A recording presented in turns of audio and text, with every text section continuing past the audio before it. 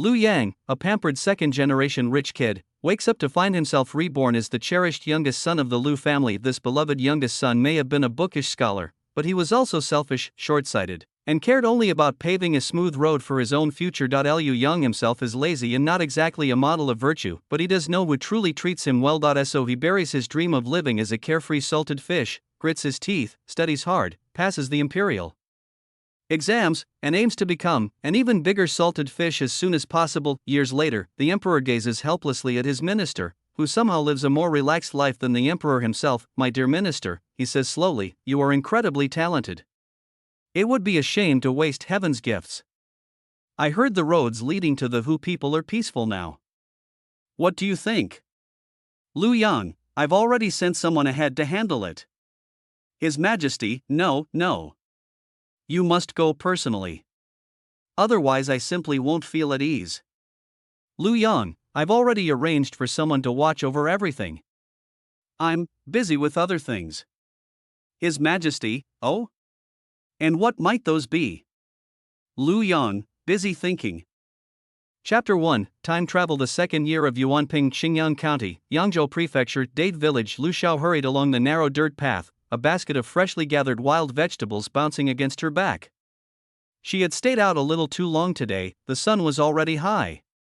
The able-bodied members of the Lu family were still in the fields harvesting rice, and she needed to rush home to prepare their midday meal. Just as she was about to reach the house, a few villagers resting under a locust tree after lunch called out to her, "Old Lu, why are you in such a hurry?" Lu Xiao forced a polite smile. "Isn't it natural to hurry home and cook?" The man chuckled. "I heard the school will be closing soon for the farming break." "Your Yangzi isn't back yet?" Lu Xiao's heart tightened.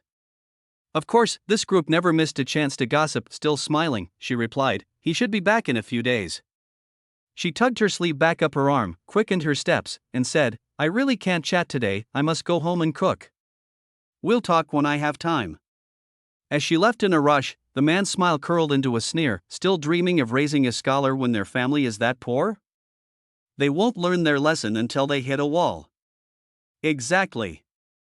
Look how thin the Lu family kids are becoming. It's pitiful.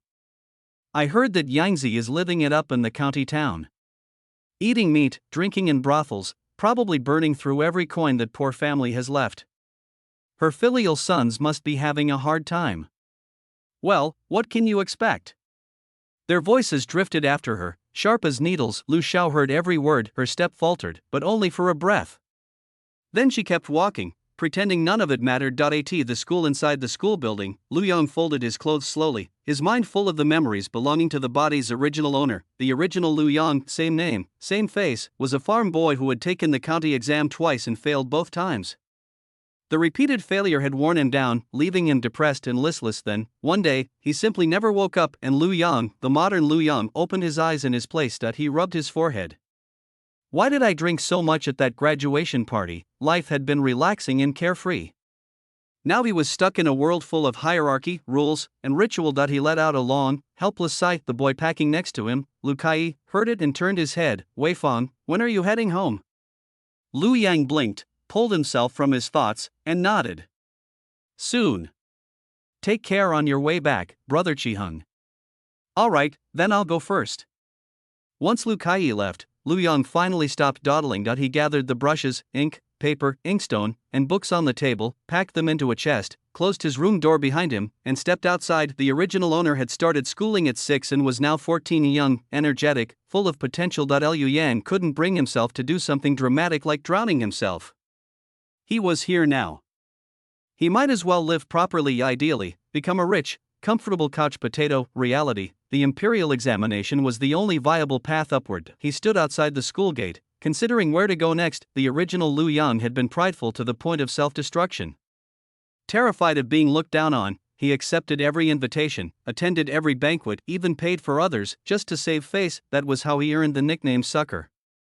In the 3 days since waking up here, Lu Yang had refused every invitation. "Don't even think about squeezing another copper from me." Unfortunately, he touched the purse at his chest and nearly groaned aloud. The original owner had already spent almost everything. If Lu Yang had arrived earlier, the boy might have had a tael or two left now. Emptier than air. He stared up at the sky, expression full of tragic resignation. If you're going to send me back in time, at least pick a better moment. Well, nothing to be done. Thinking of the Liu family's situation, Liu Yang turned and headed to the bookstore the original owner frequented. The bookstore. The moment Liu Yang stepped inside, Manager Chen recognized him. The boy had always purchased brushes, ink, and paper here. The round-faced, amiable shopkeeper greeted him warmly. Young brother Fong, heading home now? Liu Yang nodded, returning the greeting politely. Shopkeeper. After a few pleasantries, he got to the point. Shopkeeper, may I take on some copying work? Manager Chen stroked his beard, eyes gleaming with interest. If you want to copy books, that's naturally fine. He laid a blank sheet of paper on the counter and handed Liu Yang a brush dipped in ink. Understanding the test, Liu Yang wrote 4 bold characters. Jingxiang Bookstore. The original owner had been bright since childhood and studied diligently. His handwriting was excellent. Manager Chen examined the paper and nodded, very satisfied. Beautiful calligraphy. You flatter me, shopkeeper. Manager Chen went inside and returned with a copy of the 3-character classic. Since it's your first time, start with this. Thank you, Liu Yang said, bowing slightly. Copying required careful focus and neat, mistake-free handwriting. The 3-character classic held over 1,000 characters, manageable. It was the 6th day of the 5th lunar month, and school had closed for a month-long farming break. The Liu family was busy, and he couldn't devote all his time to copying. He only planned to copy this one book. It would earn him about 200 coins, not much, but enough to breathe. He calculated quickly. The original owner had returned home in January with 8 taels of silver. Exams, lodging, meals, and socializing had eaten up over 5 taels. Another tael was wasted on scams and drinking, then ink, paper, and daily costs. In the end, only 20 coins remained. The trip home cost 3 coins, leaving him with 17 coins. He sighed, fine. Time to use it wisely. At the market he headed toward the southeast stalls, those sold meat. Stopping at a pork stall, he asked politely, Brother Butcher, how much for this pork? The butcher, Zhang, didn't look up. Fat meat 15 coins, lean 13. What do you want? Liu Yang eyed the bones being cleaned so efficiently. How much for the bones? This time, the butcher looked up. A scholar buying bones? The boy was tall, slender, dressed in light blue robes, refined, elegant. After a moment, the butcher smiled. Not much meat on these. If you want them, 3 coins. Liu Yang inspected them, 7 or 8 ribs, 2 shoulder bones. Bare, but worth it, I'll take the bones. And half a pound of fat, half a pound of lean. Exactly 17 coins. He accepted the meat and bones wrapped in large leaves, thanked the butcher sincerely, and hurried toward the city gate. After an incense stick had burned, Liu Yang arrived at the city gate. Uncle Li, I'm late. Uncle Li shook his head, pointed to the few seats left on the bus, and smiled. It's not late, we'll have to wait a little longer before we can leave. Liu Yang breathed a sigh of relief, chatted with Uncle Li for a few words, and then got on the bus and found a seat. Uncle Li is also from Day Village. Because he injured his foot a few years ago and couldn't do farm work, he borrowed a lot of money to buy a cow. Now they specialize in transporting people or goods. A moment later, the car was full of people. Uncle Li gave a shout, and the ox cart slowly started moving. Liu Yang glanced at the people in the car, then looked towards the roadside. Several pairs of eyes were staring at him. Liu Yang had been stared at like this many times before, so he was used to it. He automatically blocked out the subtle noises around him. Thinking about the Liu family has a total of 17 members. Because of the original owner, the original 30-plus acres of land have now dwindled to only 10 acres. These days, everyone is struggling to make ends meet. The original owner didn't care about family matters. Every time he went back, it was only to collect money. His brothers and sisters-in-law will probably have some objections to his return home this time. After all, this was his second time failing the county-level examination. The county examination was held twice every 3 years. If you want to take the exam again, you'll have to wait until the year after next. Given the family's current situation, if they were to sell land to support his education, the whole family would likely be unable to survive. Liu Yang lowered his eyes, looking at the box he was holding, thinking about ways to make money. He's a complete couch potato. Aside from attending classes, he spends most of his time on his phone. I've watched quite a few videos. If you look closely, very few of them are actually profitable. After considering several options and abandoning them all based on the Liu family's situation, Liu Yang turned his attention to his family's ancestral business. His family started out making their fortune through brewing wine, although they later Invested in other industries, their focus remained on brewing. What he has been most exposed to since childhood is winemaking. Regardless, he had some understanding of his family's brewing recipe given the current situation of the Liu family. If they can't brew wine with rice, they can try to find other ways. The Liu family's house was located at the end of the village, about an hour's distance from the back mountain. After he gets home, he can go to the back mountain to see if there's anything that can be used to brew wine. Just as Liu Yang was thinking about his future plans, the ox cart slowly came to a stop. Liu Yang looked up and realized that he and two other middle-aged men were now the only ones left on the bus. He quickly got off the bus with the two men. The fare had already been paid, and Liu Yang waited until Uncle Li had walked away before heading towards the village entrance. It is currently the busy farming season. Liu Yang didn't encounter anyone until he reached his doorstep. The gate to the Liu family compound was closed. Liu Yan looked at the surrounding earthen walls, took a few steps forward, and knocked on the door. "Who is it?" A childish voice rang out. Liu Yang learned from his memory that it was the voice of Ernio, the second son of the eldest son's family. "Ernio, it's your uncle, open the door." Ernio had already seen through the crack in the door who had returned. As soon as Liu Yang finished speaking, he stepped onto a stool and pulled open the door bolt. "Uncle." Liu Yang nodded, looked at the children playing in the yard, and asked as he walked in, "Ernio, are you the only ones at home?" The Liu family has 8 children, except for Tai Dan, who is 7 years old and not present. All the other children are present. Ernio nodded. Big brother went to help in the fields, and Zhao and I stayed home to take care of our younger siblings. Zhao is the eldest daughter of the second wife, and she is 6 years old this year. She is currently carrying Dozi, the 1-year-old daughter of the third wife, on her back. When the children saw Liu Yang, they immediately came over to greet him. The original owner usually stayed in his room reading when he got home and didn't interact with these children much. The children had been told by the adults and their families not to make a ruckus while their uncle was reading, so they all looked a little timid when they saw Liu Yang. Liu Yang smiled but didn't say anything. After letting them continue playing on their own, I went back to my room. After placing the contents of the box on the desk, Liu Yang took the bones and meat he had bought to the kitchen. The Liu family had 5 earthen houses, forming a concave shape. There is 1 main house, and 2 earthen houses on each side.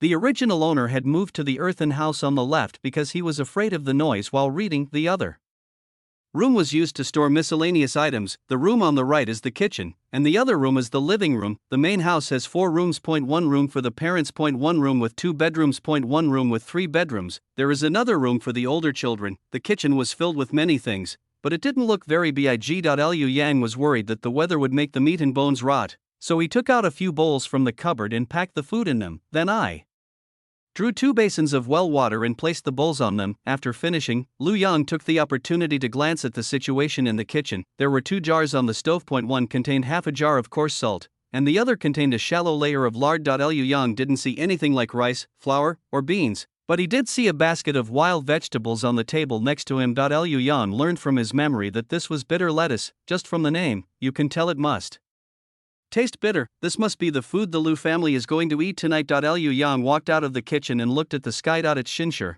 3 to 5 p.m. now, and his mother and 3 sisters-in-law should be back soon to cook. Liu Yang didn't know what to do either. Seeing that the children were having a great time, I went back to my room and tidied up the things on the table. Copying the book can begin tomorrow. He can practice his handwriting now. Take out the brush, ink, paper, and inkstone. Liu Yang wrote on 2 sheets of paper before stopping to stretch his wrists. Looking at the words on the paper, Liu Yang nodded in satisfaction. The original owner's handwriting leans towards the yen style. The strokes are full and robust, exuding a powerful and majestic aura. The atmosphere carried a sharp edge. The whole thing seems to have gained a vibrant soul. Liu Yang looked up at the window and saw several children playing obediently with stones in the yard. He then took out 2 scraps of paper and continued practicing his calligraphy. After an unknown amount of time, the sound of a door opening rang out. Liu Yang looked up and saw his mother, Liu Xiao, walking and carrying a basket. Tai Dan and his 3 sisters-in-law followed behind. After thinking for a moment, Liu Yang put down his pen, tidied up the papers on the table, and came out. Mother. Liu Yang was about to greet his sisters-in-law when his mother interrupted him. Your dad said you would be back today, and told me to come back early and cook dinner. Liu Xiao happily stepped forward, took Liu Yang's hand, and checked him over. Seeing that Liu Yang looked better than when he returned a few months ago, Liu Xiao breathed a sigh of relief. Is Yunzi hungry? I'll go cook something right away. Just as Liu Yang was about to say he wasn't hungry, Lu Xiao hurriedly walked into the kitchen. A moment later, he came out with a gourd ladle and went into the main room. Liu Yang smiled and then looked at his three sisters-in-law. Eldest sister-in-law, second sister-in-law, third sister-in-law. Lu Yang called out the names in order. Zhao Lihua nodded, feeling a sense of relief seeing that her brother-in-law was no longer as indifferent as before. It's good that Yangzi is back. Sister-in-law, go help in the kitchen first, and there will be food soon. Okay, sister-in-law, you go ahead with your work. While Lu Yang and Zhao Lihua were talking, Li Jing and Zhou Xuanfang quickly exchanged a glance. Looking at Lu Yang's brand new robe, Li Jing asked somewhat awkwardly, when did Yangzi come back? Second sister-in-law, I just got back not long ago. Oh, then, second sister-in-law, go help in the kitchen first. Yangzi, you go ahead with your work.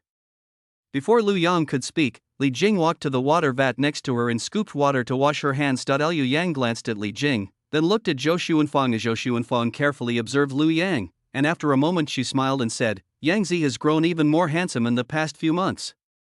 He looks no worse than the children who grew up in the county town. Lu Yang pretended not to understand the meaning behind Zhou Xuanfang's words and smiled shyly. Third sister-in-law is right. I also think she is pretty, but I suppose she is not bad-looking. Zhou Xuanfang's smile froze for a moment before she realized what was happening. Yangzi's personality is a bit more lively this time he's back, but Zhou Xuanfang was about to say something when she was interrupted by a gasp. Mother! Come quickly and see!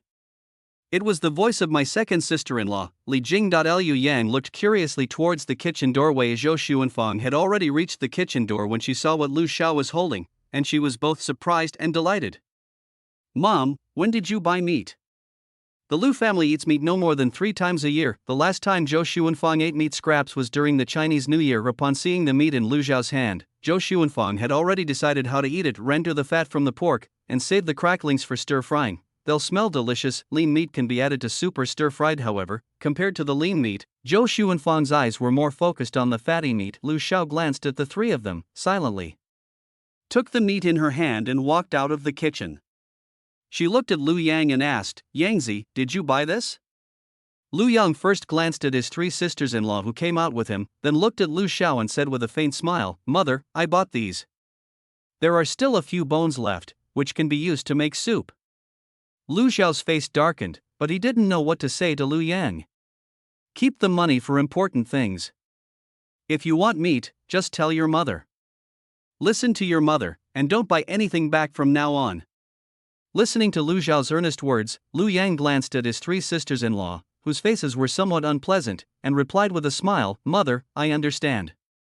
But since we've already bought it, let's cook this meat tonight and not keep it.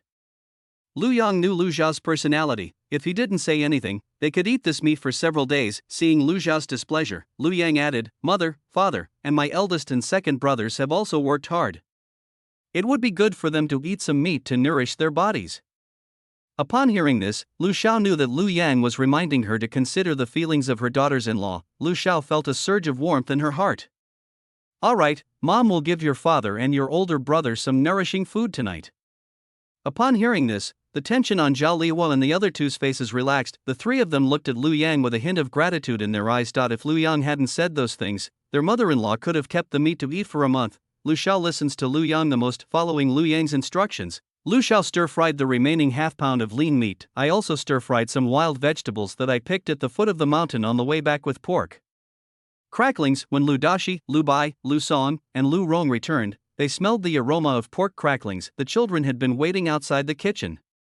When they saw Lu Dashi and his friends, they all ran up to them and chattered about how they would be eating meat that night. Liu Yang also came out of the room at this moment. Father, eldest brother, second brother, third brother.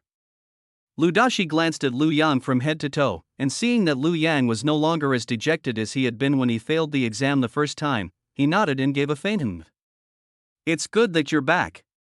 As he spoke, Lu Dashi prepared to go back to his room to change his clothes. They had already washed in the river when they returned, and their clothes were still wet. Liu Bai looked at the clean-cut and handsome young man in front of him and said with a smile, Yang Zi is back. Let's go back to our room and change our clothes first, and we'll talk later. Lu Yang nodded. After Lu Bai and the other 2 left, Lu Yang looked at the spot where the three of them had been standing and smiled. His eldest brother, Lu Bai, was the most natural, and the joy on his face was genuine. Second brother Lu Song always had a smile on his face, and you couldn't tell what he was thinking just by looking at his face, but his cold eyes were unmistakable. As for his third brother, Lu Rong, the coldness on his face was genuine. Back then, his third brother was probably the most favored one in the family. However, who could have predicted that the original owner would be born later? Everyone says that the eldest grandson and the youngest son are the old lady's lifeblood. The original owner was fair-skinned and clever, and was different from the other children in the village since childhood. As soon as I took her out, people praised her as the reincarnation of the god of literature. In this superstitious ancient world, Lu Xiao certainly felt the pain intensely. Even Lu Dashi probably thought that the original owner would change the Lu family's social standing, thus tacitly approving Lu Xiao's favoritism. These two people disliked the original owner, and they can't blame anyone else for it. Why are my parents so biased? Moreover, the original owner had accepted all of this with a clear conscience all these years. Liu Yang glanced thoughtfully in the direction of the kitchen, then returned to his room. For the Lu family's children, tonight's dinner was like a new year's feast. A pot of wild vegetable and lean meat soup, a plate of pork cracklings with wild vegetables, and a plate of pork cracklings with bitter greens. There was also a basket of mixed grain and wild vegetable pancakes. The whole room smelled delicious. The Lu family is large, so they ate at two separate tables. Zhao Lihuo and the others had to take care of the young children, so they went to eat at a small table. Sitting at the large table now are the Lu brothers, Lu Dashi, Lu Xiao, and Lu Yang. After serving everyone a bowl of soup, Lu Xiao smiled and said, "This meat was bought by Yang Zi, and there are some bones too. We can make soup with radishes tomorrow." Lu Yang's smile faltered, and he almost lost it. After Lu Xiao finished speaking, Lu Dashi looked up at Lu Yang and nodded in satisfaction. Yang Zi has become sensible. Lu Bai also smiled and chimed in, "Yes, Yang Zi has grown up." Lu Song glanced at Lu Yang with a smile, then nodded without saying a word. Lu Rong glanced at Lu Yang and gave a faint hum. The atmosphere at the table seemed warm, but what was actually surging beneath was Lu Yang's embarrassment and helplessness. In addition to the harvest from the fields, the Lu family's income also came from the wages earned by Lu Dashi, Lu Bai, and Lu Dashi doing odd jobs in the county town. It can be said that the original owner never gave his family a single penny. Not only that, the original owner was also the one who emptied his family's savings. Lu Xiao's original intention was to let everyone know that Lu Yang was sensible. Having achieved his goal, he smiled and said, "Let's eat. We're all tired today." The next day, while it was still gloomy, Lu Yang heard footsteps in the courtyard. The Lu family only started harvesting rice 2 days ago. The Lu family has a decent workforce. They can harvest all 10 acres in 4 or 5 days. Although Lu Yang had never harvested rice before, now that he was here, he had to adapt to this kind of life. Liu Yang got up and put on the old clothes he had taken out of the closet yesterday. After putting on my old cloth shoes and grabbing my toiletries, I went outside. The moon was still hanging in the sky, and Lu Yang looked at Lu Bai, who was washing his face in the yard, by the faint moonlight. "Good morning, brother." Lu Bai was stunned for a moment, and only after wiping his face did he realize that it was Lu Yang. Why is Yang Zi up so early? Now he can't even read books anymore. Lu Yang usually gets up when the sun comes up. It's truly rare to see someone get up this early. Liu Yang smiled but didn't explain anything. He simply said, "Get up and move around." As he spoke, Lu Yang began to wash up. After giving a blank reply, Lu Bai didn't know what to say to Lu Yang, so he went to the kitchen to see if there was anything he could do. Although the Lu family usually eats 2 meals a day, but it's the busy farming season now, and if we only eat 2 meals a day, our bodies definitely can't handle it. Moreover, they left very early in the morning, and if they didn't eat breakfast, they definitely wouldn't be able to make it to noon. At this moment, Lu Xiao was preparing mixed grain noodles. After washing up, Lu Yang went to the kitchen. The mixed grain and wild vegetable pancakes from last night were a bit rough and sour, and Lu Yang wasn't used to them. Plus, he didn't have much of an appetite, so he only ate one nut, and those dishes with little oil and salt also have a gamey smell when cooked with pork. Liu Yang only ate a few bites and drank a bowl of soup before stopping. "I'm starting to feel a bit hungry now." Liu Yang looked at the slightly blackened dough in Lu Xiao's hand, but couldn't figure out what was added to it. Lu Xiao glanced at Lu Yang and said in surprise, "Yang Ziki, what are you doing so early? Reading now will ruin your eyes." Lu Yang glanced at his older brother, who was about to take the axe to the yard to chop firewood, and then looked at Lu Xiao. "Mom, I don't want to read, I want to memorize some books." Lu Xiao nodded. "Okay, then you can go outside and wait. You'll be able to eat in a bit." Seeing that there was nothing in the kitchen that he could help with, Lu Yang left the kitchen. Lu Bai was chopping wood in the corner when Lu Yang glanced at him and then found a spot to start reciting his lessons. The great learning teaches us to manifest our bright virtue, to love the people, and to abide in perfect goodness. Knowing where to rest, we can then be resolute. Being resolute, we can then be calm. Being calm, we can then be at peace. Being at peace, we can then deliberate. Deliberating, we can then attain. The original owner studied diligently, so passing the county examination shouldn't have been difficult for him. Unfortunately, the original owner had some issues with his exam-oriented mentality. I was a little nervous during my first county-level exam, which made me run out of time later on. It's understandable that he failed the exam. It's normal to be nervous when you have no experience with the county-level examination for the first time. The second time, the original owner worried that there wouldn't be enough time, and in his nervousness, he completely forgot the 4 books and 5 classics that he usually knew by heart. The more you try to remember, the less you can recall. When the original owner came out later, his eyes were bloodshot. Lu Yang is the exact opposite of the original owner. He has always had a good attitude, and his test scores are usually surprisingly high. There are still about 2 years until the county-level examination. With the original owner's memories, if he works hard, he might be able to pass the Imperial examination and become a scholar. Lu Bai felt a surge of satisfaction as he listened to the clear sound of reading aloud in the courtyard. With such hard work, I'm sure I'll pass the county exam next time. By then, the Lu family will have finally made it through. Thinking this, Lu Bai swung his arms even more vigorously. Lu Yang was unaware of Lu Bai's thoughts. He was currently memorizing texts while pondering the meaning of the sentences he was reciting. Lu Yang is intelligent, otherwise, he wouldn't have been able to get into a top university with his laid-back attitude. This allows you to memorize and understand the meaning simultaneously, making it highly efficient. Time slowly passed, and the sun was beginning to rise. After Lu Xiao divided the noodles, he called Lu Yang and the others over to eat. After finishing their noodles, the group packed up their things and prepared to leave. Lu Yang followed quietly behind the group. It wasn't until she was outside that Lu Xiao realized what had happened. Yangzi, you can just stay home and read books. You don't need to worry about things in the fields. If we work hard all day today, the work in the fields will be almost done by tomorrow, and Lu Yang won't need to go and help her. Upon hearing Lu Xiao's words, Lu Bai and the others finally realized what was happening. Lu Dashi looked at Lu Yang and frowned, asking, Yangzi, what are you going to do? Lu Yang glanced at Lu Bai, who also seemed somewhat disagreeing. Then, after glancing at Lu Song and Lu Rong and seeing that they were just standing there watching without saying anything, Lu Yang smiled and said, Dad, I read books every day, so it's good for me to go out for a walk and relax. Lu Dashi thought about it and felt that what Lu Yang said made sense. Okay, then you can go and take a look. Since Lu Dashi had already agreed, Lu Xiao couldn't say anything more. After getting Lu Yang a straw hat, he gave him a few instructions. Yangzi, you've never harvested rice before. Just stand by the roadside and watch. Don't go down to help, or you'll cut your hand. Don't worry, mother, I won't go to the fields to harvest rice.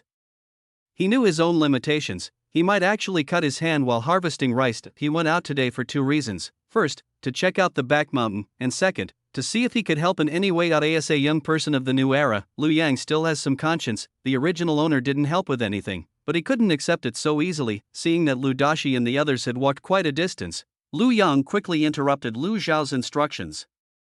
Mother, if you don't let go, father and my eldest brother will go far away. Lu Xiao looked up at the figures of the people in front of him before reluctantly letting go. Yangzi, you'd better remember not to go to work in the fields. Don't worry, mother.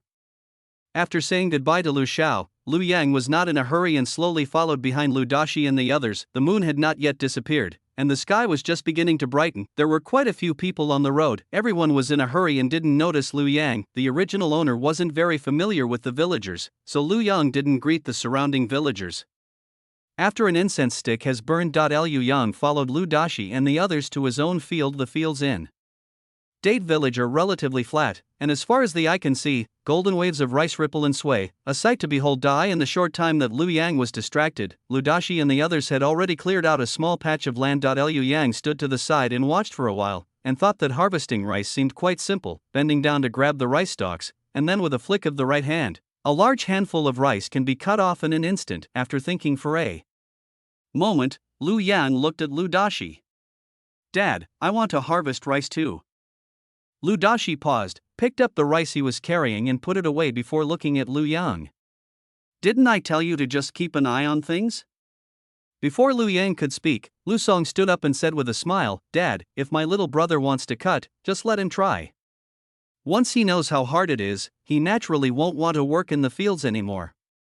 Lu Yang looked at Lu Song, and the two exchanged a glance. He understood Lu Song's thoughts, but Lu Song was right. Liu Yang followed Lu Song's words and said, "That's right, Dad, just let me try. Once I know how hard it is, I naturally won't want to work in the fields anymore." Lu Song glanced at Lu Yang with a smile, then bent down and continued working. Liu Dashi was also persuaded by the two. "Okay, then give it a try." The Lu family's sickles are all limited in number, because Lu Xiao had to stay home to take care of several children who were still asleep. An extra sickle appeared in the field. After handing the sickle in his hand to Lu Yang, Lu Dashi took another sickle from the basket next to him. "Yangzi, watch carefully how your father cuts it. Be careful not to hurt your hand." "Aha!" Lu Dashi demonstrated it to Lu Yang in slow motion. Liu Yang watched intently. He understood it with his eyes, but he wasn't sure if he could do it with his hands. "Do you understand now?" Lu Dashi asked, still feeling uneasy. Liu Yang nodded. "Don't worry, Dad, I'll learn it." As he spoke, Lu Yang bent down and grabbed a handful, just like Lu Dashi. Just as he was about to start, Lu Dashi said, "Give me some space." Lu Yang was taken aback, glanced at the large handful of rice that Lu Rong had just cut beside him, and silently said, "Oh, that's too much, just grab a stalk of rice." Lu Yang paused, then silently let go of the other rice stalks and started cutting them. "Don't rub, just make a strong cut." Lu Yang continued to follow Lu Dashi's instructions. After cutting more than a dozen rice stalks, Lu Yang stood up and relaxed his back. Liu Dashi walked over and took the sickle from Lu Yang's hand. Liu Yang was taken aback and looked at Lu Dashi with confusion. "Father, what's wrong?" Lu Dashi gave Lu Yang a look, signaling him to look around. Liu Yang looked in the direction Lu Dashi was pointing, looking confused. His older brothers and sisters-in-law had already harvested the middle section, while his small patch of rice remained in place. Liu Yang remained silent. Liu Dashi's lips curled up slightly, then fell back down. "All right, Yangzi, you can't do this. Go back now." As he spoke, Lu Dashi bent down and quickly began cutting the rice, soon catching up with Lu Bai and the others. Liu Yang looked at it, feeling somewhat conflicted. He knew he was delaying things in the fields, so after thinking for a moment, Lu Yang looked towards the distant back mountain. "The sun is already out, and it feels warm on my skin." Remembering the purpose of his visit, Lu Yang walked to Lu Dashi's side and said, "Father, I want to go for a walk in the back mountain." Lu Dashi looked up at Lu Yang and said, "Then don't go inside. It's dangerous inside." "Don't worry, Dad, I won't go." After saying goodbye to Lu Dashi, Lu Yang headed towards the back of the mountain. The back mountain looks close, but it actually takes half an hour to walk there. Liu Yang took out a handkerchief from his pocket and wiped his sweat. Remembering that the original owner had never been to the back mountain, he decided to search at the foot of the mountain. If he still can't find it, he'll go inside and take another look. There were quite a few people at the foot of the mountain at this time, including many children and elderly people picking wild vegetables. Looking at the baskets the old man and the child were carrying, Lu Yang suddenly realized that he didn't seem to have brought a basket to put things in. "You can put things in a hat, right?" Lu Yang touched the straw hat he was wearing and then felt relieved. Liu Yang didn't recognize any wild vegetables. At a glance, everything looked like a wild vegetable. After thinking about it, Lu Yang decided not to bother picking wild vegetables. After wandering around the foot of the mountain and finding nothing of interest, Lu Yang decided to venture into the back of the mountain. As you walk along the mountain path, you are greeted by trees of all shapes and sizes. Looking at the secluded environment, Lu Yang picked up a wooden stick from the ground. The villagers had trodden the path so firmly that the surrounding grass was tall and dense. Liu Yang wouldn't feel at ease unless he tapped and banged on it with a wooden stick. After walking for a while, Lu Yang stopped. He looked up at the pine trees, some short and some tall, and fell into deep thought. This Masan pine can indeed be used to brew wine. To brew this wine, you need to add sugar, and now is the best time to pick tender pine branches for brewing wine. The problem is that I'm a little stuck on the money for buying candy. I need to think about it some more. With that in mind, Lu Yang decided to keep going. After walking for a while, Lu Yang arrived at a flat area. This place looks safe, and there are quite a few small paths worn into the ground around here. After thinking it over, Lu Yang decided to search here.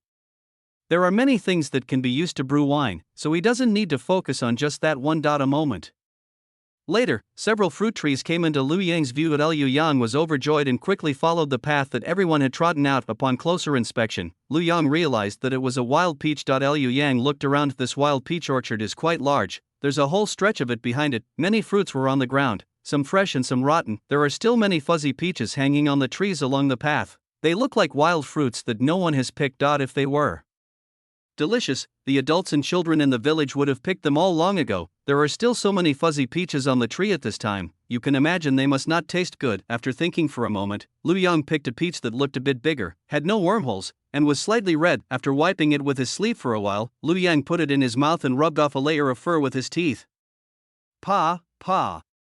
After spitting out the skin from his mouth, Lu Yang still felt like there was hair in his mouth. After spitting for a while, Lu Yang finally felt that there was nothing strange in his mouth. Looking at the slightly reddish flesh, Lu Yang took a small bite. The flesh was a bit hard, and the taste was both sour and astringent. It was really not tasty. After thinking for a moment, Lu Yang found a rock and smashed the peach. The peach has little flesh, but the pit is rather large. Lu Yang picked up the peach pit from the ground, stood up, and looked at the large peach orchard. No wonder no one comes to pick them anymore. It's okay to pick a few to taste when you're craving something, but once you get home, you don't know what to do with them. Lu Yang looked down at the peach pit in his palm, then glanced unwillingly at the vast peach orchard. His mind was racing, trying to figure out if he could make money from this patch of peaches. Most of the peaches on this tree have wormholes, so there's no point in even thinking about getting any flesh. There wasn't a single piece of flesh left after peeling it. Lu Yang pinched the peach pit in his hand and suddenly thought of the kernel inside. He had seen a video before that said peach kernels are poisonous and cannot be eaten raw, but they are actually a traditional Chinese medicine.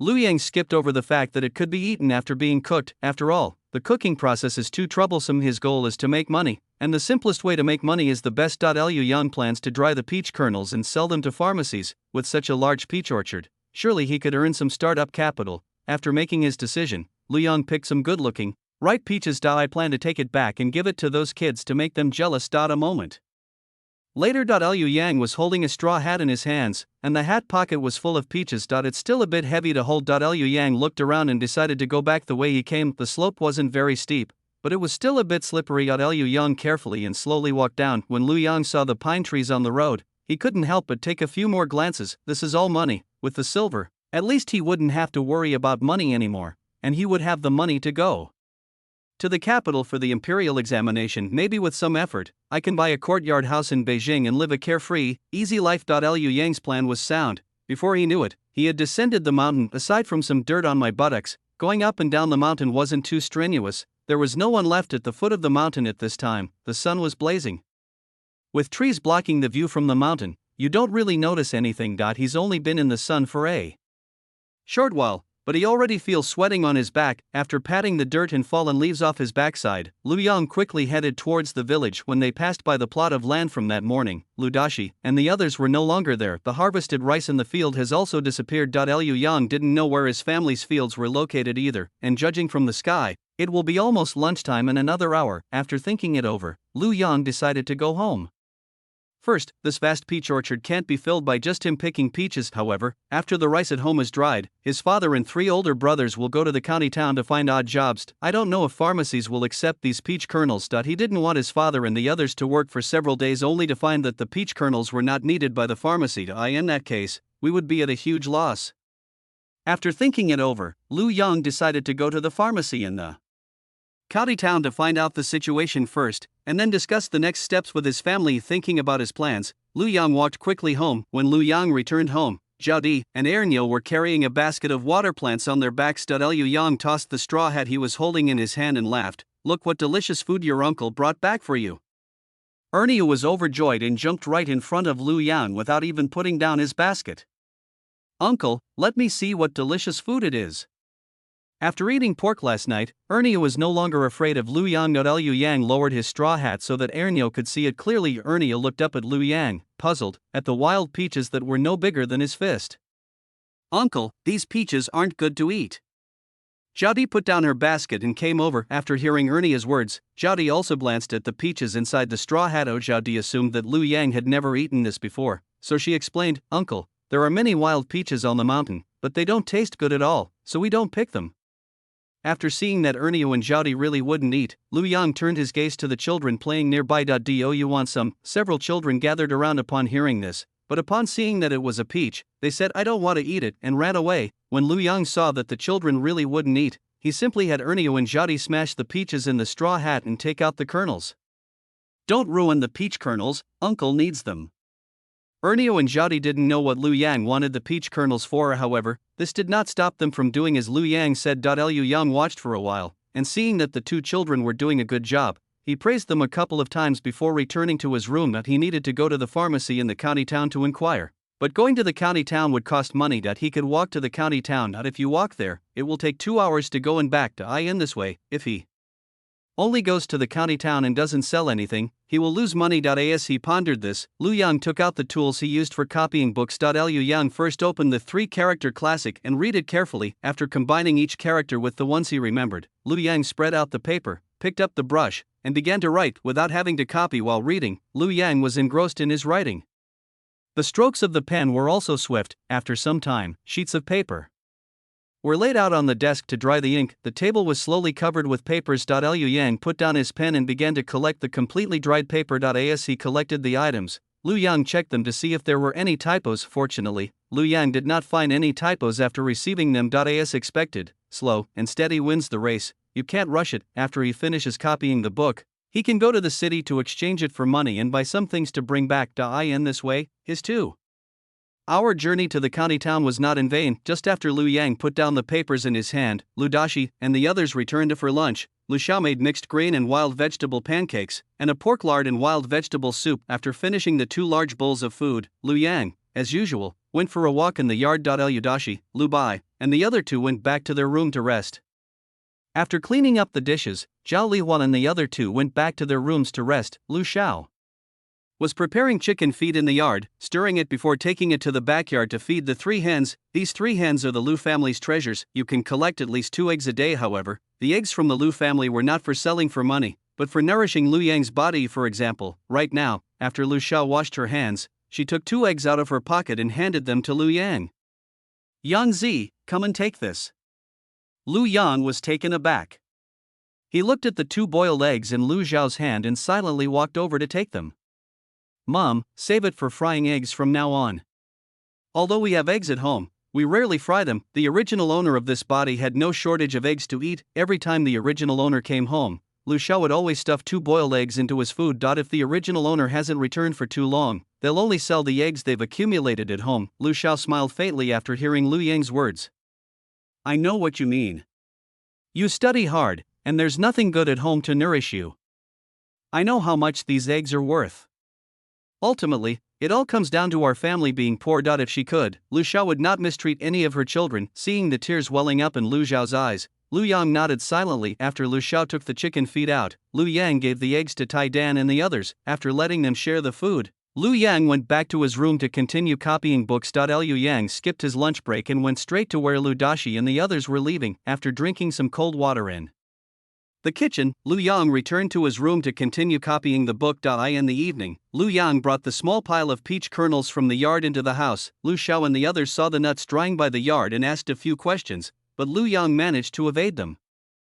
After dinner, Liu Yang went to the yard and began to recite his lessons. Today he was so focused on copying the book that he didn't even look at it. It's good to memorize some books while you're digesting your food. Listening to Liu Yang's melodious reading voice, Tai Dan and the other children sat beside him, swaying their heads and reading along, taking advantage of the last rays of sunlight. Some of Liu Dashi and his companions were sharpening sickles, while others were weaving baskets. Hearing Tai Dan and the others reading aloud intermittently, the group felt a mix of emotions. Liu Dashi glanced at Liu Yang, who was deliberately slowing down his reading, then lowered his head to continue weaving baskets. Liu Bai and the other 2 glanced at the children, then at the refined and elegant Liu Yang, before lowering their heads to continue with their work. Liu Yang wasn't unaware of the complicated gazes directed at him, but he has no money right now, so anything he says sounds like empty words. So he simply didn't make any promises to Liu Dashi and the others. Although he was a time traveler, he will be connected with this family for the rest of his life. The debt he has to repay is not the debt owed to the original owner, but his own debt. Liu Yang looked at the children in front of him and silently began to read the 3-character classic. The sun slowly sets, and the moon rises. The moonlight spilled into the courtyard, creating an atmosphere that felt strangely warm and harmonious. The next day, Liu Yang did not get up early. After Liu Dashi and the others left, Liu Yang took another nap. When I woke up, the sun was already up, and the room was unusually bright. After washing up, Lu Yang took the peach kernels out of the room and put them in the sun. Then I did a set of radio calisthenics in the yard. A moment later, Lu Yang went to the kitchen and ate the 2 pancakes that Lu Xiao had left for him.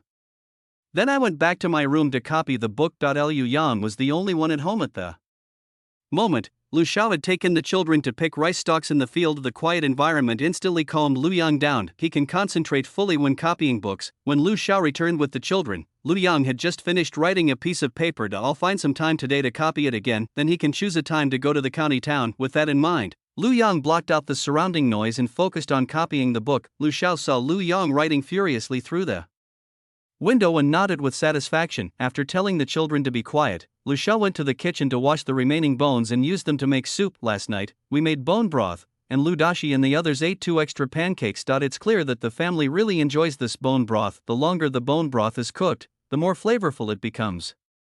Yangzi said that drinking more bone broth is good for the health of the whole family. As Lu Xiao pondered, she estimated the amount of money she still had saved. There are still 3 taels of silver at home. When Yangzi returns from his leave, we will give him 1 tael of silver for protection. There are 2 taels of silver left. Fortunately, the rice in this field has been harvested. This year's harvest is okay, although it hasn't increased much compared to the year before last, but it's good that the harvest didn't decrease. After paying the taxes, we can exchange half of our grain for coarse grain and sell the other half. That way, we can still manage to survive. The rice in the field will be harvested today, so she can spend a few coins to buy some bones to nourish her family. There are no butchers in the village. If you want to buy bones, you have to go to the neighboring Lianjin village. Thinking of this, Lu Xiao shouted loudly, "Taidan, Taidan." Taidan was playing with his younger siblings when he heard Lu Xiao's shout and quickly ran to the kitchen. "Grandma, what's wrong?" Lu Xiao took out a slightly faded purse from his pocket, took out 3 coins from it, and handed it to Taidan. "Go to the butcher in the next village and buy 3 coins worth of bones." After thinking for a moment, Lu Xiao gave Taidan 2 coins for later use. Lu Xiao didn't know how much the bones from the neighboring village sold for, so he simply gave them 2 extra coins. After hearing this, Taidan hurriedly ran outside. When Ernia saw this, he ran out as well. Soon after, Taidan and Ernia returned, each carrying a package. "Grandma! Grandma! We're back!" Lu Xiao was cooking in the kitchen when she heard Taidan and Ernio's voices and responded. After Taidan and Ernio put the things in the kitchen, Lu Xiao instructed them to go to the fields and call Lu Dashir and the others back. When Lu Dashi and the others returned, the food at home was already ready. While the others were still waiting, Lu Xiao blanched the bones that Taidan had bought. The bones in the village were more expensive than the ones Lu Yang bought in the county town. "I only got 8 pork ribs for 4 coins. There were far fewer bones than the 3 coins Lu Yang had bought last time." Lu Xiao felt a pang of heartache. Why spend 4 coins on these few bones with no meat, just to have a sip of soup? It's not worth it at all. Lu Xiao had forgotten what she had been thinking before. While setting out the food, they talked about how the butcher in the next village was selling bones for such a high price. Seeing that his father and brothers were not going to say anything, Lu Yang smiled and said, "Mom, it's fine if we bought it.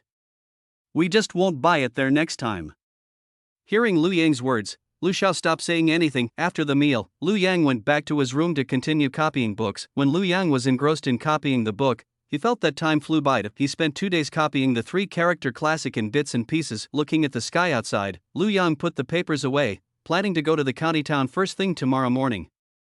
After collecting the dried peach kernels from the yard, Lu Yang went to the main house. Lu Dashi and his group had just returned when Lu Xiao and Zhao Liwa and the others were setting out the food. The same few dishes were still on the table. Lu Yang had gotten used to it and only put down his chopsticks after he had finished eating. After Lu Xiao and the others put down their bowls and chopsticks, Lu Yang smiled and said, "Mother, I'm going to the county town tomorrow. Is there anything you need to buy?" Zhao Liwa and the other 2 paused in their work of clearing away the dishes, then slowed down and listened intently to what Lu Yang was saying. Lu Xiao glanced at Zhao Liwa and the other 2, frowned, and said, "You 3, hurry up. What are you dawdling for?" Upon hearing this, Zhao Liwa and the other 2 quickly tidied up the bowls and chopsticks on the small and large tables and put them in the kitchen, then hurried back to the main room to sit down. Knowing that his 3 sisters-in-law wanted to hear, Lu Yang waited until they sat down before repeating what he had said before. Lu Xiao didn't care about her daughters-in-law anymore and hurriedly asked Lu Yang, "Yang Zi, what are you doing in the county town?" Lu Xiao was a little worried, fearing that Lu Yang was going to hang out with those bad friends again. Lu Yang, unaware of Lu Xiao's thoughts, simply said, "Mother, I have some business to attend to in the county town. Is there anything you would like me to bring back?" The three Lu brothers didn't speak, but their gazes toward Lu Yang were somewhat complicated. Lu Dashi glanced at Lu Bai and the other two, then looked at Lu Yang and sighed, "There's not much money left at home. Your mother won't be able to give you that much silver when you go to the county town this time." As he spoke, Lu Dashi asked Lu Xiao to fetch 200 coins for Lu Yang. Lu Xiao silently got up and went into the room to count the money. Lu Yang watched Lu Xiao's retreating figure as she went back to her room, feeling a sense of helplessness. "Father, I didn't mean to ask you for money." Lu Dashi waved his hand, got up and walked into the courtyard. Lu Yang looked at Lu Bai and the other two, and was about to say something when they also got up and left. The three sisters-in-law didn't leave, their gazes toward Lu Yang were somewhat hesitant. Lu Yang relaxed his furrowed brows. He looked at his three sisters-in-law and said with a faint smile, "Do you three sisters-in-law have something to say to me?" Lu Yang didn't intend to explain anymore. Saying more would be useless, it would be better to change Lu Dashi and the others' impression of him through his actions. Li Jing and Zhou Xuanfang looked at Zhao Liwa. Zhao Liwa nodded, then looked at Lu Yang and asked, "Yangzi, my sister-in-law did some embroidery a few days ago, but hasn't found someone to take it to the county town to exchange for money yet. Do you think you could help me take it to the county town to exchange for money tomorrow?" As soon as Zhao Liwa finished speaking, Li Jing and Zhou Xuanfang quickly added, "And us too." Lu Yang thought it was something serious, but it turns out it was just this. He quickly replied, "Sisters, don't be so polite. I'll take it and sell it for you. But I'm not familiar with this kind of business. What price do you usually sell it for?" The embroidery work of Zhao Liwa and the other two was not bad, but the patterns were the most ordinary, and the two handkerchiefs could only be sold for 3 coins. After hearing what the three people said, Lu Yang carefully examined the handkerchiefs they had taken out. The embroidery on the handkerchiefs is mostly simple patterns. Even if the embroidery is excellent, it won't sell for a very high price. After carefully putting away the handkerchiefs that Zhao Liwa and the other two had given him, Lu Yang said, "Don't worry, sisters-in-law, I will take care of this." Zhao Liwa and the other two breathed a sigh of relief. After thanking Lu Yang, they went to the kitchen to pack their things. Lu Yang looked down at the handkerchief in his hand, feeling a mix of emotions he couldn't quite describe. These handkerchiefs don't add up to many. Zhao Liwa has 16 points, Li Jing has 13 points, and Zhou Xuanfang has 9 points. If all of them were sold, the total amount would only be 57 coins. It's unknown how long it took Zhao Liwa and the other two to embroider these. Lu Yang thought of the three character classic in his room and sighed softly. Lu Xiao paused as she stepped out of the room, looked at the 200 coins in her hand, thought for a moment, and then turned back. Just as Lu Yang finished tidying up his handkerchief, Lu Xiao walked over and sat down in front of him. "Yangzi, take this money." As she spoke, Lu Xiao slipped something into Lu Yang's hand. Lu Yang was stunned, looking at the 1 or 2 pieces of silver in his palm with a blank expression. "Mother, didn't father say?" Lu Xiao quickly told Lu Yang to be quiet. "Shoo, keep your voice down, don't let your dad and the others hear." As he spoke, Lu Xiao told Lu Yang to quickly put away the loose silver in his hand. Lu Yang refused and tried to shove the object back into Lu Xiao's hand. "You take it," Lu Xiao said firmly. "Mother knows you won't waste money, but it's necessary for your studies, so you have to spend it if necessary." Lu Yang frowned and quickly explained, "Mother, I have all the paper and stuff." Lu Xiao glanced at the courtyard outside and whispered, "Mother knows, you should put it away quickly." After seeing that Lu Xiao refused to accept the money no matter what he said, Lu Yang thought about his plans and simply put the money away. Lu Xiao felt uneasy when Lu Yang refused to accept the money. After Lu Yang put it away, Lu Xiao felt even more uneasy. She glanced at her 3 sons talking outside, patted Lu Yang's hand, and said softly, "Your 3 older brothers are all good. When you become successful in the future, you must not forget them." Lu Yang glanced back at Lu Bai and the other two. Lu Bai, Lu Song, and Lu Rong were talking and laughing about something. Lu Yan was silent for a moment, then nodded. "Mother, I understand." Lu Xiao nodded, "It's good that you understand. Get some rest early. The ox cart will leave at dawn tomorrow, so don't miss it." As he spoke, Lu Xiao took out 3 coins from his pocket and handed them to Lu Yang. Lu Yang glanced at Lu Xiao and took the 3 coins. "Thank you, mother." Lu Xiao gave Lu Yang a reproachful look and laughed, "There's no need to thank me. Go back to your room and rest." Lu Xiao had other things to do, so after telling Lu Yang to go back to his room and rest, Lu Xiao left. Looking at the money in his hand, Lu Yang felt relieved. For some reason, Lu Yang felt a little happy that he had never known himself so clearly before. He is Lu Yang, and Lu Yang is him. At that moment, Lu Yang stopped standing outside the door looking at the Lu family. Instead, they truly stepped into the Lu family's gate. After putting the money in his hand into his pocket, Lu Yang got up and walked into the courtyard. When Lu Bai saw Lu Yang come out, he quickly called Lu Yang over. "Yang Zi, come and sit down." Lu Yang glanced at the handkerchief in his hand and was about to say that he would be there in a while when Lu Bai spoke up. "Your sister-in-law and the others asked you to take this to the county town to exchange for money, right?" Following Lu Bai's words, Lu Song and Lu Rong also turned to look at Lu Yang. Seeing the surprised looks on their faces, Lu Yang raised an eyebrow and smiled. "Yes, my sisters-in-law asked me to bring it with me when I go to the county town tomorrow." Lu Bai felt a sense of relief. Yang Zi is really sensible. Lu Song's eyes flashed, and he smiled in agreement. "My younger brother hasn't been back for several months, and his temperament has changed quite a bit." Lu Rong glanced at Lu Yang thoughtfully, and unusually, didn't give him a cold look.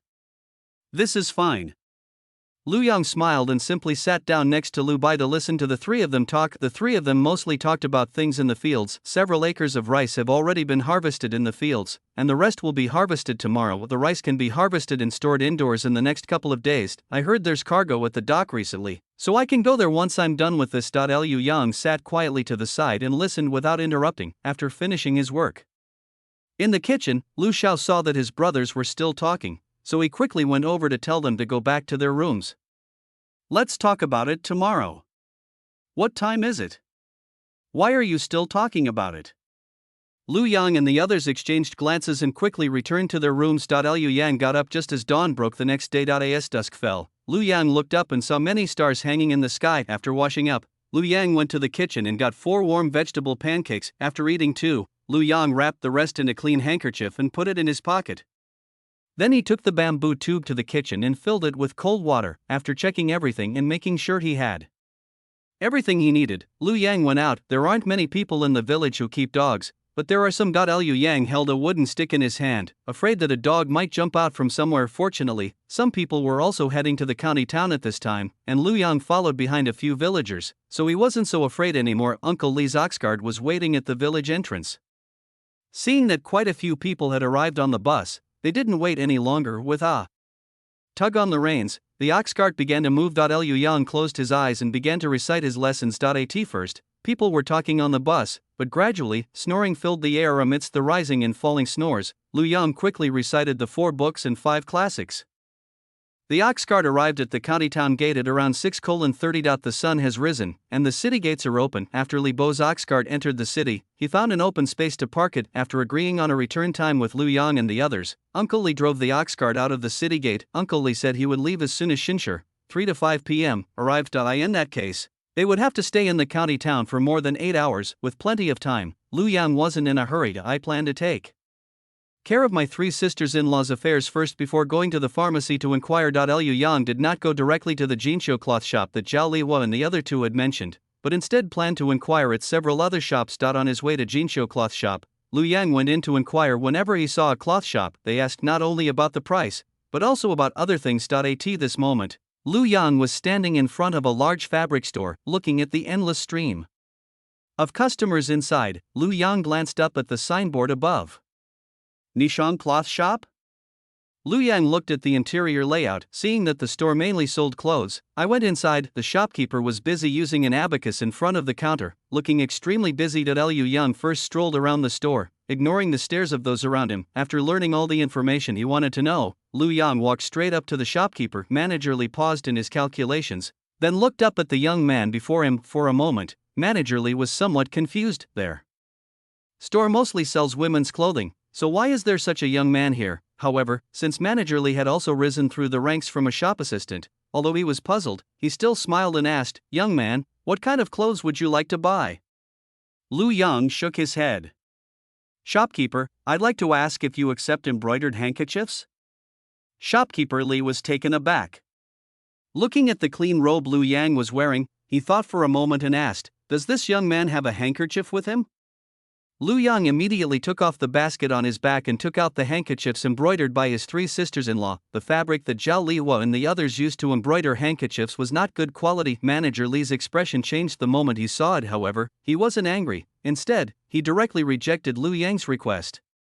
Young man, you've seen for yourself what kind of people we serve in our shop. This handkerchief. Lu Yang understood the shopkeeper's meaning, and when he saw that the shopkeeper refused to accept the handkerchiefs without hesitation, Lu Yang was not disappointed. After all, he already knew that the cloth shop wouldn't accept the handkerchiefs from Zhao Liwo and the other two. Lu Yang's purpose was not to sell handkerchiefs here, but to achieve something else. Lu Yang smiled, casually picked up a handkerchief, and pointed to the pattern on it for the shopkeeper to see.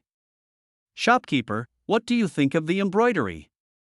Upon hearing this, Manager Li immediately understood what Lu Yang meant. However, he didn't say anything. After all, the young man in front of him looked like a scholar, and might change his identity in the future. He didn't need to offend the boy in front of him. Having more friends was always better than having more enemies. Thinking this, Manager Li looked in the direction Lu Yang pointed. At first glance, the pattern doesn't seem particularly unusual. However, after a closer look, Manager Li discovered a problem. This embroidery thread. Shopkeeper Li reached out and touched it. The thickness of the embroidery thread could reveal the embroiderer's age. Judging from the embroidery thread used on the coarse cloth, this embroiderer must have been doing embroidery for more than 10 years. The embroidery is quite good. Although the pattern is simple, you can tell that the embroiderer put a lot of effort into it. Only, what a waste of this fabric. Manager Li shook his head and withdrew his hand. Lu Yang put the handkerchief into the basket. He slung his basket over his shoulder, looked at the shopkeeper, and smiled. Shopkeeper, it's alright if the fabric is of poor quality. What I'm worried about is the embroiderer's skill. After all, this fabric can be replaced with finer cloth, can't it? Upon hearing this, Manager Li feigned confusion and asked, "What do you mean, young man?" Lu Yang turned his head, pointed to a women's dress displayed on the wall in the shop, and said with a smile, "Shopkeeper, look at the peony flowers on that dress." Upon hearing this, Manager Li looked up and immediately understood why the young man had shown him the clothes. The peony pattern was provided by their store. However, the color scheme was designed and conceived by the embroiderer. Those few peony flowers alone are undeniably beautiful and captivating. However, when viewed as a whole, the three-dimensionality and layering of those peony flowers are rather ordinary. Seeing the shopkeeper's brows furrow, Lu Yang said gently, "This embroidery is not even half as good as my three sisters-in-laws, yet the shopkeeper can still hang it up to show everyone. It is clear that if my three sisters-in-law took over the embroidery work in the shop, the shopkeeper would probably be able to make a fortune every day." Manager Li glanced thoughtfully at the clothes on the wall. Then, stroking his beard, he looked at Lu Yang with a thoughtful expression. Although he could tell that Lu Yang was a scholar, he did not know that this scholar was so eloquent. His future prospects are sure to be bright. Thinking of this, Manager Li smiled and said, "It's not difficult for you to find work here, young man. But I have a rule in my shop: if you can't embroider the specified patterns on time, the money will be deducted." Lu Yang's eyes flashed, and he subtly observed Manager Li. Seeing that Manager Li didn't seem to be lying, Lu Yang breathed a sigh of relief. "Alright, nothing can be accomplished without rules. Don't worry, shopkeeper, my three sisters-in-law will definitely hand it in within the deadline." "Hee, young man, you're a sensible person." As he spoke, Manager Li waved and called over a waiter. "Go inside and get some soft satin with patterns drawn on it." Upon hearing this, the waiter glanced at Lu Yang and then hesitated.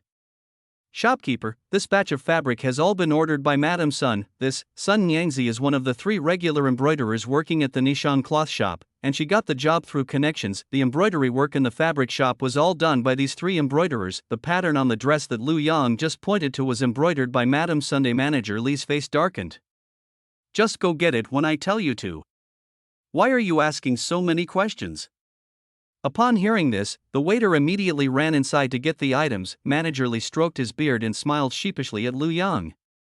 "Please excuse my poor appearance, young man." Lu Yang shook his head. "The shopkeeper is joking." The shop assistant came out quickly. Lu Yang had just chatted with Manager Li about the shop's designs when the shop assistant came over with fabrics and threads. Manager Li glared at the shop assistant with a somewhat unpleasant expression. A pang of regret crossed my mind. He had just finished discussing the changes to the patterns with Lu Yang when this guy showed up, clearly trying to ruin his mood. The shop assistant, completely bewildered, stood before Manager Li and Lu Yang, holding a pile of fabric, and asked blankly, "Manager, where do I put this?" Manager Li looked at Lu Yang and asked him how he wanted to take it. Lu Yang put down the basket, took out the contents, and gestured for the shop assistant to put them back into the basket. After the shop assistant quietly informed Manager Li of the patterns and fabrics he had brought, Manager Li waved for the shop assistant to attend to the customers. Liu Yang stood calmly to the side, and only after the waiter left did he turn to look at Manager Li. Shopkeeper Li smiled and said, "This is the first time your three sisters-in-law have taken on embroidery work in our shop. We don't know the quality of the embroidery yet, but we'll give it a try this time. We can just use this soft satin to embroider some pillowcases and quilt covers." Liu Yang understood what Manager Li meant and quickly agreed. "Okay, let's do as you say, Manager Li." Liu Yang didn't understand any of this either. He could only tell the quality of the embroidery. He had no idea how to distinguish between the patterns on pillowcases and quilt covers and the patterns on clothing. As long as I can get work, that's fine. Seeing that Liu Yang was so agreeable, Manager Li raised the price of the new embroiderer a bit. "These 3 embroidery designs are common. You can bring them over in 6 months. I'll give you 800 coins per set. What do you think?" Liu Yang also glanced at the patterns on the fabric. They were things like mandarin ducks playing in the water and peonies. Liu Yang was a complete novice when it came to these things. He can look at them, but he doesn't know how difficult these patterns are to embroider. "I don't know if my 3 sisters-in-law will be able to finish embroidering it in 6 months." However, judging from Manager Li's expression, he probably wasn't saying these things to deceive him. Thinking of this, Liu Yang smiled and said, "The shopkeeper knows more than I do, so let's just say what the shopkeeper said." After chatting for a while, Liu Yang paid a deposit of 300 coins and then said goodbye to Manager Li. A deposit is required when accepting embroidery work. After Liu Yang left, Manager Li looked at the clothes hanging on the wall and frowned, saying, "Who hung this dress? Take it down quickly." Next, Liu Yang did not enter any other cloth shops, but went directly to Jinsho Cloth Shop. The manager of Jinsho Cloth Shop was a tall, thin middle-aged man with a somewhat fierce-looking face. Liu Yang didn't say much. He took out the handkerchiefs, counted them, took the money and the 20 coins he had left as collateral, and left. There is a pharmacy not far from the brocade cloth shop. Liu Yang didn't care about the size of the storefront. Since he had seen it, he decided to go in and take a look. Huanchuan Hall is not large, and most of the people coming in and out are commoners dressed in patched clothes. Liu Yang glanced at the old doctor inside, observed for a while at the door, and then went in. The old doctor was busy taking pulses. A clerk was dispensing medicine at the counter. After Liu Yang and the others finished, they went over and asked, "Young man, I'd like to ask if your pharmacy accepts peach kernels?" "Peach kernels?" The shop assistant was taken aback. After looking Liu Yang up and down, he replied, "We do accept them, but we have people who regularly supply medicinal herbs to our pharmacy. Why don't you try asking at other pharmacies?"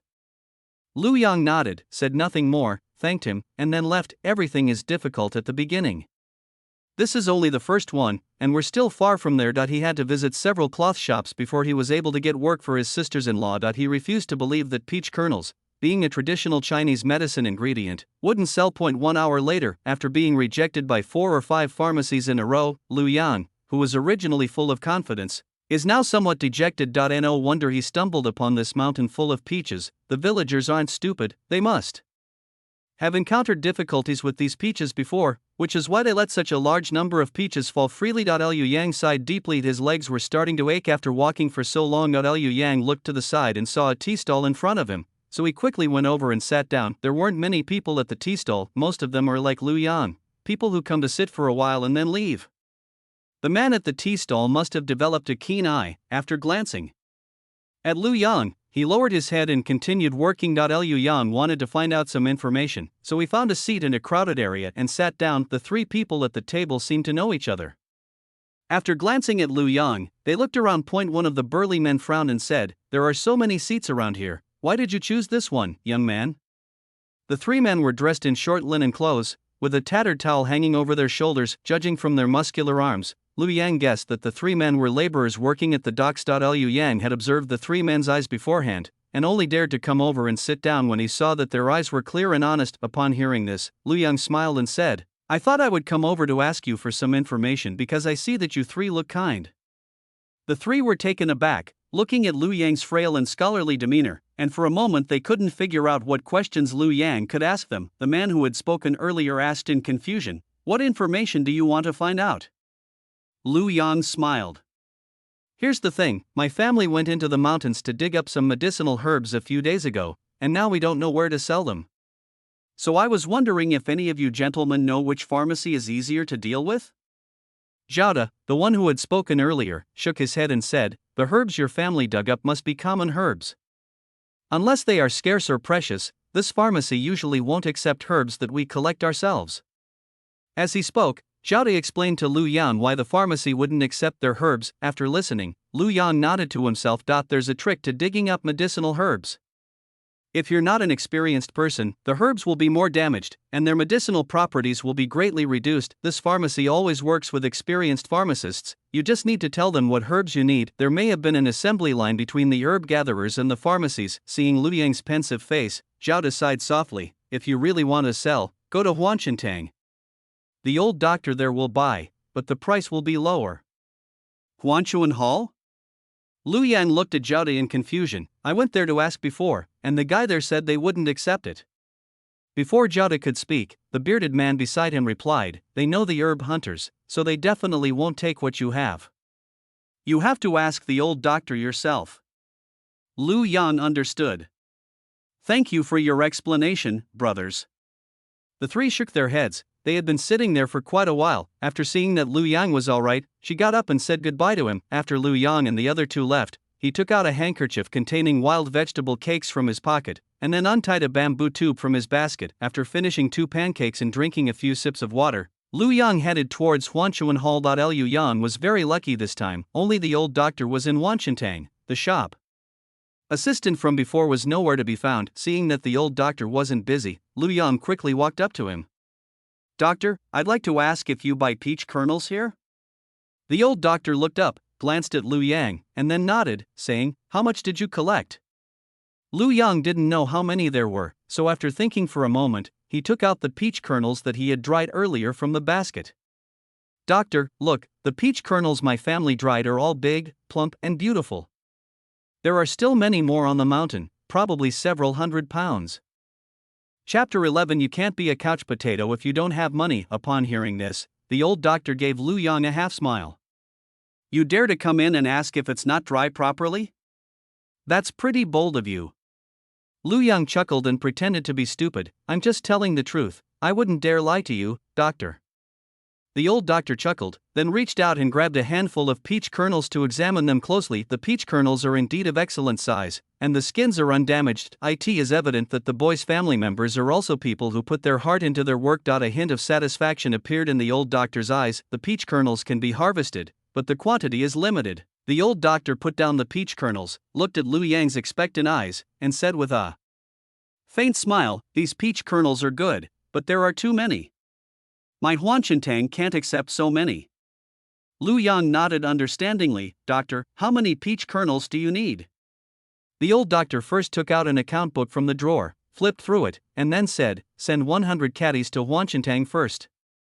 100 jin. Lu Yang was secretly pleased. 100 jin was not a small amount. I just don't know how this price was calculated. Lu Yang smiled sweetly and asked, Doctor, how much do you charge for peach kernels? The old doctor glanced at the ledger and then replied, 100 caddies is 200 coins. 200 coins for 100 caddies is really too low. However, Lu Yang didn't say anything, since the peach kernel business wouldn't last long anyway. These peaches grow naturally on the mountain. He earns his money through hard work. 200 coins is better than nothing. But Lu Yang looked at the old doctor and asked, Doctor, do you know where we can still buy peach kernels? The old doctor nodded without hesitation. I know that, but if you go directly there, they might not accept it. After saying that, the old doctor looked Lu Yang up and down, and then said nothing more. Lu Yang may not be good at much else, but he is very good at reading people's expressions. He smiled and said, I am not very talented, but I wonder if the doctor could help me make an introduction? The old doctor stroked his beard and said with a faint smile, I wouldn't call it an introduction, but I can write you a letter. Upon hearing this, Lu Yang first tried to guess the hidden meaning in the old doctor's words. Seeing that he really couldn't figure it out, Lu Yang asked directly, What do you need me to do, doctor? Lu Yang didn't believe that anyone would help him for no reason. If so, then he's incredibly lucky and has met a good person. The old doctor shook his head, glanced at Lu Yang, then took a piece of paper and a brush from the side and wrote a few words. Lu Yang didn't go over to look, but waited for the old doctor to give it to him before glancing down at it. The paper had the 5 characters Chi Lao of Huanchuan Hall written on it. Lu Yang put aside his thoughts and thanked Elder Chi. Thank you very much for your help, Elder Chi. Old Master Chi smiled and said, I only thought you were clever and would have a great future. Alright, go to Huirintang now. As he spoke, Old Chi lowered his head and continued working on the shop. Liu Yang bowed again to express his gratitude, and only after seeing Elder Chi wave goodbye did he turn and leave. Liu Yang also went into Huirintang to inquire. The storefront is very large. It's about the size of 3 Huanchuan halls. Liu Yang successfully concluded a business deal with Huirintang during his trip. The price offered by Huirintang was the same as that offered by Huanchuntang, 201 for 100 jin. However, Huirintang did not specify the required weight. In other words, he was able to sell the remaining peach kernels to Huirintang. After arranging the delivery date with Huirintang, Liu Yang went directly to the general store. It was noon, and there weren't many people in the grocery store. After Liu Yang went inside, he immediately bought 10 caddies of sugar. The sugar was cane sugar, called rock sugar, and cost 30 coins per pound. Liu Yang spent 300 coins just to buy these 10 caddies of sugar. When it came time to pay, Liu Yang felt a pang of pain in his heart. However, thinking that he would have to hand in the copied 3-character classic at Jingxiang bookstore later, which would at least recover some of his losses, Liu Yang stopped feeling the pinch. He used to never worry about money when he spent it. Now I feel bad even buying a little candy. He is not the same person he used to be. However, this also illustrates a point: you can't be a couch potato if you don't have money. Liu Yang reaffirmed his previous thoughts. After accepting the rock candy handed to him by the grocery store clerk, Liu Yang was about to turn and leave. Out of the corner of his eye, he noticed the white flour placed under the rock sugar. Although the family had just harvested rice, it was meant to be exchanged for other grains and silver. Liu Yang touched the silver in his purse and did some calculations. Not counting the money he earned from copying books, he still had 400 coins in his hand. White rice costs 5 coins per pound, white flour costs 4 coins per pound. There are too many people in the Liu family, so buying rice isn't cost effective. Buy some wheat flour, add some mixed flour from home, and the whole family can enjoy a soft and fragrant steamed bun meal. Liu Yang was getting a bit sick of eating those mixed grain and wild vegetable pancakes these past few days. Eating this occasionally is fine, but eating it all day long is becoming unbearable for Liu Yang. Thinking of this, Liu Yang said to the waiter, "Waiter, give me 30 caddies of flour." After paying, Liu Yang left the flour in the shop and told the shopkeeper that he would come back to pick it up when he got back. Then he went to Jingxiang bookstore. When Liu Yang arrived, he did not see the bookstore owner. However, Liu Yang's name was recorded in the booklet from which the book was copied. Liu Yang handed the 3-character classic and the paper to the gentleman. After the gentleman finished his inspection, Liu Yang received 200 coins. Liu Yang did not accept any more copies of the book. After buying some cheap paper at the bookstore, Liu Yang decided to buy some meat to make steamed buns at home. Thinking back to the gamey smell in the pork last time, Liu Yang turned and entered the pharmacy. Some spices can be used in medicine. Liu Yang hadn't seen any spices at the general store before. I imagine you can find some spices in a pharmacy. The pharmacy was small, and a young man was busy working inside. Liu Yang quickly stepped forward to inquire. Excuse me, sir, do you have any spices like fennel here? Both star anise and fennel seeds are available. Liu Yang then asked about the other spices. Finally, I spent 50 coins at the pharmacy to buy common spices such as star anise, fennel, cinnamon, dried tangerine peel, and bay leaves. These spices can be added to soups, even if you don't use them in steamed buns. As Liu Yang pondered this, he walked toward the butcher. Butcher Zhang already recognized Liu Yang. Upon seeing Liu Yang, he asked directly, "What are you buying today, young man?" Liu Yang looked at the bones next to the wooden board. He glanced at the half-eaten pork carcass again and said with a smile, "Brother Butcher, if no one wants to buy these bones, sell them to me." Butcher Zhang readily agreed. "If you want it, I'll wrap it up for you." There were a few more bones than last time, and Butcher Zhang only charged Liu Yang 3 coins. After Liu Yang took the wrapped bones, he looked at the pork slices. Pork belly buns are the best. "Brother Butcher, could you cut me 2 pounds of pork belly?" Butcher Zhang nodded, and with a swift motion, sliced 2 pounds of pork belly for Liu Yang. Pork belly costs 14 coins per pound. Thinking of the oil jar at home, Liu Yang asked Butcher Zhang to cut 2 more pounds of fatty meat. After counting out 58 coins and giving them to Butcher Zhang, Liu Yang went to get the flour, then carried the 3 packages toward the city gate. He wandered around like this until it was already past noon. The necessary tasks have been completed, and there's no need for Liu Yang to wander around here any longer. On the way, Liu Yang saw some maltos for sale and spent some money to buy some. But Liu Yang has many well-behaved children at home, and he likes them quite a bit, so buying some for them to enjoy is a good idea. Chapter 12. It is not scarcity that is a concern, But inequality, when Lu Yang arrived at the city gate, Uncle Li was already waiting there. The bus was already quite full by this time, but Liu Yang quickly walked over, paid the fare, and got into the car. Li Bo waited a while longer, and only after everyone had arrived did he slowly make his way to the city gate. Liu Yang had originally planned to close his eyes and rest for a while, just like when he came. Unexpectedly, things didn't go as planned this time. Wow, Yangzi, how much did you buy?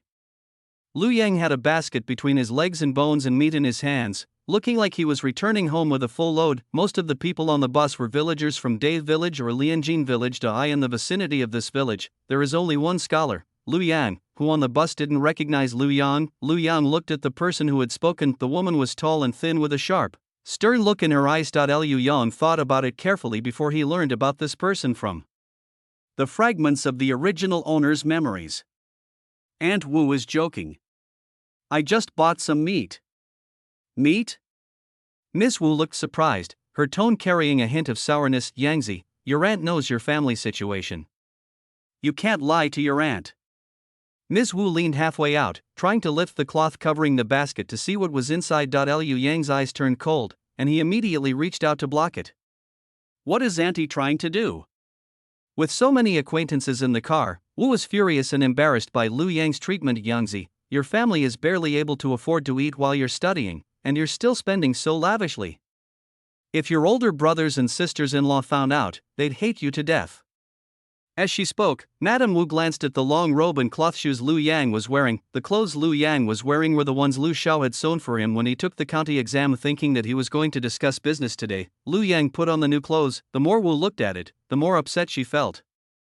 Yangzi, look at your nephews and nieces. Which one of them doesn't have a few patches on their clothes? Your parents favor you, and you don't even know how to restrain yourself. If your older brother and sister-in-law see this, they'll definitely make a scene and demand a separation of the family. Wu's tone was full of concern for Lu Yang, but what she's really thinking, only she knows. Liu Yang never cared what others thought of him, as long as he was happy, that was all that mattered. If his family members were to talk to him, he might listen to them. Wu and he were just people from the same village. Liu Yang couldn't stand it when someone he'd barely met said that about him. What are you saying, Auntie? How my family treats me is my family's business. Auntie, you just need to take care of your own children, De Mao, Er Mao, and San Mao, and make sure they don't steal chickens or dogs. As for me, it's none of your business. The Wu family had a bad reputation in the village. She has 3 sons and 3 daughters. Her husband's taciturn nature fostered an arrogant and domineering attitude in her. She sold all 3 of her daughters for high prices, then he used the money from selling his daughter to marry off his 3 good-for-nothing sons. Liu Yang didn't even want to glance at this kind of person. Liu Yang ignored Wu's angry face. After coldly signaling to Wu to stop talking nonsense, Lu Yang closed his eyes. He had an unapproachable demeanor. The people on the bus were initially watching the commotion, seeing how sharp Lu Yang's words were. The thought of agreeing with him immediately vanished. Wu glanced at Lu Yang, then at the crowd in the carriage who were laughing at her, and sat up straight in a sullen mood. The car was completely silent. Liu Yang was thinking about what Wu had said earlier. The problem is not scarcity, but inequality. The Lu family may appear harmonious now, but in reality, it has long been hollowed out. It was just a gust of wind away from blowing this house down. The original owner's brothers and sisters-in-law were able to be so patient in supporting his studies. It's likely that the promise of the original owner passing the Imperial examination and becoming a scholar was being dangled in front of them. If he fails the county exam again, this family will likely fall apart. Liu Yang's brows furrowed involuntarily. The weather is hot. Liu Yang sat quietly, a thin layer of sweat appearing on his forehead. Fortunately, we're almost at Date Village. At this point, half the people on the bus were gone. Liu Yang took out a handkerchief to wipe the sweat from his forehead, and then accidentally made eye contact with Wu Shi. Liu Yang smiled, put the handkerchief back in his arms, picked up his basket, and prepared to get off the bus. Wu dared not look at Lu Yang anymore. The child hasn't been back for months, and now he looks rather strange and creepy. As soon as the ox cart stopped, before Lu Yang could even get up, Wu quickly got off. It felt like something was chasing her from behind. Liu Yang was taken aback, then raised an eyebrow. After saying goodbye to Uncle Li, Lu Yang slowly walked towards the village. The original owner probably didn't exercise for a long time, and Lu Yang's legs were already a little sore after walking around for most of the day. Thinking that he would be home soon, Lu Yang kept walking forward with his head down. A moment later, Lu Yang vaguely heard someone calling him. Liu Yang looked up and saw Tai Dan and Ernyo and a few other children running towards him. Uncle! Grandma told us to come out and see if you've come back yet. Lu Yang glanced at the several 2 or 3-year-old nephews and nieces who were running around following behind Tai Dan and Ernyod. I found it somewhat amusing. Slow down, don't fall. He handed the things he was holding to Tai Dan, Ernyo, and Jadi, and then Lu Yang walked behind the group of kids. Tai Dan held the bag of pork belly and brought it close to his nose to smell it curiously. Immediately, a strong smell of meat filled the air. Tai Dan grinned and laughed out loud. My uncle has bought meat again. That's great. Ever since my uncle returned from school, we've had meat, eggs, and bone broth at home. When he went out to play and told his friends about it, everyone was envious. Some people had previously said that their uncle was spending the family's money to live a carefree life outside. They eat wild vegetable pancakes every day at home and wear such tattered clothes. Although he was angry, he never thought of his uncle that way. His parents said that their family would be better off once his uncle passed the Imperial examination and became a scholar. Then everyone in the village will envy their family, and no one will gossip about them anymore. Thinking of this, Tai Dan smelled the meat he was holding again, his eyes becoming even brighter. These past few days, Tai Dan could sense that his uncle was acting differently than usual, and now I not only play with them, but I also teach them to read. Grandma was right. My uncle really cares about this family. Lu Yang glanced at Tai Dan and the other 2 who were walking ahead and chuckling, and the corners of his mouth also turned up slightly. When the group returned home, their family members were busy in the yard. Before Lu Yang could speak, the children excitedly shouted, "Grandma, Uncle is back!" Ernie ran up to Lu Xiao, holding up what he was holding and shouting excitedly, "Uncle bought meat!"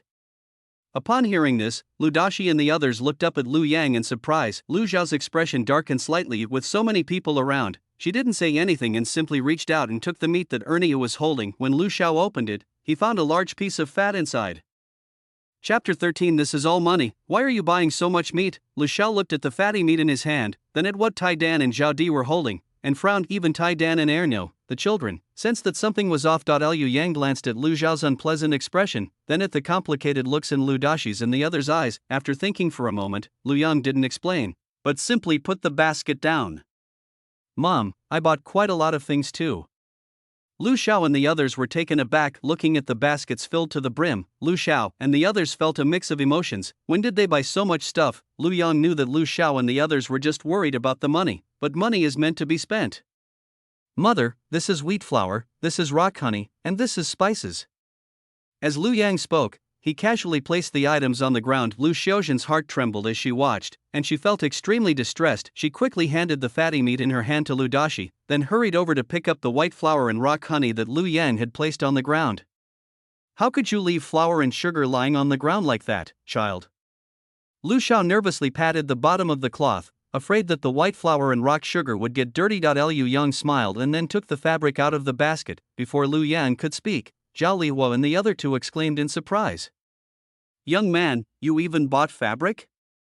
Lu Yang was taken aback and looked at the neatly folded fabric in his hand. He then glanced at the surprised looks on Lu Dashi's and the others' faces. Lu Yang felt somewhat helpless. He certainly wanted to buy it, but he didn't have that much money.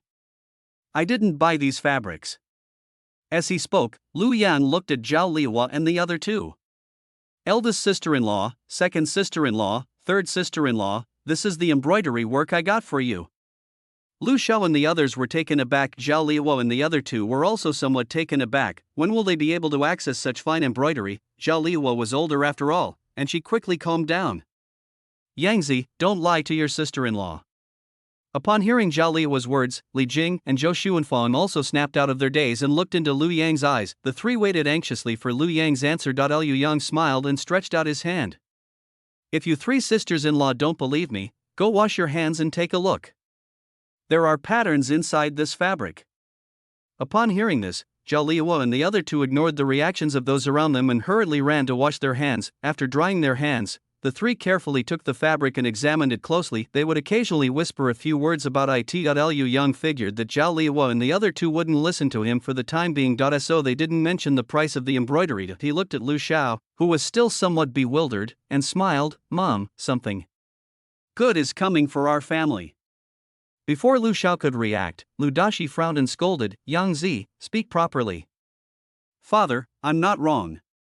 Lu Yang took out the packet of peach kernels and walked up to Lu Dashi and the others, letting them see it clearly.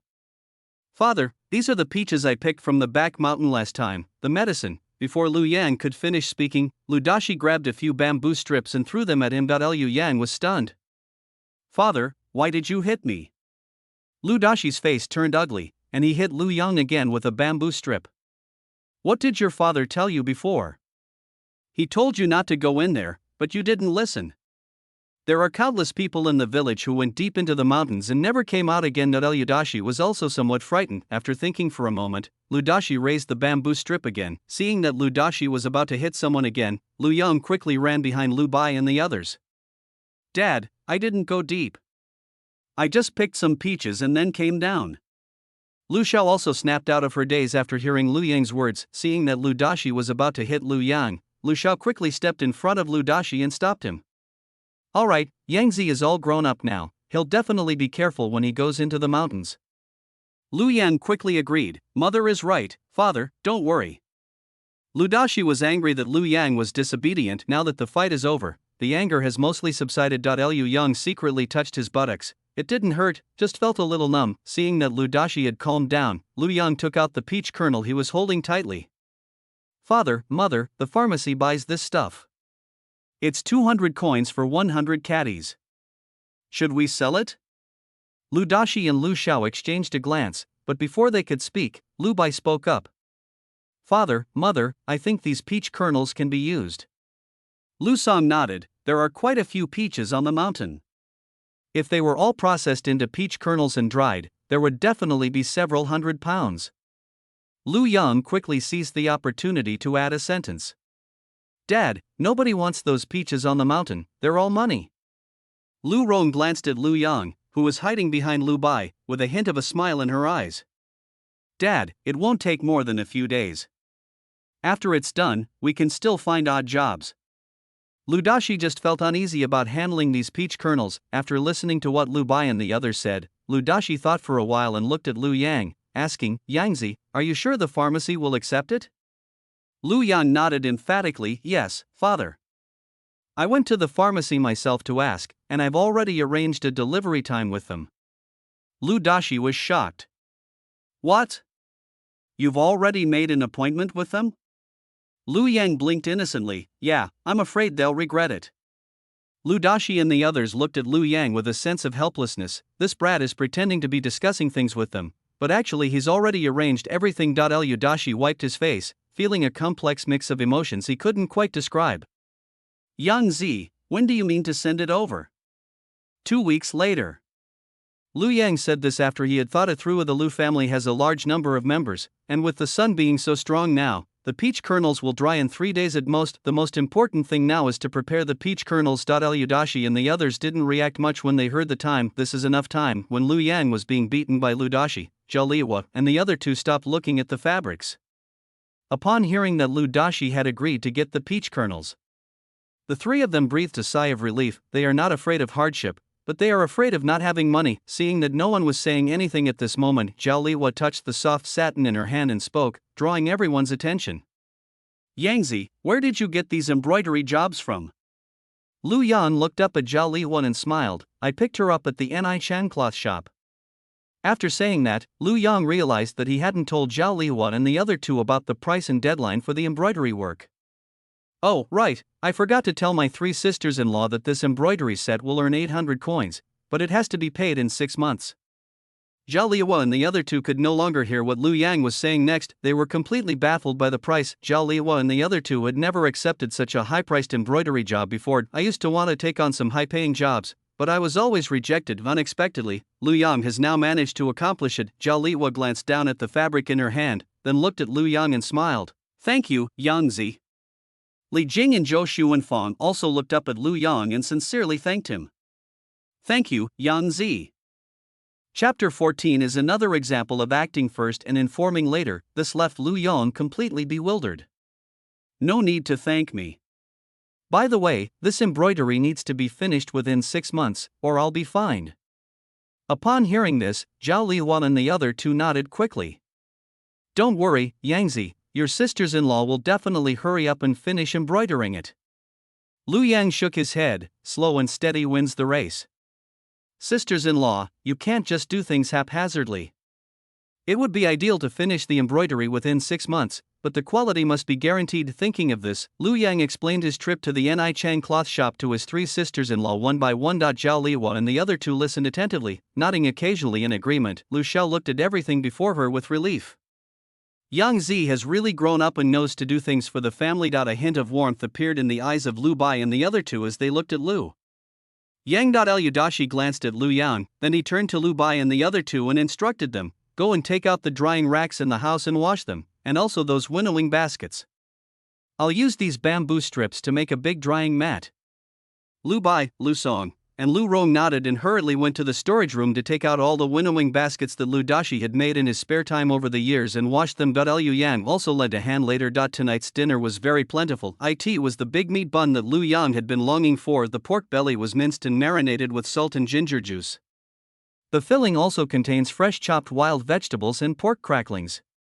One bite and the juices burst forth, leaving a lingering fragrance in your mouth. The steamed buns are not made with pure white flour, but the taste is just as good as a steamed bun made with pure white bread. Knowing that they would be busy in the mountains early the next morning, Lu Xiao and the other two made a lot of steamed buns. I was thinking that I could just heat it up and eat it first thing tomorrow morning. I didn't expect that these steamed buns wouldn't last until tomorrow morning.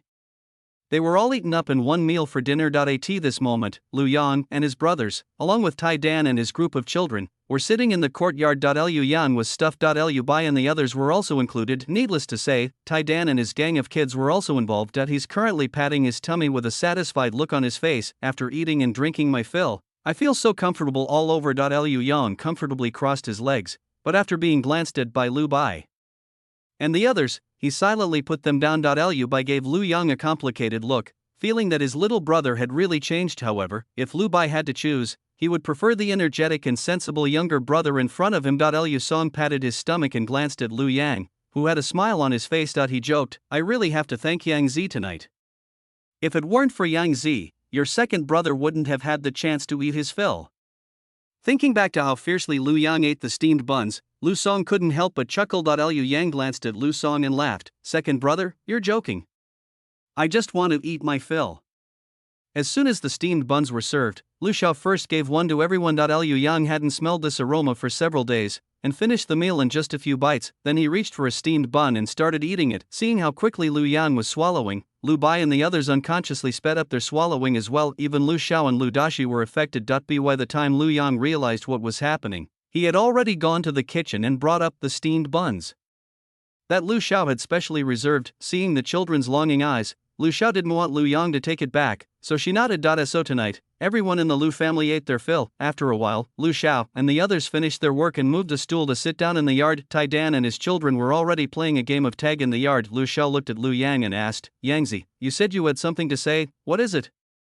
As soon as Lu Xiao said this, Lu Dashi and the others all looked at Lu Yang. Liu Yang glanced at everyone and laughed, "Mother, weren't you upset that I bought so much candy?"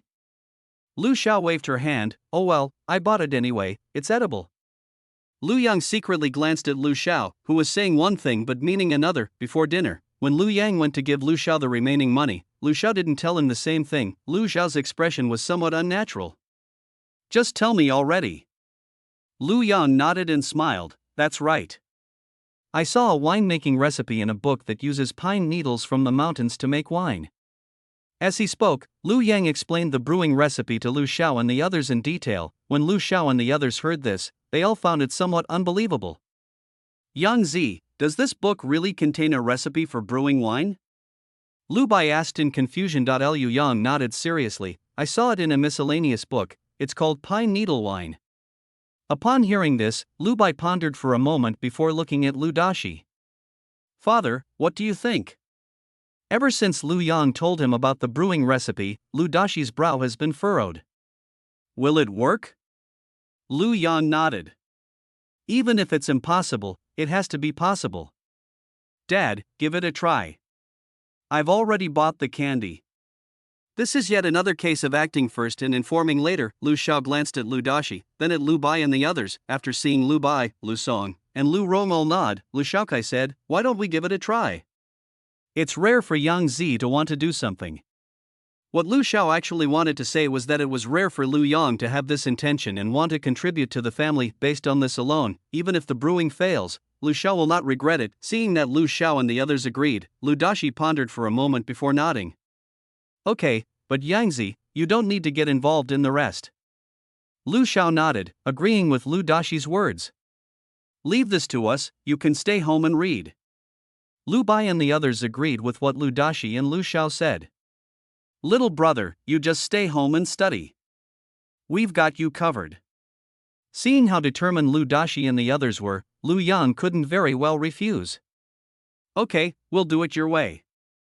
Finally, after discussion, the Lu family decided to brew wine and dry peach kernels together. The task of picking pine needles was left to Lu Song and Lu Rong. Liu Yang was reading at home. Zhao Liwo and her two companions were doing embroidery at home. Lu Xiao went to the county town to buy several large jars for brewing wine. Liu Dashi and Lu Bai went to pick peaches, fearing something might happen on the mountain. The group decided to take the peaches home and process them there. That night, apart from Lu Yang and the children, Lu Dashi and the others had some trouble falling asleep. Looking at the curtains above, Lu Xiao asked uncertainly, Honey, do you think Yangzi has really become more sensible?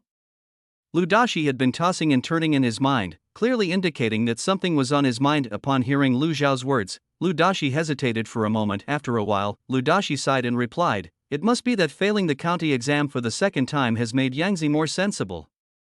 Upon hearing this, Lu Xiao somewhat agreed with Lu Dashi's words. It's good that Yangzi is sensible. I'm just worried that people in the village will talk nonsense in front of Yangzi. It's one thing to talk about her behind her back normally, but if she finds out that anyone is talking nonsense in front of Yangzi, she'll be a jerk if she doesn't grab a knife. Chapter 15, Outnumbered and Outmatched. Lu Dashi patted Lu Xiao's hand helplessly. Don't worry, they'll know what they're doing.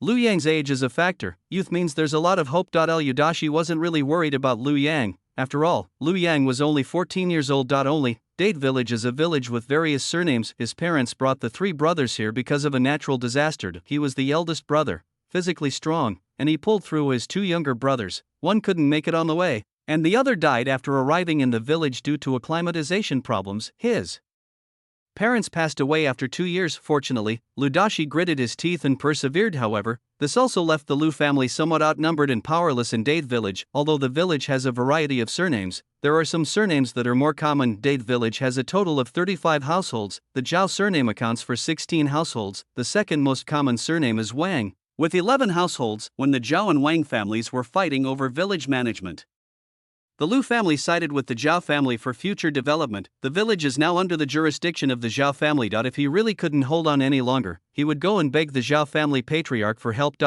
Dashi sighed softly. The Zhao and Wang clan patriarchs had previously wanted Lu Yang to join their clans. At that time, he felt that he could afford to support Lu Yang, so he did not agree.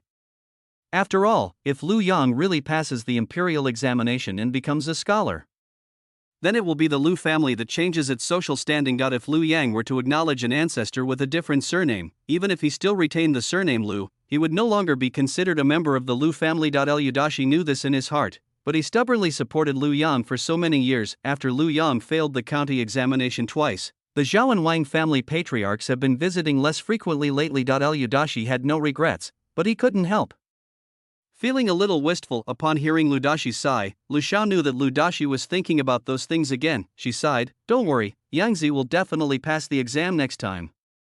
Let's keep going. Lu Dashi replied after a while, I know, go to sleep. The main house sighed, while gently patting her 3-year-old daughter Yaya. Zhao Liwa asked Lu Bai in a soft voice, Brother, why has Yangzi changed so much?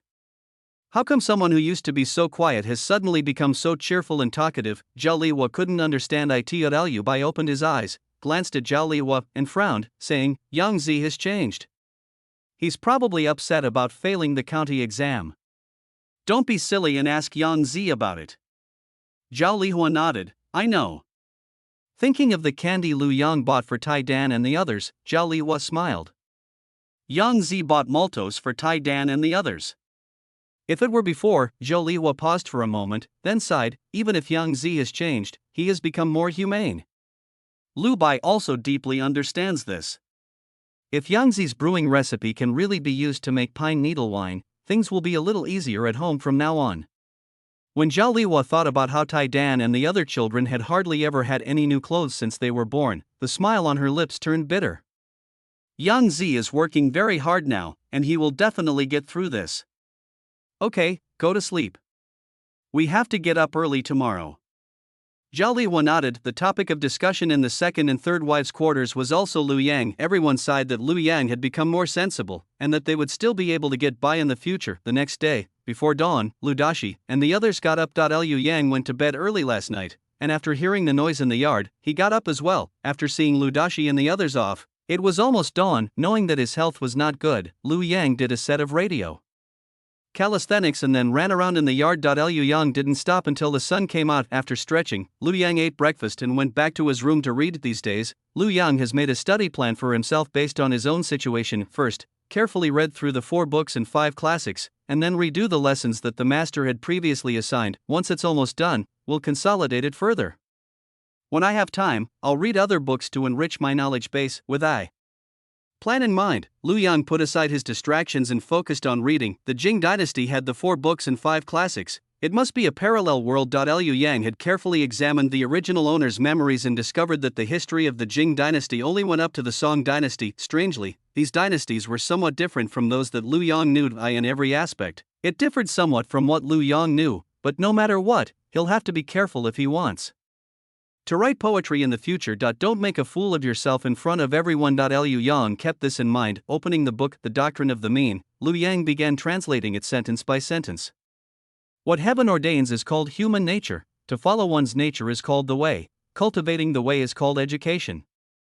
This means that a person's natural endowment is called human nature. After translating it once, Liu Yang got up and began to recite the text. After reciting the text, Liu Yang had also finished exercising. After drinking a bowl of water in the kitchen, Liu Yang began copying the book. As the saying goes, a bad pen is worse than a good memory. Sometimes, no matter how much you memorize, you may not be able to write it correctly. Liu Yang didn't want to make any mistakes in the county exam, so copying the text several times was quite necessary. He had no other way out. Having decided to burn his bridges, Liu Yang was able to focus wholeheartedly on his own tasks. In the past, he would have been sprawled in his seat, phone in hand, laughing out loud. Sure enough, after putting down my phone, I had more free time. With ample time, there are more things that can be done. Liu Dashi and his group made many trips back and forth. When Liu Yang saw this, he went to lend a hand and take a break. Picking pine needles is a simple task. Moreover, 10 caddies of sugar cannot brew much wine. That very night, all 10 pounds of sugar were used. 3 large jars of wine were brewed in total. After finishing making pine needle wine, Lu Song and Lu Rong also joined the team picking peaches. The children in the family and Lu Xiao were cracking peaches at home. When Liu Yang got tired of reading, he would sometimes smash things for a while. After 10 busy days, all the peaches in the few peach orchards known to the Lu family had been picked. It wasn't that no one in the village saw it. When asked about the Lu family, Lu Dashi and the others said they wanted to make some peach meat sauce. The villagers didn't say anything on the surface, but they had already been spreading all sorts of rumors about the Lu family behind their backs. When Lu Xiao left home, the villagers looked at her strangely. However, Lu Xiao was used to it and naturally wouldn't take the initiative to ask. In the eyes of the villagers, Liu Yang's pursuit of education was a bottomless pit that could never be filled. The Lu family won't offer any explanation. Everyone firmly believed that Liu Yang could definitely succeed. Later, in an attempt to silence the villagers, Lu Xiao actually produced a large jar of peach meat sauce. Because sugar was added, it neutralized the astringent taste. It's sweet and sour, and goes quite well with the mixed grain and wild vegetable pancakes. In order to deliver the peach kernels by the agreed time, although Lu Xiao regretted the smashed peach pieces, she didn't make any more peach sauce. Chapter 16 is full of the boys' thank you gifts. After processing all the peaches they brought home, Lu Dashi, Lu Bai, and the others didn't rest for a moment. The next day, they went to the county town to do odd jobs. Liu Dashi and the others were afraid that if they arrived too late, there wouldn't be any odd jobs left in the county town. It costs 3 coins per person to go to the county town. Liu Dashi and his companions then temporarily rented a cheap farmhouse in the county town. Since there were many people in the family, Liu Yang told Lu Dashi and the others not to come back. He'll take these peach kernels with his mother later. Liu Dashi and the others agreed. They only said that when they arrived in the county town, they would come to help. Time flies. I have to deliver the goods the day after tomorrow. Liu Yang asked his mother to tell Uncle Li in advance to make tomorrow and the day after tomorrow free. As for the price, we will reimburse Uncle Li later. Uncle Li naturally wouldn't refuse. The day before the delivery, before dawn, Uncle Li drove his ox cart over. Liu Yang and Lu Xiao had just put down their bowls when they heard a knock on the door. Liu Yang quickly got up, took the 2 pork crackling and wild vegetable buns that he had specially saved for Uncle Li, and went to open the door. Uncle Li, thank you for coming so early in the morning. Uncle Li laughed and said, "It's nothing, I usually get up around this time. It's about 3:30 now. Liu Yang naturally didn't take Li Bo's words seriously. After handing the steamed buns to Uncle Li, Lu Yang smiled and said, "Uncle Li, please fill your stomach. I'll go and move the rest of the things over here." Uncle Li often helped people transport goods, so he knew the rules of the trade. He won't ask what he shouldn't ask, and he won't say what he shouldn't say. Uncle Li looked at the steamed bun that Lu Yang had forced onto his hand, smiled and agreed, then found a place to sit down. He just finished paying off his debts 2 years ago, and now he's living a pretty good life. But Li Bagong was shocked when he took a bite of the bun. The fact that the Lu family still uses pork cracklings to make steamed buns shows that their lives aren't as bad as the villagers say. Uncle Li glanced up at the Lu family's house, then continued eating his steamed bun. With his small frame, Lu Yang naturally couldn't lift that 100-pound cloth bag. After Lu Yang and his 3 sisters-in-law each carried one corner of the ox cart and placed it there, he was covered in sweat. Uncle Li's ox cart wasn't very big, it could only carry 5 or 6 bags.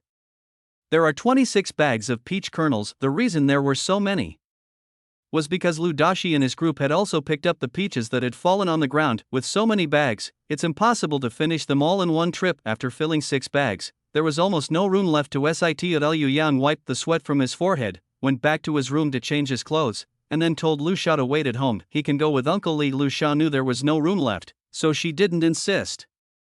"Okay, your father and the others should be waiting at the city gate. When you arrive, tell them to take care of themselves." Lu Yang nodded. After receiving the 300 coins from Lu Shao, Lu Yang got into the carriage. It was still dark when Lu Yang said goodbye to Lu Shao and Zhao Liwa, and then the ox cart started moving. When we arrived in the county town, the sky was overcast, but the city gates were already opened. As soon as the ox cart entered, Lu Yang saw Lu Dashi and the others. After the ox cart came to a stop, Lu Yang quickly got off. "Father, eldest brother, second brother, third brother, how long have you been waiting?" It didn't take long, they arrived around the appointed time. Lu Dashi looked at the bags of peach kernels on the cart and asked Lu Bai to push the borrowed cart over. "Only 5 bags can fit on the cart. The other one has to be carried on your back." After Lu Dashi helped Lu Bai carry the bag of peach kernels onto his shoulder, he told Lu Yang to hurry back. "Alright, your father and brother will leave now. We'll come back when it's almost time." Lu Yang nodded, relayed Lu Zhao's instructions, and then boarded the ox cart. Liu Yang didn't put in 6 more bags, but 5. After making several trips back and forth like this, there were still 5 bags of peach kernels left at home. After agreeing on a time to go into town with Uncle Li the next day, Lu Yang paid Uncle Li for today's expenses. Li Bo can earn about 60 coins per round trip. Of course, this is calculated based on the price of an ox cart fully loaded with people, unless they have something to do in the city. Villagers might not go to the city even once a month. Liu Yang made 4 trips today and paid Uncle Li the highest price. "Uncle Li, here are 240 coins, please take them." Uncle Li nodded and, without being polite to Lu Yang, directly accepted the money Lu Yang handed over. Li Bo's decisiveness relieved Lu Yang. He is most afraid of people who are only pretending to be polite. He had to keep putting it off and say a lot of nice things before the other person would finally accept it. It's both expensive and laborious. Li Bo's behavior made Lu Yang feel comfortable. After Uncle Li left, Lu Yang went back to his room and took a nap. After getting up and eating, Lu Yang began to review his studies. The next day, before dawn, Uncle Li arrived. Lu Shao wasn't the stingy type. Today she made pork crackling and wild vegetable buns as usual. Uncle Li found a place to eat steamed buns as usual. Liu Yang and the others slowly carried the peach kernels onto the cart. Yesterday, when the peach kernels were being transported to the county town, some villagers saw them. However, because of Lu Yang's previous confrontation with Wu Shi, the villagers did not dare to approach Lu Yang rashly to ask him questions. Since Lu Shao and his group didn't go out, the villagers didn't feel comfortable going directly to their door to ask. So no one knew that the Lu family was selling peach kernels, but knowing this didn't matter, so Lu Yang wasn't afraid. We set off a little later than yesterday, and the sun was already up when we arrived in the county town. Liu Yang had previously instructed Lu Dashi and the others to take the peach kernels directly to Huai Tang. After he arrives, he will settle accounts with the manager of Huai Tang. However, before that, Lu Yang had to go to Huanchuan Hall first. Huanchuan Hall. Liu Bai was waiting nearby. Upon seeing Lu Yang, he quickly stepped forward. "Yang Zi, you finally arrived. Brother, we haven't been waiting long, have we?" Lu Bai shook his head. "Father and the others have already transported all the peach kernels over." "Okay, then brother, could you help me carry 2 bags of peach kernels inside?" Lu Bai nodded, and after moving the items back and forth twice, he stood aside and watched Lu Yang talk to the old doctor in the pharmacy. After greeting Elder Qi, Lu Yang said with a smile, "Elder Qi, I brought over the peach kernels today." Old Qi glanced at the 3 bags of peach kernels still on the ox cart outside. He glanced at the 2 bags of peach kernels next to him and said with a smile, "Although I am old, I still remember that I only asked you to send over 100 caddies of peach kernels. Judging by the size of this bag, it must weigh more than 50 pounds. Looking at Old Qi's teasing gaze, Liu Yang smiled and pointed to the 2 bags of peach kernels, saying, "I have certainly taken what Elder Qi said to heart. These 2 bags weigh 200 jin each, which is more than enough to express my gratitude." Upon hearing this, Old Qi stroked his beard and looked at Liu Yang with great interest. "Hee, you're quite an interesting kid." Old Qi hadn't seen someone so pleasing to the eye in a long time. There was a hint of appreciation in his eyes. "This young man is cunning and shrewd, unlike what one would expect from someone his age." Old Qi stroked his beard, his smile carrying a deeper meaning. "All right, since it's a gift of thanks, then I'll accept it." As he spoke, Old Qi handed 200 coins to Liu Yang. After Liu Yang accepted the offer, he pulled Lu Bai over. "Old Qi, this is my elder brother. If you need anything in the future, just let my brother know." Upon hearing this, Lu Bai immediately bowed to Elder Qi. Liu Yang knew that if Old Qi had something to do, he definitely wouldn't ask his brother for help. He said this only so that he could use Lu Bai to keep in touch with Huanchentang. Old Qi understood what Liu Yang meant. After looking Lu Bai up and down, he smiled and said, "All right." Chapter 17. Encountering this trio in is definitely not a good thing. The 3 hadn't been chatting for long when someone came into the pharmacy. Liu Yang tactfully took his leave. After leaving Huanchuan Hall, Liu Yang hurriedly asked Uncle Li to go to Huiran Hall. It's still early, and there aren't many people inside Huiran Tang. Liu Dashi and Lu Rong had already left, only Lu Song was waiting outside. Upon seeing Liu Yang arrive, Lu Song immediately breathed a sigh of relief. "Young man, the doctor at Huiran Tang has already examined these peach kernels and said there's no problem. Thank you for your hard work, second brother." Lu Song shook his head. "Yang Zi, you should go inside now." Lu Yang nodded in agreement, straightened his clothes, and went inside. The manager of Huiran Tang was checking the accounts when he heard footsteps. He looked up and saw Liu Yang. He laughed and said, "Oh, young man, you finally arrived." Liu Yang quickly stepped forward and returned the greeting with a cupped hand. "I'm sorry to have kept you waiting, shopkeeper." Manager's son put away the ledger in his hand and came out from behind the counter. "What are you saying?" After exchanging pleasantries for a while, the 2 began to discuss business. 24 bags of peach kernels were delivered to Huiran Tang. This bag weighs 100 jin, 50 kilograms, 100 caddies is 200 coins. In that case, Huiran Tang would have to give Liu Yang 4 strings of cash and 800 coins. However, Liu Yang certainly couldn't accept all the money. Looking at the money the shopkeeper handed over, Liu Yang smiled and said, "Shopkeeper, just give me 4.5 taels." Upon hearing this, manager's son glanced at Liu Yang and said with a half smile, "Young brother, what kind of person do you take me for? I'm so grateful to the shopkeeper for accepting so many peach kernels, how could I possibly think badly of him?" Liu Yang explained and then smiled, "The shopkeeper is so agreeable because he trusts me. Although I have a clear conscience, these peach kernels may have been damaged during transport. I have a connection with the shopkeeper, so I can't let him suffer this loss."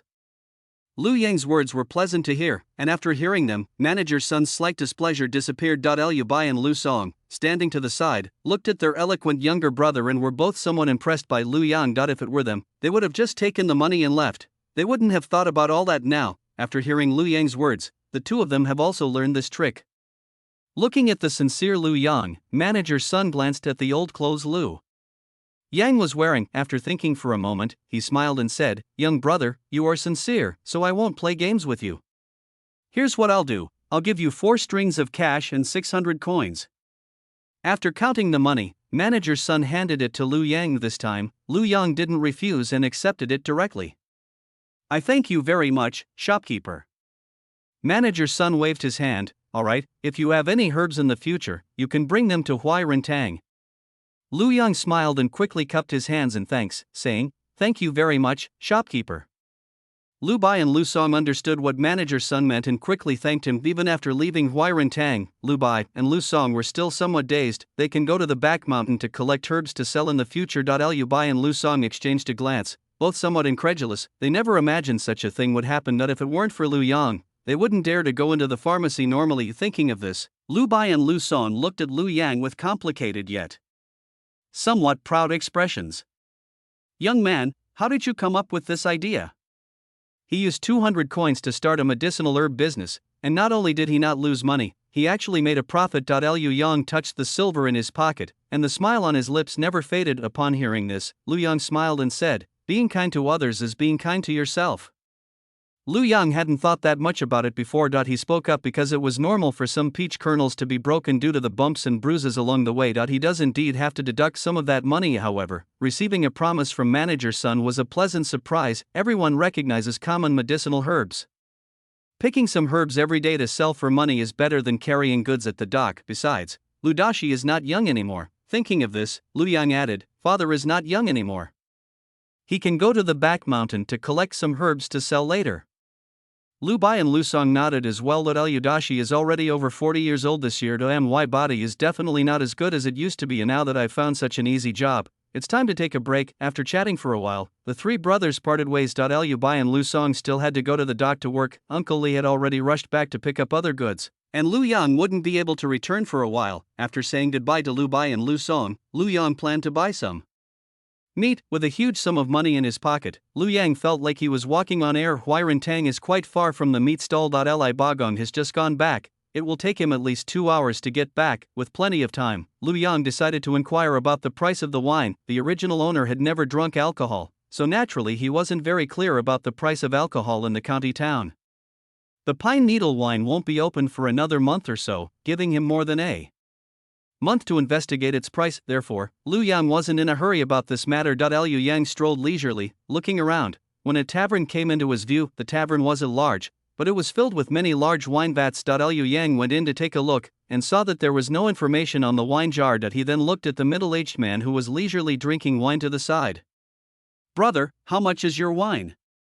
After finishing his drink, the man got up and walked over to Lu Yang, pointing to the wine jars around him. The man smiled and asked, which kind of wine are you asking about? Thinking of Lu Dashi and Lu Bai, Lu Yang smiled and said, bring me a jar of turbid wine. Lu Yang paid 180 coins for a jar of turbid wine weighing about 10 caddies. While the man was filling the bottles with wine, Lu Yang asked, brother, do you have pine needle wine? Yes, do you want some? Lu Yang didn't answer whether he wanted it or not, but just smiled and said, I'm afraid I can't afford this jar of pine needle wine.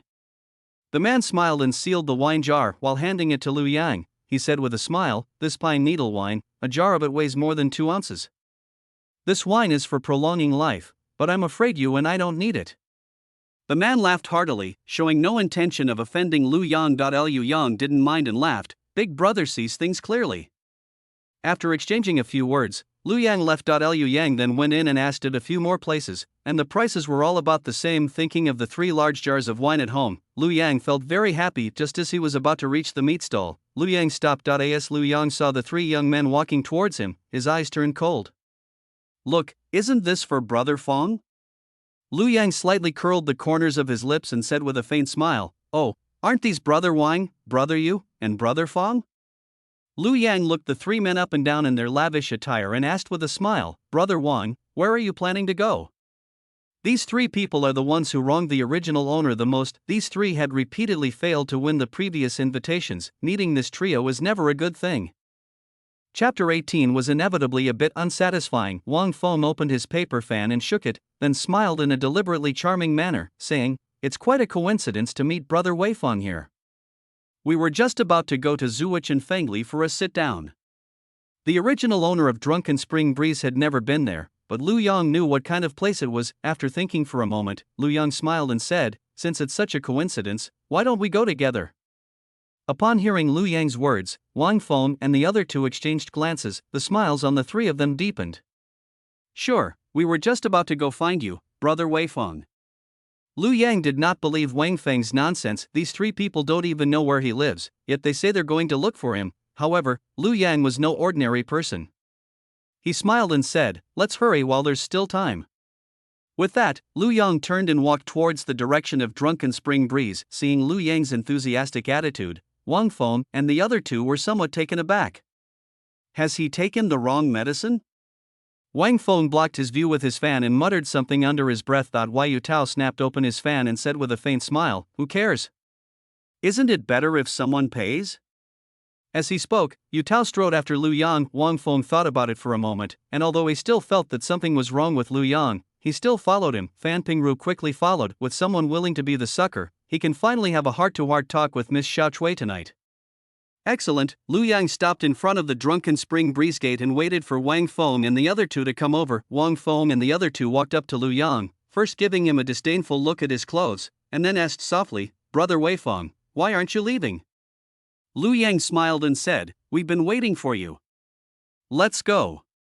Lu Yang lagged behind the three by half a step, slowly following behind. During the daytime, the Drunken Spring Breeze performance offers opportunities to enjoy music and dance. You can also have some drinks here, but at night, it's a completely different story. It was daytime, and there were no women soliciting customers in front of the door. After Lu Yang and his group went inside, women surrounded them. "Oh, isn't this young Master Wang? Hongshuang has been thinking of you." As she spoke, Mother Yang hurriedly sent someone to fetch Hongshuang. Wang Feng was overjoyed by Yang's mother's flattery, and with a wave of his hand, he asked Yang's mother to arrange a room for them. After having Lu Yang and the others escorted upstairs, Madame Yang prepared to arrange for a young lady to serve them. Liu Yang followed Wang Feng and the others into a room. The room was decorated in a rather elegant style, with many calligraphy and paintings hanging on the walls. Liu Yang casually found a seat and sat down. The wine jar that Lu Yang had been holding had been casually placed on a shelf to the side. Zuichuanfeng's service is indeed excellent. As soon as Lu Yang and his group sat down, someone came in carrying a wine pot and a plate of tea and fruit. Liu Yang glanced at Wang Feng and the other two, then picked up the teapot and poured himself a cup of tea. After Wang Feng and the other two sat down, they frequently looked towards the door, as if they were waiting for someone. Seeing that Wang Feng and the other two did not intend to order any food, Lu Yang glanced at the maid behind him. He waved and asked, "What delicious food do you have here?" Upon hearing this, the woman quickly stepped forward to serve. "We have 3 signature dishes here: Phoenix Soaring to Heaven, 3 Lifetimes of Fate, and Endless Joy.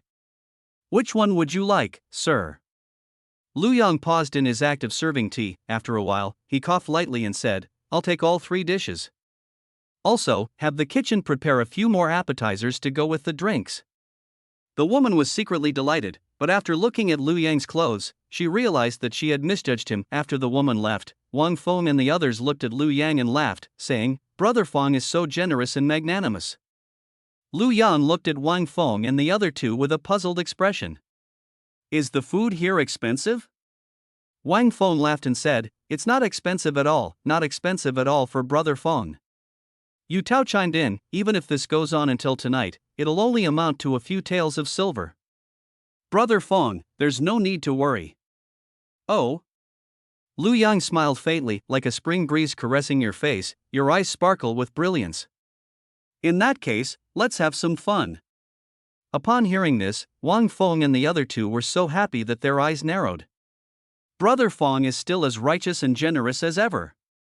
As expected of Brother Feng, he always looks out for his brothers. Lu Yang accepted the compliments from Wang Feng and the others with a smile, while pretending to be embarrassed and declining them. "We're all brothers, why be so formal? Brother Feng is right, today we are one, not separate." Yes, the atmosphere inside the room gradually became lively. The atmosphere reached its peak with the arrival of Yang's mother. Mother Yang looked at Wang Feng and smiled, "Young Master Wang, look, Miss Hongshuang has arrived." As she spoke, Yang's mother nudged the woman in the light red gauze dress beside her. He said in a soft voice, "What are you standing there for? Hurry up and go serve young Master Wang properly." Yes. Hongshuang was indeed a beautiful woman with a graceful figure and a pair of beautiful eyes full of affection. The way they walk has a unique charm. Liu Yang glanced at it and then looked away. Hongshuang glanced at Lu Yang thoughtfully, then chuckled and sat down next to Wang Feng. Yu Tao and Fan Pingru also chose the women they liked. Liu Yang casually pointed to a round-faced woman wearing a pale yellow gauze dress. "I just felt that this woman had a strangely festive appearance." After saying a few polite words and telling them to eat, drink, and have fun, Mrs. Yang swayed her hips and left. After Yang's mother left, the dishes that Lu Yang had ordered were served. Liu Yang, who had initially shown little interest, brightened up when the dishes were served. Women who are intoxicated by spring breezes are adept at reading people's expressions. Qiu Shui glanced at Lu Yang, picked up the wine pot on the table, and poured Lu Yang a cup of wine. Liu Yang glanced at the wine glass he was about to bring to his lips. He reached out and pushed her away, laughing, "I don't drink." Xiao Shui smiled, apologized, and put down her wine glass. Liu Yang picked up his chopsticks and looked at the three signature dishes. A plate of roast chicken, a plate of braised pork knuckle, and a plate of steamed fish. A phoenix soars to the heavens, a predestined bond spanning 3 lifetimes, and endless joy. Good heavens, he guessed not a single one correctly. Liu Yang couldn't help but laugh out loud. If you don't choose a nice sounding name, people won't think it's high class or sophisticated. These are really good names. Liu Yang picked up his chopsticks, took a piece of roast chicken, and started eating. Perhaps because he hadn't eaten chicken in a long time, Liu Yang actually thought it was pretty good. The chicken also has a subtle milky aroma. Liu Yang then tasted the braised pork knuckle. Not bad, the meat is tender and juicy, not greasy at all. It would be nice to have a bowl of rice with it. After thinking for a moment, Liu Yang turned around and asked someone to go downstairs and get a bowl of rice. Xiao Shui glanced at Liu Yang, who was enjoying his meal, and then at Wang Feng and the other two, who were joking with the girls. The smile on her lips was starting to falter. "Young master, it would be a bit unsatisfying to come here without having some wine. The wine in Drunken Spring Breeze has a medicinal effect. Drinking too much will make you feel hot all over. Things will naturally happen in time." Even if Liu Yang didn't know the situation at Drunken Spring Breeze, he wouldn't rashly drink the wine. The original owner had never drunk alcohol. He didn't know if his alcohol tolerance had improved. If you get drunk, you might make some mistakes. After refusing Xiao Shui's toast again, Liu Yang picked up the bowl of rice and began to eat earnestly. The appetizers were all cold dishes, which Liu Yang didn't particularly like, so he focused on eating the braised pork knuckle and roast chicken. Liu Yang didn't touch the plate of fish. Wang Feng and his two companions were busy chatting and laughing with the woman beside them and hadn't noticed Liu Yang before. To my surprise, when I looked up, I saw that the braised pork knuckle on the table was now just a bone. Wang Feng and the other two were stunned for a moment, staring at Liu Yang, who was still picking up food and eating. They were not able to come back to their senses for a while. Chapter 19: Spending other people's money on lavish meals and drinks. A moment later, Liu Yang put down his bowl. If he weren't so full, he could have had another bowl of rice. Wang Feng moved his mouth slightly, then looked at the 2 plates that Liu Yang had ate completely clean, and asked in surprise, "Brother Feng, how long has it been since you last ate? They look like they haven't eaten for 800 years." Liu Yang wiped his mouth clean with a handkerchief, looked up at Wang Feng and the other two and smiled. "I didn't expect the food at Zui Chun Feng to be so delicious. I was a little out of line for a moment. Please forgive me, Brother Wang." Upon hearing this, Wang Feng and the other two felt a surge of contempt for Liu Yang. However, the 3 of them were smart enough not to show their disdain on their faces. Wang Feng squeezed Hong Shuang's soft hand and said with a faint smile, "Since Brother Wei Feng likes it so much, then let them bring another serving." After saying that, Wang Feng casually pointed to a maid and asked her to bring over 2 more plates of his signature dishes. Liu Yang glanced at Wang Feng and quickly called out to the maid who was about to leave, "Please wait, young lady." Seeing the maid stop, Liu Yang looked at Wang Feng and smiled. "Brother Wang is very generous, but I'm already full." As he spoke, Liu Yang stood up and walked to the maid's side, then smiled at Wang Feng and the other two, saying, "But I cannot refuse your kindness, Brother Wang." Before Wang Feng and the other two could react, Liu Yang said to the maid, "Brother Wang just instructed me to make me an extra copy." Liu Yang bent down, leaned close to the maid, and whispered a few instructions. "I want to take all 4 dishes with me, and also 4 bowls of rice." The maid was taken aback. Although Liu Yang is only 14 years old, he is 1.65 meters tall. Coupled with his warm and calm demeanor, although his clothes were somewhat worn, he looked no worse than Wang Feng and the other two. The woman blushed after realizing what had happened, quickly responded softly, and hurriedly left. Liu Yang suppressed his smile, a glint of light flashing in his eyes, and turned to leisurely sit back down in his original seat. Upon hearing Liu Yang's words, Wang Feng sensed that something was amiss. He glanced at Yu Tao and gave him a wink. Yu Tao was starting to understand what was going on, but he was still a little uncertain. After receiving a look from Wang Feng, Yu Tao smiled at Liu Yang.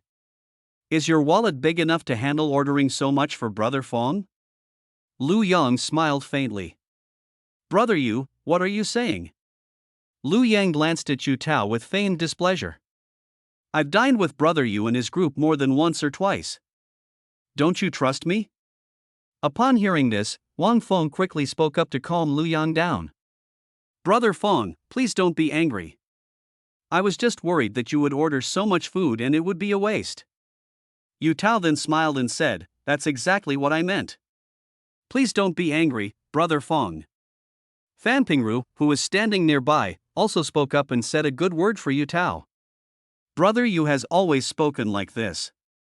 Brother Fong has always been magnanimous, so I don't think he would hold such a grudge against Brother Yu. Lu Yang slowly poured himself a cup of tea, and only looked up at Wang Feng and the other two after they finished their performance. I have always had a good relationship with the three of you, so naturally I won't hold it against you.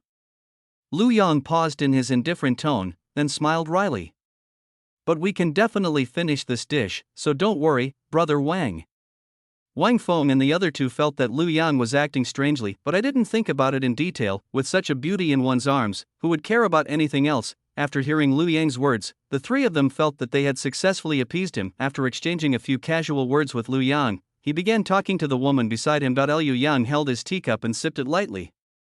While watching Wang Feng and the other two frolic with the woman, he calmly asked the woman beside him, Miss Zhou Shui, is there a rule here that you can't leave your room without paying? Zhou Shui shook her head and looked at Lu Yang with a puzzled expression. Young master, are you planning to go out for a stroll? Lu Yang neither nodded nor shook his head, but simply smiled. To be honest, Miss Zhou Shui, this is my first time here, and I'm not very familiar with Zui Chunfeng. Upon hearing this, Zhou Shui sized up Lu Yang once more. Liu Yang let Zhou Shui look him over, but in his heart he was thinking about how to leave later. Wang Feng and his two companions have always been shameless. If the lesson is too lenient, they'll think you're just throwing a tantrum. They'll come back in a couple of days. If he wants to completely break away from these three people in the future, he'll have to be ruthless.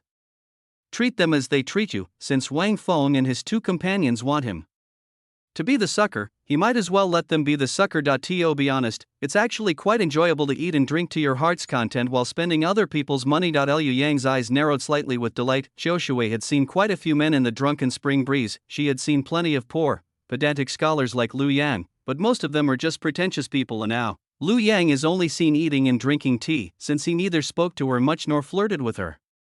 Zhou Shui felt that the young man in front of her was somewhat different from others. So he suggested taking Lu Yang for a stroll around Zui Chunfeng. Liu Yang smiled but didn't say anything. The woman returned quickly. She walked gracefully to Lu Yang's side, bowed her head, and whispered her report to him.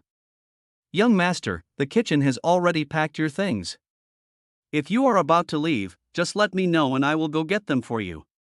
Lu Yang nodded and smiled. Thank you for your trouble, young lady. Lu Yang secretly slipped a few copper coins to the woman. The woman was secretly pleased, shook her head, and then walked to stand at the back. Zhou Shui glanced at the woman. She wondered if Lu Yang simply liked this kind of immature girl. Liu Yang was unaware of what the woman beside him was thinking. He was currently looking at Wang Feng and the other two. Wang Feng and his two companions had already been offered many drinks by the women beside them. Judging from the slightly flushed face, he was already a little drunk. I figured it was about time. Liu Yang stood up and said with a smile, it is fate that I was able to meet Brother Wang, Brother Yu, and Brother Fan today. Wang Feng and the other two looked at Lu Yang in confusion, unable to understand why he would say such a thing. Liu Yang didn't explain, and continued, I'm just idling here anyway, and I don't want to disturb Brother Wang and the others' leisure. As he spoke, Lu Yang pointed to the maid behind him and said with a smile, I'll have someone take me for a stroll downstairs at Zui Chunfeng Tower. Lu Yang didn't wait for Wang Feng and the other two to turn the corner before picking up the wine jar he had placed on the shelf and walking out. The maid came to her senses and quickly followed Lu Yang out the door. Liu Yang did not visit the drunken spring breeze. After taking the packed food, Lu Yang left Zui Chunfeng. Because he had a lot of things to carry, Lu Yang decided to go to the dock first. After giving the things to Lu Dashi and the others, we'll go to the meat stall. Lu Dashi, Lu Bai, and the other two were busy. When Lu Yang arrived, the group was carrying a large bag on their shoulders. Liu Yang stood by and watched, feeling somewhat conflicted. Chapter 20 picked up. It's around 11 o'clock now. It's time for the dock area to rest. Liu Yang was standing in a prominent position. Lu Dashi and his group had already seen Lu Yang. After carrying the goods to the designated place and putting them down, the group headed towards Lu Yang. The sun will be blazing hot right now. Liu Yang could feel a gust of hot air just by standing on the dock. Lu Dashi walked over, panting heavily. After wiping his sweat with a towel, Lu Dashi noticed what Lu Yang was holding and paused slightly. A few seconds later, she looked up at Lu Yang and asked, Yangzi, why haven't you gone back yet? Lu Yang shook his head, only saying that something had delayed him at this moment. Lu Bai and the other two also walked over. This is not a place to talk. Liu Yang suggested that the group sit down in a shady spot first before continuing their discussion. There are many small stalls near the pier. Liu Yang found a tea stall and spent 3 copper coins to order a pot of cold tea for Lu Dashi and the others. Liu Bai and the others felt a little sorry for the money. Normally, they would simply find a shady spot to sit down and rest for a while. Why would I spend that little bit of money just to have a cup of herbal tea? However, before Lu Dashi could speak, Lu Bai and the other two didn't know what to say. After all, Lu Yang was also thinking of them. Liu Yang put everything on the table. Seeing that Lu Dashi and the others had flushed faces, he poured them each a bowl of cool tea. Dad, you should drink some herbal tea to feel better. After seeing Lu Dashi and the others pick up their bowls, Lu Yang also poured himself a bowl of cold tea. The herbal tea probably contains mint leaves, which gives it a refreshing and cool taste. Liu Yang finished the entire bowl of herbal tea in one go. After putting down the bowl, Lu Yang did not pour any more. He reached out and took one of the lunchboxes, taking out the food from it one by one. Lu Dashi had been holding back. After all, Lu Yang was doing it for their own good, but when he saw braised pork knuckle, roast chicken, and white rice, Lu Dashi couldn't resist. His face darkened, and his tone became somewhat unpleasant. Yang Zi, you can't spend money like this. Lu Bai has already told Lu Dashi how much the peach kernels sold for. Lu Dashi had been praising Lu Yang for being sensible, but now he was somewhat disappointed. Liu Yang glanced at Lu Dashi's unpleasant expression, then at the complicated looks in Lu Bai's and the other two's eyes. After noticing their disappointed expressions, Lu Yang realized they had misunderstood and thought he was wasting money. Liu Yang quickly explained. Dad, eldest brother, second brother, third brother, I didn't pay for this meal. Lu Dashi was taken aback. If you didn't spend money, where did this come from? Lu Bai was also somewhat surprised. It can't be that it was found without spending money, right? Lu Yang nodded seriously. That's right, I found it. As he spoke, Lu Yang took the purse out of his pocket. Dad, look, not a single penny is missing. Thinking of the jar of wine on the table, Lu Yang quickly added, it's not that not a single penny was missing. I went to the tavern to check the price of wine, and I couldn't just leave empty-handed, so I bought a jar of cloudy wine for you, father. Lu Yang paused, glanced at the group, and said, it didn't cost much. Lu Dashi knew the price of the cloudy wine just by glancing at the size of the jar. Lu Dashi knew how much Lu Yang had spent on this jar of wine. After taking the purse from Lu Yang, Lu Dashi actually checked it. Seeing that the 4 pieces of silver were still inside, Lu Dashi breathed a sigh of relief. As for the copper coins, Lu Dashi had no intention of counting them. He returned the purse to Lu Yang and gently instructed Lu Yang to put it away safely. After Lu Yang put the wine away, Lu Dashi said, it's fine since you bought it, it's your way of showing filial piety. Just don't buy these things again in the future. Lu Yang nodded, don't worry, Dad, I won't buy them anymore. Seeing that Lu Dashi and the others' expressions had improved, Lu Yang quickly placed the 4 bowls of rice in front of them. He even took chopsticks from the table and handed them to Lu Dashi and the others. Father, eldest brother, second brother, third brother, this food won't last long, please eat quickly. Lu Dashi originally wanted to ask Lu Yang about the food. Upon hearing this, he didn't bother to ask any more questions. The weather is so hot and humid, it's really not good to leave things out for too long. He quickly said to Lu Bai and the others, you guys eat quickly, we'll talk after you finish eating.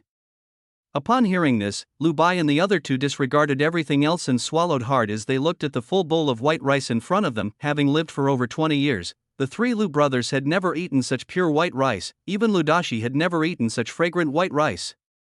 The group ate their rice mouthful after mouthful. Liu Yang glanced at the 2 untouched plates of meat and vegetables on the table and quickly spoke up. Dad, eldest brother, second brother, third brother, there's still food left. Don't just focus on eating. Upon hearing this, Lu Dashi swallowed the rice in his mouth and replied, we'll just eat this rice. You can take this meat and vegetable dish back for your mother and the others. Upon hearing this, Lu Yang quickly grabbed the lunchbox next to him, opened the lid, and said, Dad, look, there's more in here. Lu Dashi glanced at Lu Yang and then put his chopsticks into the 2 plates of meat and vegetables. You eat too.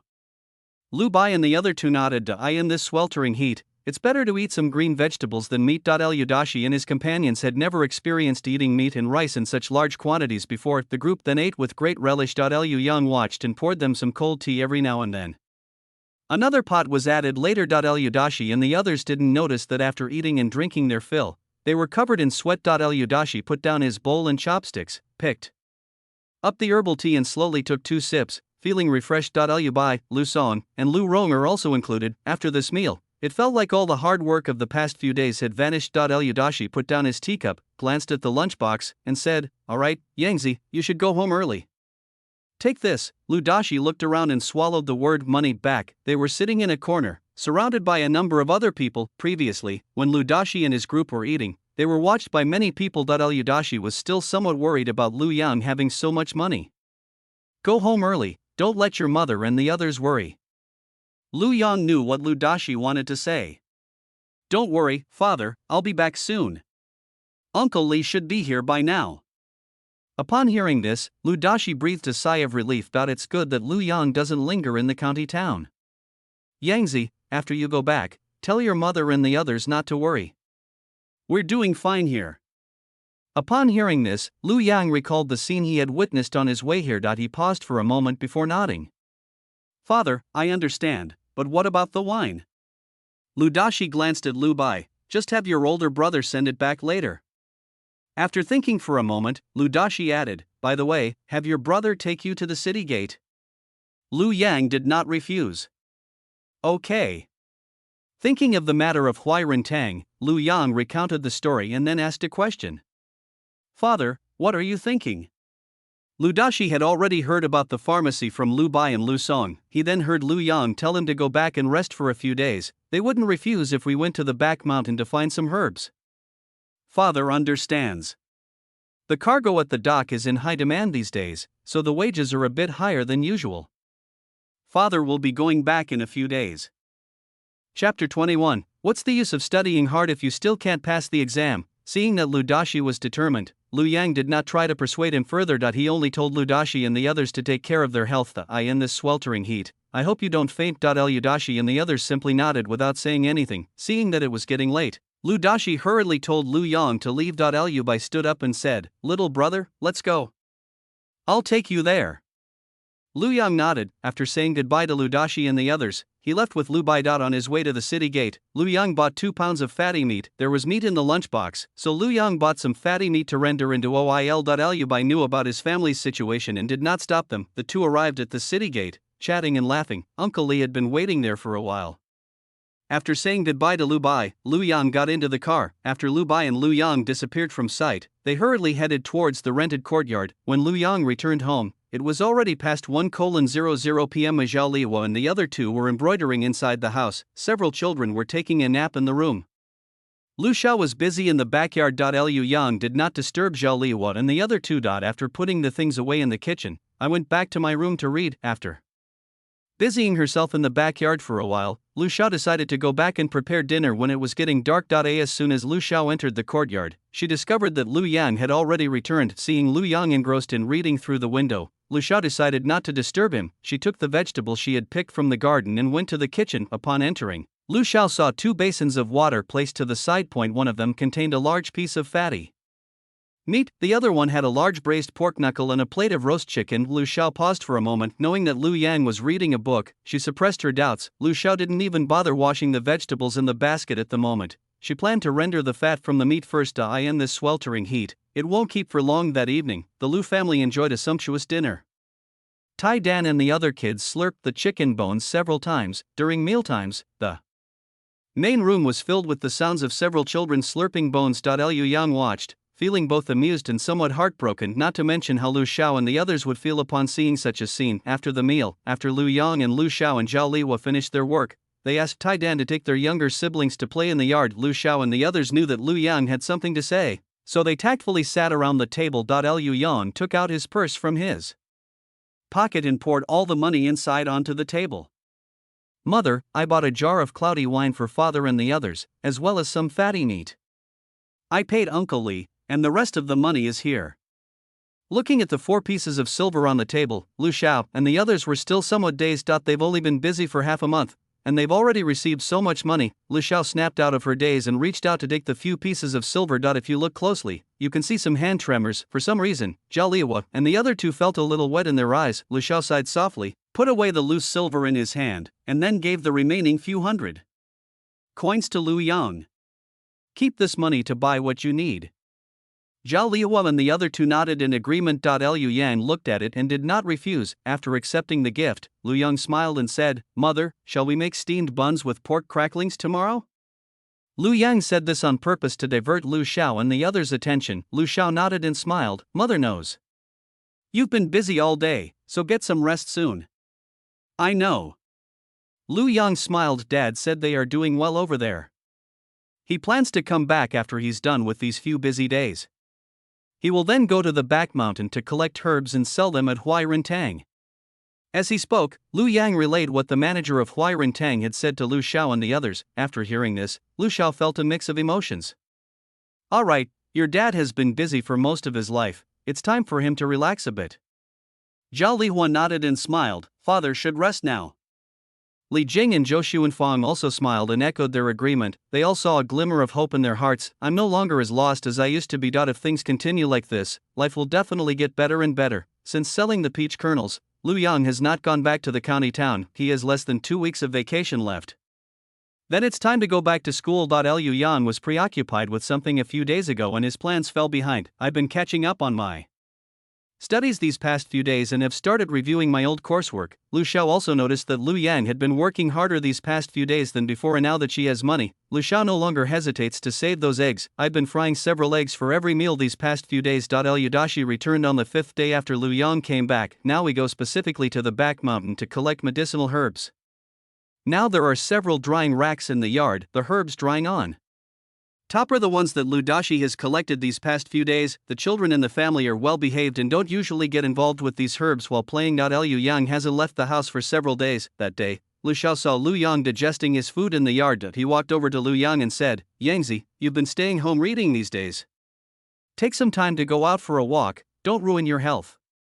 Lu Yang seriously considered Lu Xiao's words, responded, and decided to start going out for a run tomorrow. Although he did pay attention to exercising, staying at home all the time wasn't a good thing. The next morning, the sky was still a bit overcast when Lu Yang followed Lu Dashi out. Yesterday, he specially found an old set of clothes and asked Lu Xiao to alter the hem and cuffs for him. Liu Yang's clothes were mostly long robes, with only 1 or 2 short shirts. Right now, he was wearing the tracksuit that Lu Xiao had rushed to make, and he was slowly running beside Lu Dashi. Lu Dashi glanced at Lu Yang's cuff sleeve. He thought that when he got back, he would ask Lu Xiao to alter one for him. To prevent small insects from crawling into the cuffs. Lu Dashi was about to go into the mountains, and Lu Yang followed him to the foot of the mountain before running back. When he reached the end of the village, Lu Yang stopped, walked slowly, and took a deep breath. The sun had already risen, and the village was bustling with activity. Liu Yang hasn't left the house these days and hasn't spoken much to the villagers. Listening to the voices coming from inside, Lu Yang calmly took out a handkerchief and wiped the sweat from his face. Liu Yang glanced at the 3 women sitting under the tree in front of him,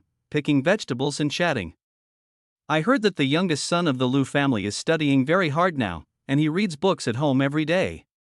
What's the use of studying hard if you still can't pass the exam? If you ask me, since I've studied for so many years and can read, I might as well go out and find a job as an accountant to earn some money." Who can argue with that? It's just that stubbornness of the Lu family. Lu Yang had originally planned to just pass by like this. Upon hearing this, Lu Yang glanced at the 3 people who had spoken. He turned and walked towards the 3 of them. "Young man, I've met my 3 aunts." "What are you talking about? Tell me about it." Lu Yang stood beside the 3 of them and asked with a curious expression. Li was engrossed in her speech when she heard Lu Yang's voice and was nearly terrified. The 3 of them looked up and were so shocked they forgot to catch their breath. The 3 of them looked somewhat uneasy. The person who spoke ill of the other behind their back didn't hear it, and the 3 of them didn't even think it was a big deal. When the parties involved heard this, the 3 of them felt a little embarrassed. Chapter 22. What I saw with my own eyes was the truth. Li was the first to come to her senses. She glanced at Lu Yang's expression, thought for a moment and realized she hadn't said anything unpleasant, and a weight lifted from her heart. "Oh, it's Yang Zi. What are you doing dressed like that so early in the morning?" The 2 people standing nearby also realized what was happening. "Exactly, Yang Zi is dressed so neatly. Is he going to work?" "Yang Zi, have you finally figured it out?" Lu Yang looked at the 3 of them with a faint smile. "From my memory, I know that these people often talked about the Lu family. These people are just bored." Liu Yang didn't care what they said about him. After all, these are the original owner's affairs. What does it have to do with Lu Yang? Lu Yang only came over after hearing them mention other members of the Lu family. He smiled at the three of them and said, I heard everything the aunties were saying. Lu Yang directly tore off the mask of politeness, however, considering that the Lu family would still need to live here in the future. Lu Yang did not completely break ties. Actually, what the aunties said is right, but I'm still young. I think I'll definitely pass the exam next time. If I don't pass the exam, I will seriously consider what my aunt said. As he spoke, Lu Yang's face turned cold, and he stared at the three women, saying, If you women have anything to say in the future, you can come to me and tell me. Just stop talking about my family behind their backs. The three members of the Li family were somewhat stunned when they saw Lu Yang's face suddenly turn cold. When they came to their senses, Lu Yang was already gone. Li patted her chest, looked at the other two in a daze, and said, Was that Yang Zi just now? It's Yang Zi. He looks rather strange and scary. That's right, I won't dare to talk about the Lu family anymore. The three of them exchanged a glance, still shaken, and simultaneously picked up their shopping baskets and went home. On May 28, Lu Bai and the other two returned, perhaps influenced by Lu Yang. The three of them brought back a piece of fatty meat and a piece of pork belly. That evening after dinner, Lu Yang and the others sat in the courtyard to digest their food. Ludashi frowned and said, I have to pay taxes tomorrow. I have some money on hand now, and I'll exchange the remaining grain for miscellaneous grains. Food gave Ludashi more peace of mind than silver. Moreover, he has been earning about 20 or 30 coins a day selling herbs these days. This is much better than working at the docks. Now that Lu Bai and the others are back, they can gather herbs together, which will surely yield more than he could gather alone. Income will naturally increase. More importantly, there's no need to worry about gathering herbs in the short term. When the autumn harvest comes, we can sell that batch of grain for money. There's always enough money in hand to make ends meet. Lu Yang thought that replacing it with mixed grains was fine and had no objection to Ludashi's arrangement. Lu Bai and the other two naturally had no objections. On the next day, Ludashi, Lu Bai, and several others carried the grain they were to deliver to the village entrance together. Lu Yang carried a basket of rice and slowly followed beside Lu Xiao. The Jing dynasty collected land tax twice a year, at a rate of 1/10 of the land revenue. The Lu family harvested approximately 2,200 jin from their 10 mu of land this time. Based on past rent payments, the Lu family will have to pay 250 caddies of grain this time. As for the basket that Lu Yang was carrying, it was meant to be a gift to the constables who came to collect the rent. Before Lu Yang and Lu Xiao even reached the village entrance, they were greeted by a sea of bright red flames, extremely dazzling. A large group of people were standing around. It was very lively. Lu Xiao was already used to it. Lu Yang, however, was somewhat curious. A few days ago, Dade Village received a message that they should go to the county town to pay taxes on May 29. The Zhao family patriarch instructed the villagers to gather at the village entrance at 3 a.m. today, bringing their land rent. Then we walked together towards the county town. After finding Ludashi and the others, Lu Yang and Lu Xiao waited for a while before following the torches towards the county town. The torches were carried by members of the Zhao family. There is one in the front, one in the middle, and one in the back. To prevent anyone from getting lost. Ludashi and the others took turns carrying it, so it wasn't too strenuous. This is one of the advantages of having a large family. Lu Yang has been consistently exercising these days. I've been walking for 2 hours now, and apart from my legs being a little sore, I don't feel tired. Lu Xiao originally didn't want Lu Yang to come, however. Lu Yang said he wanted to see how taxes were collected, so he didn't listen to Lu Xiao. Seeing Lu Yang's determination, Lu Xiao agreed. Lu Yang and his group arrived in the county town at around 7:00 a.m. The villagers of Dave village followed the Zhao family patriarch to one of the granaries. 2 constables were already waiting in front of the granary. Upon seeing this, Zhao Li quickly stepped forward and, using his wide sleeves, handed the two men a sum of money. The money came from the village. Collectively 40 coins per household. I apologize for keeping you both waiting. The 2 constables weighed the purses in their hands before giving Zhao Li a slightly more friendly look. Has everyone from Dave village arrived? Zhao Li quickly replied with a smile, reporting to my lord, they've arrived. Everyone from Dave village has come. As he spoke, the Zhao family patriarch quickly instructed the clansmen beside him to assist the 2 constables in collecting rent. Ludashi and his group lined up a little further back. It will probably take them a while before it's their turn. Lu Yang looked ahead and noticed a large basket filled with grain in front of the granary. The villagers brought grain, which was poured into baskets and piled up until they were overflowing. Then, after the bailiffs carried it out, it was moved into the Granary by the Zhao family members, the whole group was very quiet, only the voices of two constables could be heard around. Next. Those who have delivered their grain cannot leave yet, they must wait and watch. As time passed, the sun grew increasingly intense. Liu Yang took out a handkerchief to wipe the sweat from his face and watched the two households in front of him hand over their grain. Liu Yang could see clearly that once the basket overflowed, one of the constables would suddenly kick it. After the pointed top of the basket flattens out, someone will add some more, only then is the tax payment considered complete. The Liu family was no exception. They had just finished emptying the grain from their baskets when they paid their rent. Only after the Zhao family patriarch and the two constables confirmed that all the villagers of Date village had paid their rent could Liu Yang and his group move freely. Liu Yang stood aside, watching the remaining households hand over their grain. Liu Yang remained calm, unable to describe his feelings. What you see in a book is just words, but what you see with your own eyes is the truth. Liu Yang slowly exhaled as he listened to the Zhao family patriarch announce that they could leave. Lu Xiao tugged at Liu Yang's sleeve. Let's go. Your dad said he's going to the grocery store to ask about the grain exchange situation. Let's go back first. Liu Yang nodded. On the way back, everyone walked back. After Liu Yang got home, he felt that his legs were okay. I never expected that when I woke up, my legs wouldn't even belong to me. At this moment, Lu Xiao was sitting by Liu Yang's bedside, massaging Liu Yang's legs and scolding him incessantly. I told you not to go, but you insisted. Now you know what pain is, don't you? Lu Xiao has said these words several times already. Liu Yang had also gained some experience in dealing with it. Mother, I won't go again. I only went this time out of curiosity. Lu Xiao said sullenly. What's so curious about that? It's always the same every year. Liu Yang's eyes flickered after hearing this. Chapter 23. It's the same whether you have friends or not. Mother, these people are so brazen, isn't anyone in charge doing anything about it? Lu Xiao paused for a moment, then continued to press down on Liu Yang's legs. What difference does it make whether you manage it or not? Everyone gets through it this way. Lu Xiao smiled faintly. Don't think too much about it. You'll understand when the time comes.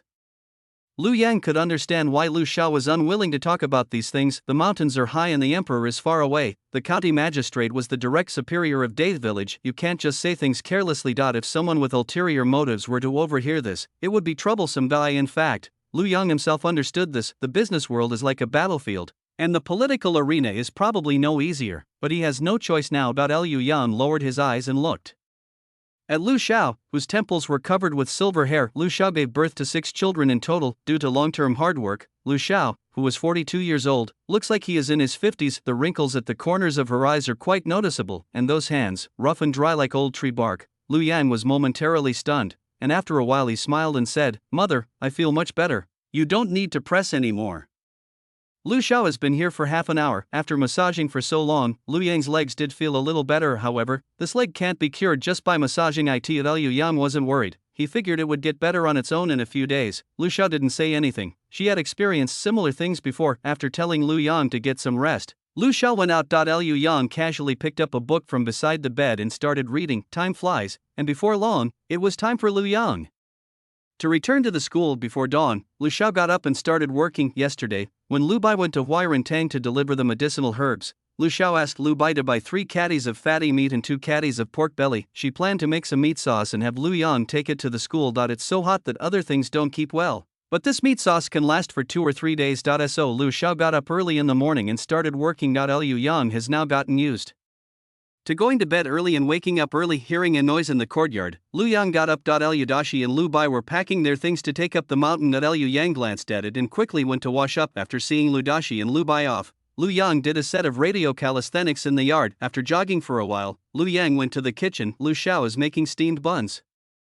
Zhao Liuwa and the other 2 also helped out from the side these days. Zhao Liuwa and the other 2 have been busy with embroidery. Seeing that Liu Yang was about to leave for school, the 3 of them put down what they were doing and came to help. I'll also get some cold dishes for Liu Yang to take to school. When the others saw Liu Yang come in, they assumed he was hungry. Zhao Liuwa quickly put down the cleaver in her hand, walked to the stove, and removed the lid from the pot. Inside were 7 or 8 freshly baked multi-grain buns.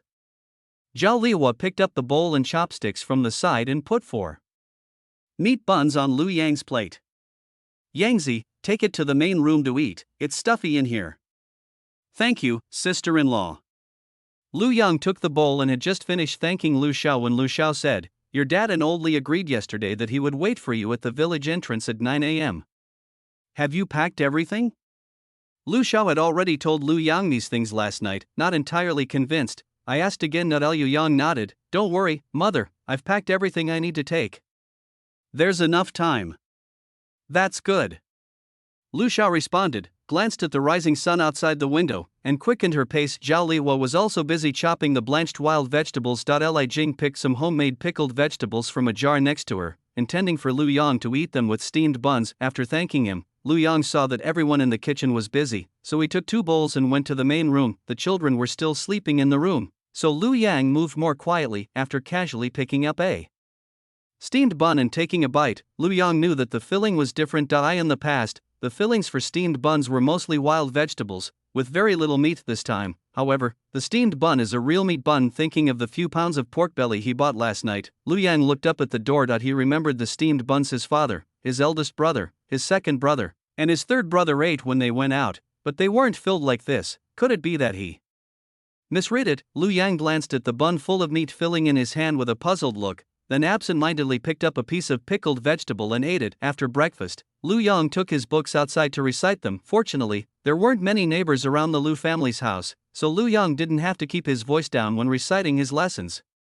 Time passed quickly as Lu Yang recited his lessons in a clear and melodious voice. With only half an hour left until 9 a.m., Lu Xiao hurriedly carried a large bag of things to Lu Yang's room. Liu Yang had just returned to his room. They are currently checking the room to make sure nothing is missing. Turning around, Lu Yang saw what Lu Xiao was carrying and frowned. "Mother, how much stuff have you prepared for me? This bag of stuff is almost bigger than his trunk."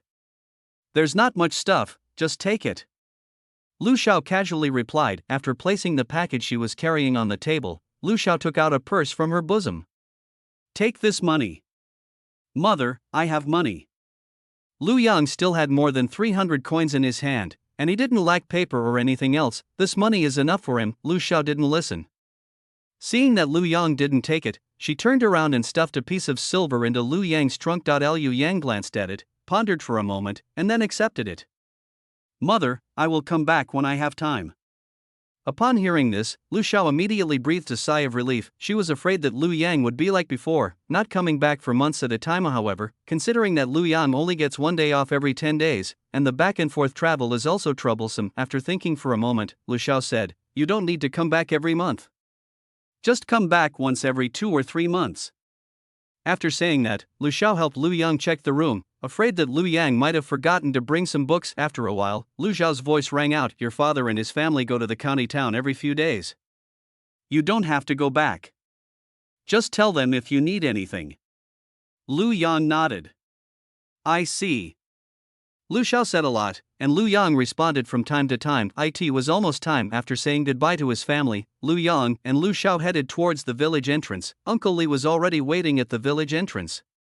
After saying goodbye to Lu Xiao, Lu Yang got into the car. An hour later, the ox cart slowly came to a stop in front of the school. Liu Yang got out of the car and waited for Uncle Li to leave before turning around and walking towards the school gate. Today is the last day of the holiday, and the area in front of the school is very lively. There are all sorts of people, without exception. They were all carrying large and small bags. Liu Yang glanced at it and then looked away. In total, he only lived in the school for 3 days. Even with the original owner's memories, Lu Yang found that he still couldn't match some of the names to the faces. However, this is enough to show that the original owner didn't really care about these classmates. Liu Yang didn't care. "Anyway, we'll all go our separate ways sooner or later, so it doesn't matter whether we have friends or not." Liu Yang carried a large bag of things and walked towards the dormitory, thinking that he was going to see the master later. He then presented the gift in his hand. With something on his mind, Lu Yang glanced at 1 or 2 people on the street who looked somewhat familiar but couldn't recall their names, so he simply didn't greet them.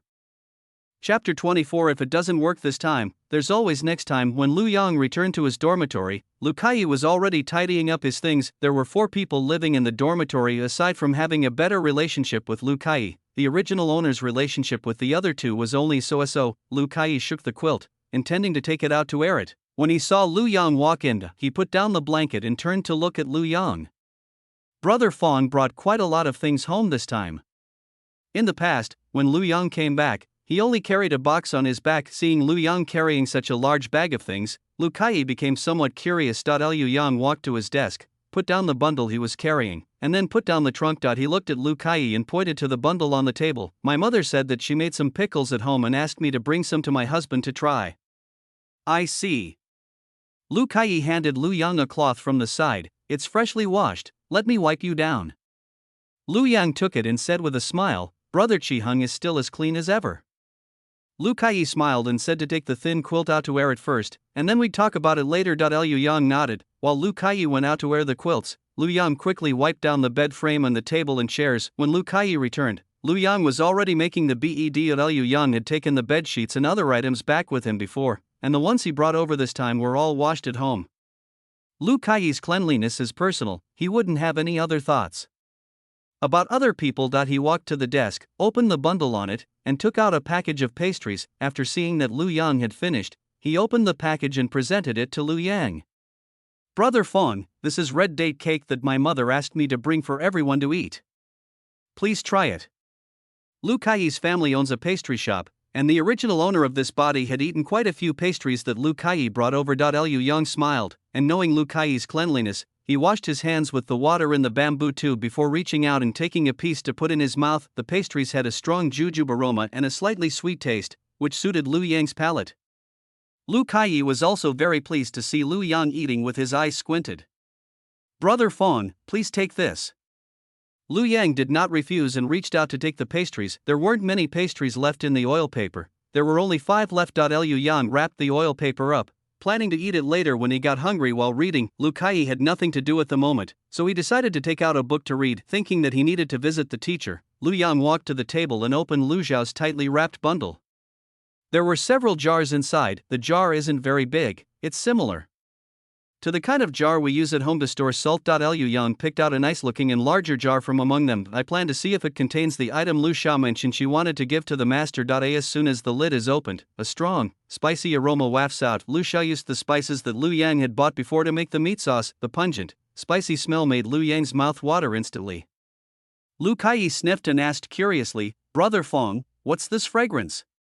Lu Xiao put star anise, some fennel seeds, bay leaves, and other spices in it, making it very fragrant. Liu Yang put the lid back on it. He reached out and picked up another jar, opened it, looked inside, and then handed it to Lu Kai, who was standing next to him.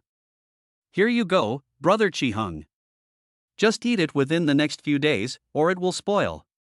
Lu Kai hesitated for a moment, knowing that Lu Yang's family situation didn't seem to be very good. Liu Yang reached his hand a little further over.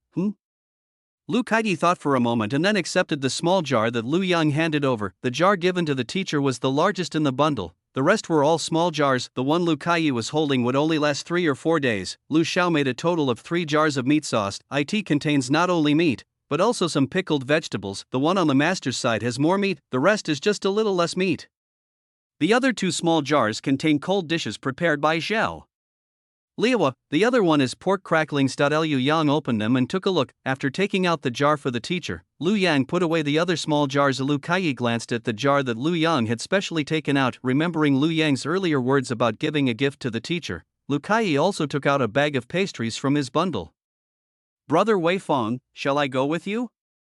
Lu Yang nodded. After packing the things in the trunk, the two went out. Lu Kai is 1 year older than Lu Yang. He also took the county exam last time, but failed. However, Lu Kai has a good personality, and failing the exam once did not affect him much. The two walked into the teacher's courtyard. Along the way, the two encountered many people. Lu Yang kept a calm face and nodded and smiled at everyone he met. Lu Kai was different. He would greet everyone he met and then chat for a few words. It took Lu Yang almost half an hour to walk this short distance. As they approached the entrance to the Confucius Temple, Lu Yang glanced at the smiling Lu Kai, straightened his clothes, and stepped inside. Lu Kai patted his sleeves and hem, and after confirming that everything was all right, he quickly followed Lu Yang. Master Qin met many students today and received many gifts. Most of these gifts were snacks prepared by the students' families, so Master Qin accepted them. When Master Qin heard from the servant that Lu Yang and Lu Kai had come to request an audience, he was not surprised. Let them in. Master Qin sat in the seat of honor, glanced at what Lu Yang and Lu Kai were holding, and seeing that it was nothing precious, he looked away. Liu Yang and Lu Kai walked up to Master Qin and began to bow in greeting. This student, Fong, has come to pay his respects to the master. Student Chi Hung greets master. Master Qin nodded. Yes, please sit down. Lu Yang and Lu Kaiyi exchanged a glance, then Lu Yang stepped forward and handed the things in his hand to Master Qin.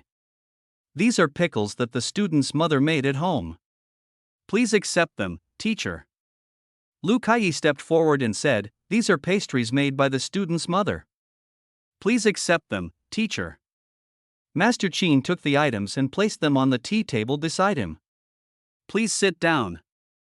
Hearing this, Lu Yang and Lu Kaiyi sat down and Master Qin first observed the two men's mental state. Seeing that the two looked to be in good spirits, he said, I've been wanting to talk to you for a while, but I was afraid you might not be able to think things through.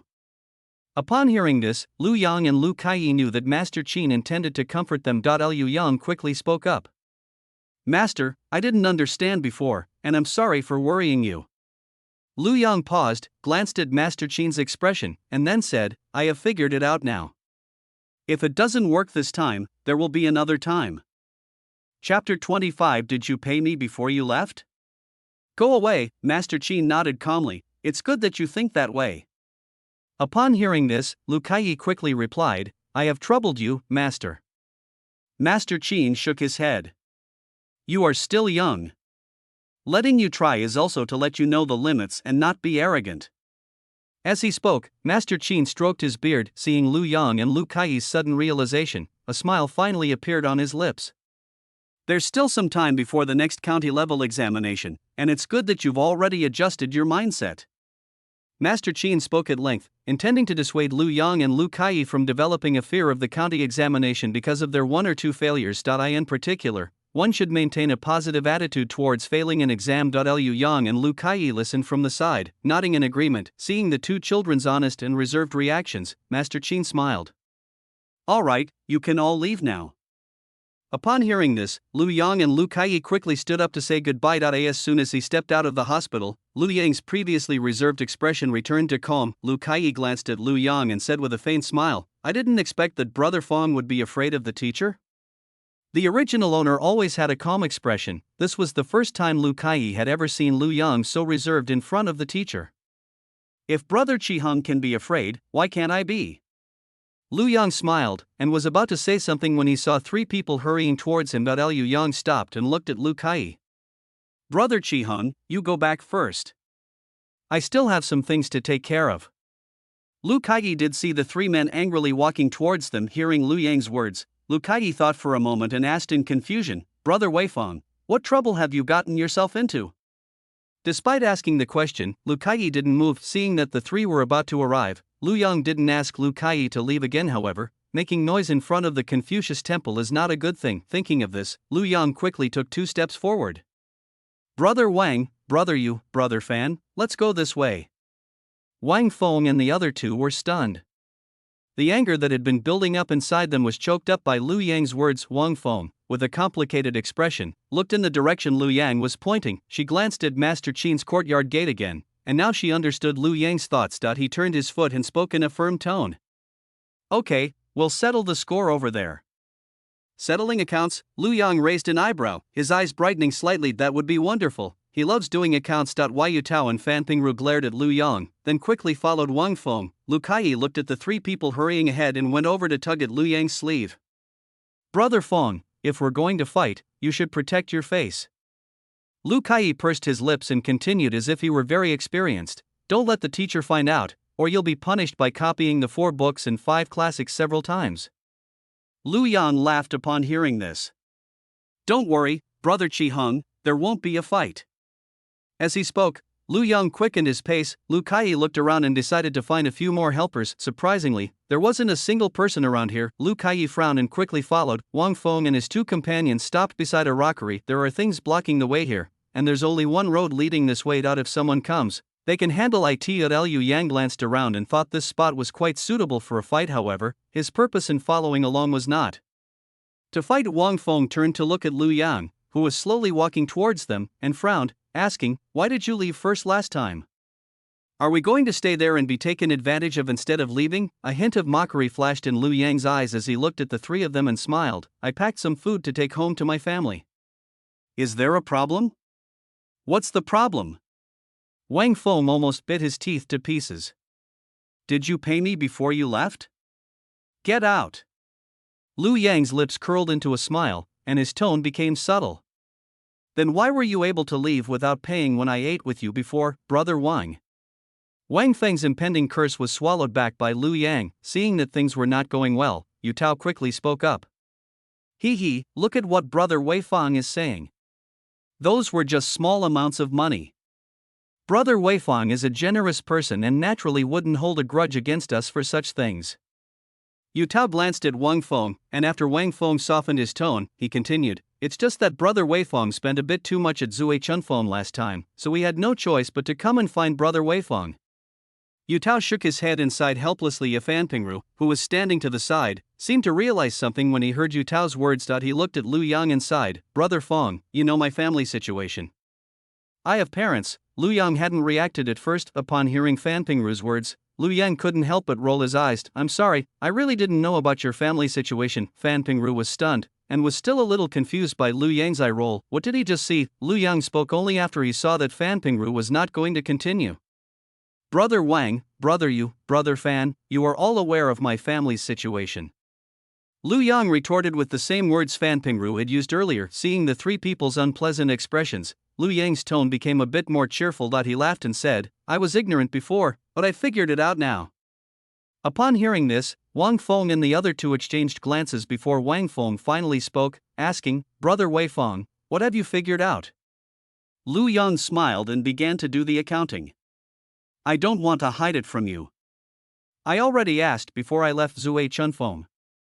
The total cost of the food I ordered and the food I packed was only 1 or 2 taels of silver. I don't recognize the rest. Wang Feng's expression changed, and he was about to say something when Lu Yang spoke first. Brother Wang, please don't be so angry. Lu Yang laughed and said, I've treated you all to so many meals before, and the total cost is more than what I spent last time. Lu Yang thought about the money the original owner had spent as a sucker in the past, and finally came up with an amount. Well then, since you want to settle accounts with me, I think it would be better to settle them clearly. As he spoke, Lu Yang began counting on his fingers. I won't bother with the small amounts of money from before, let's start counting from last year. Last year when we went to take the county exam and went to rent a courtyard, Brother Wang said he didn't have that much money with him, so I gave him 200 coins. Later, I paid for all of you brothers Wang's meals. I'm a loyal and righteous person, so I won't argue with you over the small amounts. I'll just consider it as 500 coins. And about the last county level exam, we went out to eat. Lu Yang counted them one by one. Lu Kai, who was listening from the side, just clicked his tongue in amazement.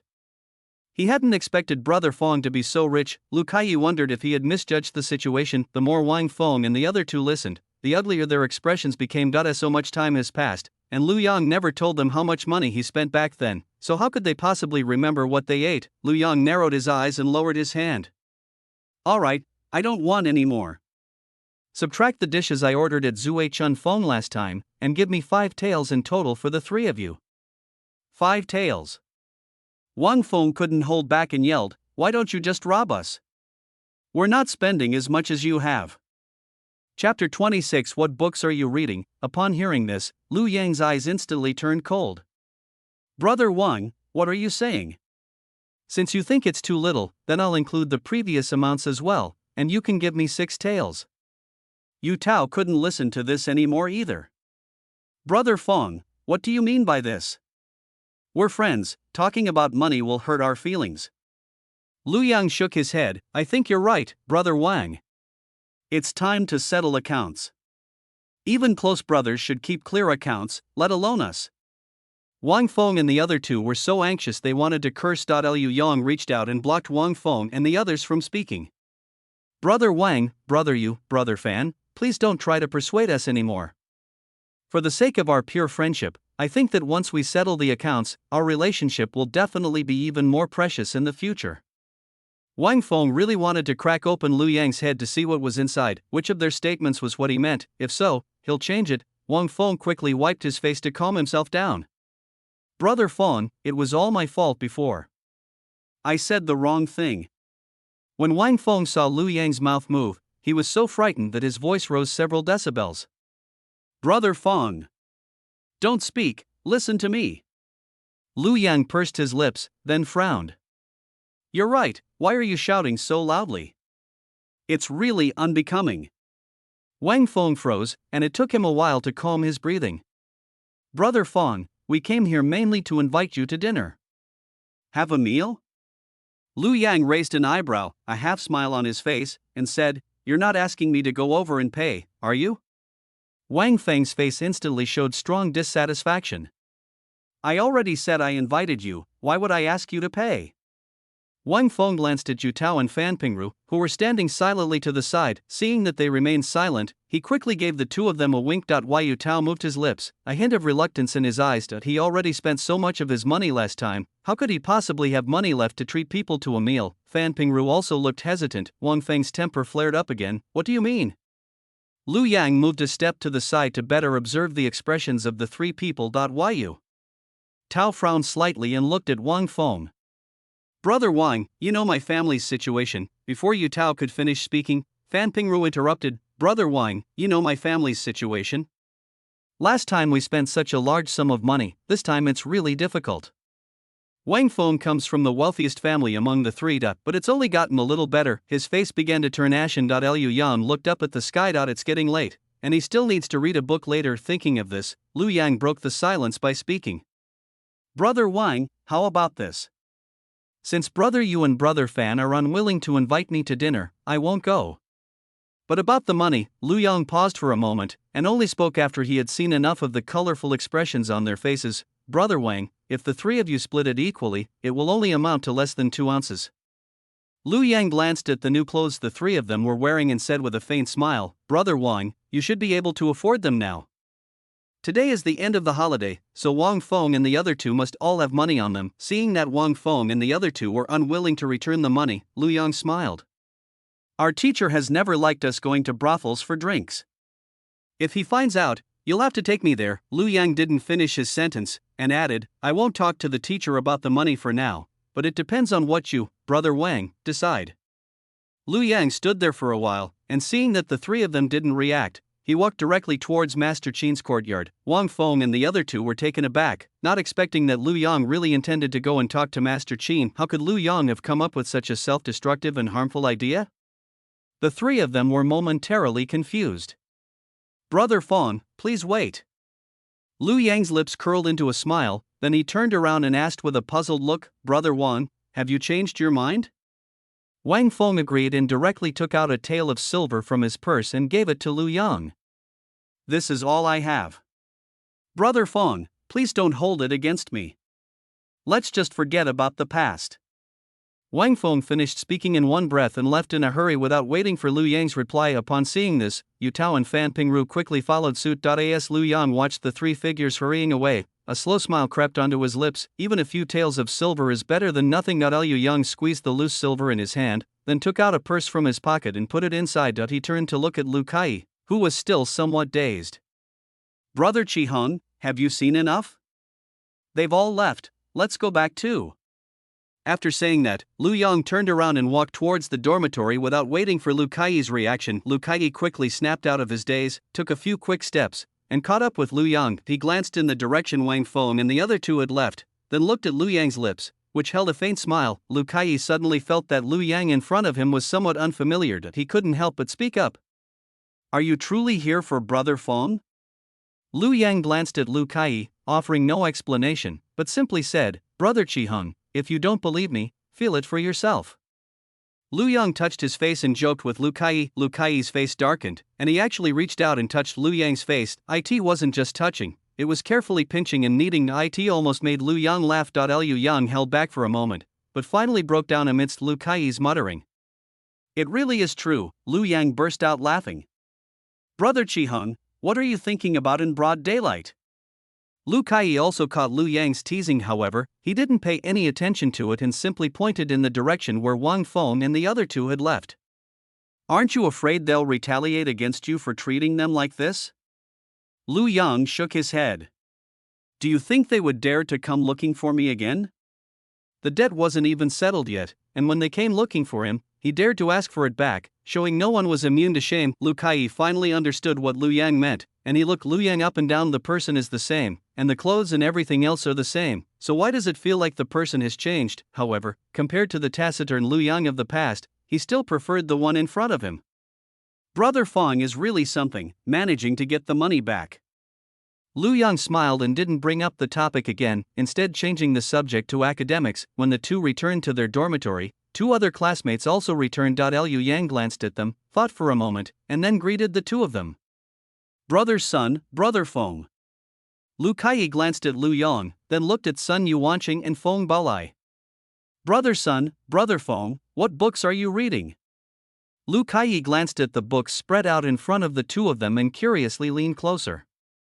Lu Kaiyi glanced at the explicit words in the book about a scholar encountering a beautiful woman, then silently walked to his bedside and sat down. Sun Yuanqing and Feng Baolai blushed. Then, as if to cover it up, Sun Yuanqing abruptly closed the book and casually picked up another book to read. Feng Baolai returned to his desk and silently took out a book to read. Liu Yang glanced at it, picked up a book from the table, and leaned against the bed to read it.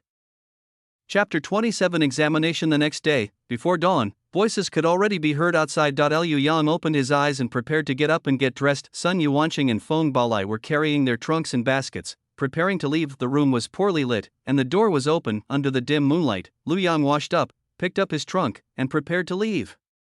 Lu Kaiyi used to always go with Sun Yuanqing and the others, but for some reason today, he was still in the room. Liu Yang glanced at him with a puzzled look, then stepped outside. Lu Kaiyi was taken aback and quickly asked, Brother Wei Feng, aren't you going to wait for me? Lu Yang paused, turned to look at Lu Kaiyi, who was hurriedly putting books into the box, and nodded, saying, Then let's go together. Lu Kaiyi had also packed his things, and he carried the box and followed Lu Yang outside. After closing the door, the two walked towards the kitchen. It was the hour of Mao, 5 to 7 a.m., and many students were already eating breakfast in the kitchen. Liu Yang went over and got a steamed bun and some pickled vegetables, then went to the side to get a bowl of porridge, and found an empty seat to sit down. Lu Kaiyi also came over with a bowl at this moment. Liu Yang took out a jar of meat sauce from the box, intending to ask Lu Kaiyi to put some in a bowl and eat it with steamed buns. Then Lu Kaiyi took out a familiar-looking small jar from the box. Liu Yang then withdrew his hand and scooped out some meat sauce for himself. As soon as Lu Yang put the lid on the jar, the fragrance already surrounded his nose. Liu Yang swallowed the saliva that had been tantalized by the aroma, picked up a steamed bun, dipped it in the sauce, and ate it. Lu Kaiyi was eating without even looking up. The two of them ate with great relish, clearly very satisfied. Liu Yang was slowly drinking his porridge when he caught a glimpse of Wang Feng and the other two in the corner. He chuckled softly, downed the porridge in one gulp, and put the bowl down. Lu Kaiyi glanced at Lu Yang with a puzzled look, then turned to look in the direction Lu Yang had been looking before, only to find that it was Wang Feng and the others. He asked, puzzled, The three of them are walking together? Judging from their appearance yesterday, Lu Kaiyi thought the three of them were going to disband. I didn't expect to be sitting together having breakfast so early in the morning. Lu Yang glanced at Lu Kaiyi's bowl and, seeing that Lu Kaiyi had almost finished eating, said, Let's go after we finish eating.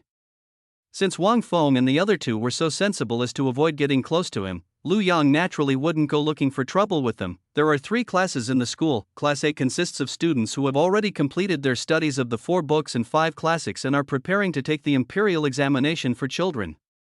Class B consists of students who are currently studying the 4 books and 5 classics, while Class C is an introductory class. Liu Yang is currently in Class A. There were only 8 people in Class A. The beginners class has the most people. The higher you go, the fewer people there are. Most of these people come here to learn a couple of words so they can find a job later. Very few people can stick with reading it all the way through. If the family didn't have some money, I'm afraid they wouldn't be able to continue their studies after a few years. Just like Lu Yang's family. If Lu Yang hadn't transmigrated, it's uncertain how many more years the original owner could have studied. Class A is not in the same direction as Class B and Class C. It is located in a separate courtyard. Before Lu Yang and Lu Kaiyi even stepped inside, the sound of reading could be heard coming from within. The seats inside are divided into 2 rows. Liu Yang is on the right side of the 3rd row. Lu Kaiyi was 1 seat behind Lu Yang. The two quietly went inside, sat down, and took out their books to read. Class A is currently focusing mainly on reviewing. Master Qin would come over from time to time to check on them and assign them some homework. Or it could be a random check, asking them a few questions to answer. If they encounter any problems they don't understand, they can ask the teacher after class. Liu Yang hasn't encountered any problems he doesn't understand yet, so he plans to continue following his own plan. Half an hour later, the sound of reading stopped. Liu Yang took out his old schoolwork and began practicing. The classroom was Quiet, with only the occasional sound of pages turning. Liu Yang looked at the questions on the paper, thought for a moment, and then filled in the answers. Having worked on many of these projects, Liu Yang was able to gain some experience from them. The county examination was not difficult. It mainly tested students' memorization and understanding of the 4 books and 5 classics. As for this 5-character, 6-rhyme examination poem, it contained the original owner's memories, so Liu Yang naturally had no trouble composing it. He can't write brilliant poems, but he's perfectly capable of writing conventional ones. Liu Yang calmed down and began to think about the titles of the 4 books written on the paper. This passage from the 4 books was selected by Master Qin from previous county examination questions to test them. The title is, "If one remains unknown at 40 or 50, there is nothing to fear." Students who are well versed in the 4 books and 5 classics will recognize this as a question from the Zihan chapter of the Analects. The meaning of this sentence is that if a person is still unknown when he reaches his 40s or 50s, then he has nothing to be respected. Looking at it this way, it seems like something is missing. If you can't recall the context preceding this sentence when solving a problem, you won't know where to begin. Even if you solve the problem, it may be completely different from the question setter's intention. Liu Yang smiled. If someone truly can't remember, then the key to solving the problem will be the middle-aged person. Thinking of this, Liu Yang shook his head and pointed to the question on the paper. This question should be solved in conjunction with the preceding text. The younger generation is to be feared. How can we know what the future holds? If someone is still unknown at 40 or 50, then they are not worth fearing. The whole sentence means that young people are worthy of respect. How can you be sure that they won't catch up with people today? If someone remains unknown even in their 40s or 50s, then they have nothing to be revered. Young people should cherish their time, work hard, and be proactive. This is the approach to solving the problem. Just as Liu Yang was about to put pen to paper, he heard footsteps coming from not far away. Liu Yang looked up at the doorway. It was Master Qin. Master Qin glanced at the situation in the study room, nodded in satisfaction, and then stepped inside. Everyone stood up and bowed to Master Qin. This student greets the master. Master Qin nodded. Please sit down. Looking at the obedient students below, Master Qin's face was serious, but there was a hint of a smile in his eyes. The school has been closed for a month. Today I'm going to test you all and see if you've slacked off in your studies during the holiday. As he spoke, Master Qin looked at Chendiran on the left side of the first row. If one family is benevolent, the whole country will prosper with benevolence.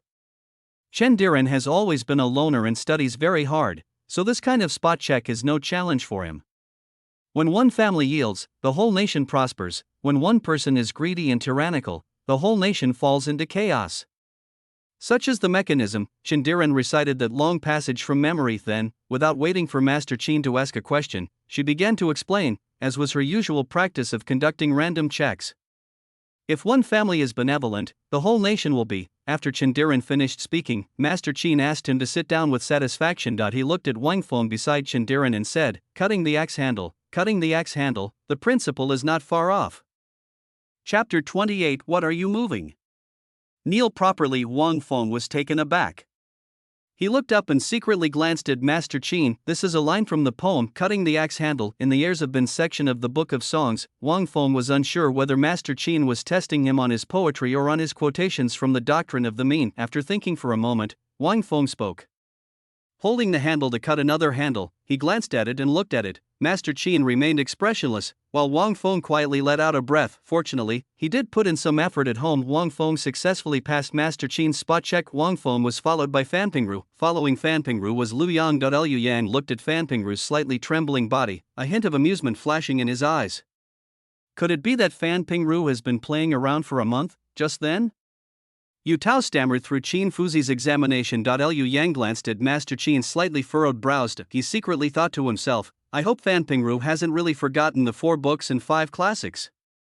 Master Qin glanced at Fan Pingru's somewhat nervous expression, and his heart sank. If his descendants do not follow the rules, heaven will send down calamities.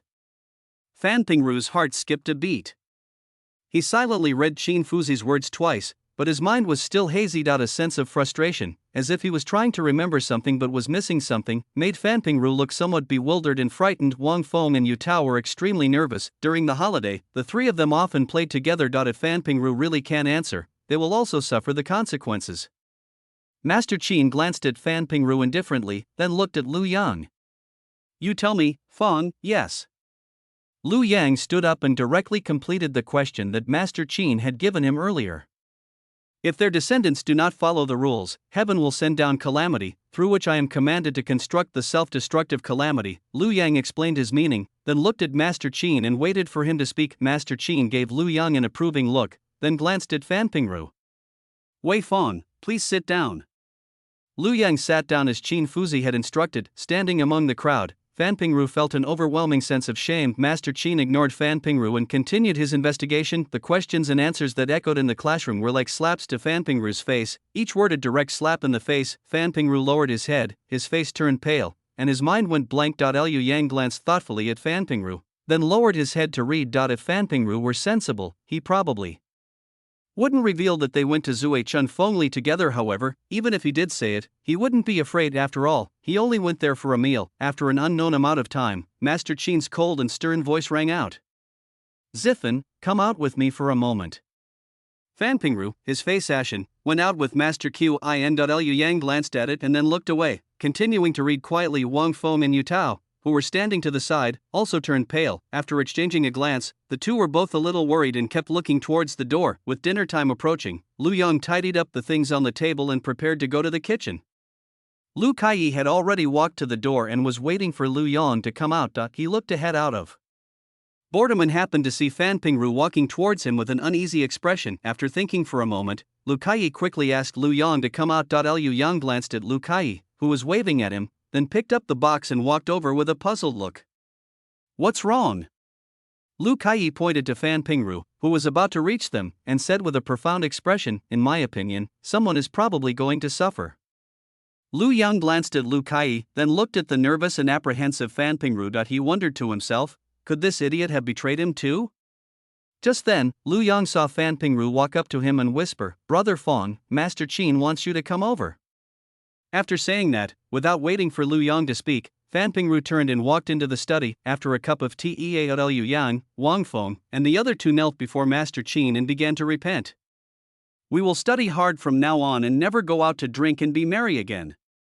Lu Yang felt only regret, knowing these three people had been incredibly unlucky for him. The soreness in his body had not yet subsided, and Lu Yang twisted his body slightly, feeling a bit uncomfortable. Master Qin gave it a cold glance. What are you moving?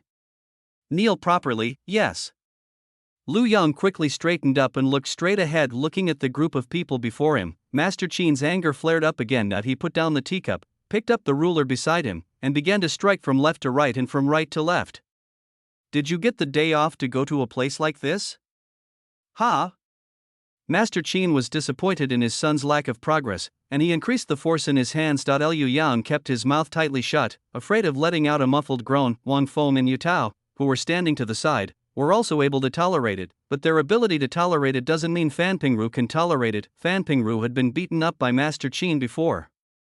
This is already getting a bit too much for me. Upon hearing Fan Pingru's muffled groan, Lu Yang, Wang Feng, and Yu Tao immediately tensed up. Master Qin glanced at the group, then refrained from attacking them. He walked past them and returned to his original seat. He looked at Lu Yang and the other three, and said indifferently, it is because I am bad at teaching students that you have learned to go to brothels to drink and have fun. Upon hearing this, Lu Yang and the others felt somewhat uneasy about what Master Qin was about to say. Liu Yang glanced at Wang Feng and the other two, thought for a moment, then looked up at Master Qin and explained, Master, I don't usually go to brothels. It was only because I saw Brother Wang and the others that day that I went to Zui Chun Feng with them. Lu Yang then explained the whole story, including how he had tricked Wang Feng and the other two. Seeing that Master Qin still had a cold expression and did not speak, Liu Yang's eyes flashed, and he immediately recounted what had happened yesterday. Upon hearing Lu Yang say that Wang Feng and his group had always treated him like a sucker and swindled him out of a lot of money, Master Qin's eyes twitched. Upon seeing this, Lu Yang immediately felt relieved. Replying to Master, I had no choice. If it weren't for my brother and his gang being so bullying, I wouldn't have thought of going with them to Zui Chun Feng to trick them. Seeing that Master Qin's face darkened again, Lu Yang quickly lowered his head and admitted his mistake. Master, I know I was wrong. Master Qin looked at Lu Yang, and seeing that Lu Yang's attitude in admitting his mistake was sincere, his expression softened a bit. Get up and sit down. Upon hearing Master Qin's words, Lu Yang quickly stood up, Fearing that Master Qin might change his mind again, Wang Feng glanced at Liu Yang, then at Master Qin, intending to follow Liu Yang's lead. However, as soon as he opened his mouth, he was rebuffed by Master Qin. "All right, the three of you are always inseparable. I can believe what Wei Feng says, but I have some doubts about what you say." Master Qin looked at Fan Pingru and said, "Ziffan, you heard what Feng Gang said. Tell me, did he really only eat one meal there?" Fan Pingru was a little nervous, knowing that Master Qin was giving him a chance, but Wang Feng and his group, rather than his own future, Fan Pingru chose to tell the truth. "Yes, Master. It is true. Brother Feng ate the meal and then left." Wang Feng and Yu Tao glanced at Fan Pingru, feeling somewhat uneasy. Chapter 29 Punishment Copying. Despite their close relationship with Fan Pingru, they ended up being tricked by him. The more they thought about it, the more frustrated they became, and a hint of resentment unconsciously appeared on their faces. Liu Yang was sitting there, and he could see the three people's micro-expressions clearly. He glanced at Fan Pingru, but didn't really react to Fan Pingru's words. He had only eaten a meal at Zui Chunfeng. Even if Fan Pingru didn't tell the truth, he could go to Zui Chunfeng and find someone to testify for him. Thinking this, Liu Yang looked at Fan Pingru with a thoughtful expression. Fan Pingru was an egoist. Normally, when there's plenty to eat and drink, they rush to the front, but when trouble comes, they'll hide in the back, as far away as possible. If they sense that things are not going well, they will blurt out everything. Just like his old friends, Liu Yang sat quietly to the side watching Wang Feng and the other two, but his mind was elsewhere. Master Qin listened to Fan Pingru's words with a calm expression, seemingly expecting it, yet also somewhat disappointed. He glanced at Wang Feng and the other two, and considering that they would be taking the county examination in 2 years, a hint of deliberation appeared in his eyes. After a moment, Master Qin stroked his beard and looked at Wang Feng and the other two with indifferent eyes. "All right, this must not be repeated. If I find out again, you will no longer be allowed to come to school." Upon hearing this, Wang Feng and the other two were both frightened and excited. They bowed and kowtowed in gratitude.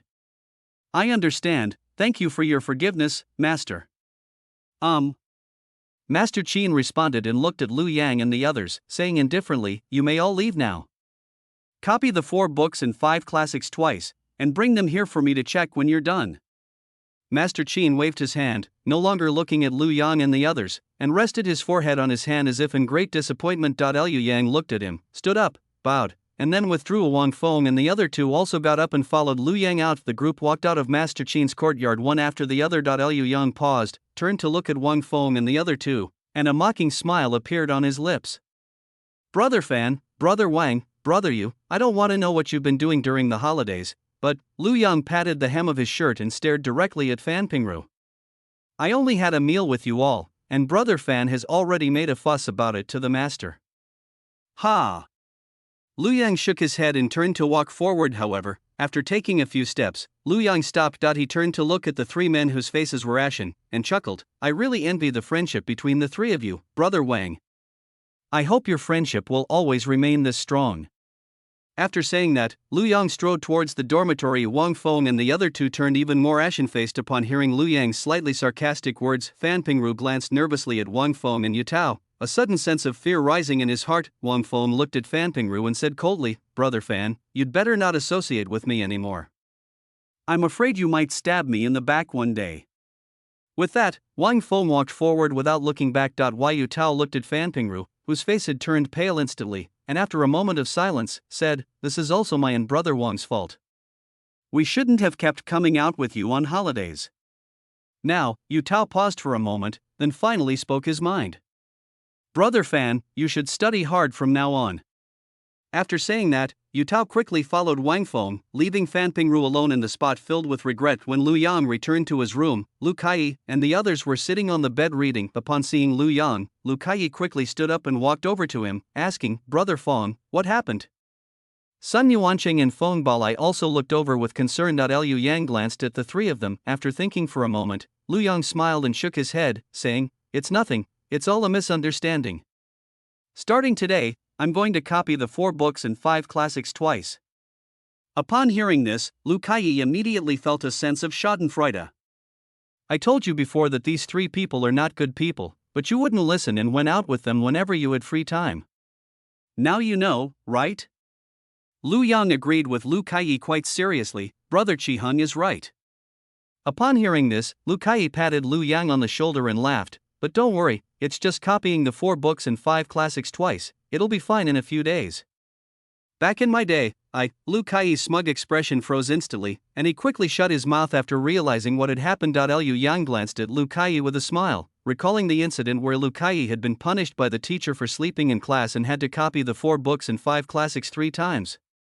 Don't worry, Brother Chi-hung, I will definitely copy the book carefully.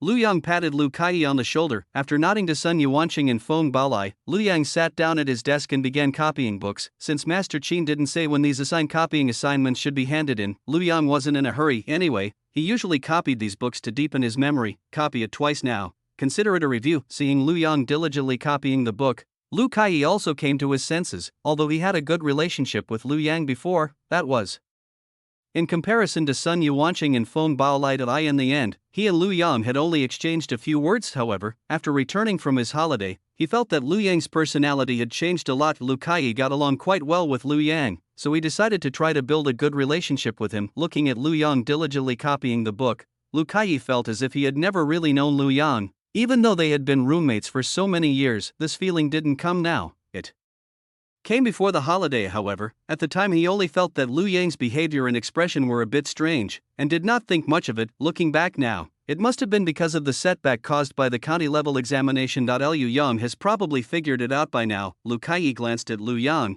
then sat back down on the bed and began to read intently. Liu Yang could sense that someone was watching him. Apart from Lu Kai, Sun Yuanqing and Feng Baolai never cared what the original owner did. Only Lu Kai occasionally asked a couple of questions. That gaze should belong to Lu Kai. Liu Yang knew that his own personality was very different from the original owner's. Since he decided to be himself from the beginning, his words and actions will definitely be different from those of the original owner.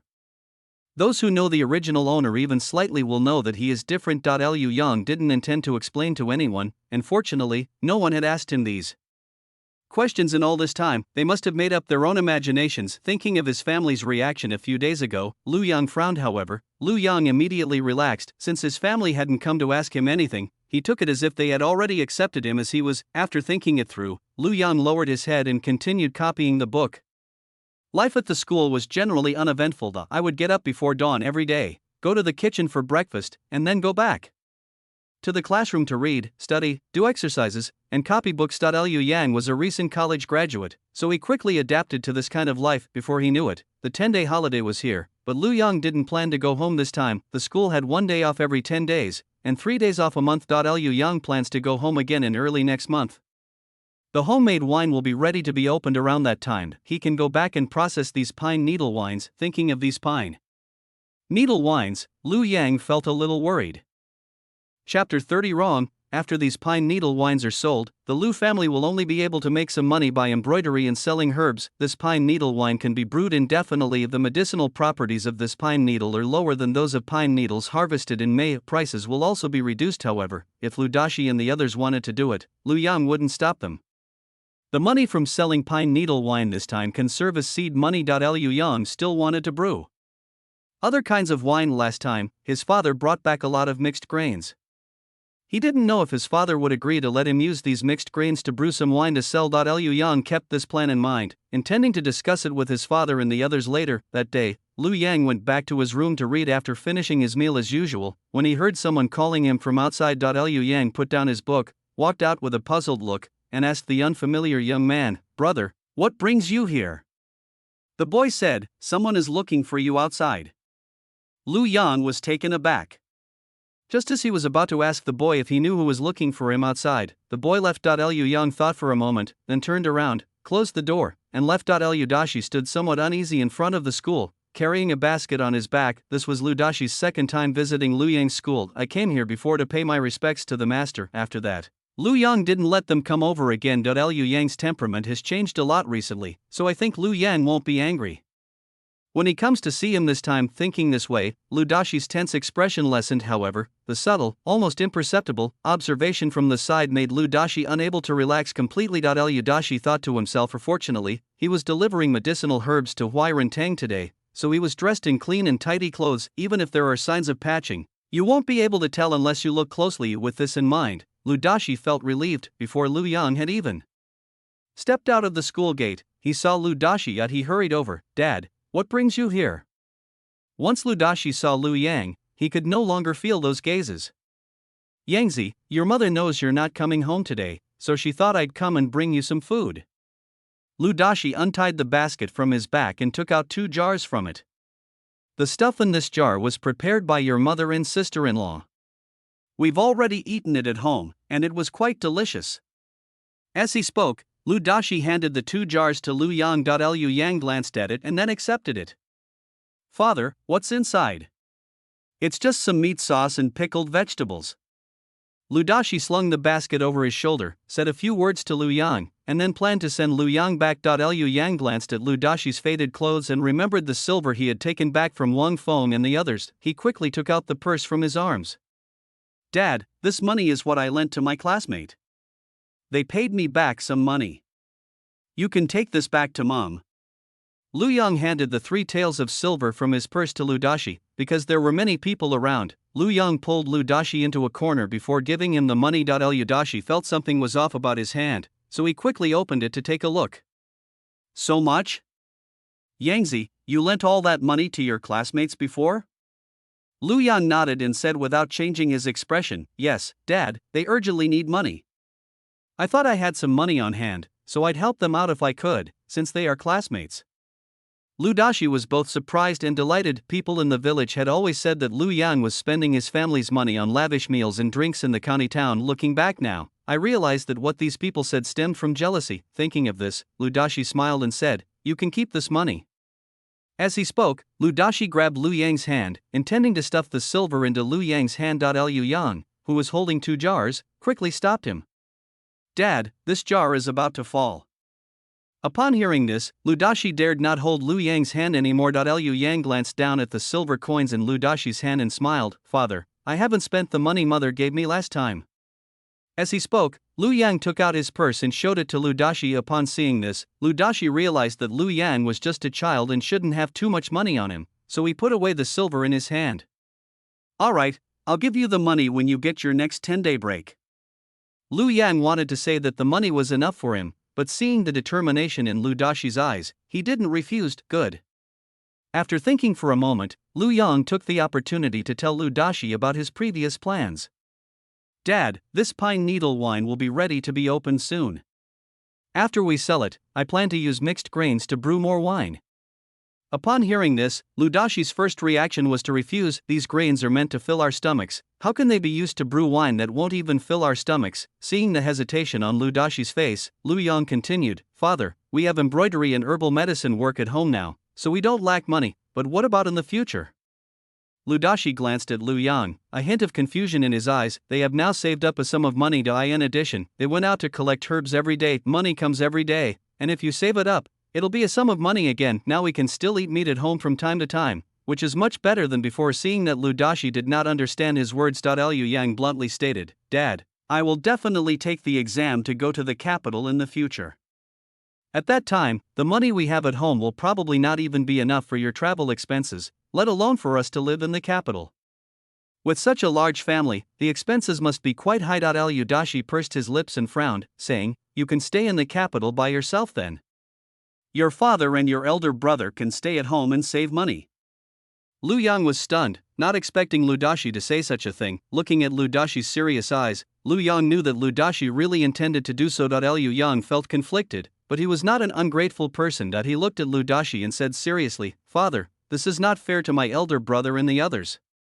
Lu Bai and his family had already neglected their own families in order to support his studies. If he succeeds in the Imperial examinations, how can we expect them to continue supporting him? Lu Dashi knew in his heart that he had mistreated Lu Bai and the others over the years, and after hearing Lu Yang's words, he fell silent. Liu Yang sighed, Father, my elder brother and I are all your children.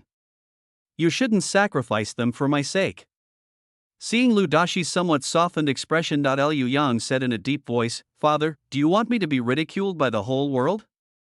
Lu Yang didn't know why he was saying all this. He knew he was a somewhat indifferent person. The reason I told Lu Dashi so much was that I genuinely considered the Lu family as my OWN. Liu Dashi was deeply moved when he heard these words. No one had ever told him these things. He knew that his turning a blind eye over the years had hurt the hearts of several children. But he always felt that way in his heart. As long as the family works together, they will definitely be able to get by, but one day. Someone told him that all the ideas he had been holding were wrong. Ludashi was somewhat puzzled. He was just thinking that Liu Yang would bring glory to the Liu family in the future, so it didn't matter if he suffered a little now. Was that wrong? Chapter 31 Brewing Recipes. Looking at Ludashi's bewildered eyes, Liu Yang felt a pang of pity. This man has carried so much on his shoulders, and now he's letting his most beloved youngest son give him a piece of his mind. He must be feeling very sad inside. After thinking for a moment, Liu Yang said, "Dad, don't overthink it. I just wanted to tell you that I will work hard to make everyone's life better in the future." Ludashi snapped out of his daze and looked at Liu Yang's youthful face and determined eyes.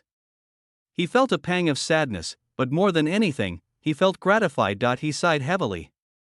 Father knows. Remembering what Liu Yang had said before, Ludashi said, "If you want to get some of the mixed grains that the family exchanged before, then go ahead and get some." Liu Yang nodded. "Thank you, father." After chatting for a while, Liu Yang noticed that Ludashi still seemed a bit dazed, and realized that his words had probably had a huge impact on Ludashi. Thinking of this, Liu Yang was also worried about letting Ludashi go back alone. He escorted Ludashi directly to the city gate. After Ludashi got on the ox cart and left the city gate, Liu Yang turned around and went back to the school. Back in his room, Liu Yang sat at his desk, intending to write down the recipe for brewing wine from mixed grains that was in his mind. He definitely won't be able to help much with these things when the time comes. The only solution is for my family to work harder. Previously, the grains that my family switched to were mostly beans, millet, and mixed flour. There was still some rice left. Liu Yang thought for a moment and decided to start with this millet valley. After the husk is removed, millet becomes millet. Liu Yang had eaten this millet before, and it tasted like millet. Using this stuff to brew wine should be feasible. You can buy yeast at a general store. As for how to brew wine from this millet, Liu Yang began to recall that his father had taken him to the winemaking place before. Although most of the wines are machine brewed, they are not much different. Besides, he had watched quite a few winemaking videos before. By considering both sides of the Liu family's situation, we should be able to come up with a brewing plan suitable for the Liu family. Thinking of a method for brewing millet wine, Liu Yang began to wash the millet thoroughly, soak it for at least 8 hours, and then steam it. Liu Yang was so engrossed in writing that he didn't even notice Sun Yuanqing and Feng Baolai entering the room. Seeing how focused Liu Yang was, Sun Yuanqing and Feng Baolai didn't disturb him. After putting down what they had brought back, they took their books and went to the classroom. When Liu Kai returned, Liu Yang had already written down the brewing recipe. After exchanging greetings, Liu Yang began to think again. The temperature is relatively high now, so it will ferment in 5 to 7 days. However, the longer the fermentation time, the higher the alcohol content will be, and the less sweet it will be. Considering that most of the wines in Jingqiao are fermented wines with an alcohol content of no more than 20%, Liu Yang put his mind to producing high-proof liquor. Even if fermented wine is stored for a long time, its alcohol content will not be as high as that of distilled wine. Thinking of this, Liu Yang added distilled liquor to the end. Looking at the paper he had written and drawn on, Liu Yang was thinking, or should we just turn it all into distilled spirits? Liu Yang was a little unsure of what to do. After thinking for a moment, he turned his attention to Liu Kai. "Brother Qiheng, do you like to drink?" Liu Kai was taken aback, thinking that Liu Yang was planning to invite him for drinks, but remembering how Liu Yang had been punished by Master Qin to copy the 4 books and 5 classics, he frowned and said, "I don't drink alcohol." Liu Yang smiled and said, "Brother Qiheng, why are you so nervous? I just wanted to ask, if there were high-proof liquors, would you like them?" High-proof liquor? Liu Kai looked at Liu Yang with a puzzled expression and asked, "Strong liquor?" "Well, I guess so." Liu Kai had never tasted this kind of wine before. Upon hearing this, he thought about it seriously for a moment, and then nodded and said, "I think so. It should taste very good." As he spoke, Liu Kai licked his lips, looked at Liu Yang and smiled. "Brother Feng, do you perhaps possess such a wine?" Liu Yang didn't nod, but just smiled and said, "It should be available soon."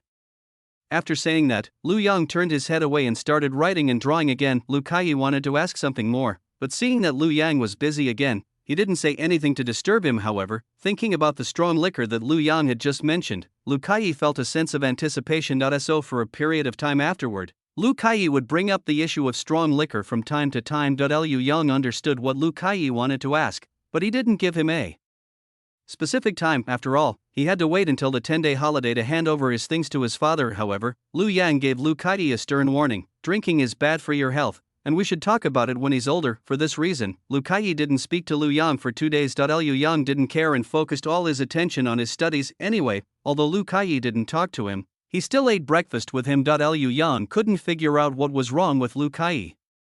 Either that day Liu Yang was reading in his room when he overheard Lu Kaiyi and the other two discussing going out for fun during the 10-day holiday. Liu Yang didn't mind, since he had other things to do later. At this moment, Lu Kaiyi spoke up. "Brother Wei Fong, are you going or not?" Lu Yang was taken aback, looked up at Lu Kaiyi and the other two, and asked in confusion, "Where are you going?"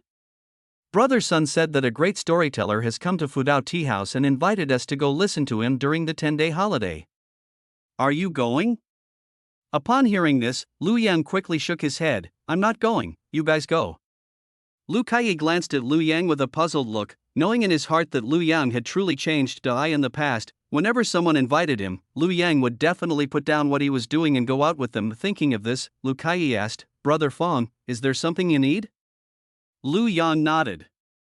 "There are some things.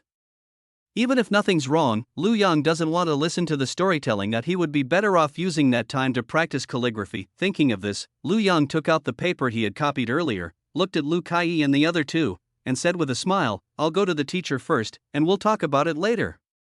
With that, Lu Yang walked out. Lu Kaiyi and the other two looked at Lu Yang's departing figure and exchanged surprised glances. Sun Yuancheng pointed at Lu Yang's figure and asked curiously, "Why does it feel like Brother Fong is a completely different person?" Lu Kaiyi has a deep understanding of this. Liu Yang was unaware that Lu Kaiyi and the others were discussing him. He was currently in Qin Fuzi's courtyard with the papers he had been punished to copy earlier. It took him about a month to copy these books. Tomorrow is the 10-day holiday, so Wang Feng and the others should have already delivered the copied papers to Master Qin. With this in mind, Lu Yang began to request an audience with Master Qin. A moment later, Master Qin's servant came over and invited Lu Yang in. After thanking him, Lu Yang stepped inside. Master Qin glanced at Lu Yang, then continued playing chess with himself, holding the white pieces. Liu Yang glanced at it and quickly bowed to the teacher. "What's up?" Chapter 32 Plans. Upon hearing this, Lu Yang knew that the master was still angry. He quickly handed over the paper in his hand, saying, reporting to the master, "I have finished copying the books you requested." Master Qin gave a faint put down the white pieces in his hand, and then reached out to take the paper to examine it. A moment later, Master Qin put down the papers in his hand, looked at the young man in front of him, and said coldly, "Do you know what you did wrong last time, Nu?" Without saying a word, Lu Yang admitted his mistake. Admitting your mistakes will never cause any trouble. He glanced at Master Qin and began to reflect. "I shouldn't have been so narrow-minded. I followed my brother and his group to Zui Chun Feng just to get revenge on them." Upon hearing this, Master Qin glanced at Lu Yang. Anything else? Besides, Lu Yang looked at Master Qin with a puzzled expression, not quite understanding what Master Qin wanted him to say. However, instead of letting his mind wander, Lu Yang decided to ask Master Qin directly. "I am dull-witted, please enlighten me, Master." Lu Yang knew that Qin Fuzi would be angry if he said that, so he simply put on a more obedient expression. Master Qin turned to look at Lu Yang, and after a moment said, "You can come to me if you need anything, but you must not neglect your studies." Upon hearing this, Lu Yang immediately understood. Reporting to the master, "My brother and his family still owe me several taels of silver." Master Qin was taken aback. After glancing at Lu Yang, he said, "I know. I'll give you a heads up later." Lu Yang quickly thanked him. "Thank you for your help, Master." Lu Yang was so well behaved that Qin Fuzi's anger subsided. He looked at Lu Yang and nodded his chin toward the chair next to him. "Please sit down." Lu Yang quickly walked over and sat down. He knew that his master wanted to talk to him about something. Master Qin picked up the chess pieces from the board and put them back into the chess jar one by one, asking, "Are you having any difficulties with your studies right now?" Lu Yang shook his head honestly. Reporting to Master, "I feel fine and have not encountered any perplexing problems." Master Qin paused for a moment, then nodded. "That's good. I've already told you about the previous county examination, so you don't need to be nervous. There are still 2 years until the next county examination, so you should study hard during these 2 years. With your knowledge, passing the county examination should not be difficult. The difficulty lies in your mindset. As he spoke, Master Chin's tone turned serious. It was because you couldn't calm your mind that you failed the county examinations twice before. Take this time to adjust your mindset. The student understands. Master Chin was right about the original owner's flaws, but Lu Yang didn't have those flaws. However, Lu Yang didn't say anything, since Master Chin was only trying to help him. The two chatted for a while, focusing on their feelings. Seeing that Lu Yang remained obedient and attentive throughout, Master Chin found himself unable to continue speaking for some reason. He frowned slightly and said, "All right, you can go now. If you encounter any problems, come find me." "Thank you, Master." Lu Yang slowly retreated, and after helping Master Chin close the door, his expression became very calm. Liu Yang squinted at the dazzling sun in the sky, then looked away and returned to his room. The next morning, Lu Kai, Sun Yuansheng, and Feng Baolai went out. Liu Yang was practicing calligraphy in his room, planning to wait in front of the school gate later so that his father wouldn't have to wait outside for too long. Just then, Wang Feng's voice rang out from outside the dormitory. Liu Yang raised an eyebrow, thinking about what he had said to his teacher yesterday, put down his pen and went out. Liu Yang glanced at Fan Pingru, who was standing far away to the side, and looked at Wang Feng and Yu Tao in front of him, asking in confusion, "Brother Wang, what brings you here today?" Wang Feng glanced at Lu Yang, his expression complex and embarrassed. "I still owe you some money, and I'm here to pay it back." As he spoke, Wang Feng handed the loose silver in his hand to Lu Yang. Liu Yang didn't say much and simply accepted the money. Yu Tao and Fan Pingru also gave Lu Yang a tael of silver. Knowing their relationship with Lu Yang, Wang Feng and his two companions gave him the money and left. Watching the backs of Wang Feng and the other two, Lu Yang calmly put away the silver in his hand.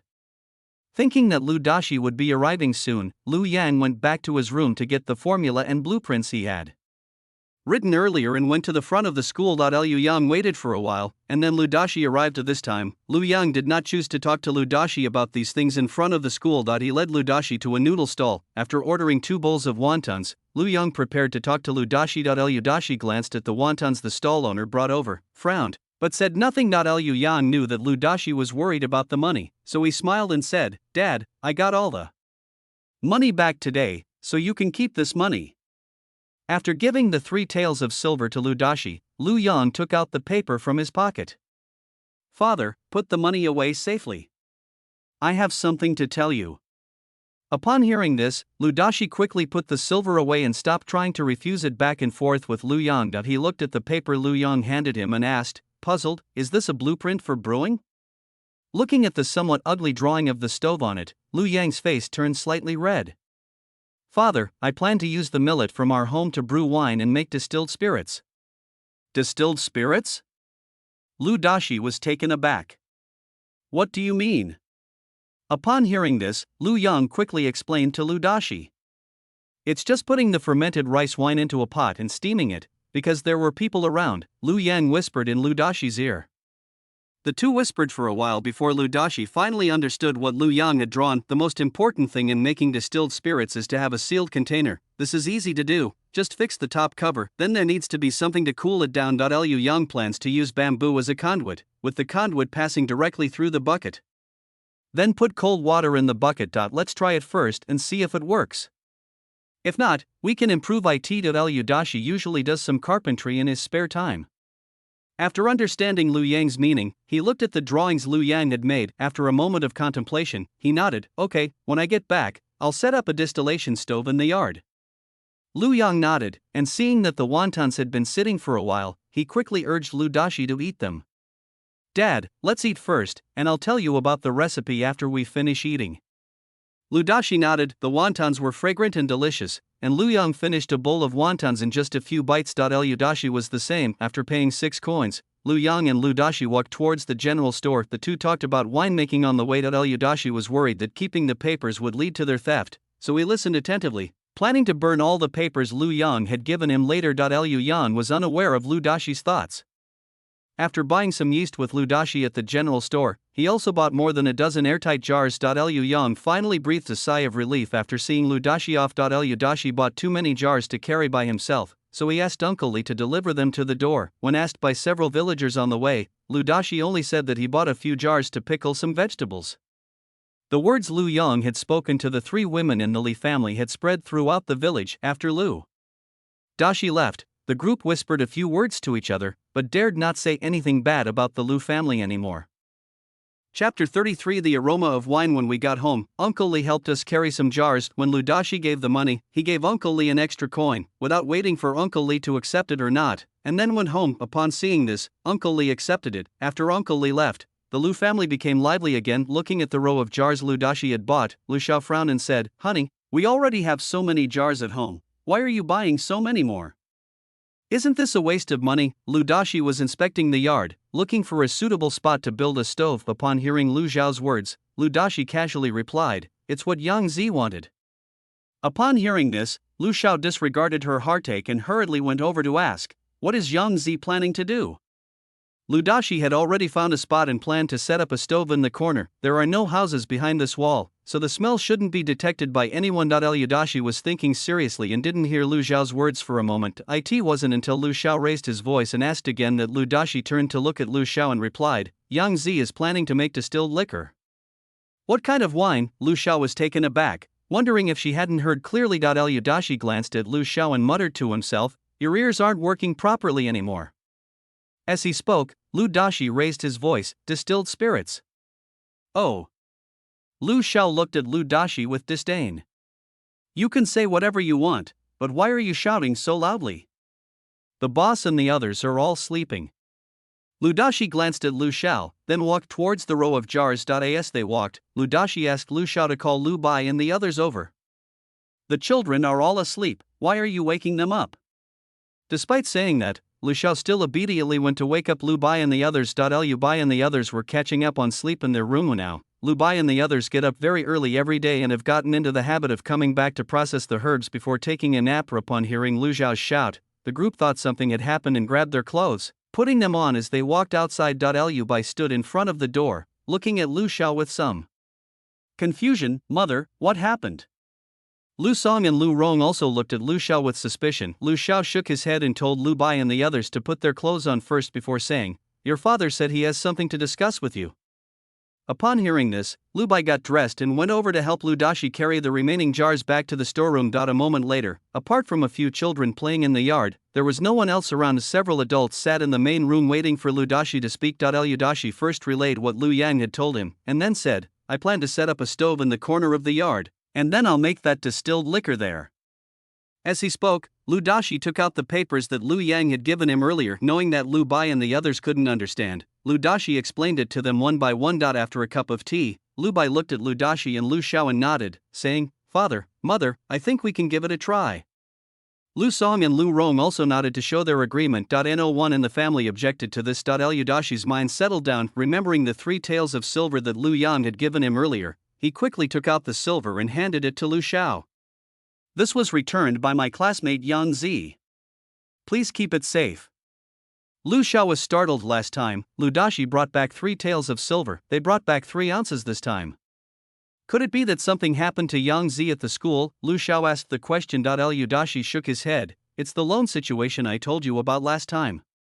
Upon hearing this, Lu Xiao put the silver away with peace of mind. Zhao Liwa, Li Jing, and Zhou Xuanfang glanced up at the 3 of them, then continued with their embroidery. After seeing that Lu Bai and the others understood, Ludashi said, "Let's not delay, let's start today and get the things in the corner out first." There was a pile of dry firewood in that corner. We need to move this firewood to another place first. Remembering what Lu Yang had said about fermenting first, Ludashi looked at Lu Xiao. "Honey, get some millet out and soak it first. We'll steam and ferment it tomorrow." Fermentation takes several days, they can use this time to get the rest done. Lu Xiao nodded. Ludashi then looked at Lu Bai and the other 2 and instructed them, "Second brother and third brother, go out and find some stones. Eldest brother, help me set up the stove." "Good." The Lu family began to get busy. Before we knew it, it was July 10th. Lu Yang packed his things early in the morning, said goodbye to Lu Kai and the other 2, and then went to the butcher shop to buy some fatty meat and pork belly. Along the way, I also bought some sweet pastries for Taidan and the others. He doesn't have much money on him right now. Most of the money went to buying pens, ink, and paper. Now I only have 8 coins left in my pocket. As Lu Yang rode the ox cart home, he was still thinking about the situation at home. I have no idea what the house looks like now. 10 days have passed now, and if the stove has been set up at home as he previously mentioned, then he can make the distilled liquor when he goes back this time. With these thoughts in mind, The oxcart soon arrived at Date Village. When Lu Yang arrived at his house, the front door was tightly closed, and he could not hear anything coming from inside. He took 2 steps back, looked up at the courtyard in front of him where white smoke was rising, and thinking of a certain possibility, he quickly called out, "Father, Mother, I'm back." Lu Xiao was watching the drinks being served when, amidst the crackling of the firewood, he faintly heard Lu Yang's voice. She paused for a moment, then suddenly slapped her thigh. "I forgot today is a holiday." As she spoke, Lu Xiao jogged to open the door. Lu Dashi and Lu Bai, who were standing nearby, turned to look at the gate. After a few seconds of stunned silence, they realized what was happening. "Oh dear, Yangzi told me last time that he would be back in early October, but I was so busy that I forgot." Lu Dashi quickly put down the firewood in his hand, clapped his hands clean, and got up to walk towards the gate. Liu Yang had already followed Lu Xiao inside. Upon seeing Lu Dashi, Lu Yang smiled and said, "Father, Mother said you've already made a jar of wine?" Upon hearing this, Lu Dashi grinned. "There is 1 jar." As he spoke, Lu Dashi glanced at the basket on Lu Yang's back. "Put the basket down first. There's some distilled liquor there from this morning. Go check it out later, okay? Good."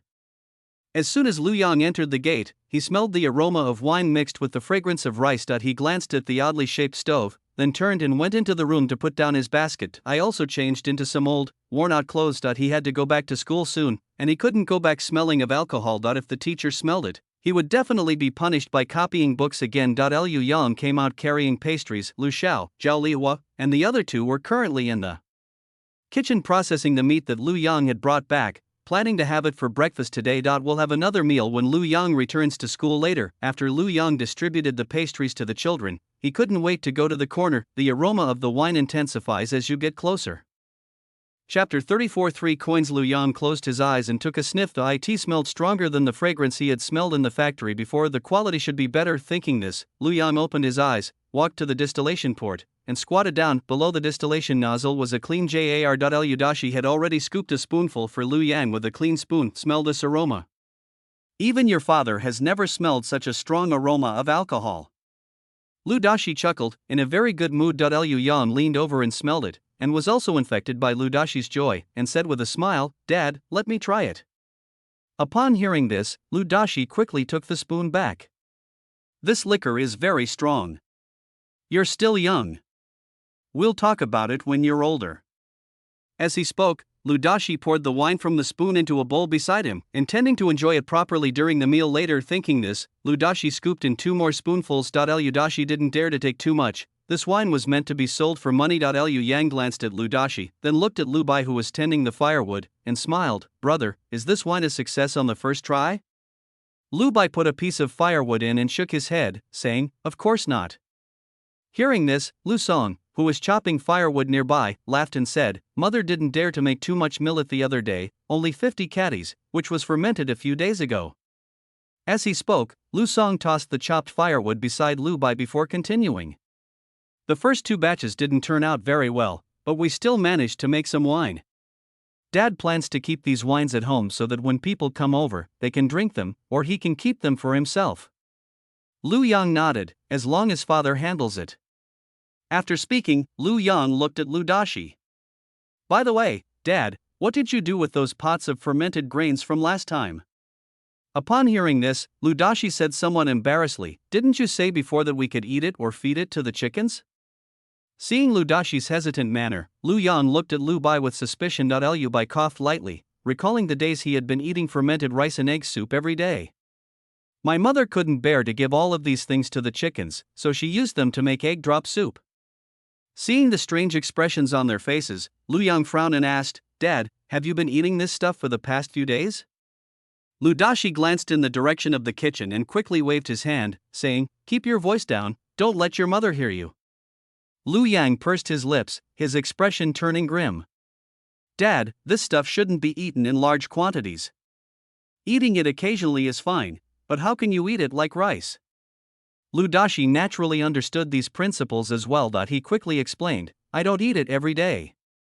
I only ate it for a few days." Lu Bai added from the side, "Mother divided the fermented grains into several large portions and had your sister-in-law and the others take them back to their parents' home." As for whether they were eating it or feeding the chickens or something, Lu Bai had no idea. Upon hearing this, Lu Yang breathed a sigh of relief. That's good. Speaking of fermented rice and egg soup, Lu Yang looked at the steaming pot in front of him. After thinking for a moment, he suggested, Dad, brother, how about we make this wine lees into a sweet wine and egg soup and sell it in the county town? In this way, they can get rid of all that lees. Upon hearing this, Lu Bai, and the others thought it was a good idea. I just don't know if anyone will buy it. Seeing the hesitation on their faces, Lu Yang smiled and said, give it a try. We only have a few chickens at home anyway, or we can raise more. Lu Yang then gave Lu Dashi and the others a suggestion. These lees are also grain, and Lu Dashi really didn't want to waste them. Moreover, that fermented rice soup with eggs was indeed quite delicious, with a faint hint of alcohol. With eggs and rice, someone will definitely come to buy it. That's the price. Lu Dashi looked at Lu Yang and asked, Yangzi, you said before that you could add some sugar or salt. Your mother added sugar for the first time.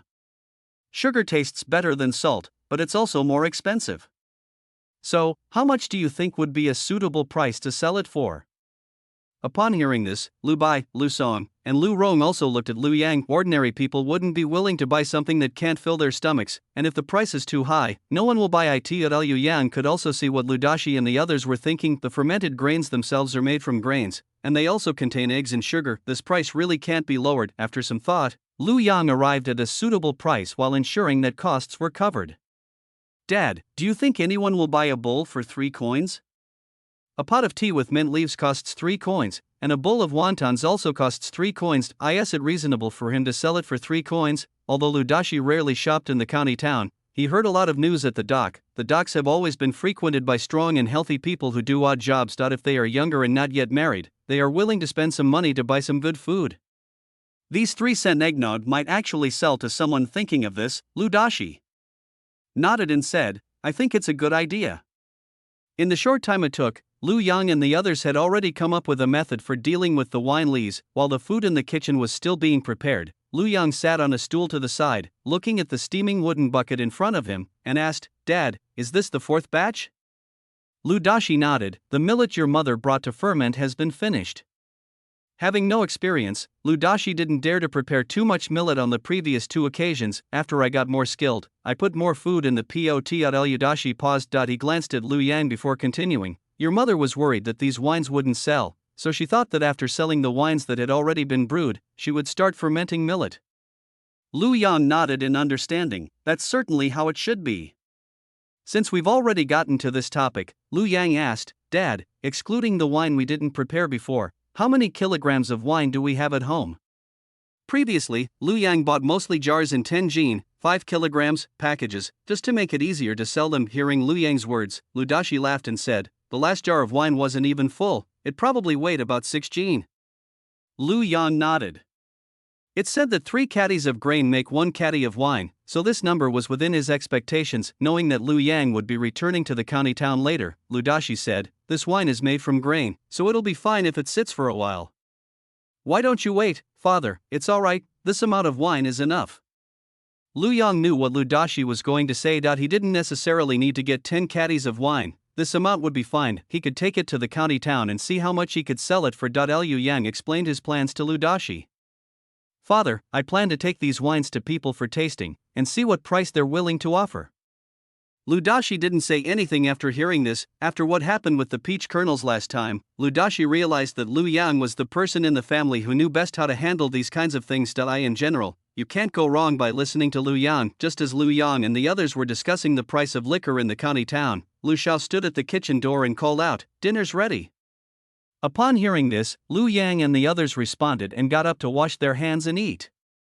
Chapter 35. What is my little brother thinking? Lu Xiaoyan thought that Lu Yang rarely came home, so this time she cooked mixed grain rice. It contains beans, millet, and rice. Lu Xiao also added a spoonful of lard to it. It smells delicious. Lu Yang thoroughly enjoyed his meal. After the meal, Lu Yang sat lazily in the courtyard tending to the stove burning firewood, but his heart was heavy. He can only come out on holidays now. If he wants to come out at other times, he has to ask his teacher for permission. Too many times will also arouse the dissatisfaction of the teacher. If possible, Lu Yang wanted to take advantage of today to handle the follow-up matters. Lu Dashi and the others will just need to be responsible for transporting the wine over. Just then, Lu Yang saw Lu Dashi take a bowl out of the kitchen. At this moment, Lu Bai and the others also brought out the wine jars from the room. Liu Yang pushed the firewood at the stove. He clapped his hands, got up, and walked to Lu Daxi's side.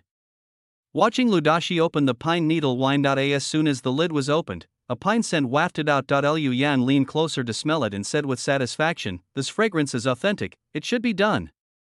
Lu Daxi was also happy that the pine needle wine was brewed. He used a clean spoon to scoop out some of the wine. The liquor is amber in color, which looks very appealing. Liu Daxi smelled it, then took a small bite. After nodding, he prepared some more for Lu Bai, Lu Song, and Lu Rong to try. All three of them looked satisfied. Liu Yang looked at the group and asked curiously, "Dad, eldest brother, second brother, third brother, how does it taste?" They all nodded in agreement, seemingly still savoring the moment. Liu Yang felt a little itchy as he smelled the fragrance. He glanced at the bowl Lu Daxi was holding, his face showing a fawning expression. "Dad, this pine needle wine is a medicinal wine. It's good for your health. The wine flavor isn't strong either. Can I have a small sip?" Lu Yang gestured with his finger to indicate to Lu Daxi that he really only tasted a tiny bit. Liu Daxi's mouth still smelled strongly of pine. He glanced at Lu Yang, his eyes thoughtful. "This pine needle wine has a smooth taste and a subtle sweetness due to the addition of sugar during fermentation." After listening to Lu Yang's words and thinking for a moment, Lu Daxi scooped half a spoonful of pine needle wine for Lu Yang. Liu Yang downed it in one gulp. "This pine needle wine is brewed with spring water from the mountains. The wine flavor is not strong, but the mouth is filled with the fresh aroma of pine. It tastes pretty good." Liu Yang licked his lips and smiled. "The taste is not bad.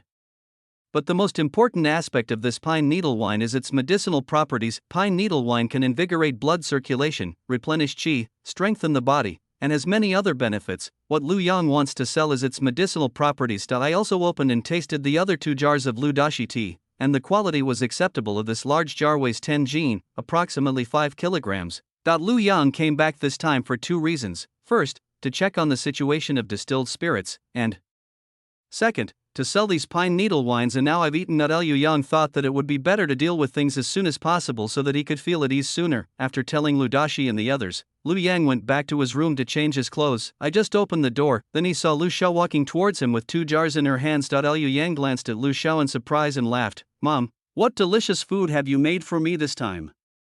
As Lu Xiao walked toward Lu Yang's room, she replied, "I was thinking of making you another meal later, but your father said you're going back to the county town soon."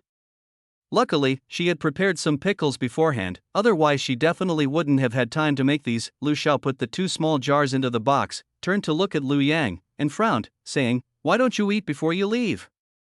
He rarely comes back, and without saying much, he has to leave again." Lu Xiao felt a strange mix of emotions. Liu Yang walked over and patted Lu Xiao on the back. "Mother, I'll come back next time I have a 10-day holiday. This time I have something to do, so I'll go over early to exchange these pine needle wines for silver, so you can rest assured sooner." Upon hearing this, Lu Xiao sighed. "Mother knows." While Lu Yang was changing clothes in his room, Lu Rong went to tell Uncle Li. After Uncle Li finished eating, drive the ox cart to their doorstep. After an incense stick had burned, Uncle Li arrived in his ox cart. After saying a few words of advice to Lu Yang, Lu Xiao took out a tael of silver from his purse and gave it to Lu Yang. Liu Yang did not refuse and accepted the gift after thanking him that he had no money, but he might need it once he got to the county town. It's more reassuring to have Lu Daxi and Lu Bai had already moved the 4 wine jars onto the car and placed them there. Upon seeing this, Lu Yang bid farewell to his family. Since Lu Yang couldn't carry so many wine jars by himself, Lu Bai and Lu Song would go with him to the county town. The 3 of them got into the car and sat down. Lu Xiao gave Lu Bai 200 coins, gave the others a few more instructions, and then told them to go and come back soon. Uncle Li tugged on the reins, and the ox cart slowly began to move. The villagers are still eating at home, and they didn't encounter any villagers when the ox cart came out. The ox cart arrived in the county town at noon. Uncle Li saw that it was almost time, so he decided to wait in the county town to avoid having to come back again. After thanking Uncle Li, the 3 headed toward the tavern that Lu Yang had pointed out. Liu Yang planned to go to these taverns first to see if he could sell the 3 jars of pine needle wine. If all else fails, he'll ask around. Elsewhere, there are always more solutions than problems. It just takes a little more time. Lu Bai and Lu Song didn't understand these things either, so they couldn't give Lu Yang any advice. The 2 of them rarely bought anything in the county town before. Not to mention going out to do business with people. It's good enough that the 2 of them aren't nervous when Lu Yang is negotiating business with others. Liu Yang was holding a half-full jar of baijiu in his hands. Liu Bai was holding 2 jars of pine needle wine, While Lu Song was holding one jar, the three of them took turns carrying it, so it wasn't too tiring. Liu Yang led Lu Bai and Lu Bai to 3 taverns. He discovered that the prices at the tavern were about 1 or 2 taels of silver lower than what he had previously inquired about. At this moment, the three of them were standing on the street. People were coming and going around. Liu Yang glanced at the tavern behind him, then lowered his head and began to ponder. He could understand what these taverns were doing, but he didn't intend to sell it at the tavern. Pine needle wine can also be considered a medicinal wine. If all else fails, he can go and take a look at Huanchentang. After making up his mind, Lu Yang led Lu Bai and Lu Song forward. If he remembered correctly, there was a restaurant ahead. It's a medium-sized business, but I'd like to go check out this liquor. Liu Yang was so engrossed in his thoughts that he didn't notice the expressions on Lu Bai's and Lu Song's faces. Liu Bai glanced at Lu Yang, who was walking ahead of him. Turning to look at Lu Song, she saw that Lu Song also looked deep in thought. After thinking for a moment, Lu Bai said, "Second brother, what do you think I'm thinking about?" Lu Bai thought a jar of wine for 1 tael of silver was already quite good. Some people even offered a jar containing about 1.5 ounces, but Lu Yang just wouldn't budge. Liu Bai was somewhat puzzled, however. While Lu Yang was talking to the tavern owner, he did not express his own thoughts. Chapter 36. The shopkeeper needed good wine, so I came. Liu Song snapped out of his daze, glanced at Lu Yang, and then turned to look at Lu Bai. "Big brother, I think listening to your younger brother is the right thing to do. The fact that the price of this wine could rise from 1 ounce to 1.5 ounces indicates that there is a lot of markup involved." Even if Lu Song had never done business with anyone, one could also see a hint of determination in Lu Yang's calm expression. After thinking for a moment, Lu Song emphasized, "Big brother, now that I've figured it out, we'll just listen to him." Last time, Lu Song learned something from the peach kernel incident. Sometimes, it's necessary to give up some benefits. You might get unexpected rewards. This time, Lu Song was also able to learn something from Lu Yang's unyielding attitude. That's business. It's a matter of mutual consent. What shouldn't be compromised should not be compromised. Thinking this, Lu Song quickened his pace. Liu Bai listened to Lu Song's words and slowly stopped walking, looking at his 2 younger brothers ahead. Lu Bai seemed to understand something. After a cup of tea, the three arrived at the entrance of the Cloud Pavilion. The restaurant's main entrance is decorated in a very grand style. The doors and windows are decorated with cloud patterns, which gives them a unique charm. The 4 large characters "Yun Jian Restaurant" on the signboard are written in a very elegant and flowing style. It must have been specially commissioned to be written. Liu Yang withdrew his gaze from the scrutinizing gaze. He stood in front of the door and looked inside, a thoughtful look flashing in his eyes. He took a few steps back and turned to look around the Cloud Pavilion. There weren't many customers at the Cloud Pavilion, which was somewhat different from the original owner's memories. However, after seeing the newly built large restaurant opposite the Cloud Pavilion, Lu Yang understood. In just a few glances, people were coming and going from the Mingyue restaurant across the street. He stood in front of the Cloud Pavilion for so long, but didn't see a single person. Liu Yang immediately understood the predicament of Yun Jian Restaurant. However, this suited him perfectly. Liu Yang's eyes were filled with a smile. After glancing at the Mingyue restaurant, he asked Lu Bai and Lu Song to go inside with him. Liu Bai and Lu Song exchanged a glance, but neither asked Lu Yang why he chose this restaurant with few customers. As soon as Lu Yang entered, he saw the restaurant manager lazily fiddling with an abacus. Even the waiter looked listless. However, once you're in, you're a guest. Liu Yang and his 2 companions were still warmly welcomed by the waiter and taken to their seats. The waiter glanced at the wine jar Lu Yang was holding, then at Lu Bai and Lu Song. A sense of unease crept into my mind. Can you bring your own drinks to a restaurant? However, since it was rare for guests to arrive at the restaurant, the waiter still perked up and asked Lu Yang and the other 2 questions. "Gentlemen, are you here for a meal or for drinks?" Lu Yang glanced at Lu Bai and Lu Song, and saw that both of them shook their heads. So he made the decision himself. "Waiter, do you have any signature wines in your restaurant?" Upon hearing this, the waiter's face immediately lit up with a smile, and his eyes gleamed with pride. "Speaking of our restaurant's signature wine, you've come to the right place." As he spoke, the waiter started counting on his fingers. "Our restaurant has bamboo leaf green tea and xianghuadu." The waiter was getting into his story when he saw the young man in front of him curl his lips into a smile. "Your restaurant has so many signature wines, why are there so few customers?" The waiter was speechless. Killing someone without killing their spirit. This person's words are truly a case of killing someone's spirit without shedding blood. Seeing the waiter's unpleasant expression, Lu Yang explained, "Waiter, could you please invite your manager over? I have something I'd like to discuss with him." The waiter frowned and said, "Our manager is very busy and doesn't have time to see you." If you're here looking for trouble, you can go to the restaurant next door. As the waiter spoke, he turned and prepared to leave. Liu Yang smiled and said, "Wait a moment, waiter. I really have something to discuss with your manager." Liu Yang glanced at the restaurant manager who was looking in their direction. He gently patted the wine jar on the table and said with a faint smile, "Look, I even brought the wine jar over here. Naturally, I want to help your manager." Liu Yang glanced at Lu Song. Liu Song was taken aback, thought for a moment, and then leaned closer. A few seconds later, Lu Song got up with the silver and hurriedly walked out. Liu Bai only vaguely heard a few words, but he didn't leave because the waiter was still there, fearing that it might ruin Liu Yang's plans. He didn't ask Lu Song what he was going to do. Xiao glanced at Lu Song's departing figure with a puzzled look, thinking about what Liu Yang had said before. He glanced at the several jars of wine on the table with a mixture of belief and doubt. After thinking for a moment, the waiter turned and walked towards his manager. "Manager, that man is a bit strange. He said he could help our restaurant out." The waiter pointed to Liu Yang's table and whispered to his manager what Liu Yang had told him earlier. Not a single word was missed. Manager Wu stopped using the abacus, glanced at Liu Yang's table, and then asked the waiter, "Where did the other person go?"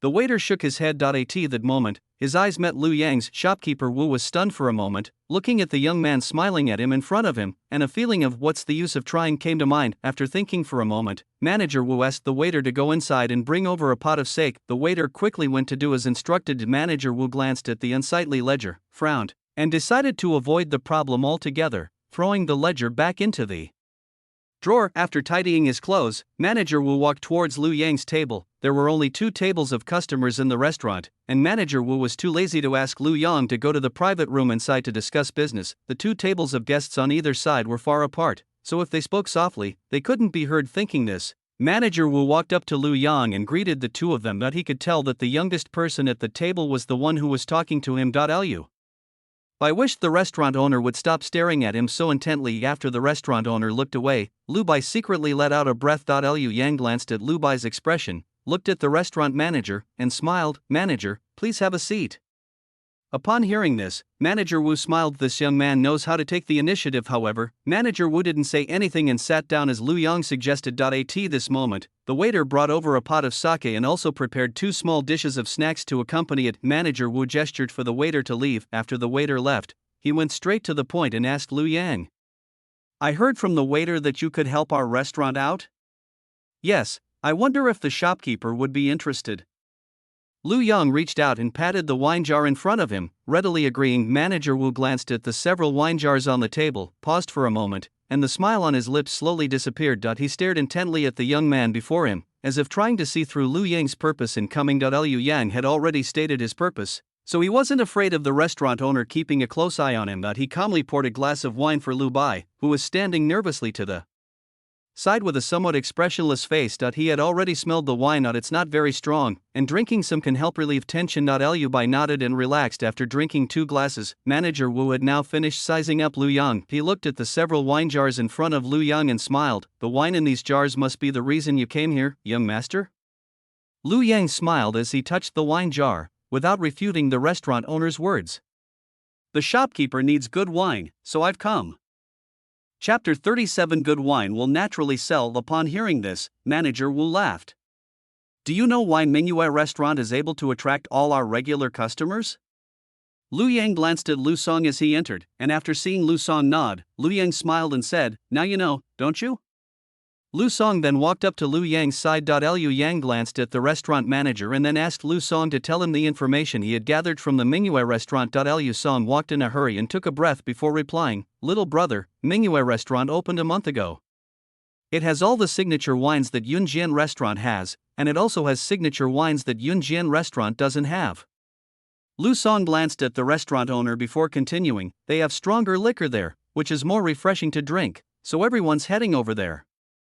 As he spoke, Lu Song let out a burp. He went to Mingyue restaurant and ordered a pot of their signature wine. Time was of the essence, so Lu Song only took a careful sip of the first bite before gulping down the rest. Since he had already spent money, Lu Song didn't want to waste it. At this moment, Lu Song could feel his face starting to burn, but he knew he wasn't drunk. After explaining everything he knew, Lu Song sat down and Manager Wu's expression turned rather unpleasant at this moment. However, it wasn't because of Liu Yang and the others, but because of what Lu Song said. If it weren't for the fact that Mingyue restaurant had an extra signature wine compared to theirs, their restaurant wouldn't have ended up like this. Liu Yang glanced at the shopkeeper's expression. He waved to the waiter to bring him a pot of hangover tea. Liu Yang then smiled at the innkeeper and said, "Don't worry, innkeeper. No matter how refreshing the wine at Mingyue restaurant is, can it be as refreshing as the wine I brought?" As he spoke, Lu Yang directly placed the bowl in front of him in front of the shopkeeper. Liu Yang had never used this bowl before, so placing it in front of the shopkeeper didn't feel like much of a burden. Manager Wu glanced at Lu Yang but didn't say anything. His attention had been drawn to the wine jar that Lu Yang was holding. The lid of the wine jar was opened. A faint aroma of rice wine wafted out, persistently wafting into his nostrils. Manager Wu quickly closed his eyes and took a good sniff. Seeing the restaurant owner's subconscious action, Lu Yang knew that he didn't need to say much more. He poured half a bowl of wine into the bowl. Manager Wu felt the aroma of the wine growing stronger and stronger. He quickly opened his eyes, and a bowl appeared before him. Liu Yang smiled innocently, holding the bowl. "Would you like to try some, sir?" Manager Wu calmed his racing heart and suddenly felt a little nervous looking at the clear wine in front of him. He nodded solemnly and took the bowl from Lu Yang's hands. If the boy was lying to him, then this bowl of wine was their savior in the restaurant. Liu Yang glanced at the restaurant owner's slightly trembling hands. "I don't know what I'm thinking, my eyes are full of nostalgia." His father used to get so excited when he encountered good wine that his hands would tremble. What a pity. As soon as the wine entered his throat, Manager Wu exclaimed in surprise. The drink was a bit strong. His throat felt warm now. My body is slowly getting warm. He quickly took another sip. He drank the sip a little slower than the last. He wanted to savor the taste of this wine. The liquor was sharp and refreshing, with a subtle rice aroma. It was truly invigorating. Before he knew it, Manager Wu had finished the half bowl of wine. He slammed the bowl down, a smile spreading across his face. Happy. All the recent misfortunes and dissatisfactions seemed to have been swallowed up with this half bowl of wine. Manager Wu felt a surge of pride rising in his heart, and his chest felt warm. Looking at the blush on Manager Wu's face, Lu Yang chuckled and said, "Is the manager perhaps drunk?" Upon hearing this, Manager Wu waved his hand and laughed. He wouldn't be drunk. "It's just a matter of 3 or 4 sips of wine. How could you get drunk so easily?" Manager Wu felt very clear-headed. His mind was racing. "I am much more clear-headed than before." He glanced at the wine jar in front of Lu Yang, then lowered his head and thought for a moment. Then he looked up at Lu Yang and asked, "Does your family brew wine, young master?" "What do you think, shopkeeper?" Lu Yang smiled but did not give a detailed answer to the shopkeeper's question. Shopkeeper Wu knew that the young man in front of him was on guard against him. However, Manager Wu genuinely wanted this wine. The person in front of them had come to their restaurant, presumably also to sell this wine. After thinking for a moment, Manager Wu said, "My surname is Wu, and my given name is Lu Dao. May I ask how you should address me, sir?" Lu Yang cupped his hands and smiled. "Shopkeeper, you can just call me Fong." Lu Yang wasn't afraid that Manager Wu would find out about his family's situation, but he still had to maintain a certain attitude. He didn't want anyone to come to his house and cause trouble. Manager Wu understood what Lu Yang meant. After all, he had also come into contact with many complicated people. He glanced at the several jars of wine on the table. "Brother Wei Fong, I suppose you also want to sell your liquor. How about this, Brother Wei Fong? You name your price, and if it's reasonable, we can discuss it further." Lu Yang knew that Manager Wu wanted to take control of the situation, but how could Lu Yang possibly let Manager Wu take the initiative? He laughed and said, "Manager Wu has tasted the wine, so he naturally knows how it tastes." Shopkeeper Wu smiled but didn't say anything. Even if he truly believed that this wine was unique, he couldn't reveal it in front of the young man. Liu Yang didn't expect Manager Wu to agree with him. He continued, "I won't cheat the shopkeeper on this wine. It's 10 taels of silver." Shopkeeper Wu was taken aback, not expecting the young man to want to ask for an exorbitant price. He's a very polite person, but he's got quite a big mouth. Manager Wu's expression darkened slightly. Liu Yang looked at Manager Wu's expression and smiled faintly. "Don't be angry, shopkeeper. I still have something to say." Upon hearing this, Manager Wu's expression gradually relaxed. However, there was still a hint of wariness and distrust in his eyes. However, even if Lu Yang saw it, he didn't really care. He poured another half bowl of wine for Manager Wu. The shopkeeper knows this is good wine, and good wine will naturally sell.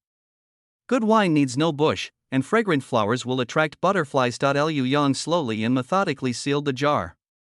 "If Manager Wu misses me, that's Manager Wu's loss.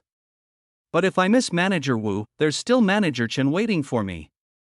Seeing that Manager Wu's face turned white and then Liu Yang chuckled and said, "Don't be angry, shopkeeper. I only said this to let you know the quality of this wine. As he spoke, Lu Yang placed the half bowl of wine in front of Manager Wu. His father used to take him to those banquets often. After seeing a lot, Lu Yang learned some negotiation skills. He looked at Manager Wu and gestured for him to drink. Manager Wu touched the rim of the bowl but did not pick it up. He looked into Lu Yang's eyes and, after confirming that the young man was not joking, his attitude became serious. After thinking for a moment, Manager Wu cautiously spoke. Brother Fong, you see, 10 taels of silver for a jar of wine is really too expensive. Our restaurant is probably. Upon hearing this, Lu Yang smiled. Shopkeeper, I never said that 10 taels of silver was the price of a jar of wine. Manager Wu was taken aback, then overjoyed. What does Brother Fong mean? Could it be the one he's thinking of? Looking at Manager Wu's somewhat uneasy expression, Lu Yang smiled and said, with these 10 taels of silver, I can guarantee that the wine we brew will be supplied exclusively to Yunjian restaurant for 1 month. The Lu family only has one distillation stove, so the amount of liquor produced each day is definitely not much. However, if money comes in later, this distilled spirits production scale can be expanded significantly. What he lacks most right now is money. Offering Manager Wu a 1-month guarantee for only 10 taels of silver was a concession Lu Yang had made. Chapter 38. Being illiterate is no good. Shopkeeper Wu was taken aback. A month? From this perspective, 10 taels a month is not expensive. Only, Shopkeeper Wu looked at the young man in front of him. The boy always had a faint smile on his lips, and his eyes were calm and undisturbed. He couldn't discern the boy's inner emotional changes by observing his facial expressions. However, he could discern the grand vision in the boy's heart from his words. This young man's ambitions extend far beyond just their restaurant. However, we should still strive for what we should strive for. Thinking of this, Manager Wu smiled and said, Brother Fong, you've seen the predicament our restaurant is in. This past month, Manager Wu glanced at Lu Yang, a half-smile playing on his lips. I'm afraid that's not enough. Lu Yang looked up at Manager Wu. After a moment of eye contact, Lu Yang smiled and said, a month isn't enough. Shopkeeper, you can suggest a time frame. These things are all negotiable. Upon hearing this, Manager Wu realized that he had fallen into a trap set by the young man. However, he wasn't angry. Instead, there was a hint of appreciation in his eyes. If his unfilial son had half the intelligence of the boy, he wouldn't have to worry so much. Thinking of this, Manager Wu sighed softly. I would prefer that your wine be supplied exclusively to our restaurant. This was something Manager Wu said tentatively. Seeing the boy's lips curl up slightly, Manager Wu knew that the boy would not agree to this. He did not lose heart and continued to test the bottom line of the boy in front of him. I know this idea is a bit naive. How about this, you sign a contract with me, and this wine will be supplied to our restaurant for a year, during which time you cannot. Upon hearing this, Lu Yang interrupted, Shopkeeper, I can't guarantee you a year. Seeing that Manager Wu's lips instantly tightened, Lu Yang placed his finger on the wine jar and tapped it. How about this, the shopkeeper and I are destined to meet. If the shopkeeper agrees, we can continue our discussion within 6 months. Shopkeeper Wu glanced at the two men beside him. Seeing that they really didn't intend to participate in the conversation, they understood the boy's decisive and uncompromising nature. The 1-year period he mentioned earlier was just a test. Now that he has received a 6-month commitment, it's pretty much what he expected, but for some reason, he felt no joy at all. Instead, I felt a strange sense of melancholy. He sighed, alright, 6 months is fine. At 10 taels of silver per month, that would be 60 taels in 6 months. Lu Yang shook his head, Shopkeeper, I never said that 6 months would cost 60 taels. Manager Wu was taken aback, and his brows furrowed instantly. He looked at Lu Yang, trying to keep his tone as calm as possible, but it also inevitably carried a hint of anger. What do you mean by that, Brother Fong? Lu Yang glanced at Manager Wu's somewhat complicated expression, then bent down and took out a writing brush, ink, paper, and inkstone from a box beside him. Manager Wu glanced at the papers Lu Yang had placed on the table but said nothing. Lu Yang didn't write anything down, but looked at Manager Wu and said, this 10 taels of silver is the amount I promised Manager Wu for a 1-month period, while the 6-month period will be at a different price. As he spoke, Lu Yang wrote 2 numbers on a piece of paper and then handed the paper to Manager Wu. Manager Wu was shocked when he saw the 500 taels of silver and 3 taels of silver written on the paper. What is this about Brother Fong? Lu Yang explained, 500 taels for 6 months, the shopkeeper is making a killing. As he spoke, Lu Yang patted the wine jar in front of him. This jar of wine weighs 10 catties. 10 catties of wine sells for 3 taels of silver. Where can you find such delicious and cheap wine, shopkeeper? Shopkeeper Wu's lips twitched, however, after calming down and thinking about it carefully. What the boy said was not wrong. Having run this restaurant for so long, he's seen quite a lot of different kinds of alcohol, but I've never seen such a refreshing and invigorating strong liquor before. Besides, a pound of wine costs 300 coins, so their restaurant can still make a small profit. Manager Wu fell into deep thought.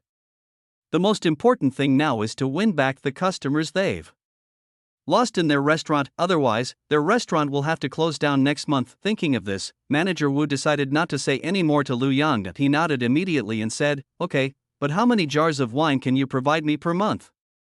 Lu Yang naturally knew that the jar of wine that Manager Wu mentioned was 10 caddies. Thinking about the distillation stove at home, and after receiving the money, how many distillation stoves could be installed at home, and how much millet should be purchased for brewing, etc. Lu Yang cautiously gave a number. "For the first month, I will provide you with 10 jars of wine.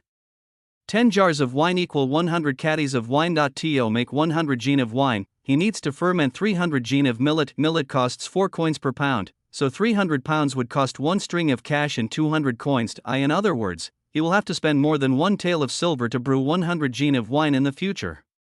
Labor is worthless nowadays. If he signs this contract with Yunjian Restaurant, Lu Yang will no longer have to worry about money, but one must look forward. Lu Yang only signed a 6-month contract with Yunjian Restaurant this time, and after that he can find a few more restaurants to cooperate with. Thinking of this, Lu Yang's eyes narrowed slightly. Manager Wu hesitated for a moment. If their restaurant had been operating at its previous capacity, they would have finished that 100 caddies of wine in a single day. He has to support himself for another month? That won't do. Thinking of this, Manager Wu shook his head and said, 10 jars of wine is too few. Lu Bai and Lu Song, who were standing to the side, were already feeling a little dizzy. "I feel like I'm already drunk. This jar of wine costs 3 taels of silver. If they work hard, they can earn about 10 taels of silver a day. This is something they never even dared to dream of." The two were in a daze. When Lu Yang said that he would only send 10 jars of wine in the first month, both of them felt it was too little. Upon hearing Manager Wu's refusal, the two secretly breathed a sigh of relief. Lu Yang glanced at his 2 older brothers with amusement, then he looked at Manager Wu, thought for a moment, and smiled. "How about this, Manager Wu? Every time you settle the payment for our goods, whatever amount of wine we send over, you just need to give us the money." Manager Wu thought this was a good idea. "Alright, Brother Fong is so straightforward."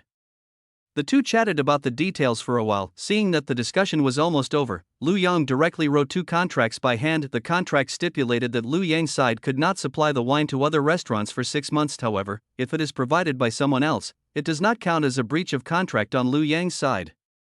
This can be considered as a clause by Lu Yang to prevent others from stealing his skills and then breaching the contract. Lu Yang explained this to Manager It was only written in after Manager Wu confirmed that there were no problems. Another rule is that restaurants must settle all payments for goods in full each time, and cannot delay payment. On Lu Yang's side, the rule was to provide the restaurant with at least 10 jars of wine each month, and guarantee the quality of each jar of wine. The rest are just minor details. After looking at it, Manager Wu signed his name and pressed his fingerprint on it. Lu Yang had Lu Bai sign his name and put his fingerprint on it. Lu Bai can't write, but he can still draw a gourd. Signing one's name stroke by stroke, following Lu Yang's instructions, is not difficult. Lu Yang handed another contract to Manager Wu, and Manager Wu was quite agreeable. He took the contract, checked it once, and put it away.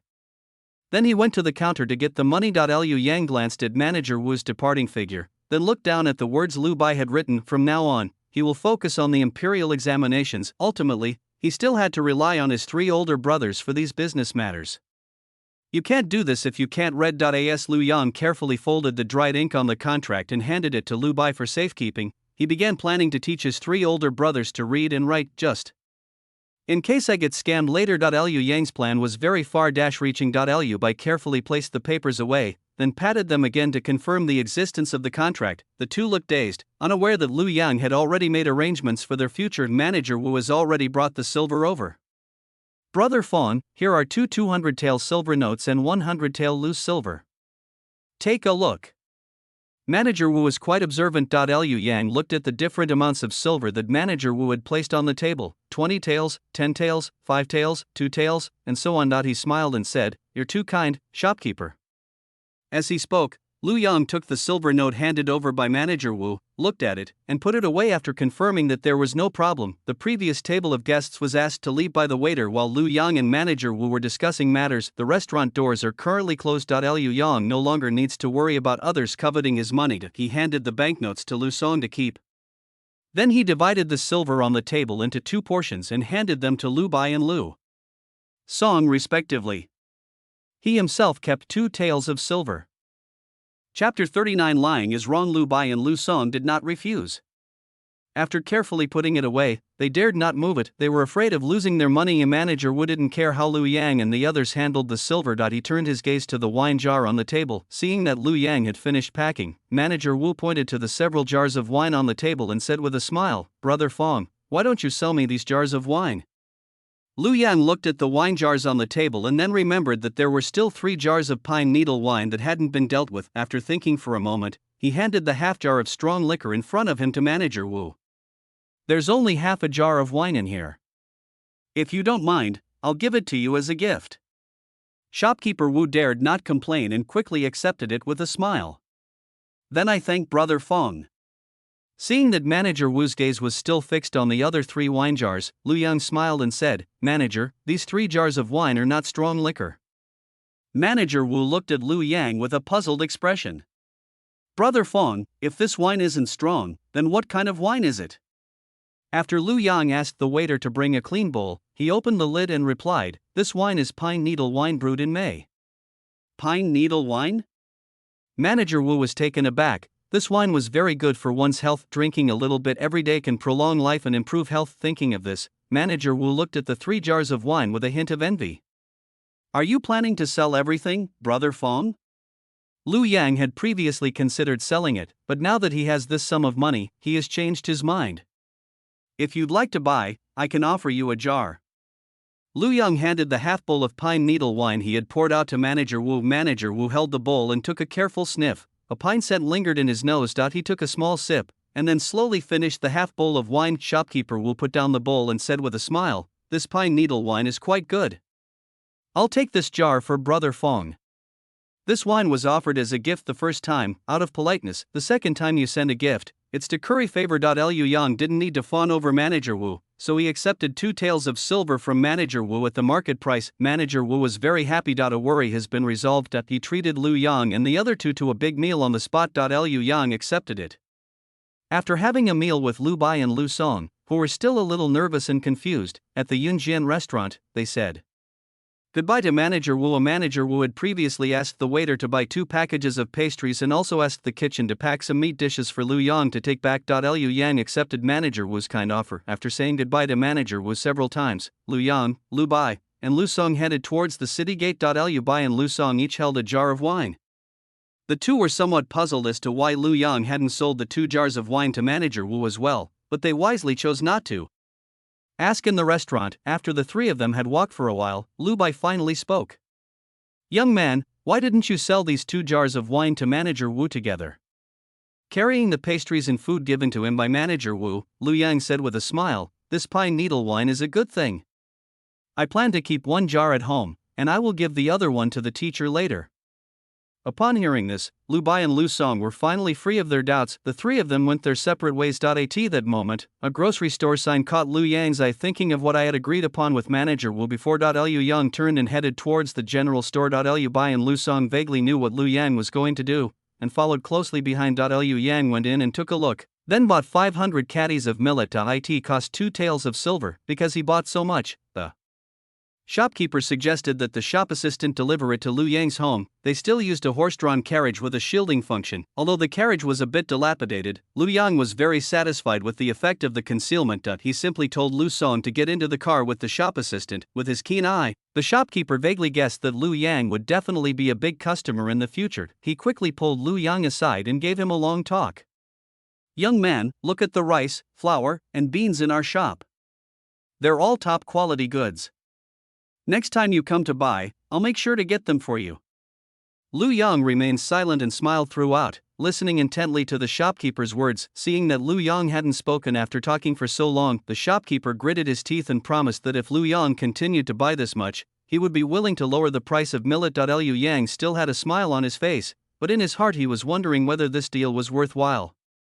Even if he doesn't buy millet from this grocery store anymore, you'll receive the same treatment at other grocery stores. After thinking for a moment, Lu Yang remained silent. Seeing that Lu Yang still hadn't agreed, the shopkeeper, with a heavy heart, he said, "How about this? From now on, I'll give you a 1-cent discount on everything you buy from me." "Really?" Lu Yang was somewhat curious after hearing this. The shopkeeper nodded with a pained expression. "It's true." Lu Yang glanced at the situation inside the general store. Seeing that everything was complete, he smiled and said, "The shopkeeper is very sincere. How about this? If my brother needs anything in the future, he will come to your general store to find you." Upon hearing this, the shopkeeper knew he had landed a big customer. He laughed and said repeatedly, "Okay, okay, okay." After chatting with the shopkeeper for a while, Lu Yang left with Lu Bai glanced back at the general store. The shopkeeper was still standing in front of the door, smiling at Lu Bai, nodded and then quickly turned his head back. He stared blankly at the young man in front of him and asked, "Young man, you made a deal with the general store owner in just a few words?" Lu Yang was still thinking about how to deal with all that wine lees when he heard Lu Bai's words. He recalled what he had said to the shopkeeper earlier. Lu Yang shook his head and said, "Brother, I didn't make an appointment with the shopkeeper. I just said that if I want to buy something in the future, I will let him know. Even if I don't buy it from him, he won't know." Lu Bai paused, turned to look at Lu Yang, and frowned, saying, "Little brother, this is not right to lie." Lu Yang's mind went blank for a moment, and he blinked. "Big brother, when did I lie?" Upon hearing Lu Yang's words, Lu Bai's brows furrowed even more deeply. "It's just not right." This was the first time Lu Yang had ever seen his older brother angry. After thinking for a moment, Lu Yang explained, "Brother, I didn't mean to lie to him. From now on, we'll have to rely on you all for the family's affairs. Where to buy millet is entirely up to you." Seeing that Lu Bai's complexion had improved, Lu Yang smiled and said, "Big brother, after you go back, discuss it with Dad and the others to see if you can acquire all the land around the house, build a bigger house, and raise the outer walls." Lu Bai understood what Lu Yang meant, and his expression also became serious. "We need to get a few more distillation stoves for the house, otherwise, with just this one distillation stove, it wouldn't be enough to supply the Yunjian restaurant, because the fermentation of millet takes time." Lu Yang agreed with the restaurant manager that the wine would be delivered in batches after half a month. During this fermentation period, they need to get the stove in order. Thinking of this, Lu Bai nodded. "I'll go back and discuss it with my parents. Just tell the Zhao family head about the land in the village, and he'll give you some money. The land issue won't be a problem. The problem is with the lees." Chapter 40. Not steaming buns, but fighting for pride. Thinking of this, Lu Bai asked, "Little brother, what should we do with these wine lees? They have so much lees to process in the future, they can't possibly process all of it as they said before." Lu Yang naturally understood this principle. After thinking for a moment, Lu Yang smiled and said, "How about we have mother raise a few pigs? Pigs are considered a precious commodity in Dave village," and Lu Bai had never thought about this before. Upon hearing Lu Yang's words, Lu Bai's eyes lit up. "It's possible, but it's not a long-term solution." After listening, Lu Yang nodded. "There's still some alcohol in the lees, so you can't feed too much to pigs." After thinking for a moment, Lu Yang said, "Then let's use it as fertilizer. Distiller's grains can be used as fertilizer, but I don't know if his mother will agree." Thinking of this, Lu Yang and Lu Bai exchanged a glance, and neither of them continued to talk about it. Lu Yang thought that now that his family had some money, he would often send wine to the county town. He then said to Lu Bai, "Brother, we'll definitely be going to the county town a lot more often in the future, and it's not good to keep having Uncle Li bring it over." "Indeed." Lu Bai nodded thoughtfully. "If we specifically ask Uncle Li to deliver it, it will cost more money." Thinking of this, Lu Bai said, "After I go back, I'll discuss it with my parents and see if we can buy a cow and then get a cart." Upon hearing this, Lu Yang immediately objected. "Brother, don't use the cart. We'll be delivering wine to restaurants from now on, and so many people in the village are watching our family." Lu Yang didn't explain himself clearly. Lu Bai understood what Lu Yang meant. "People in the village used to gossip about my family, and now that the family has a little money, the villagers will definitely talk about it even more enthusiastically." Thinking of this, Lu Bai hesitated and said, "How about we get a carriage? Horses run faster than oxen, so having a horse-drawn carriage would make it easier for Lu Yang to go home. Delivery is also convenient." Lu Yang nodded. "I think it's a good idea." After Lu Yang agreed, Lu Bai began to think about the matter. However, with so much money on him now, he couldn't continue wandering around the county town. "I'll go home and tell my parents." The The two talked as they walked. Just as they were about to reach the city gate, Lu Bai took out a silver ingot from his pocket and stuffed it into Lu Yang's hand. Liu Yang did not refuse. He had already paid for the 500 caddies of millet with the 2 taels of silver he had taken earlier. He only had the few hundred coins that Lu Song had given him earlier. After seeing Lu Bai off to the car, Lu Yang carried the pine needle wine and headed towards the school. Liu Song got home a little earlier than Lu Bai. The villagers saw a horse-drawn carriage coming from the direction of the village entrance in the distance. Upon closer inspection, everyone was shocked to find Lu Song sitting on top. I'm not mistaken, am I? That's the second son of the Lu family? It belongs to the Lu family. How did they manage to afford to come back in a horse-drawn carriage? The villagers were talking about it, and some even followed after them to see what was going on. It was indeed a horse-drawn carriage, but it was just a very ordinary one. There's just a simple carport on it, but the villagers of Daith village had never even touched a horse-drawn carriage. It's not surprising to see a horse-drawn carriage in the village. When Lu Song got out of the car, he noticed the village women behind him. To be honest, ever since Lu Yang failed the county examination, the Lu family has gradually stopped interacting with the villagers. Everyone was also afraid that the Lu family would come to them to borrow money. I'd rather not steam buns than lose face. Fortunately, the Lu family has now weathered the storm. Liu Song glanced back and, thinking of the hundreds of kilograms of millet in the car, could no longer laugh. If the villagers saw this, who knows what kind of rumors would spread about the Lu family tomorrow. The shop assistant also has sharp eyes. He glanced at Lu Song's somewhat gloomy face, then looked back at the villagers who were peeking around. After thinking for a moment, the waiter looked at the gate of the Lu family and then estimated the size of the carriage. He laughed and said, "How about I drive the carriage in?" Lu Song was taken aback. He looked at his own courtyard gate and then at the size of the carriage. If you're careful, you might actually make it in. Lu Xiao could also hear the noise outside at this moment, because there was still firewood burning in the yard. Lu Xiao opened one door halfway. The carriage that appeared in front of the door startled Lu Xiao. She looked at Lu Song and was about to speak when she heard Lu Song say, "Mother, open the door and let's go inside and talk."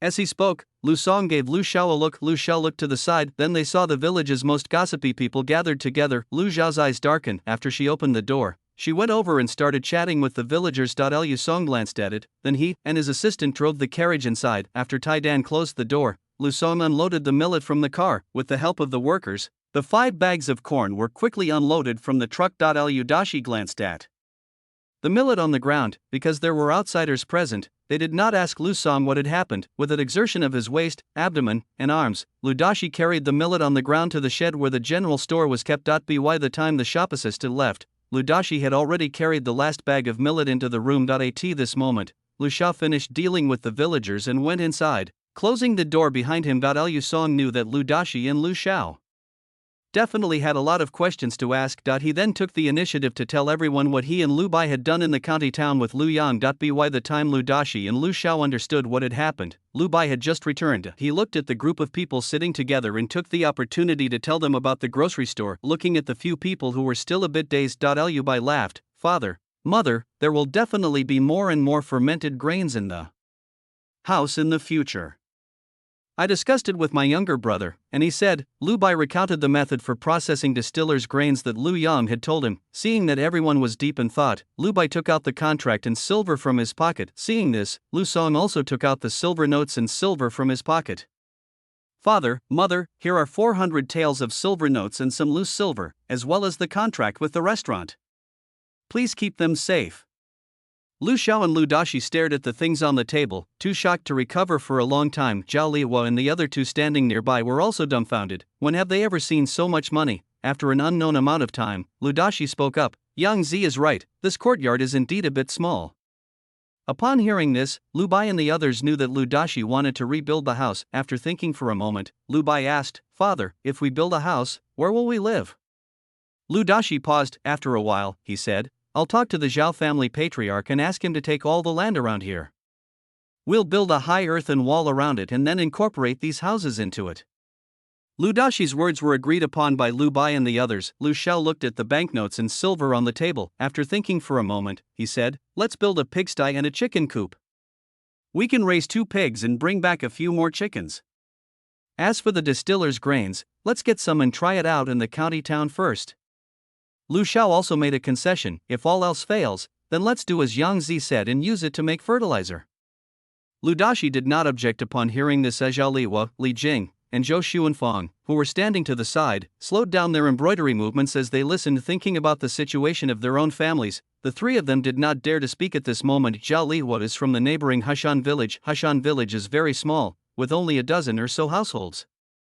The villagers there had an even harder life than the Lu family. At least Zhao Lihua's family is in a difficult situation. She has an older brother and a younger sister. The two are already married. The family owns little land, less than the Lu family, only 5 mu. Most of the time, they ate wild vegetables to fill their stomachs. The Lu family had also faced difficulties in the past, and Zhao Lihua couldn't help her family either. Now that the Lu family's life is gradually improving, Zhao Lihua doesn't want to see her family members starve to death. Her parents, brother, and sister are all good people, even now, when the family is in trouble, they have never had to ask her for help. As Zhao Lihua pondered, she unconsciously stopped what she was doing.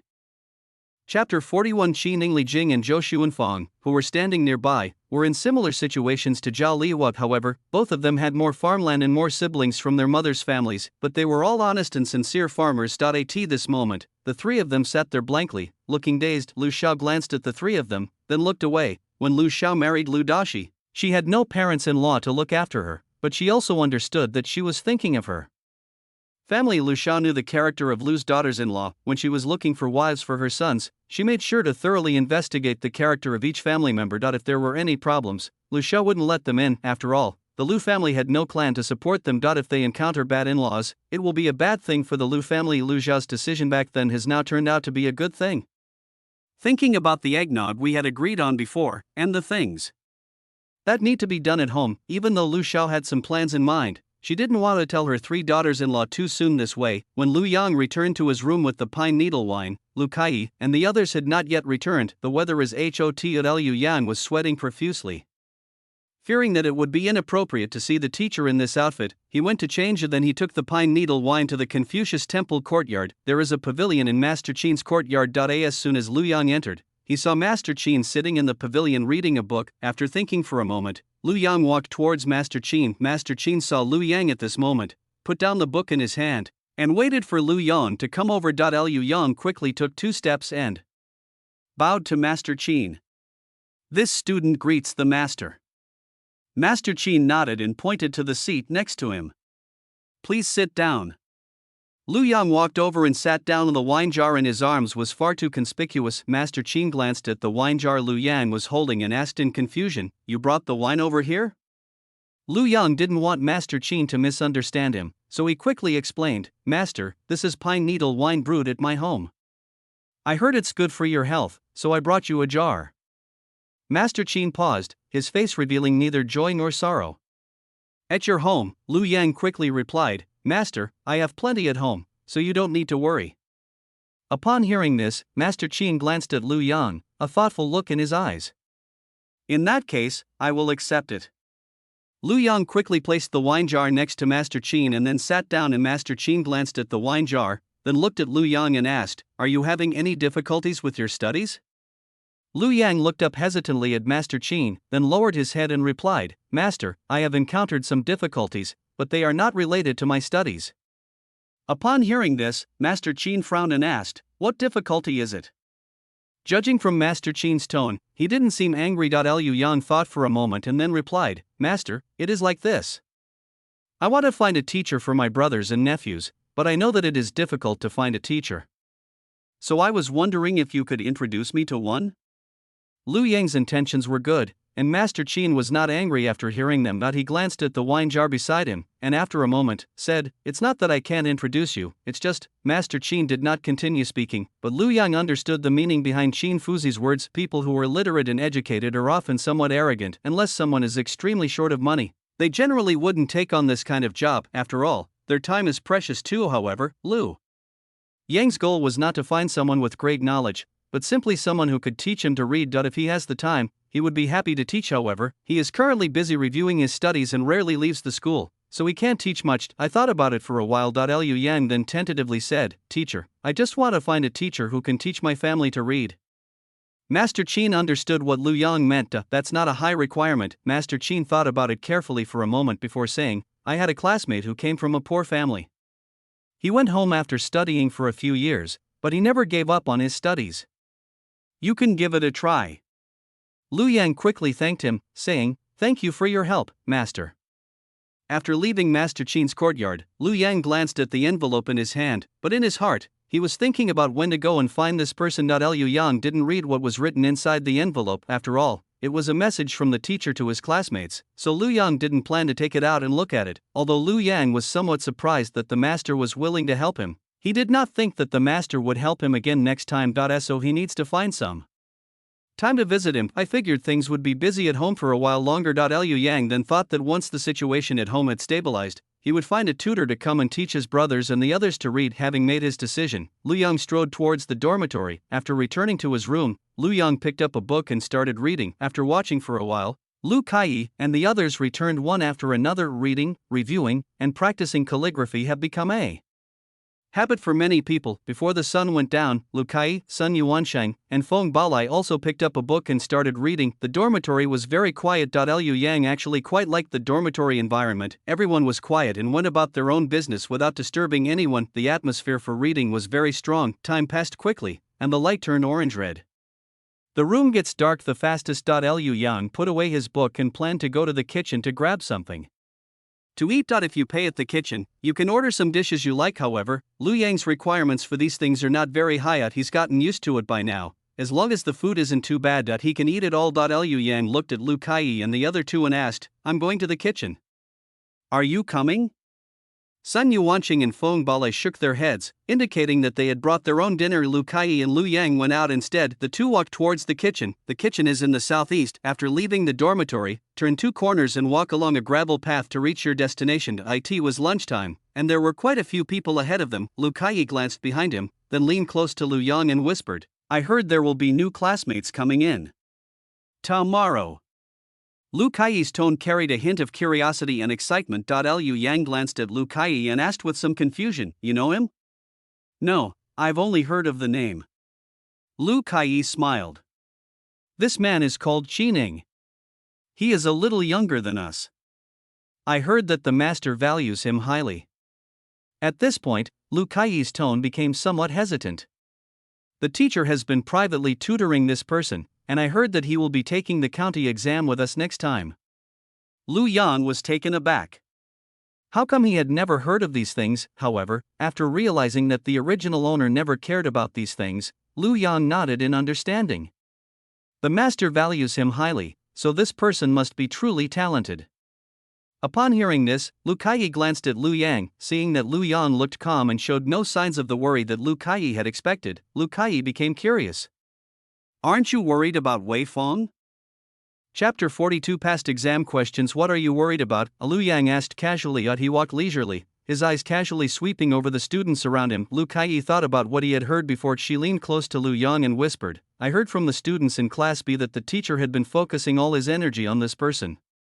If he comes to our school, I think the teacher will focus his attention on him." Lu Yang stopped, glanced around, and then pulled Lu Kai to the artificial hill next to him. "Brother Qiheng, did you come up with this yourself, or did you hear it somewhere?" The sky was dusky, and the surrounding lights had not yet been turned on. Liu Yang was standing in the shadows, so Lu Kai couldn't see his expression. Hearing the somewhat somber tone, Lu Kai replied uneasily, "I overheard it." What's wrong?" Lu Yang frowned and said, "This person has just arrived in our classroom. It is only natural for the teacher to focus his attention on him. You must not let this cause any resentment." Upon hearing this, Lu Kai finally understood why Lu Yang had brought him here. So that's what it was about. He laughed and said, "Don't worry, Brother Feng, I wouldn't think that way. They are mainly studying in class now, and even if Lu Kai is really envious of the teacher giving Qining extra help, Lu Kai won't think much of it. They can only rely on their own efforts now. Everything else is just icing on the cake." Liu Yang observed Lu Kai's expression and, seeing that what he said was true, finally felt relieved.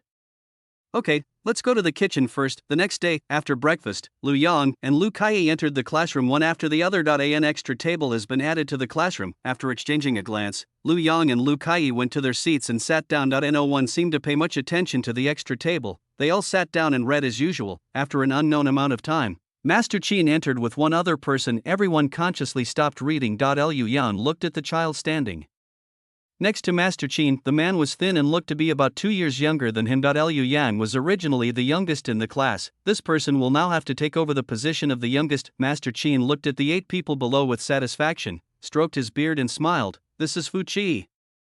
You should all help each other in the future. With that, Master Qin asked Qi Ning to sit down. After Qi Ning took his seat, Master Qin said that he would be checking everyone's study progress later. Liu Yang has now figured out Qin Fuzi's habits to some extent. After each holiday, Master Qin would always conduct a spot check. Liu Yang didn't react to this, but looking at Fan Pingru's slightly trembling body in front of him, Liu Yang felt a little doubtful. Could it be that Fan Pingru knows something? This question didn't last long before Liu Yang got the answer. Master Qin went out for a while, and when he returned, he was holding a stack of papers in his hand. Liu Yang glanced at Fan Pingru, then looked up at Master Qin. Master Qin smiled and said, "Some of you have experience with the county examinations. This time, I have specially selected a few questions from the previous county examinations to give you some practice." As he spoke, Master Qin instructed Chendiran to distribute the papers in his hand. Chendiran got up and did as instructed. A short while later, Liu Yang received his own set of test questions. Liu Yang glanced at it, but before he could take a closer look, he heard Master Qin speak. "This exam is not difficult. Whether you have studied or not, I can tell from this exam." Looking at the various expressions on the students' faces below, Master Qin smiled and continued, "There is a path to the mountain of books, and diligence is the way. The sea of learning is boundless, and hard work is the boat. The more effort you put in, the more rewards you will receive. I'm here today to see the results of your hard work." After Master Qin finished speaking, he sat down. "Let's begin." Liu Yang glanced at Master Qin's calm expression, then at Fan Pingru. When Master Qin checked students' learning progress, he would randomly select questions from the 4 books and 5 classics. Unexpectedly, this time, they actually used previous county exam questions to check their review progress. Could it be that they're grooming Qi Ning? Liu Yang recalled Qi Ning's appearance just now. The boy was physically weak, and apart from perhaps being dressed more elegantly, his complexion was not as rosy as the boy's. With his gloomy and silent expression, he really didn't look like a scholar. Liu Yang glanced at Qi Ning diagonally behind him, then looked down at the papers on the table. Qi Ning glanced sharply at Liu Yang, his eyes darkening. After glancing at Master Qin one last time, Qi Ning finally looked away. The only sound in the study room was the grinding of ink. Liu Yang ground the ink while pondering the exam questions on the paper. There weren't many questions on the test, there were only 5 fill-in-the-blank questions, 1 from the 4 books, 1 from a classic text, and 1 5-character, 6-rhyme examination poem. The fill-in-the-blank questions were drawn from the 4 books and 5 classics, so they weren't a problem for Liu Yang. When I was looking at the test questions, Liu Yang automatically filled in the remaining sentences or missing words in his mind. Liu Yang is now pondering the last 3 major questions. The title of one of the 4 books' passages is 3 sentences on respecting duties and being trustworthy. This question comes from the chapter On the Way to a State of 1,000 Chariots in the Analects, Book 1, Chapter 1. The complete sentence is, to govern a state with 1,000 chariots, one must be respectful in one's duties and trustworthy, frugal in expenditures and loving towards the people, and employ the people at the right time. Once you know the source and the complete sentence, you can find the direction to solve the problem by referring to the annotations. This means that to govern a country with 1,000 chariots, one must handle national affairs with rigor and seriousness, while also adhering to integrity and honesty. To save on government spending while protecting officials and ministers, and to ensure that the people are employed without missing the farming season. Thinking of this, Liu Yang paused in his ink grinding motion, then slowly resumed grinding the ink. Actually, by this point, Liu Yang already had a general idea of how to solve the problem of the 4 books. As long as you start from the concepts of respect, trust, frugality, love, and timeliness, this essay on the 4 books will not score low. Liu Yang looked at the title of the scripture. The title of the scripture is Water, Fire, Metal, Wood, Earth, Grain, Only Cultivate. This is from the Great Plan of You in the Book of Documents. Alas, the emperor considers this. Virtue lies in good governance, and governance lies in nourishing the people. Water, fire, metal, wood, earth, and grain, these must be cultivated, rectify virtue, utilize resources, enrich the people, and maintain harmony. The 9 merits must be recorded, and the 9 records must be sung. Admonish them with rest, govern them with authority, and exhort them with the 9 songs so that they will not be corrupted. This question is actually similar to the previous question about the 4 books. Once you know the source, clarify the meaning of the passage, and combine it with the meaning of the whole text, you will know how to solve the problem. Water, fire, metal, wood, earth, and grain are known as the 6 elements, which are used by nature to nourish all things. The saying virtue lies in good governance, and governance lies in nourishing the people means that cultivating virtue is mainly manifested in doing a good job in governance.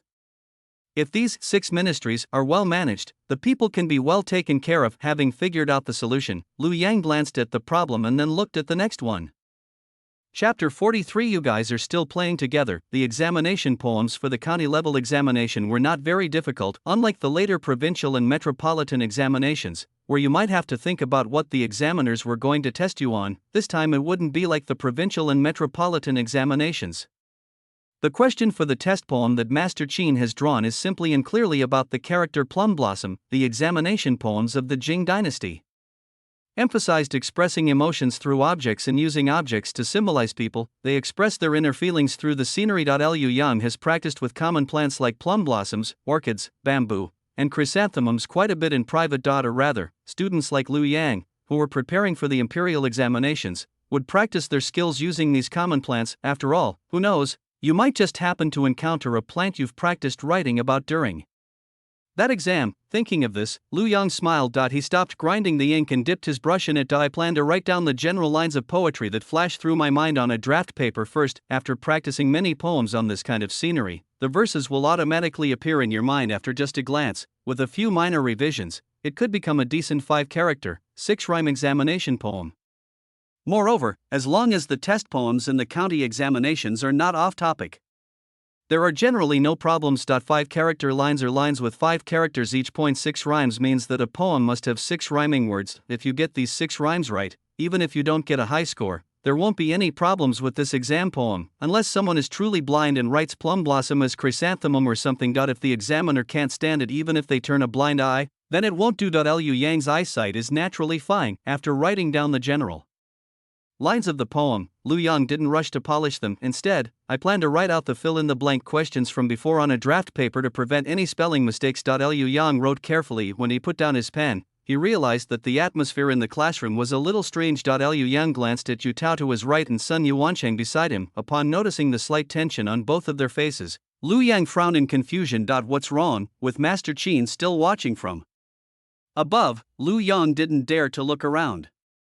After polishing the short essay on the draft paper, he copied it onto the exam paper. Master Qin looked up at the few people below who were writing furiously, then looked down at the exam papers that had been handed in earlier. The more he looked, the more satisfied he became. But then he thought about that person's background. Master Qin couldn't help but sigh out. It's such a waste of such great talent. With a heavy heart, Master Qin carefully put away the exam paper and then continued to look at the students below. After an unknown amount of time, Master Qin finally left with everyone's exam papers. Liu Yang rubbed his stomach, tidied up the things on the table, and planned to go to the kitchen for a meal first. Then they went back to their rooms to rest. Lu Kai had already carried the box on his back and walked to Liu Yang's side, waiting for Liu Yang to go to the kitchen together. Qining, who was sitting to the side, was still holding a book and seemed to have no intention of going to the kitchen for dinner. Liu Yang glanced at it, then slung the trunk over his shoulder and said to Lu Kai, "Let's go."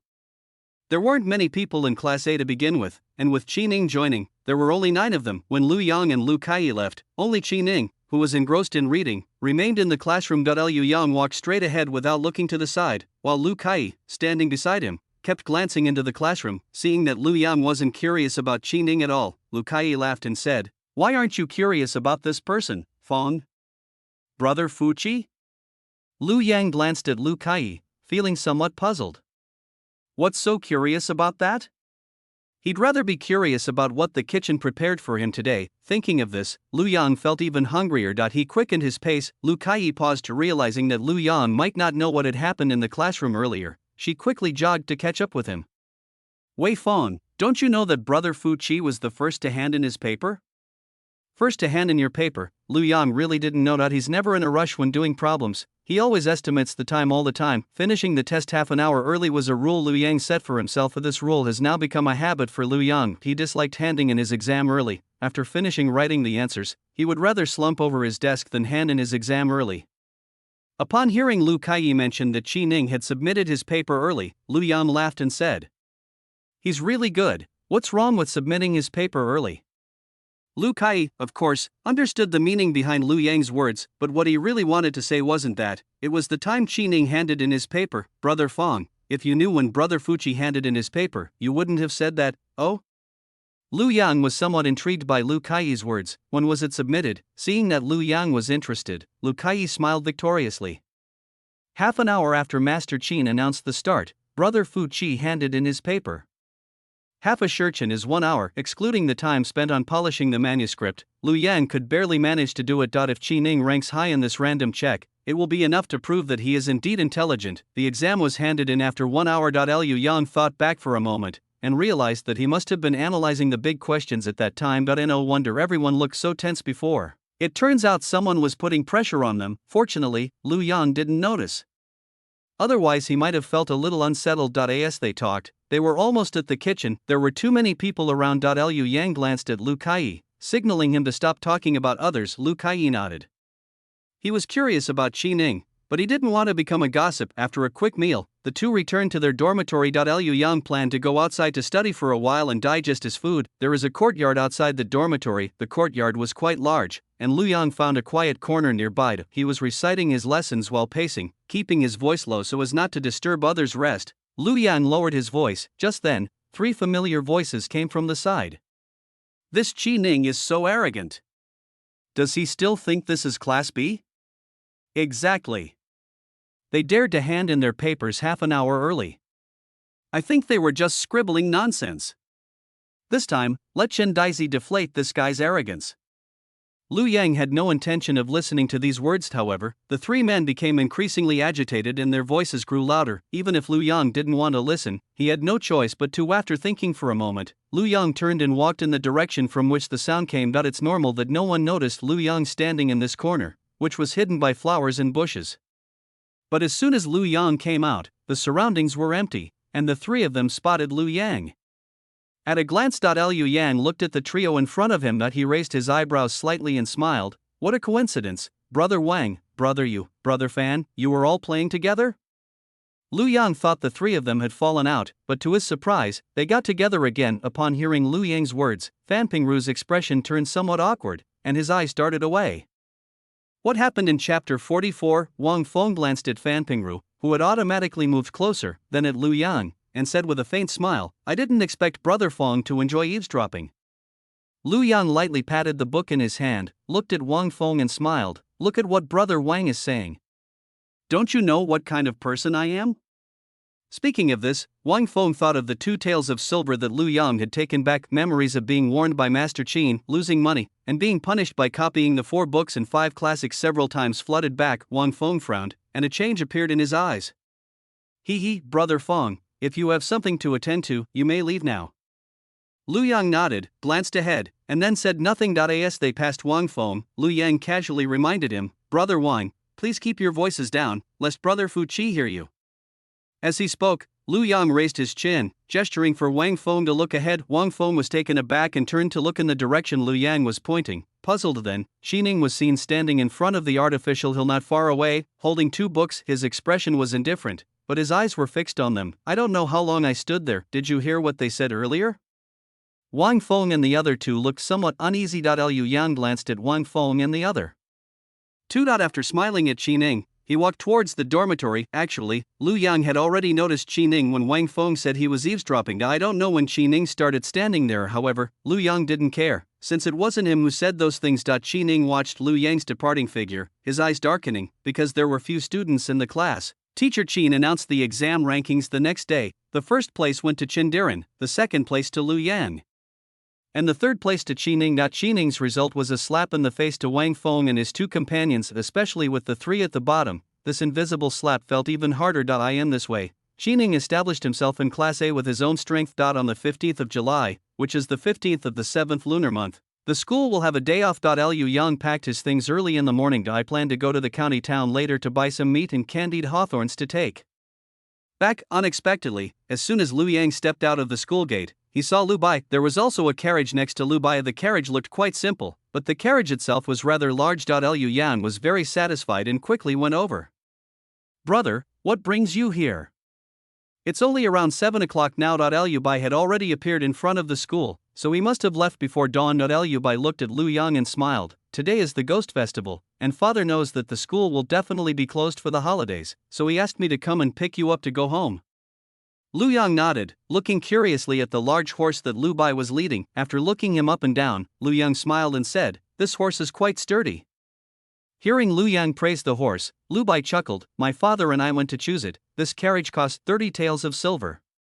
Lu Bai felt a pang of regret, but with horse-drawn carriages, traveling to and from the county town became much easier. In any case, money can be earned back after it's spent. Moreover, this carriage isn't something that will disappear after being used once or twice. Liu Yang smiled and said, "This money was well spent. The horse's coat is smooth and shiny. It's clear it's been well cared for. It's clear that the family treats this horse like a precious treasure." Liu Bai, unaware of Lu Yang's thoughts, reached out and lifted the carriage curtain to let Lu Yang in. Liu Yang got into the car, adjusted the curtain, and sat a little outside to talk to Lu Bai. After Lu Yang was seated, Lu Bai adjusted the direction of the carriage. The carriage moved slowly forward. Liu Bai laughed. The outer high wall of the house is now finished, but the inner room is not yet finished, so it may look a bit messy. Upon hearing this, Lu Yang asked, "Are you making wine at home right now?" Lu Bai nodded, "Don't worry, everything's in place.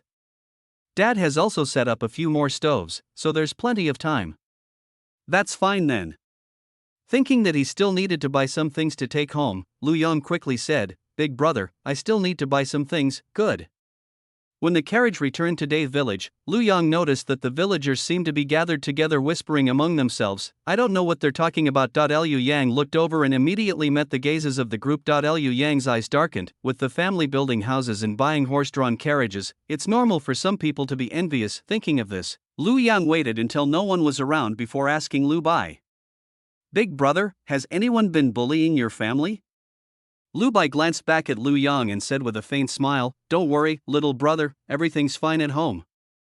The villagers were quite agitated at first, but now they seemed to be gradually accepting this fact. Thinking back to the day he returned with the horse-drawn carriage, the Zhao family patriarch came to his house to talk to his father. Liu Bai's brows furrowed slightly. Liu Yang also knew more or less about the villagers in Dave village, so Lu Bai's words were probably just a superficial statement. After thinking for a moment, Lu Yang asked, "Didn't the villagers come to cause trouble? If everyone continues to be this poor, the villagers will probably just gossip about the Lu family behind their backs. The Lu family is now wealthy. The peaceful life that was once there is probably not going to continue." However, Lu Yang couldn't keep this business a secret forever. After all, it would be foolish not to make big money without building houses and buying carriages. The Lu family will forever be limited to small businesses. As he pondered, a thought began to form in Lu Yang's mind. However, he needs to go home and understand the situation before he can make a decision. Liu Bai shook his head, seeing that there were villagers ahead. Lu Bai didn't say anything, only saying, "Let's talk about it when we get home." "Okay."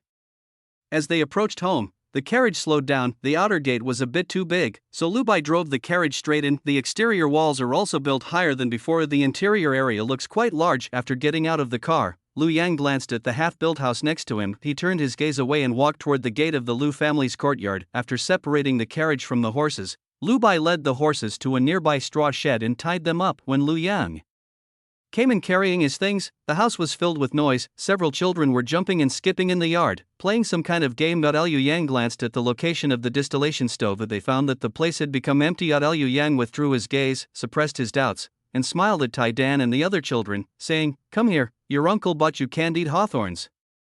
Upon hearing this, the children immediately walked up to Lu Yang and obediently called him uncle. Lu Yang smiled, handed out the candied hawthorns he was holding, and then let the children go and play by themselves. Lu Shao came out of the kitchen. Seeing that Lu Yang hadn't put his things down yet, he handed out candied hawthorns to the children and said with a smile, "Yangzi, go back to your room and put your things down first. Come over later and have some egg wine." "Yes, mother."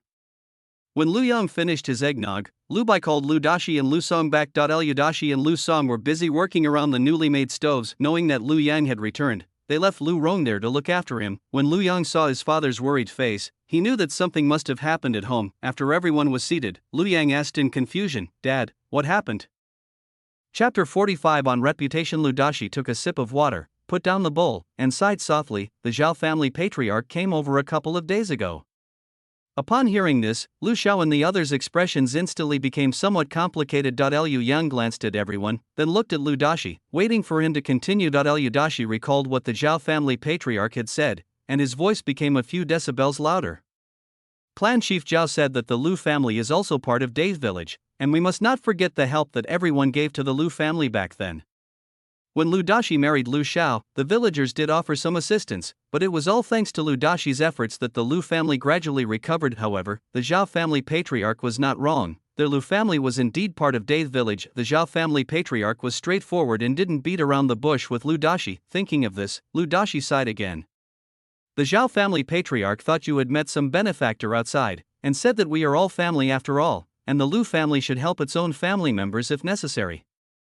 As Lu Yang listened, the corners of his mouth slowly curled up. He could understand the meaning behind the Zhao family patriarch's words. It's simply a matter of telling the Lu family not to just focus on making money for themselves, but to help everyone else get rich together. If everything in Date Village is good, Lu Yang wouldn't mind lending a hand to everyone. After all, if he wants to expand and strengthen his business in the future, he will definitely need more manpower. Only, Lu Yang pressed his right wrist with his left hand, lowered his eyelids, and looked at the teapot on the table. Liu Dashi was still repeating what the Zhao family patriarch had said. He said that our Lu family is a bit weak, and he thinks that you can be included in the Zhao family's genealogy, which will help your future. Help? Lu Yang raised an eyebrow. He didn't need that kind of help. Liu Yang smiled faintly and said, Father, don't worry about this. If the Zhao family patriarch tries to persuade you to let me be included in the Zhao family's genealogy again, just have the Zhao family patriarch come to me and I'll talk to him. How could he not know that the Zhao family genealogy was so useful, and that being included would be helpful to him? A hint of amusement flickered in Lu Yang's eyes. He could probably understand what the Zhao family patriarch was thinking. The Lu family had supported his studies for so many years, and now that he was old enough to take the county examination and had a chance to become a student or a scholar, they came to add him to the Zhao family genealogy, trying to get something for nothing. The Zhao family patriarch dared to think of things he wouldn't even dare to consider. Liu Dashi nodded. He knew that Lu Yang was now much more eloquent than before. He couldn't utter a single word in front of the Zhao family patriarch for a long time. Unlike him, Lu Yang might not even be able to out-argue the Zhao family patriarch. Thinking of this, Lu Dashi felt much more at ease. Liu Bai didn't quite understand what Lu Yang was saying and asked doubtfully, Little brother, will the villagers still help? Although there are gossipy people in Dave village, but there are also some people who get along well with Lu Bai. If Lu Yang offered to help, Lu Bai would be willing to lend a hand to these brothers. Liu Yang already had some ideas in mind. Upon hearing Lu Bai's words, he nodded without hesitation and said, We should help, but we have to consider who we're helping. This thing really doesn't require any technical skill. You can figure out how it works after watching it a few times. Liu Yang didn't dare to gamble on whether this person was good or bad. This assistance must be given on the premise of protecting one's own interests. Thinking of this, Lu Yang looked at Lu Xiao and asked, Mom, did you take the egg wine from home to sell in the county town? Lu Xiao nodded. After the carriage was bought, I had your eldest and second brothers go to the county town to try selling some. 3 large barrels of egg wine were sold out in half an hour. Speaking of this, Lu Xiao recalled some things. By the way, I plan to have Pear Blossom's family do the eggnog making. Lu Yang glanced at Lu Xiao, then at his 3 slightly agitated sisters-in-law. After thinking for a moment, Lu Yang shook his head and said, Mother, this egg wine cannot be made for my sister-in-law's family. Zhao Liuo and the other 2 were taken aback unexpectedly. After Lu Xiao agreed, Lu Yang disagreed. The 3 of them found it hard to accept this. Liu Yang looked at his 3 somewhat disappointed sisters-in-law and said with a faint smile, Sisters-in-law, don't worry, we will help you as much as we can. Hearing this, Zhao Liuo and the other 2 breathed a sigh of relief. With Lu Yang's promise, they no longer needed to worry about their family. Liu Yang's status in the Lu family has risen considerably without him even realizing it. As long as Lu Yang speaks up, their in-laws will not object. Lu Xiao looked at Lu Yang, feeling somewhat puzzled. Yang Zi, what are you planning to do? Lu Dashi and the others were also somewhat curious. Liu Yang smiled faintly and said, Father, Mother, we still have a contract with Yunjian restaurant, so we can't let others sell this wine. As he spoke, Lu Yang glanced at the bewildered group and added, I plan to have the villagers sell this eggnog. I get the raw materials from them and then cook them myself at home. The Lu family only provides the raw materials. He doesn't care about anything else. Liu Song frowned and asked, How much are you planning to sell the villagers for? Ultimately, this fermented grain is just millet. which can fill your stomach. Date Village is not a wealthy village. What if we sell it cheaply and everyone buys it to fill their stomachs? If they get food poisoning, won't they hold the Lu family accountable? Lu Song shared his thoughts. Upon hearing this, Lu Xiao and Lu Dashi were somewhat inclined to oppose Lu Yang's previous decision. Liu Yang gave Lu Song an approving look, then told Lu Xiao and Lu Dashi not to worry.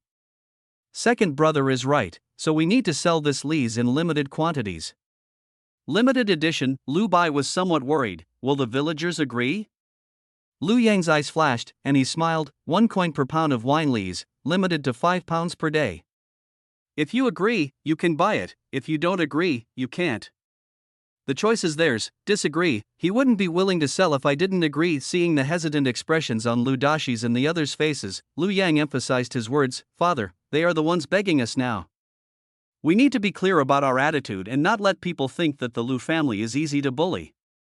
Lu Dashi hesitated, fearing it would tarnish Lu Yang's reputation. Won't this affect your chances of taking the Imperial examinations? Lu Yang was stunned. Could it be that the Lu family tolerated the villagers' gossip in the past because they were afraid of ruining his reputation? For some reason, Lu Yang felt a little sad. He blinked and smiled. Father, this won't affect my reputation. He did a good thing. So how could it ruin his reputation? The Jing dynasty imposed restrictions on whether merchants could take the imperial examinations, but these restrictions were not very strict. As long as they came from respectable families and possessed both virtue and talent, the sons of merchants could also participate in the imperial examinations. However, among the 4 social classes, scholars, farmers, artisans, and merchants still held the lowest social status. Of this has led to many businessmen now cultivating their own children, hoping to change their family's status through the imperial examinations. The Lu family has been poor farmers for generations, with a clean family background.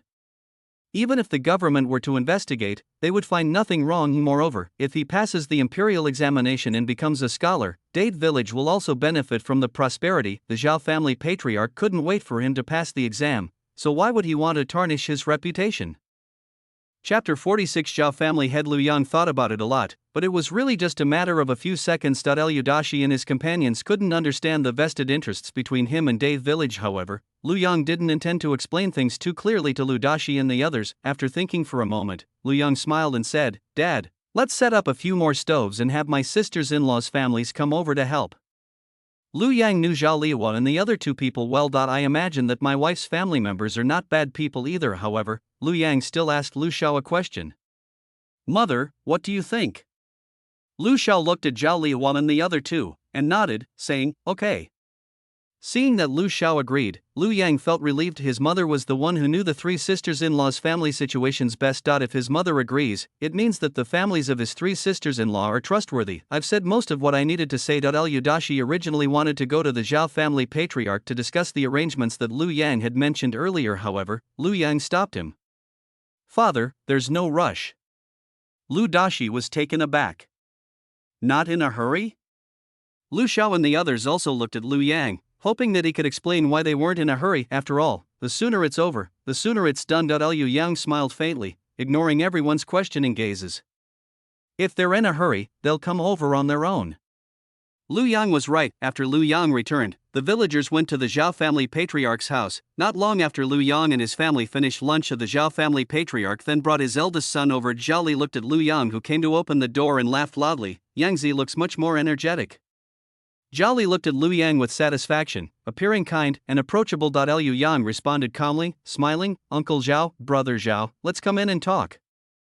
Lu Yang invited Zhao Li and the other person in. After taking a pot of tea from the kitchen to serve the guests, Lu Xiao went back to her work. At this moment, only Lu Dashi, Lu Yang, and Zhao Li, father and son, were in the main room. Zhao Li looked around. They immediately knew that Lu Bai and the others had gone to the back to get busy. Although he didn't know what the Lu family was busy with, he knew that this business was definitely profitable, otherwise, one couldn't possibly spend money to buy land, build houses, and purchase horse-drawn carriages. I wonder what kind of benefactor Lu Yang has met. Thinking of this, Zhao Li's eyes flickered. After glancing at Lu Yang, he looked at Lu Dashi and smiled. Yangzi looks completely different now. He'll definitely do well in the next county exam. Hearing this, Lu Dashi felt somewhat uncomfortable, but out of respect for the other party's status, Lu Dashi gave a simple, honest smile. I don't understand these things either, but Yangzi has always worked hard, and I think God has seen it all. That's right, that's right. Zhao Li smiled and then steered the conversation toward the people of Dave village. Sure, it's not easy being the clan chief. Upon hearing this, Lu Dashi knew that it was about to begin. He pursed his lips, about to say something, but Lu Yang interrupted him. What happened to Uncle Zhao? Was he bullied by the clansmen? Lu Yang asked with a curious expression. Zhao Li was stunned, not expecting Lu Yang to say such a thing. However, Zhao Li reacted quickly, waving his hand and saying, "No, that's not true. I was just expressing my feelings." After saying that, Zhao Li stopped talking to Lu Dashi and he turned his gaze to Lu Yang. Yangzi, you know the situation in the village. Everyone is having a hard time right now. Zhao Li sighed and said helplessly, "The harvest in the fields depends on the weather. This year's harvest is not good either. We just paid the land rent, and everyone can't even afford a decent meal." Lu Yang looked at Zhao Li, remained silent for a while, and then replied, "Uncle Zhao, I understand what you're saying." As he spoke, Lu Yang glanced at Lu Dashi, signaling him not to say anything more. Liu Yang didn't care whether Lu Dashi understood what he meant or not. He then said to Zhao Li, "The Lu family is doing a bit better now, but Uncle Zhao also knows that my studies are a bottomless pit, and I can't help everyone much anymore." Zhao Li moved his mouth slightly, but Lu Yang glanced at him and didn't give him a chance to speak. Heaven cherishes life, and a virtuous person helps others achieve their goals. Since Uncle Zhao has found this place, he must want to lend a hand to everyone. I have already discussed it with my parents, and the Lu family is willing to help the villagers. Upon hearing this, Zhao Li became quite excited. Really? If they had money, the Zhao family could also send their clansmen to school. He won't have to keep an eye on Lu Yang anymore. After all, family members are better than outsiders. A victorious smile had already appeared on Zhao Li's face. Liu Yang glanced at it and laughed. Uncle Zhao probably doesn't know what the Lu family is up to, does he? Upon hearing Lu Yang's words, Zhao Li quickly shook his head, indicating that he did not know. Liu Yang's smile deepened. That's right, the Lu family tried brewing some wine a few days ago, and fortunately it was a success. Lu Yang did not continue speaking. Zhao Li was somewhat disappointed. He had thought Lu Yang would tell him what kind of wine he had brewed, where it was sold, and how much money he had made. Etc. Surprisingly, although this person is quite young, he has at least some education. Zhao Li didn't take the Lu family for fools, so of course he wouldn't ask them these questions. However, he still had to ask the questions he needed to ask. I wonder what kind of help you meant when you said you would help, my dear nephew. Could it be that they're helping to sell alcohol? That's possible. When Lu Yang heard Zhao Li address him as his nephew, his eyes flickered. He looked at Lu Dashi. Father, mother should be all better now. Lu Dashi understood what Lu Yang meant. After apologizing to Zhao Li, he went to the kitchen and brought out 2 bowls of eggnog. Zhao Li looked at the bowl of thick water in front of him, which was covered with egg drop soup. You can smell a faint aroma of wine even without getting close. He looked at Lu Dashi in confusion. Dashi, what is this? Lu Dashi laughed and said, "Brother Zhao, this is egg wine, please try it." As he spoke, Lu Dashi looked at Zhao Shu, who had been silent all along, and urged Zhao Shu to drink it while it was hot. Zhao Li glanced at Lu Dashi and Lu Yang, and seeing that the two did not intend to explain anything, he picked up his bowl and took a sip. A hint of surprise flashed in Zhao Li's eyes. He hadn't expected the eggnog to be sweet. He quickly took 2 more sips. There was still a lot of millet at the bottom of the bowl. Zhao Li put his mind at ease and finished the bowl of eggnog in a few gulps. Zhao Shu, who was standing to the side, also finished his eggnog in a few big gulps. The father and son exchanged a glance. She roughly understood that what Lu Yang was about to say was about the eggnog. Liu Yang didn't care what message the two were conveying to each other by looking at each other. After Lu Dashi took the bowl away, Lu Yang asked Zhao Li, "Uncle Zhao, what do you think of the eggnog?" Zhao Li looked at Lu Yang, knowing what his answer meant. This eggnog does taste quite good. After thinking for a moment, Zhao Li smiled and said, "The eggnog does taste pretty good." "Yang Zi, you're not thinking of getting everyone to sell this eggnog, are you?" Lu Yang's eyelids twitched, and he smiled. "This eggnog. Uncle Zhao doesn't think it's good?" Zhao Li originally wanted to take the initiative, but Lu Yang pushed the problem back to him. He immediately realized that the boy in front of him had changed. Chapter 47 Compromise. Seeing Lu Yang's seemingly puzzled yet serious expression, Zhao Li put aside his thoughts and smiled. As long as the Lu family is truly willing to help everyone, I believe everyone will be able to accept this eggnog. Upon hearing this, Lu Yang immediately laughed. He seemed oblivious to the threat and displeasure in Zhao Li's words. He said happily, "Uncle Zhao is joking. After all, we are all from Date Village. It's only right that you help me and I help you. Lu Yang paused for a moment and called Tai Dan, who was playing in the yard, in. Tai Dan, go to your uncle's room and bring him his writing brush, ink, paper, and inkstone. Tai Dan responded and quickly ran off as Zhao Li glanced at Tai Dan's departing figure, then looked at Lu Yang, feigning ignorance, and asked, "Nephew, what's going on?" Lu Yan looked a little embarrassed. "Uncle Zhao, it's like this, words are not enough, it's more reassuring to have something in black and white." Zhao Li frowned, and was about to shake his head and say no, when he heard Lu Yang say something. "Uncle, I know you're doing this for the good of the Lu family, but listen to me on this matter. Although I'm a member of the Lu family, I'm also a resident of Date Village. The Lu family will not mistreat anyone. With this piece of paper, everyone will have a guarantee from now on. These are things that a junior should consider, uncle, there's no need to be embarrassed."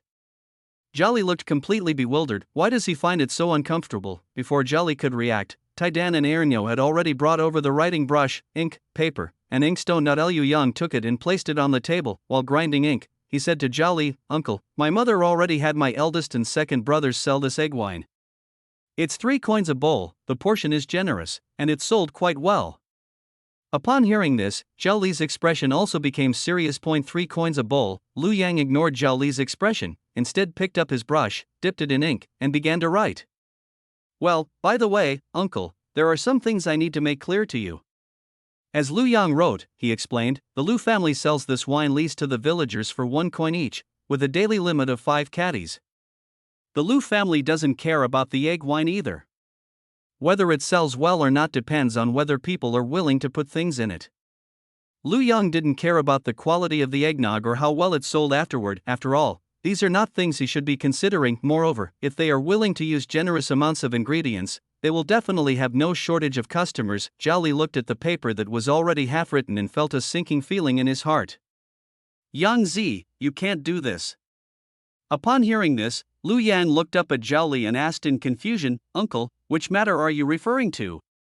Zhao Li looked Lu Yang up and down, wondering whether Lu Yang was genuinely confused or just pretending. What else could he possibly say? The Lu family doesn't care about anything, and they even have to spend money to buy that kind of wine. Lees, I really want to talk to someone about this, but I don't know how to do it. Zhao Li felt a surge of anger. However, he now knows the Lu family's attitude. Thinking of this, Zhao Li's face turned even uglier. After Lu Yang finished writing, he looked up at Zhao Li. Seeing Zhao Li's furrowed brows, Lu Yang exclaimed, "Uncle, where did I say something wrong?" Zhao Li looked deeply at Lu Yang and said in a deep voice, "Yangzi, I've watched you grow up since you were a child, and I know your character well. The villagers had some past grievances with the Lu family, but they were all minor issues. Yangzi, you can't repay evil with evil." Zhao Li became serious. If Ludashi and the others had seen Zhao Li's angry expression, they would have been too scared to say anything, but Lu Yang was not afraid of Zhao Li. Even though Zhao Li had some power in the village, Lu Yang never thought he was afraid of this person. Ultimately, Lu Yang's soul doesn't belong to this local. Liu Yang laughed and said, "Uncle, you're wrong. I'm not repaying evil with evil." Before Zhao Li could refute, Lu Yang continued, "These fermented grains are all made from grains. The limited quantity is to prevent people from buying them to fill their stomachs. Eating too much of this stuff can cause problems. I'm doing this for everyone's sake." As he spoke, Lu Yang took out another piece of paper and copied what he had written before onto it. Zhao Li's eyes darkened. Just as she was about to say something, Zhao Shu grabbed her arm. "Dad, listen to Yangzi. I think Yangzi must have his reasons for doing this." Lu Yang paused for a moment, then continued copying as if nothing had happened. Zhao Li glanced at Zhao Shu, and he understood why his son had stopped him from speaking. What Lu Yang said earlier did indeed help everyone. It's just that this help didn't meet his expectations. Thinking of this, Zhao Li glanced at Lu Yang, put on a blank face, and stopped talking. Liu Yang put away his pen and handed the dried paper to Zhao Li. Liu Yang repeated what was written on the paper, then looked at Zhao Li. "Uncle, I've written everything that needs to be written here. If you agree, you can tell everyone. If the villagers agree, they can come to the Lu family's house to find out more about the situation." Zhao Li nodded, "I understand." After saying that, Zhao Li got up to leave. Then he heard Lu Yang tell him to put his handprint on it. Zhao Li's face darkened. "Yang Zi, what are you planning to do?" Lu Yang smiled and said, "Uncle, I'm doing this for everyone's benefit. If any problems arise in the future, the Lu family will not be responsible. Under Zhao Shu's persuasion, Zhao Li finally pressed his fingerprint after seeing off Zhao Li and his son, who both looked unwell. Together with Lu Dashi, they left. Liu Yang suppressed his faint smile. Liu Dashi watched the two figures leave, his face full of worry. Liu Yang comforted him. Father, don't worry. Uncle Zhao will understand my good intentions. Lu Dashi had been watching from the sidelines. Hearing this, he looked at Lu Yang with a puzzled expression. With good intentions? Lu Yang did not explain, but simply told Lu Dashi to go back and talk about it later. Liu Yang didn't know how Zhao Li had discussed things with the villagers of that afternoon. A group of villagers came to the Lu family. Most of them were people with good relationships with the Lu family. Everyone, come over here now. Firstly, I wanted to finalize the quantity of fermented grains for tomorrow with the Lu family. Secondly, they wanted Lu Xiao to teach them how to make eggnog. Lu Xiao carefully demonstrated the process of making eggnog to everyone. He also explained the reasons behind it to everyone. You can't skimp on sugar and eggs when making this eggnog. Everyone knows that you get what you pay for. Liu Yang watched from the side without saying a word. The Date village has more than 30 households, only 12 households came this time. Liu Yang, a member of the Zhao family, did not see any of them. However, Lu Yang didn't care and turned around to go back to his room. Not if they don't come, that's fine, the Lu family won't suffer any losses anyway. The next morning, Lu Yang was sent to the school by Lu Bai. Liu Yang has already spoken with his family. If anything happens at home, just have someone come and tell him life at the school was peaceful and uneventful. Liu Yang has been receiving news from the village from time to time these days. Sometimes Lu Dashi would tell him these messages, and sometimes Lu Bai and the other two would tell him. They say the villagers have all compromised now. There's no other way but to compromise. Those who went to learn earlier had a good experience, and those who came after them all ordered 5 kilograms at a time. Another group of people secretly competed with the Lu family for half a month. They watched as those families put on new clothes and started eating meat. They couldn't sit still any longer. Chapter 48. What's wrong with this village? His father said that the villagers had asked to increase the amount a few days ago, feeling that 5 jin was too little. After Lu Dashi spoke, Lu Yang shook his head and denied it. Date village has more than 30 households, everyone goes to the county to sell, so there are only so many customers. If the quantity is increased, I guess everyone will start to worry.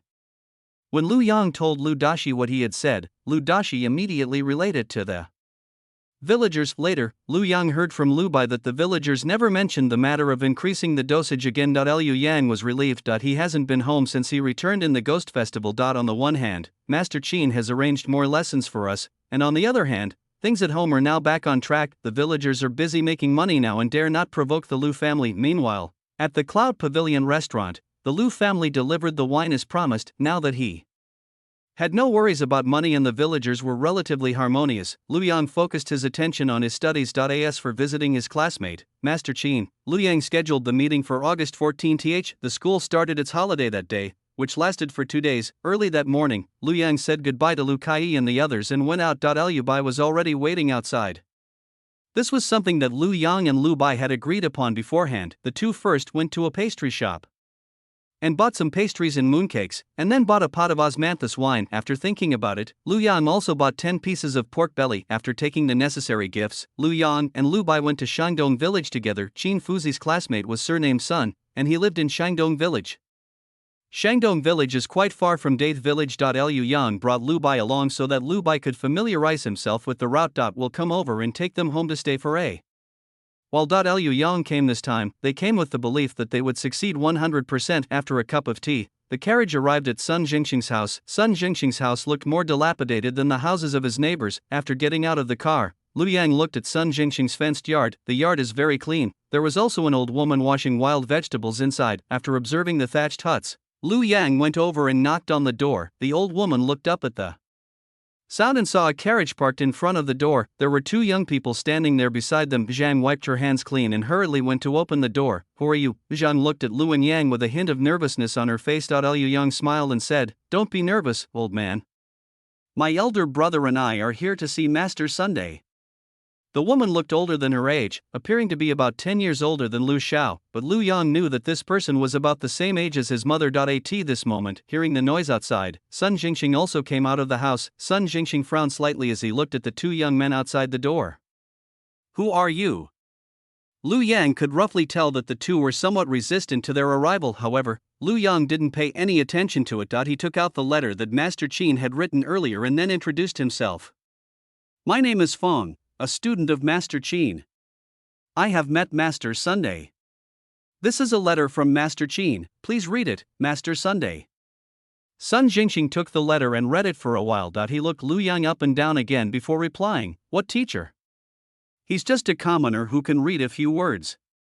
Sun Jingxing breathed a sigh of relief after learning that Lu Yang was introduced by Master Qin. Fortunately, they weren't people coming to collect debts. Thinking of this, Sun Jingxing's usually cold and hard eyes softened a bit.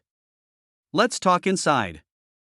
After saying sorry to the old woman, Lu Yang followed Sun Zheng into the house. Since there was nowhere around to tie the reins, Lu Bai stayed outside. After Lu Bai handed the gifts to the woman, he waited for a while before Lu Yang came out. Lu Bai was immediately stunned. "So fast? There's not even enough time for a cup of tea, is there?" Lu Yang smiled and said, "I'll come out as soon as I finish what I need to do." After saying goodbye to the two people behind him, Lu Yang got into the car. Only after the carriage left Shandong village did Lu Bai ask, "Did Master Sun agree?" "Yes, I agree." A dark glint flashed in Lu Yang's eyes as he recalled what he had agreed upon with Sun Jingxing. Sun Jingxing's family owed someone some money a few days ago, and Lu Yang just mentioned the request. Sun Jingxing then agreed. Liu Yang could also see Sun Jingxing's difficulties, so he raised the price he had originally planned a bit higher. In 3 months, Lu Yang offered 15 taels of silver. After the Mid-Autumn Festival, Lu Bai can come and pick up Sun Jingxing to take him home after. Explaining the situation to Lu Bai, Lu Yang closed his eyes. The carriage swayed and rocked, but Lu Yang fell asleep. When I woke up, the carriage had already arrived at Dave village. Liu Yang rubbed his eyes, and after he was fully awake, he pulled back the carriage curtain to take a look. "Brother, why didn't you wake me up?" Lu Bai turned around and glanced at Lu Yang, then smiled and said, "I saw you were sleeping soundly, so I didn't wake you." Lu Yang responded and was about to speak when he heard someone calling his name. "Yang Zi, you're back?" Lu Yang looked in the direction of the voice and saw a woman he didn't recognize smiling as she spoke to him. Liu Yang nodded blankly. "Hey, what is Auntie going to do?" Lu Yang quickly realized what was happening and casually asked a question while looking at the basket in the woman's hand. The woman smiled and said, "I was just about to go to your house." As she spoke, the woman walked over and handed the basket to Lu Yang. "These are some pancakes that your aunt just made. Take them home and try them." Even after returning home, Lu Yang was still somewhat dazed. "Brother, what's wrong with the villagers?" Looking at the 7 or 8 baskets in his hands, Lu Yang was truly overwhelmed by the villagers' enthusiasm. "What's wrong with this village? Why is it so different from the last time he came home?" After tying the reins, Lu Bai helped Lu Yang carry a few baskets. Upon hearing this, he smiled and said, "The villagers are thanking us." As he spoke, Lu Bai told Lu Yang about the recent situation of the villagers. "Everyone has made some money selling eggnog these days. Yesterday, when mother went out, she brought back a lot of wild vegetables.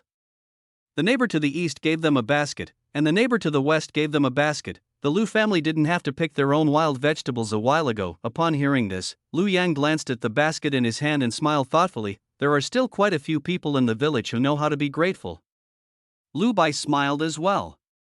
"Dad has been happy lately too." Hearing Lu Bai's laughter, Lu Yang said with a smile, "Big brother, write these people down, they'll come in handy later." Lu Bai probably understood what Lu Yang meant, and quickly replied, "I understand."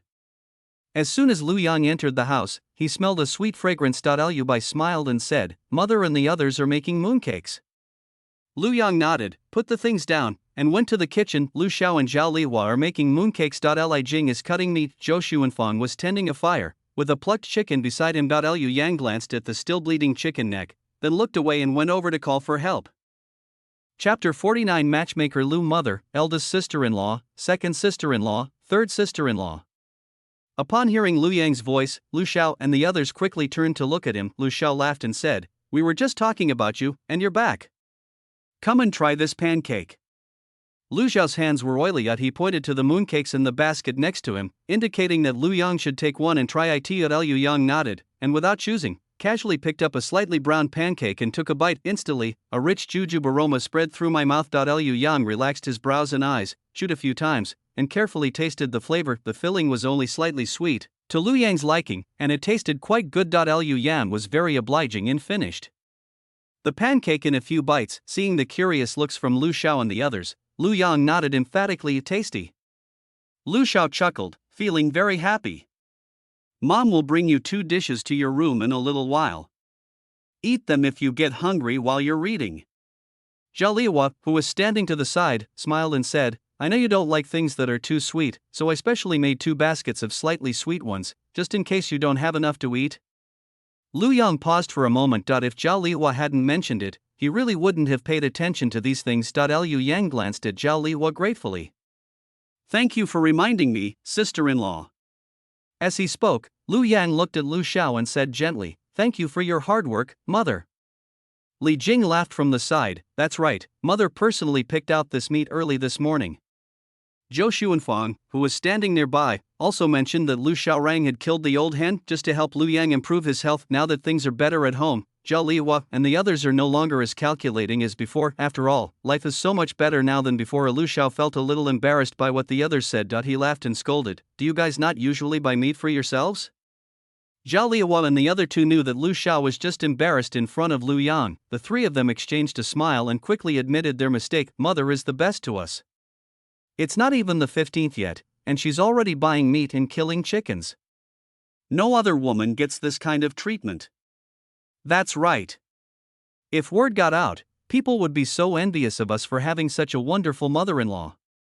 As Lu Yang watched the group laughing and talking, the corners of his mouth unconsciously turned up in a smile. This lunch they ate even better than they had in previous Lu family New Year celebrations. There was chicken soup, stewed chicken meat, chicken giblet and wild vegetable soup, large chunks of braised pork, and plenty of mixed grain rice. Tai Dan and the other kids ate without even lifting their heads. Although the Lu family has some money now, Lu Yang's education costs a lot. The Lu family usually doesn't dare to cook rice like this. They usually cook porridge, then we'll make some wild vegetable and mixed grain cakes to fill our stomachs. This is the first time anyone has ever eaten so freely. After finishing the chicken neck, Lu Dashi took out a pot of wine from the side. Liu Yang looked up and asked, Father, what kind of wine is this?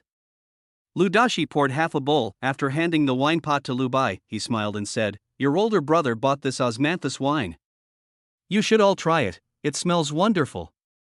As he spoke, Lu Dashi picked up the bowl, took a deep sniff, and then drank 2 mouthfuls with a satisfied expression. Liu Yang also felt a little hungry. His family brews wine, and he drinks a little wine from time to time. He watched his father and 3 older brothers drinking and eating meat, thoroughly enjoying themselves. Liu Yang also swallowed hard. Dad, I've never had this osmanthus wine before. Can I have a sip? Lu Dashi shook his head, Let's talk about it in 2 years. Lu Bai and the others were also teasing Lu Yang, telling him to wait until his hair had fully grown before drinking. Lu Xiao glanced at Lu Dashi and the others. Seeing Lu Yang's disappointed expression, she went back to her room and brought over the pine needle wine. Yangzi, go and get a few bowls, and serve a bowl to your sister-in-law and the others too, so everyone can have some fun. Hey! Mother, I'll go get the bowl right away.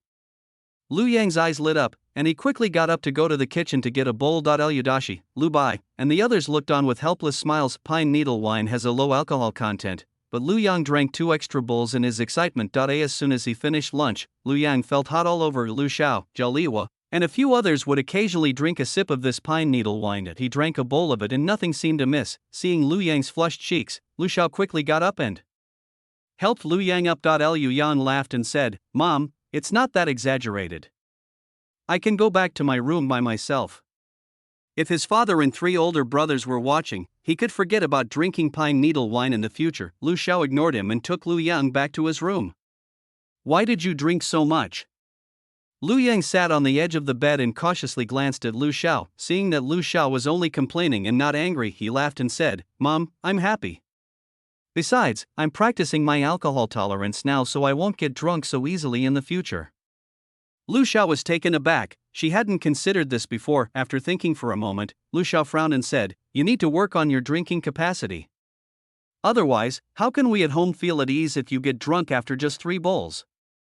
As he spoke, Lu Xiao decided to discuss with Lu Dashi and the others about having them practice Lu Yang's drinking capacity. After helping Lu Yang lie down, Lu Xiao hurriedly left. Judging from his appearance, it looked like he was looking for a fight. Liu Yang was amused by his own thought. However, his mother was right. With such a low alcohol tolerance, you'll get in trouble when you're out and about. With a slightly heavy heart, Lu Yang reached out and pressed his temples, which were throbbing a little, before closing his eyes. Liu Yang slept soundly. When I woke up, the room was still bright. Liu Yang got up and shook his head. Thankfully, he felt fine. After getting dressed, Lu Yang was about to go out when he heard what sounded like outsiders' voices. Liu Yang opened the door and went out. Lu Xiao was entertaining guests in the main room. Seeing that Lu Yang had woken up, they quickly called Lu Yang over. It wouldn't be proper for Lu Yang to go out looking like he just woke up, so he replied, "Mother, I'll be there in a bit." Lu Yang first went to the kitchen and drank a bowl of cold boiled water. After washing his face and drying off the water, Lu Yang walked towards the main room, looking at the woman sitting opposite Lu Xiao, dressed in red and green, with a big red flower in her hair. Liu Yang immediately understood. They've come to arrange a marriage for him. Liu Yang raised an eyebrow. Finding it rather novel, he stepped over the threshold and went inside, greeting the two men. Upon seeing Lu Yang, Lu Xiao quickly pulled Lu Yang to sit down beside him. The pride and joy on his face were even more pronounced. "Matchmaker Lu, look, this is my youngest son." When Lu the matchmaker saw it, she exclaimed in surprise, "Oh my, what a handsome young man." Upon hearing this, Lu Xiao beamed with joy. "Matchmaker Lu is joking. My son is such a worry." Matchmaker Lu stared intently at Lu Yang, nodding as she looked. She certainly didn't take Lu Xiao's words seriously. "Little sister, don't say that. You'll be enjoying a life of leisure from now on." Lu Xiao laughed and said, "I dare not dream of a peaceful life. I just hope that my son can marry a compatible girl in the future." Upon hearing this, Lu the matchmaker immediately understood what Lu Xiao meant. She looked Lu Yang up and down again. The young man was spirited, gentle, and handsome. A woman you get along with is probably not bad in appearance or character. After Lu the matchmaker finished looking him over, her heart skipped a beat. She probably made a wasted trip. However, she often encounters these rejections. When it comes to matchmaking, it's not enough to just listen, you also need to know how to talk. Chapter 50. Oh no, you have to get married. Thinking of this, matchmaker Lu smiled and said, "Sister Lu, we are all family. We don't need to be so formal. Let me tell you from the bottom of my heart, this is what a young lady should be like." Lu Xiao looked at the thumbs up Lu the matchmaker gave. "I knew in my heart that I could only listen to half of what the matchmaker said. Sigh, this girl is so good, but I'm afraid I'll mistreat her." Even with her extensive experience in matchmaking, Lu, the matchmaker, was finding it difficult to keep up with Lu Xiao's pace. "Even after all the nice things I've said, the person still says it's not good enough. She shouldn't smear the girl and say bad things about her, right? Isn't this self-destructive?" Matchmaker Lu's expression changed. Liu Yang sat to the side watching the two of them go back and forth. He knew in his heart that his mother was probably not satisfied with the girl the matchmaker had mentioned. For some reason, his mother did not refuse outright. Could it be that he's afraid of offending the person in front of him? Lu Yang looked at matchmaker Lu with a hint of confusion in his eyes. Seeing that Lu Xiao was unmoved by either persuasion or coercion, the matchmaker turned her attention to Lu Yang. "Young master, let me tell you, I've told you about all the best girls." Upon hearing this, Lu Yang asked curiously, "Auntie, what do you mean by best?" Seeing that things were turning around, matchmaker Lu quickly smiled. "This girl is beautiful, comes from a respectable family, has 3 older brothers who dote on her, and is of excellent character. I think she and the young master are a perfect match." Lu Yan looked at the eloquent matchmaker Lu and chuckled, "Such a good woman, why did you introduce her to our Lu family, Aunt Lu?" Since his mother didn't want to offend this person, Lu Yang went along with her idea. Matchmaker Lu gave Lu Yang a meaningful look. Her beaming smile made Lu Yang feel a little uneasy. "Young master is so handsome. If I had met him when I was young, I would have held on to him tightly." As if sensing Lu Yang's confusion, matchmaker Lu recounted the whole story to him. When Lu Yang heard about Lianjin village, he realized that someone had their eyes on him. It seems that the Lu family's recent situation has been leaked. However, Lu Yang didn't pay any attention to it. He looked at matchmaker Lu and chuckled, "Aunt Lu, to be honest, I don't plan to get engaged so soon. He's only 14 years old, it's too early for him to get married." Matchmaker Lu thought it was something serious. Hearing this, he smiled and said, "This girl is about your age. You two are engaged, so you can wait 2 or 3 years before getting married." Lu Yang smiled. He had originally intended to give everyone face, but he didn't expect them to act as if they couldn't understand. When Lu the matchmaker saw Lu Yang's slightly strange smile, she immediately sensed that something was wrong. Liu Yang looked at matchmaker Lu. She smiled faintly and said, "Auntie, you must have inquired about the Lu family's situation before you came. I've failed the exam twice, and I don't know when it will end. The Lu family might be even more impoverished than before. You introduced them here, Auntie, are you perhaps holding a grudge against them?" Upon hearing this, Lu the matchmaker frowned instantly. Why do you talk like that? Unpleasant to hear. Lu Yang asked a question in return, then smiled and said, Auntie, you must be able to understand what I'm saying, so I won't repeat myself. Auntie, you should go back first. The Lu family doesn't approve of this marriage. Upon hearing this, Lu the matchmaker felt that Lu Yang was disrespecting her. Her expression darkened slightly as she looked at Lu Xiao. Young lady, your son has wasted his education, he has no respect for the classics. Upon hearing this, Lu Xiao was even angrier than Lu the matchmaker. How can you talk like that? What do you mean my son has wasted his time studying the classics? I'm trying to explain it to you properly, but you're just pretending not to understand. My son openly told you he disagreed, and you rushed to say such nasty things. You should leave now, the Lu family will not receive you. After driving away the matchmaker, Lu Xiao looked worried. Son, if you offend the matchmaker, what will happen to your marriage? If word gets out quickly, no matchmakers will come to propose marriage. After regaining her senses, Lu Xiao felt regretful and now felt listless. Well, it's her fault for not being more patient. Seeing Lu Xiao's lifeless expression, Lu Yan laughed and said, Mother, since there's no matchmaker to arrange a marriage, I'll stay by your and father's side from now on. Isn't that good? Upon hearing this, Lu Xiao felt a pang of sadness and bitterness in her heart. Although Lu Xiao knew that Lu Yang's filial piety was rare, how could she agree to Lu Yang not getting married? Oh no, you have to get married. As he spoke, Lu Xiao's enthusiasm returned. No, mother has to send someone to keep an eye on things, lest that person start talking nonsense outside. Lu Xiao turned around, intending to open the door and go out. Liu Yang quickly pulled Lu Xiao back, saying helplessly, Mom, let her say what she wants to say, I don't care. Upon hearing this, Lu Xiao immediately turned to look at Lu Yang.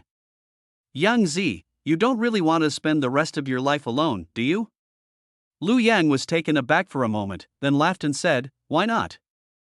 Lu Yang didn't seem to care. Upon hearing this, Lu Xiao disregarded the matchmaker Lu and quickly pulled Lu Yang back. I spent an hour in the room talking with Lu Yang about important life matters. In the end, Lu Yang gave in. They said they would consider these things after passing the Imperial examination and becoming a scholar. Lu Xiao then let Lu Yang leave. Liu Yang was truly frightened and went back to his room after dinner. He was afraid that his mother might still be upset and would try to persuade him to talk about wife, children, and a warm bed. He's so young, but he shouldered a lot of responsibility. They go to bed early and wake up early. When Lu Yang woke up, it was around 3 or 4 o'clock. Lu Yang didn't lie down anymore. He got up and dressed. The moonlight has been particularly bright these past few days. After washing up, Lu Yang started doing radio calisthenics in a corner of the yard.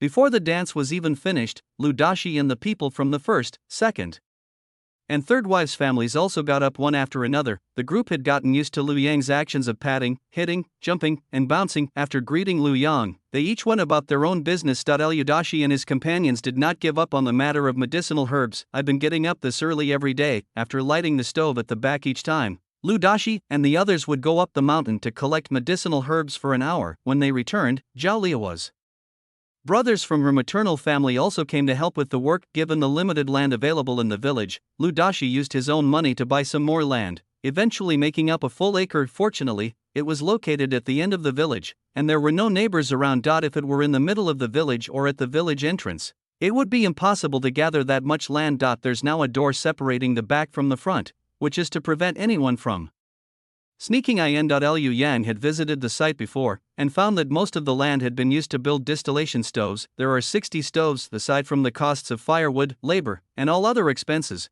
the Lu family shouldn't be short of money for those medicinal herbs. Liu Yang didn't know why his father was unwilling to give up this herbal medicine business. After his family refused to persuade him twice, Lu Yan let them do as they pleased. Liu Yang had just finished his radio calisthenics, following Lu Dashi and the others to the back to help carry the fermented grains to the pot, and after lighting a few more stoves, it was almost dawn and breakfast is ready now. Lu Xiao called out from the gate, Come back for breakfast. After the group took turns eating breakfast, Zhao Liawa and the other two went to the back to watch over the stove. Liu Dashi and Lu Bai carried baskets on their backs. After seeing Lu Dashi and the others off, Lu Yang went back to his room and began reading. Chapter 51 Date Village can't hold people like this. In previous years, the original owner always spent the Mid-Autumn Festival in his room with books. Even in modern times, Lu Yang rarely celebrates these festivals in a serious manner. I don't know what to do right now. So he decided to spend his time in the room, just like the original owner. Liu Yang didn't read much after returning yesterday.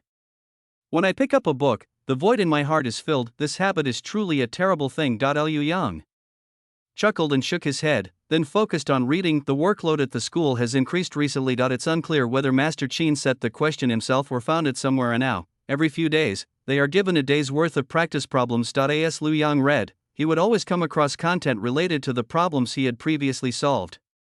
Those questions would automatically pop into my mind. As a conditioned reflex, Liu Yang would also think about how to solve the problem. Then compare these two approaches with your previous problem-solving strategies to see which one is better. Or rather, which writing style is more satisfactory. This way of reading is very efficient, but it's a bit slow, so at least he has a thorough understanding of this knowledge. Reading is all about efficiency, not speed. Liu Yang remained perfectly calm as he flipped through the book at such a snail's pace. A gentle breeze blows, the window flutters slightly, and the pages of the book rise and fall, but nothing could disturb this tranquil scene. I don't know how much time had passed, but a faint pain started to throb in my neck. Liu Yang put down the book, rubbed his stiff neck and twisted it, then got up and stretched. I'm thirsty after looking at this for so long. Liu Yang went out to the kitchen to get a drink of water. Just then, voices could be heard outside. It sounds like his father's voice.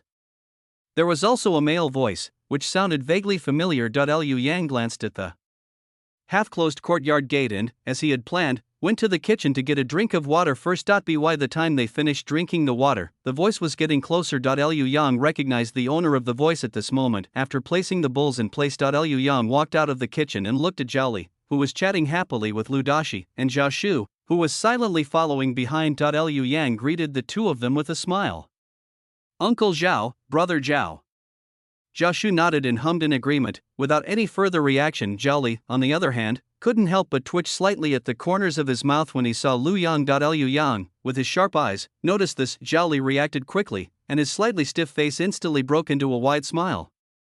Yangzi, I came here today to talk to you about something. About what happened last time. I got impatient. I want to tell you. Liu Yang didn't listen to the whole thing, and instead glanced at Lu Dashi, who seemed a little uncomfortable. Before Zhao Li could finish speaking, Liu Yang smiled and said, Uncle, let's go inside and talk. Zhao Li paused, then smiled. Oh, look how anxious I am. Come on, let's go inside and talk. Zhao Li, on the other hand, invited Lu Dashi into the main room. Liu Yang followed slowly behind, looking down at the gifts Zhao Shu was holding, his mind racing as he considered the purpose of their visit. Could it be that Zhao Li really came to apologize for what happened last time? Liu Yang's eyes flickered, and he slowly looked away, stepping into the main room. After the group sat down, an eerie silence fell over the main room. Liu Yang got up and poured a glass of iced tea for the group. He then sat up straight, looked at Zhao Li and the other person without saying a word. His father looked uneasy, and it was unclear what the two had talked about outside. Zhao Li glanced at Liu Yang and Lu Dashi, thought for a moment, and sighed. I was wrong about what happened last time. I offended you and my nephew Dashi with my words. The Zhao family members have also made some money during this period. Although it was somewhat different from what he had imagined, everyone's lives were still much better than before. He had heard a lot of people in the clan praising the Liu family in private these days. In addition, his sons would often talk about the Liu family in his ear. Zhao Li also vaguely realized that he had made a mistake in his attitude last time. After thinking it over, Zhao Li chose a day when Liu Yang was home to come and apologized to the Liu family. His family members saw things more clearly than he did. Given the current state of the Liu family, it doesn't matter whether Liu Yang fails the exam next time. Given Liu Yang's age, the Liu family could easily afford to support him for another 10 or 20 years of schooling. Liu Yang only needs to succeed once while the Liu family is still in power. Liu Yang was the most promising person in the village, and also the one with the most power. By then, the Liu family will no longer be the Liu family that could be bullied by others. He has been blinded by his own limited perspective all these years. He was just a man with a little power in Daya village, yet he began to feel smug. If his eldest son hadn't reminded him that old Wang next door had never once caused trouble for the Liu family, he wouldn't have been able to get away with it. He, on the contrary, took advantage of his status and offended Liu Yang and the Liu family. After realizing what had happened, Zhao Li reflected on what he had said at the Liu family earlier. Recalling Liu Yang's tone and attitude when he spoke to him earlier, Zhao Li suddenly realized what was happening. That he initially intended to use his status to pressure the Liu family into agreeing to his demands. Unexpectedly, Liu Yang ended up leading me by the nose. Thinking about it now, Zhao Li still breaks out in a cold sweat. If Liu Yang makes it onto the list, he'll be set for life. Dade village can't hold people like that. Thinking this, Zhao Li's eyes showed a hint of regret. It's a pity Lu Yang isn't a member of the Zhao family, otherwise, fortunately, Lu Yang was still a resident of Date Village. Old Wang understands things better than him. Lu Dashi looked at Zhao Li, who seemed somewhat dazed. After a while, he replied, Clan Chief Zhao, please don't say that. I've forgotten what we talked about last time. Zhao Li snapped out of his daze and, upon hearing Lu Dashi's words, looked at Lu Yang with anticipation. Liu Yang met Zhao Li's gaze, although he didn't know why Zhao Li insisted he take a stance. It was just as his father had said, Uncle Zhao, I've forgotten about what happened last time. Please don't say things like that again. The Lu family can't afford to offend Zhao Li, or rather, members of the Zhao family. However, since the other party is willing to make peace, Lu Yang will not dwell on that matter. Zhao Li's smile deepened after hearing Lu Yang's words. Oh well, forget about it. These are pancakes your aunt made. You should try them. It was hard to refuse such hospitality. Liu Dashi and Lu Yang reached out and took one to eat. After the first bite, Lu Yang didn't want to take a second one. It is too sweet. Sugar is something that villagers don't usually get to eat. Now that I have some spare money, the pancakes I make are all extremely sweet. I don't know if it's because I'm going to give it as a gift that I put so much sugar in it. After all, sugar is a rare commodity. Sending this cake is equivalent to sending candy. Does this make us seem more sincere? As Lu Yang pondered this, he calmly finished eating the pancake. Seeing that Lu Yang and Lu Dashi had finished eating the pancakes he had brought, Zhao Li breathed a sigh of relief. Yangzi, you'll definitely do well in the next county exam. I have high hopes for you. Yes, thank you, Uncle Zhe. After seeing Zhao Li and his son off, Lu Yang and Lu Dashi went back into the house one after the other. Chapter 52 Annual Leave. Lu Xiao then brought the children back from the back. Master, what brings the Zhao family patriarch here? Lu Dashi drank 2 bowls of cold tea in a row. After putting down the bowls, he replied, It's nothing, I just came to apologize for what happened last time. Lu Dashi then began to tell Lu Xiao the whole story of Zhao Li's visit. Liu Yang slowly sipped his herbal tea, his thoughts drifting to Zhao Li as Lu Dashi spoke. Liu Yang was surprised by Zhao Li's visit, but upon reflection, it made perfect sense. However, to his surprise, Zhao Li was a man who could be both flexible and resilient. Liu Yang lowered his eyes, looking at the tea leaves floating in the bowl, and a faint smile slowly appeared on his lips. It is often said that power can easily blind people. Zhao Lining came to us, presumably because someone had enlightened him. The person who gave this wake-up call was probably Zhao Shu, who often followed Zhao Li around in silence. She does have a sharp eye. It's often said that those who remain silent are the ones who deserve the most attention. If Date Village falls into Zhao Shu's hands in the future, I think everyone will be better off than they are now. After listening to what Lu Dashi said, Lu Xiao, after realizing what had happened, she glanced at Lu Yang and then went downstairs to prepare lunch. Evening, the Lu family ate dinner early. The Lu family had dinner as soon as the moon appeared and before the sun had set. Right now, several children are playing with the lanterns that Lu Xiao, Zhao Liwa, and the other 2 made in the yard. Liu Yang moved a stool over and sat down beside him, watching with a smiled eye. Remind the kids every now and then to be careful not to fall. Slowly, the moon rose. Lu Xiao moved an incense table from inside and placed it facing the moon. After the altar is set up, the offerings should be placed on it. Zhao Liwa placed the plate containing the large mooncake in the center of the incense table. Li Jing and Zhou Xuanfang each carried a plate of fruit and a plate of pastries stacked like lotus flowers on either side. Then Lu Xiao placed a plate containing rice, millet, wheat, flour, beans, and other grains on the table. After setting up the altar, Lu Xiao lit the incense and candles, and then called Lu Yang and his group over. Come, let's all pay homage to the moon goddess. Lu Yang and the others began to offer sacrifices one after another. Liu Yang had no idea what wishes everyone was making in their hearts, but his thinking was very simple. His wishes for peace in the world and for his family to be safe, sound, and healthy. After everyone finished their worship, Lu Xiao took a knife and cut the large mooncake in half. Each piece was the same size. Come on, have a taste. The sweetness of the mooncakes was made according to the tastes of most members of the Lu family. Fortunately, it wasn't too sweet, so Lu Yang was able to finish the piece of cake. I imagine the county town will be quite lively on the Mid-Autumn Festival. If it weren't for the fact that it's quite far from the county seat, Lu Yang wanted to go there and see what was going on in the county. However, the thought of the crowded scene made Lu Yang's slight regret disappear. The 2-day holiday has passed just like that. Liu Yang returned to the school after presenting the homemade cakes, osmanthus wine, pork belly, and other festival gifts to the teacher. Liu Yang strolled slowly toward the dormitory. Many students brought gifts to Master Qin today, and he came out after he finished giving his gifts. Lu Kai and the others had not returned yet, perhaps because everyone is still on holiday. Their enthusiasm for talking is quite high. Liu Yang found the area around the dormitory too noisy, so he carried his trunk to the classroom. Liu Yang thought the classroom would be empty. Unexpectedly, there was a straight figure sitting in the seat behind me. Liu Yang walked over and said with a smile, "Brother Fuchi is really diligent." Upon hearing this, Qi Ning looked up at Liu Yang, his eyes calm and composed. "Yes, you too." After saying that, Qi Ning lowered his head and continued reading. He showed absolutely no intention of saying a word to Liu Yang. Liu Yang wasn't blind, and he naturally noticed Qi Ning's apparent indifference. Liu Yang glanced at Qi Ning, then looked away. After putting the box down, Liu Yang took out a writing brush, ink, paper, and inkstone. After seeing the 2 packets of biscuits inside, Liu Yang thought for a moment and then took one out. He got up and walked to Qi Ning's side. "Brother Fuchi, these are pancakes made by my mother herself. Please try them." Qi Ning was taken aback, looked up at the oil paper package in Liu Yang's hand, and a look of confusion flashed in his eyes. This confusion didn't last long. Qi Ning looked at Liu Yang but did not reach out to take the oil paper package. Liu Yang shook his wrist twice, signaling Qi Ning to take the oil paper package. Qi Ning glanced at what Liu Yang was holding, then looked at Liu Yang and asked calmly, "Why did you give me this?" Liu Yang was surprised that Qi Ning would ask such a question. However, Liu Yang didn't mind and said with a smile, "We've been classmates, so I'll give it to you if I want to." Without waiting for Qi Ning's reaction, Liu Yang placed the oil paper package directly on Qi Ning's desk, then he turned around and went back to his seat. Liu Yang had just opened the book when Qi Ning's voice came from behind him. "Thank you very much, Brother Fong."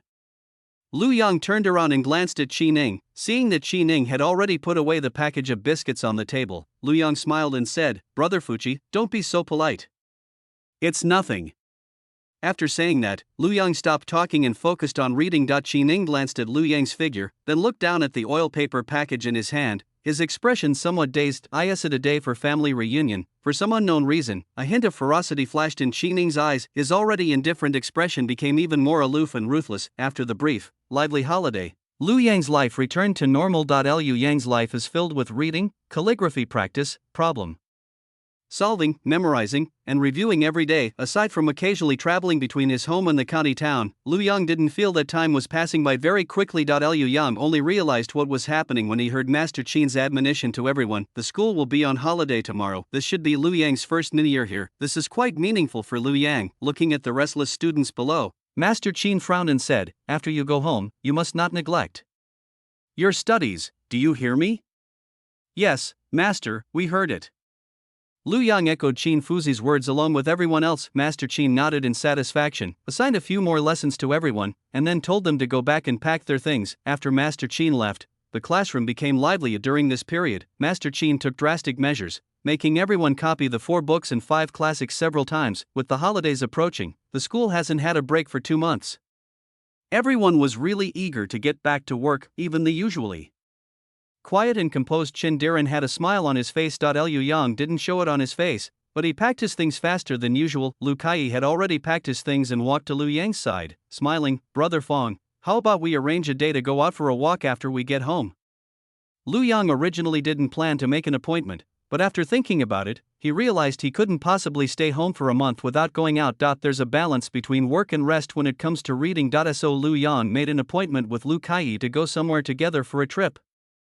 Chapter 53. This year, everyone is wearing new clothes. The next day, it was still dark. There was quite a commotion outside the dormitory. The hurried footsteps of those walking back and forth revealed their haste, but there was a hint of joy amidst the haste. Liu Yang opened his eyes, saw that it was still dark, tucked the blanket in, and closed his eyes again. At this moment, Sun Yuanqing and the others also got up.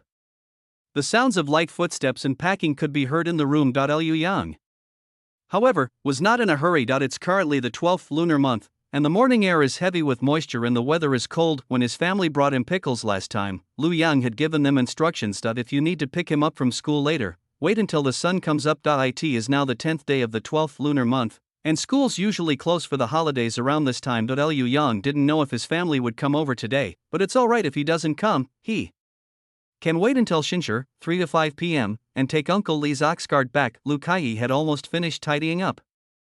Seeing that Liu Yang still hadn't made a move, he walked over and tentatively called out to him softly twice. "For Fong, for Brother Fong." Liu Yang opened his eyes and looked at Lu Kai with amusement. "Brother Qiheng, are you leaving?" Lu Kai shook his head, there are still some things I haven't packed. Seeing that Lu Yang was still lying down, Lu Kai laughed and said, Wei Feng, aren't you in a hurry to go home? Lu Yang nodded, I'm in a hurry, I'll get up as soon as the sun comes out. Lu Kai glanced at the sky outside, which was just beginning to lighten, then turned to look at Lu Yang. Okay, I'll be going now. Lu Yang smiled and said, Yes, brother Chihun, take care. When Lu Kai and his group left, the sun was already beginning to rise. Liu Yang threw off the covers, got up, and dressed. There was no sound outside anymore. I imagine everyone is eager to get home today. They've probably all left by now. After washing up, Lu Yang slowly by pack his things. By the time we finished packing, the sun had already risen. Liu Yang planned to go out and take a look. If his family didn't come over, he would stay in his room and read for a while. When it's almost time, take your luggage to the city gate and take a bus home. Before Lu Yang even reached the school gate, he saw two familiar figures standing outside. Liu Yang was stunned for a moment, then quickly walked over. Father, elder brother, when did you arrive? It is now the hour of Chan, 7 to 9 a.m. Lu Yang dawdled while packing, thinking that even if his family came, it wouldn't be so soon. Unexpectedly, this turned out to be a miscalculation. At this time, there were many carriages parked in front of the school gate, and several students carrying large and small bags were waiting outside. Liu Yang and his group were not particularly noticeable. Liu Dashi glanced at Lu Yang's empty hands and back. He replied, We just arrived a little while ago when Uncle Li came over and said there were quite a few more scholars at the city gate early this morning. So your mother sent us over to see if the school was on holiday. Upon hearing this, Lu Yang breathed a sigh of relief. In this kind of weather, it's easiest to catch a cold. If this were in modern times, taking some medicine would be enough. In ancient times, one might lose half their life. Seeing the thick clothes worn by Lu Dashi and Lu Bai, Lu Yang was no longer so worried. Seeing that the students around him were carrying large and small bags of things, Lu Dashi asked Lu Yang, Have you packed all your things? Alright, Dad, big brother, wait here for me for a moment, I'll go get the things right away. Outsiders are generally not allowed to enter the school. If one wishes to enter, one must consult the master. Liu Yang didn't want to disturb the teacher so early in the morning, so he simply made 2 more trips. Originally, Lu Yang did not intend to take the thick quilt back, but his father said his mother told him to take it back. I'll beat it at home then, and fluff up the blankets. So that even if it's sturdy, it won't be warm enough. Liu Yang did not refute this, and then made another trip after. Closing the dormitory windows and doors tightly, Lu Yang carried the quilt and walked quickly towards the school gate. Because there was quite a lot of luggage in the car, Liu Yang and his companions didn't linger in the county town, they headed straight home. When I got home, the house was filled with a delicious aroma. Liu Yang sniffed, guessing that he must have made chicken soup.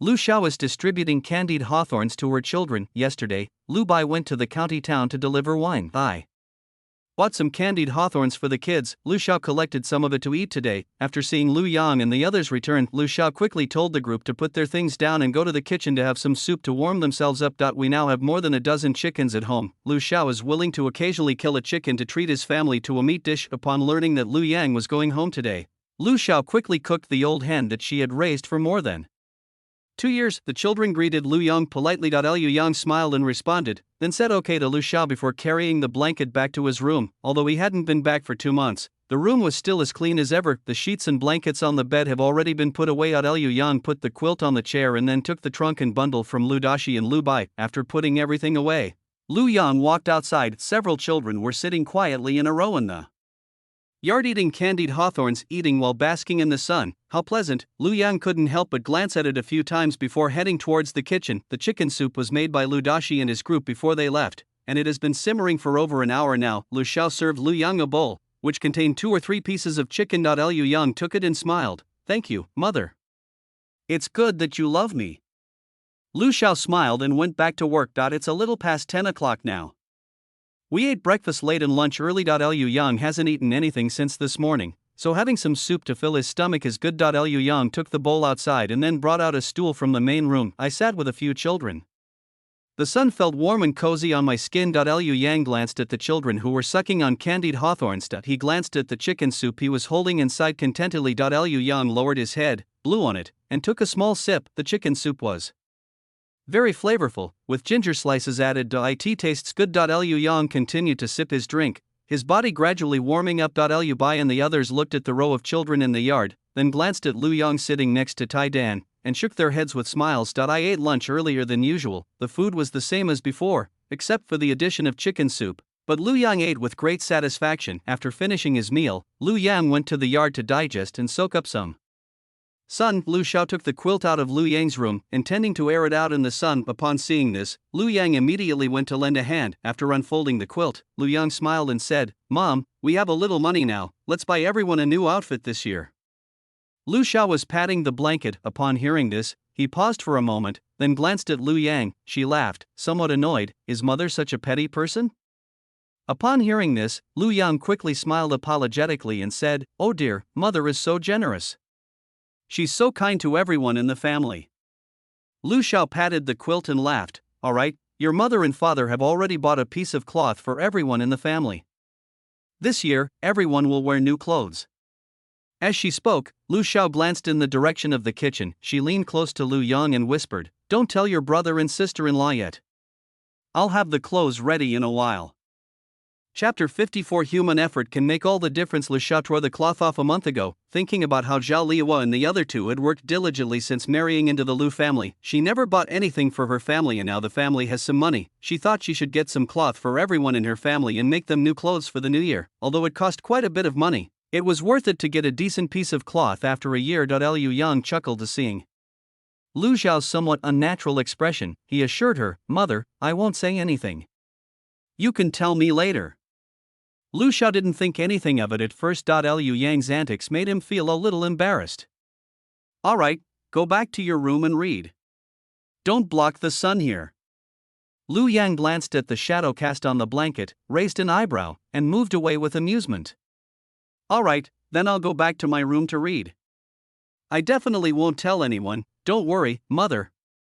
After saying that, Lu Yang quickly turned and left. Watching Lu Yang's departing figure, Lu Xiao laughed and cursed, "You brat, staying at home is very relaxing." When Lu Yang got tired of reading, he went to play with his little nephews and nieces. 2 or 3 years old is a fun time, but teasing them too much gets boring. The kids have become quite clever. Time passed quietly, and before we knew it, it was the 24th day of the 12th lunar month. Early that morning, Lu Xiao, Zhao Liwa, and the others took the maltose they had prepared and began making sugar melons. "I heard they're also going to make some pastries and dumplings." A sweet aroma wafted from the kitchen shortly afterward. Liu Yang was reading a book in his room. As I looked around, my attention drifted to the kitchen. Today is the 24th of the lunar calendar, and every household is making sweets to offer to the kitchen god.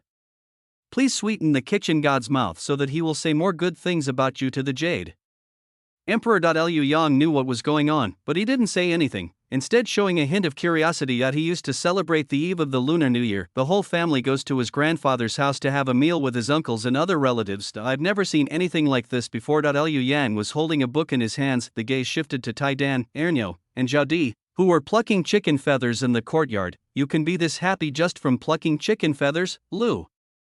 Yang looked at the chicken, which was bald in patches, and then at the children who were laughing and plucking its feathers. He felt a little itchy to do the same. He's never even plucked a chicken feather before. Lu Yang put down the book and squatted down next to Tai Dan. "If you can't pull them out completely, Uncle will teach you." As he spoke, Lu Yang rolled up his sleeves, reached out and grabbed a handful of chicken feathers, and with a forceful pull, plucked the tuft of feathers off. Liu Yang was taken aback, looking at the chicken feather in his hand, his eyes slowly narrowing. "It seems kind of fun." Liu Yang put the chicken feathers aside and reached out to grab another handful. In just a few seconds, Lu Yang and his group had plucked all the chicken feathers. What's left are just some scattered bits of hair. Liu Yang coughed lightly. "Be careful, you have to pluck these little hairs slowly. Uncle is going to wash his hands and go back to read." Tai Dan and the other two nodded, said okay, and then lowered their heads to carefully pluck the little hair. After washing his hands, Lu Yang walked to the kitchen door and glanced inside. Lu Xiao and the others were focused on their work and didn't notice Lu Yang. Liu Yang didn't linger and turned back to his room. "I wonder if it smelled too sweet from the kitchen." Liu Yang felt a sweet scent emanating from him. Thinking that he hadn't finished the study tasks he had set for himself today, Lu Yang stopped thinking about it and focused on reading. I ate dinner later than usual tonight. They could only eat after they had to worship the kitchen god. Liu Yang didn't understand any of this. He just did whatever his older brothers did. After groggily kowtowing and worshipping the kitchen god, Lu Yang finally got to eat. The Lu family is doing well this year, and they are having a very lavish New Year's Eve dinner. There was pork, chicken, and fish. Several large platters of dishes were laid out on The table, which made me happy just looking at them, Lu Xiao and Zhao Li's cooking skills have improved considerably compared to before. Liu Yang ate with a mouthful of oily flavor, sighing with delight. Liu Dashi and the others were toasting each other with their wine glasses, while Lu Yang could only watch from the sidelines. Looking at Lu Yang's aggrieved expression, Lu Xiao laughed and said, "Your dad and the others drink strong liquor, but you can't drink it." "Mother, I didn't want to drink it in the first place. We finished our pine needle wine a few days ago." Liu Yang was thinking that he would brew 2 large jars of wine next year, so he could drink a little whenever he wanted. At least it can satisfy my cravings and help me practice my alcohol tolerance. Lu Xiao smiled and responded. He said he believed it, but his eyes were full of doubt. Liu Yang looked down and stuffed another bite of meat into his mouth. After dinner, Lu Yang and his brothers sat in the main room talking. Liu Dashi drank 2 more small cups and is now lying in his room. Liu Yang looked at Lu Bai and the other 2, then casually warmed his hands with hot water. "Eldest brother, second brother, third brother, how are your studies going lately?" A few days after the Mid-Autumn Festival, Lu Bai went to Shandong Village to pick up Master Sunday. A few days ago, the restaurant ordered a lot of food, so Lu Bai and the others were busy running around to the county town and neglected their studies. Upon hearing this, Lu Bai replied apologetically, "I only had time to read a book these past 2 days. Although I still don't quite understand the meaning, I can gradually get into it." Lu Yang nodded and looked at Lu Song. Liu Song laughed and said, "I review the characters that Master Sun taught me carefully every night before bed. As for reading, I'm about the same as my elder brother." Before Lu Yang could look over, Lu Rong continued Lu Song's words, "Mine is the same as my eldest and second brothers." Lu Yang listened and slowly nodded. He initially invited Master Sun over mainly to teach his family members to read. As for the contents of the 4 books and 5 classics, Master Sun did teach, but the time was too short. My family members did try to learn it, but they didn't master it. After thinking for a moment, Lu Yang asked again, "How are Tai Dan and the others now?" Since Lu Yang had invited Master Sun over, he naturally wouldn't let such a good resource slip by. Naturally, I hope everyone in my family will learn it. However, Lu Yang didn't have high hopes for his parents and sisters. Law. As long as they can follow along and learn a few words and some basic principles, that's enough. As for Tai Dan and the other kids, it's about time they were sent to school for their early education. Liu Yang hadn't paid much attention to these things when reading books and doing exercises, so he asked a question out of curiosity. Liu Bai laughed and said, "These kids are quite playful. They treat studying like a game." Upon hearing this, Lu Yang recalled the few children who had sparsely followed along when he was reciting his lessons in the courtyard a few days ago, and a smile crept onto his face. Thinking about his family situation, Lu Yang pondered for a moment and looked at his 3 older brothers. "Eldest brother, second brother, third brother, what do you think of Master Sun?" Lu Bai looked at Lu Yang with a puzzled expression and asked, "Little brother, why are you asking this?" Lu Song and Lu Rong also looked at Lu Yang, understanding some things but not quite. Liu Yang said with a faint smile, "If Master Sun is good, I would like to have him come to my home to teach for a few more months. If there's one instance, there's bound to be another. If one is sincere, Master Sun might agree." Liu Bai glanced at Lu Song and Lu Rong, then looked at Lu Yang and frowned, asking, "Will Master Sun agree?" Lu Yang did not nod, but simply smiled and said, "It all depends on human effort. You have to do it to know the result." Chapter 55 Getting Stuck in a Bull's Horn. We did it right away. The next day, Lu Yang and Lu Bai went to the county town. After preparing everything they needed to buy, the 2 went to Shandong Village. Perhaps because the Lunar New Year is approaching, Shandong Village is much more lively than when they last came here. There were quite a few children chasing each other on the road. There were many elderly people chatting on both sides of the road, occasionally calling out to the children to be careful. Liu Bai had already gotten out of the carriage and was slowly walking forward, holding the reins, afraid that the horse would be startled. There are too many people here. If someone gets hurt by accident, it could be a serious matter. Liu Yang followed slowly behind the carriage to avoid bumping into the children. The 2 slowly walked to Master Sun's house. The house at Master Sun's was more lively than before. 2 children were squatting on the ground in the yard, digging in the dirt. Liu Yang glanced around and, seeing no one else, stood in front of the door and knocked. Attract the attention of the 2 children. The 2 children are one slightly older and one slightly younger. She looks about 6 or 7 years old. He's about the same age as Tai Dan and Ernio. She just looks a bit thin. The older children had already gotten up and walked towards Lu Yang, while the younger ones had already turned around and run back into the house. Liu Yang glanced at him and knew that the child was probably going to call someone over, so he turned his gaze to the chubby-faced child in front of him. "Little brother, what should I call you?" The child must have been taught manners by Master Sun, because upon hearing Lu Yang's question, he replied in a serious tone, "Brother, my name is Hu Zi." Tiger glanced at the gifts Lu Yang was holding, then at the carriage parked in front of the door, and asked in his childish voice, "Brother, are you here to see Grandpa?" Lu Yang nodded, and was about to ask if the child's grandfather was home when he caught a glimpse of someone coming out of the house. Liu Yang looked up and saw that it was Sun Jingxing. When Tiger saw his grandfather coming, he quickly and obediently followed behind Sun Jingxing. Sun Jingxing glanced at Lu Bai beside the carriage, then at Lu Yang. Lu Yang cupped his hands and smiled. "I apologize for the sudden visit by my brother and me today, sir."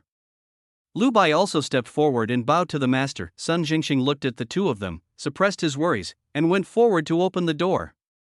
"Let's talk inside."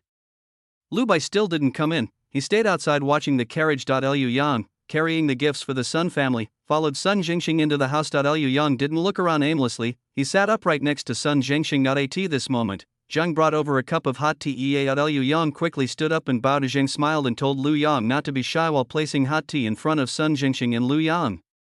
After Zhang left, Lu Yang sat down and began to tell Sun Jingxing the purpose of his visit. "I've come here today to ask you, Master, to visit the Lu family again." Lu Yang observed Sun Jingxing's expression, and if anything seemed amiss, he would adjust his words accordingly. Fortunately, Sun Jingxing's expression didn't change after he finished speaking. Liu Yang smiled and continued, "If you agree, everything will be the same as before. I wonder if you would be willing." Sun Jingxing lowered his eyelids, looked at the teacup in front of him, and remained silent for a moment. Liu Yang wasn't in a hurry. He picked up his teacup and quietly drank his tea. He had not inquired about Sun Jingxing's family situation, but he also vaguely noticed that Sun Jingxing's house was very quiet. If he hadn't seen those two children earlier, he probably would have thought that the Sun family only consisted of Sun Jingxing and his wife. However, Lu Yang wouldn't specifically inquire about the Sun family. His only goal was Sun Jingxing. He would naturally tell Sun Jingxing about anything else if he encountered difficulties. He'll help if he can, and if he can't, then there's nothing he can do. Liu Yang composed himself, sipping his hot tea. Although he was thinking about something, he also paid some attention to Sun Jingxing. Sun Jingxing has also made up his mind. He's getting old now, and he'll probably be gone in a few years. Because of his obsession in previous years, he has become distracted from his children. It was only when I reached this age that I suddenly realized this. If it weren't for the debt collectors coming to his door, he probably would never have woken up in his life. Thinking of this, Sun Jingxing glanced at the two children playing in the yard inside softly. He looked at Lu Yang with a hint of resignation on his face. "When will it be over?" Lu Yang paused, then looked away from Sun Jingxing's gaze on the two children and replied to Sun Jingxing, "After the Lantern Festival, my elder brother will come to pick up the teacher." Sun Jingxing nodded, "Okay." The two chatted for a while about Lu Bai and the other two, as well as the learning situation of Tai Dan and the other kids, and their future study arrangements. Seeing that Sun Jingxing understood the situation, Lu Yang felt relieved. Liu Yang stood up, intending to say goodbye to Sun Jingxing, then Sun Jingxing also stood up, his face showing a hint of hesitation. There was also a hint of embarrassment in her voice. Liu Yang's mind raced, and he smiled. "Does the master have something to say to me?" Sun Jingxing nodded, his lips moved slightly, but he ultimately closed them again. Liu Yang wasn't in a hurry. Looking at the two children in the yard, he smiled and said, "I didn't see them when I came last time. I forgot to buy them something this time." Sun Jingxing was taken aback. He turned around and glanced at the things on the table. On top were 2 packets of pastries, several pieces of pork, and a writing brush, ink, paper, and inkstone. For Sun Jingxing, this gift was already very significant. But Sun Jingxing turned to look at Lu Yang, then looked at the two children in the yard. The heart that was previously conflicted now relaxed. He looked at Lu Yang, his tone carrying a hint of sincerity and trepidation. "I have a request, young brother. I wonder if you can grant it?" Lu Yang looked at Sun Jingxing and smiled. "Please speak freely, master." Sun Jingxing slowly exhaled, as if he had made a major decision in his heart. He looked at Lu Yang with a serious expression. "Young brother, you probably already guessed what I'm going to say, so I'm not afraid of losing face." Sun Jingxing paused, then laughed self-deprecatingly. "I used to get stuck in a rut when I was studying, thinking myself superior and believing that my failure to pass the exams was due to other reasons. I never considered whether this path was right for me. Now that I'm old, my family is no longer a family, and I'm burdened with a lot of debt." Sun Jingxing didn't continue speaking.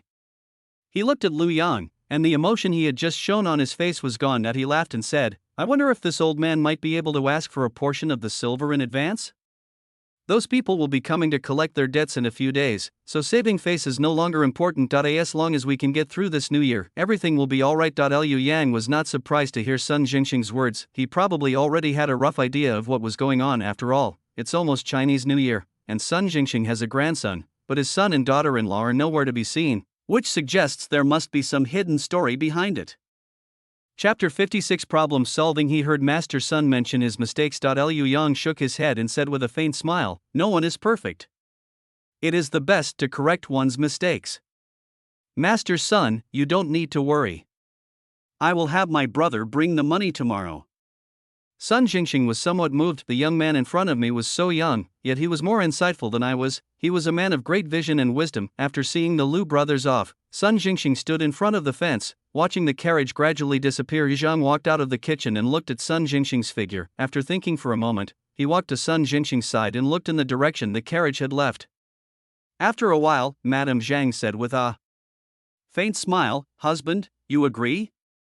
Sun Jingxing nodded and said in a deep voice, call Hu Zi's parents back in a couple of days. After saying that, Sun Jingxing turned around and went back into the house. Zhang turned her head to look, her expression unreadable, but her eyes gradually welled up with tears. The carriage left Shangdong village. Liu Bai turned and glanced at Lu Yang, his eyes filled with worry. After leaving Master Sun's house, Lu Yang didn't say a word. His face showed no emotion. Could it be that Master Sun had not agreed? After thinking for a moment, Lu Bai sighed and laughed. Little brother, if Master Sun is unwilling, then so be it. At least we can read now, which is much better than before. Lu Yang snapped out of his reverie. He had just been thinking about what Sun Jingxing had said earlier, thinking about how old Sun Jingxing is. It seems he's only now understanding some things. If he hadn't come, who knows if the original owner would have become someone like Sun Jingxing. They only realized the problem when it dragged their family down with them. However, these were all Sun Jingxing's own choices. Lu Yang could see them clearly, but he wouldn't comment on whether Sun Jingxing's actions were right or wrong. Hearing Lu Bai's words, Liu Yang laughed and said, brother, Master Sun has agreed. Go to mother tomorrow or the day after and get 15 taels of silver. Then give the silver to Master Sunday. I've already discussed this with him. Lu Yang paused for a moment, then continued, after the Lantern Festival, elder brother, you can choose a day to come and bring Master Sun home. Master Sun is short of money right now, so he doesn't mind settling the accounts for 3 months' worth of silver directly. Master Sun was a scholar, and naturally proud. It is said that a drop of water in need should be repaid with a spring of water. I imagine that when the time comes, Master Sun will be able to impart all his knowledge without reservation. And Lu Yang smiled, knowing it would be easier to invite Master Sun again in the future. Liu Bai, unaware of Lu Yang's thoughts, chuckled upon hearing this. Alright, I'll pick a good day and bring Master Sun home. There were fewer people on the road, so the carriages ran faster. The two chatted casually about village affairs, and before they knew it, they had arrived at Dave village. When he got home, Lu Yang told Lu Xiao what had happened. After listening, Lu Xiao went back to his room and prepared the money. The next morning, Lu Xiao told Lu Bai to quickly send the money over, fearing something might happen on the road. They asked Lu Song to come along. Liu Yang watched from the side, and after the carriage had gone far away, he followed Lu Xiao into the house. Yesterday, Lu Xiao, Zhao Liwa, and the others cleaned the house thoroughly. Today, after tidying up the house again, it's time to prepare things for the new year. The only thing Lu Yang needed to do at home was read. Every time Lu Yang offered to help with something, he was stopped by the women in his family. Liu Yang could occasionally lend a hand with small tasks, but he couldn't help with anything else. After exchanging a few words with Lu Yang, Lu Xiao got back to work. Watching Lu Xiao disappear into the kitchen doorway, Lu Yang smiled helplessly and went back to his room. That he still had 2 major questions left to answer from the assignments given by Master Qin, thinking that he had an appointment with Lu Kaiyi after the new year, and would be busy dealing with relatives during the holiday. Lu Yang decided to do these 2 big questions today. After laying out the paper, Lu Yang went to the kitchen to get a bowl of water to grind the ink. Grinding ink requires proper posture and appropriate pressure. One must not rush. Liu Yang took out the questions he had copied earlier and began to think as he ground ink. These 2 major questions are probably among the more difficult assignments given by Master Qin. Liu Yang had already done the easy questions and was saving these 2 for later. One of the 2 questions is based on the 4 books, and the other is a policy essay. The difficulty of the 4 books text should not be at the level of the county examination. They look more like questions for the prefectural examination. The topic is, the people turn to him. But who can control him? The meaning of this sentence alone is that the people submit to him, and no one can stop him. Students who haven't thoroughly studied and understood the 4 books and 5 classics will definitely find it difficult to begin. After all, who is this person? Why should the people submit to him? Why is no one trying to stop him? These are all difficult problems. Even if you wanted to guess, you wouldn't know where to start. Looking at the question, Liu Yang began to recall the contents of the 4 books. My mind was flipping through pages like a book, turning them very quickly, but Liu Yang's hands continued to grind the ink slowly and steadily. Suddenly, Liu Yang's eyes lit up. This was from the 6th section of Mencius, King Hui of Liang, Part 1. This section uses a question and answer session between Mencius and King Xiang of Liang to demonstrate Mencius's advocacy of benevolence and the idea that the people are more important than the ruler. To understand this sentence, you should also add the sentence that precedes it. The complete sentence is, among the rulers of the world today, there is none who does not delight in killing. If there were one who did not delight in killing, the people of the world would all look up to him with bated breath. If this were truly the case, the people would flock to him like water flowing downstream. Who could stop this overwhelming tide?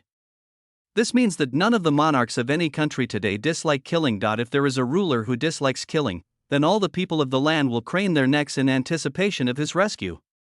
If this is the case, the people will submit to him like rainwater rushing downhill. Who can stop it? With this addition, the solution becomes clear. If Liu Yang focuses on the core of benevolent governance in his writing, his score shouldn't be low. We're not taking an exam right now, so we have plenty of time. Seeing that the ink was ready, Liu Yang put the ink stick away, dipped his brush in the ink, straightened the brush tip, and began to write down his problem-solving ideas on the paper of the 4 characters. Benevolent governance appeared on the paper. Liu Yang then began listing both positive and negative figures to use as examples when answering questions, thus increasing the persuasiveness of his arguments. Liu Yang was writing so intently that he didn't even realize Liu Bai had returned. Liu Yang only stopped writing when Lu Xiao asked Tai Dan to come and call him for dinner. Writing too smoothly isn't good either. Once I start writing, I can't stop. Liu Yang looked at the few sheets of paper on the table, smiled and shook his head. He will condense these few sheets of paper into a few hundred words. So that you can complete this question within the specified word count. Knowing this wasn't an exam, Liu Yang let his thoughts wander and wrote more, but he certainly couldn't write it like that in the exam room. As Liu Yang pondered this, he tidied up the things on the table. Chapter 57 Arguments. After finishing his meal, Liu Yang didn't rush back to his room. Instead, he strolled around the yard to digest his food. Tai Dan and the other kids were at the age where they were naturally playful, so they ran out as soon as they finished eating. Liu Yang had just walked around twice when Lu Xiao beckoned him to enter the main room. Liu Yang glanced at the neatly folded clothes on the table and could vaguely guess what it was about. He walked over and opened his arms as Lu Xiao had instructed. Lu Xiao picked up a long robe from the table, shook it, and then held it up against Liu Yang. The sleeves fit perfectly, a little long, so I can wear them to school when it starts. The robe was a lined garment, with cotton padding about half a finger's length inside. Looking at the thickness of the cotton, Liu Yang knew that his mother must have spent a lot of money. Although Liu Yang didn't know how much cotton cost per kilogram, as far as he knew, cotton was a rare commodity. The quilt he was covered with was made of reeds and some chicken feathers. It's barely enough to keep warm. The Liu family didn't raise many chickens before, and it's hard to imagine how many years it would take to collect even a little bit of chicken feathers. All the chicken feathers I've saved over the years have been used to make a quilt for him. The blankets that my family used were mostly made of dry straw mixed with other scraps of cloth. This cotton is really unaffordable for ordinary people. Liu Yang thought to himself while touching the quilted cotton, without saying a word. Looking at Liu Yang's expression, Lu Xiao, based on her understanding of her son, could roughly sense that Liu Yang was probably a little angry. Lu Xiao stood to the side, at a loss for words. Just then, Tai Dan and his friends came running back. Laughing loudly, Lu Xiao quickly went to the door and called the children over. Tai Dan and a few of the slightly older children walked up to Lu Xiao, not understanding why. "Grandma, what's wrong?" Lu Xiao glanced at Liu Yang and, seeing that Liu Yang was looking this way, quickly pulled Tai Dan over. "Grandma got you a new outfit. Come and try it on and see if it fits."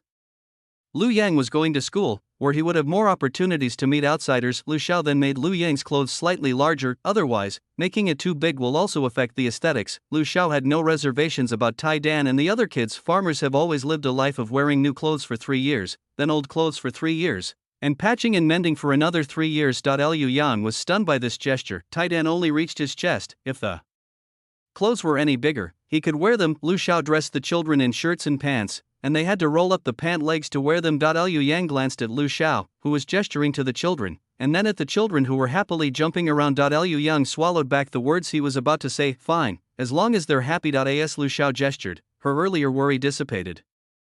She chuckled and said to Lu Yang, "Mother spent some money to buy 10 caddies of cotton.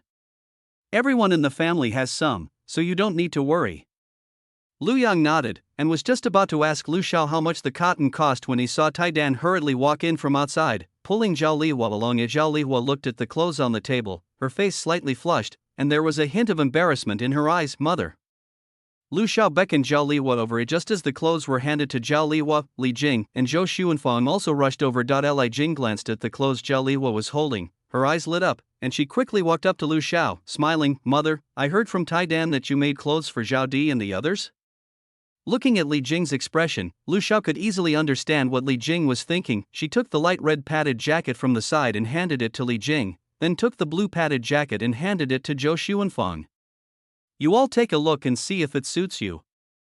Aside from Lu Yang and a few children, Lu Xiao made the clothes for the rest of the group perfectly. The three of them gesturing together was just right. Zhao Lihua touched the dark blue padded jacket in her hand, which had a layer of cotton lining. She looked up at Lu Xiao and smiled. "Mother's handiwork is really good." Li Jing and Zhou Xuanfang, who were standing nearby, also noticed the quilted cotton inside the clothes. They were shocked and somewhat incredulous, hearing Zhao Lihua's words. The two looked at Lu Xiao and smiled. "Mother, you've worked hard these past few days." "Thank you for your kindness, Mother." Lu Xiao waved her hand. "There's no need to thank me. These are the boss's and the others' clothes. Come over and take them back to your room." "Why?" The main room was filled with laughter and cheerful conversation. Liu Yang didn't look at it again, smiled, and took his clothes back to his room. After putting the clothes away, Lu Yang walked to the desk and sat down. "I planned to finish writing that essay on the 4 books, because I had a draft, I had a clear idea of what to write, so the writing process went smoothly." After an incense stick had burned, Lu Yang put the paper aside and waited for the ink to dry completely before putting it away. He looked up at the sky outside the window. The sun was blocked by white clouds, making the courtyard appear somewhat dim. Liu Yang glanced at the homework on the table, thought for a moment, and decided to take a nap first. When I got up, the sun had already risen from behind the clouds. Liu Yang went outside and washed his face with cold water. Once he was fully awake, he returned to his room. After arranging everything on the table, Lu Yang sat down and looked down at the last question. Policy essay questions are essentially short answer questions about national politics, covering a wide range of topics, for example, politics, economics, people's livelihood, and law. The question set by Master Qin was a question about people's livelihood. The topic is, how are people's lives today? The translation is, how are people's lives now? Solving policy-related problems requires arguments. The arguments and evidence are complete, and the author concludes by offering their own views and solutions. Everyone knows the solution method. The difficulty lies in the fact that everyone has a different perspective. For example, children from wealthy families and children from poor families will have different views on this issue. However, policy essays are meant to express one's own views and opinions, so there is no right or wrong in them. Whether the score is high or low, and whether the essay is good or not, depends on how the examiner views it. Thinking of this, Lu Yang looked down at the question, a thoughtful look in his eyes. In his eyes, the lives of ordinary people must be miserable. The root of their hardship is the lack of money. The reason why ordinary people have no money is because of the exploitation and oppression by the upper class, issues such as taxes and corvée labor, corrupt officials, and large-scale construction projects. There are too many to list. The people are now unable to get enough to eat and wear. If these two most important problems cannot be solved, what is that if not hardship? Lu Yang thought a lot, but he knew that in the exam room, the focus of solving problems should not be on criticism, but on finding solutions. There are too many issues related to people's livelihood, so Lu Yang plans to start with the issues that people care about most. If we can't get enough to eat, then we should start by increasing grain production. The grain output of the Jing dynasty was not high, but the court also took many measures. For example, they reclaimed wasteland, built water conservancy projects, and even shifted the focus of farming to the south, but these are all just temporary solutions.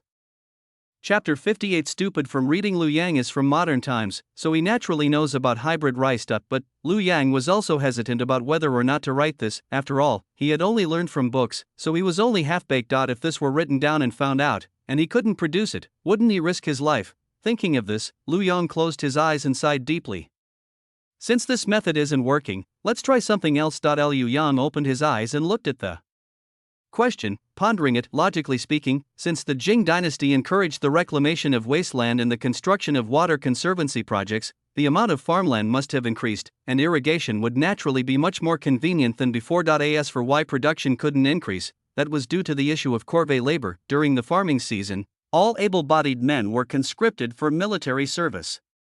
With fewer laborers available, even though there was more land than before, the yield was actually the same. Or rather, it might not be as good as before. Liu Yang came up with two solutions. One was not to exploit the people during the farming season, which is what Confucius meant by using the people according to the seasons. Secondly, it reduced corvée labor. Thinking of this, Liu Yang dipped his pen in ink, intending to write this part down first. So that I won't forget later. After finishing writing, Liu Yang began to think about the problem of not being able to keep warm. Regarding what happened today, cotton is clearly such a good thing, but because it is so expensive, people can only watch as this warm material freezes to death. All of this was because cotton was not yet widely available. Once cotton becomes widespread in the Jing dynasty, its price will definitely come down. Liu Yang stopped writing as he was writing. He himself was not satisfied with this answer. Ultimately, all of this stems from the government's inaction and its competition with the people for profit. They were engaging in large-scale construction projects and enslaving the people. Those below them deceived their superiors and exploited the people layer by layer.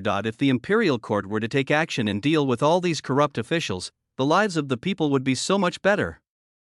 Liu Yang was startled awake when ink dripped onto the draft paper after he had been thinking for so long. He looked at the black dots on the paper, and his brows furrowed instantly. It's better not to write it. Liu Yang crumpled the paper into a ball and tossed it aside in frustration. After putting down his pen, Liu Yang got up and walked out. Come to think of it, he hasn't really explored the village much lately.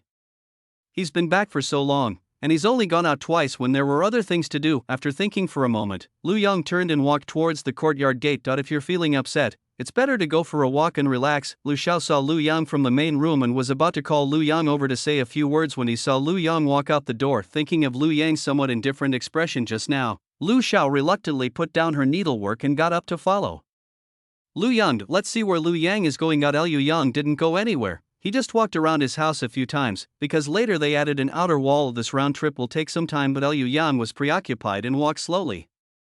By the time he reached the third lap, it was already darker than when he had left. Liu Yang stopped and looked up at the sunset, which was so beautiful and colorful that it was dazzling. As he watched, Liu Yang seemed to calm down a bit. He turned to look at the somewhat panicked person behind him and laughed. Mother, how long have you been following me? If they hadn't stopped, Liu Yang really wouldn't have heard the footsteps behind him. Lu Xiao was startled when Liu Yang turned around, but she realized what he meant when she heard his words. Lu Xiao stepped forward, carefully observing Liu Yang's expression, and asked with a smile, Yangzi, what's wrong with you? Why is someone walking around the house for so long all of a sudden? Lu Xiao was a little worried. Liu Yang has become much more mature and composed these days, and he rarely causes any trouble when it comes to doing things. He looked fine after the meal. Why do you look so preoccupied after just a short time apart? Could it be that you've encountered some difficulties in your studies? Lu Xiao thought about it a lot, and a hint of something unconsciously showed on her face. Liu Yang looked at it, remained silent for a few seconds, and then replied, Mother, did you hate the emperor before? Upon hearing this, Lu Xiao panicked instantly. She quickly looked around, and luckily they were behind the house and there was no one around. Lu Xiaosong breathed a sigh of relief, then took 2 steps forward and pulled Liu Yang aside. He whispered, Why are you asking this question? If someone hears us and secretly reports us to the authorities, our whole family could be beheaded. Liu Yang didn't mention that he asked the question only after checking that no one was there. Seeing that Lu Xiao was really worried and scared, Liu Yang didn't want to know the answer to the question anymore. He looked up at the sky again, then looked at Lu Xiao and smiled. Mom, let's go home quickly, the food should be ready soon. Liu Yang could already smell the aroma of stir-fried dishes from home. He turned his head and glanced towards the kitchen, where he saw wisps of smoke rising from the chimneys. He then pulled Lu Xiao towards his home. As soon as they turned the corner, Lu Xiao stopped. Seeing that he couldn't pull Lu Xiao, Liu Yang stopped and looked at Lu Xiao. Mother, what's wrong? Lu Xiao looked at Liu Yang, her lips pressed tightly together, and after a while, she said, Mother doesn't hate. Liu Yang was taken aback, realizing that Lu Xiao was answering a question he had asked on a whim. Upon hearing this, Liu Yang smiled faintly, and was about to say that it was nothing and that going home for dinner was the priority. Then Lu Xiao leaned closer and whispered, Things are so much better now than before. We can't ask for too much, or we'll lose this peace and stability." After saying that, Lu Xiao, without waiting for Lu Yang's reaction, silently took Lu Yang's hand and walked towards home. Looking at Lu Xiao's somewhat aged hands, Lu Yang seemed to understand something unexpectedly. His mother's thinking was much more insightful than his. Liu Yang slowly exhaled a breath of stale air, releasing the frustration that had been weighing on his mind. The people still care more about stability, and they seem to tolerate other things as much as possible. Liu Yang stopped thinking about it and put his mind at ease. I've decided to stop thinking about it. When Lu Yang and Lu Xiao returned home, Lu Dashi and the others were just about to go out to look for someone. Upon seeing Lu Yang and Lu Xiao, the tension on their faces eased. Lu Dashi glanced at Lu Xiao and immediately knew that his wife had something on her mind, but he didn't say anything. Instead, she looked away from Lu Yang, frowning as she asked, "Where did you go? Why aren't you back so late?" "Actually, it's not too late now, since the sun hasn't completely set yet." However, Lu Yang also understood the meaning behind Lu Dashi's words. He was worried that something might happen to him outside. Thinking of this, Lu Yang laughed and said, he was so engrossed in reading that he walked around the room twice. Upon hearing this, Lu Dashi, who had originally wanted to say something about Lu Yang, found himself unable to utter a word. After thinking for a moment, Lu Dashi frowned and said, "Next time you go out for a walk, remember to tell your family first." Lu Yang quickly replied, "Yes, father, I understand." Lu Xiao, who was standing to the side, originally wanted to speak up and tell Lu Dashi not to talk about so many children. Upon hearing this, he shut his mouth.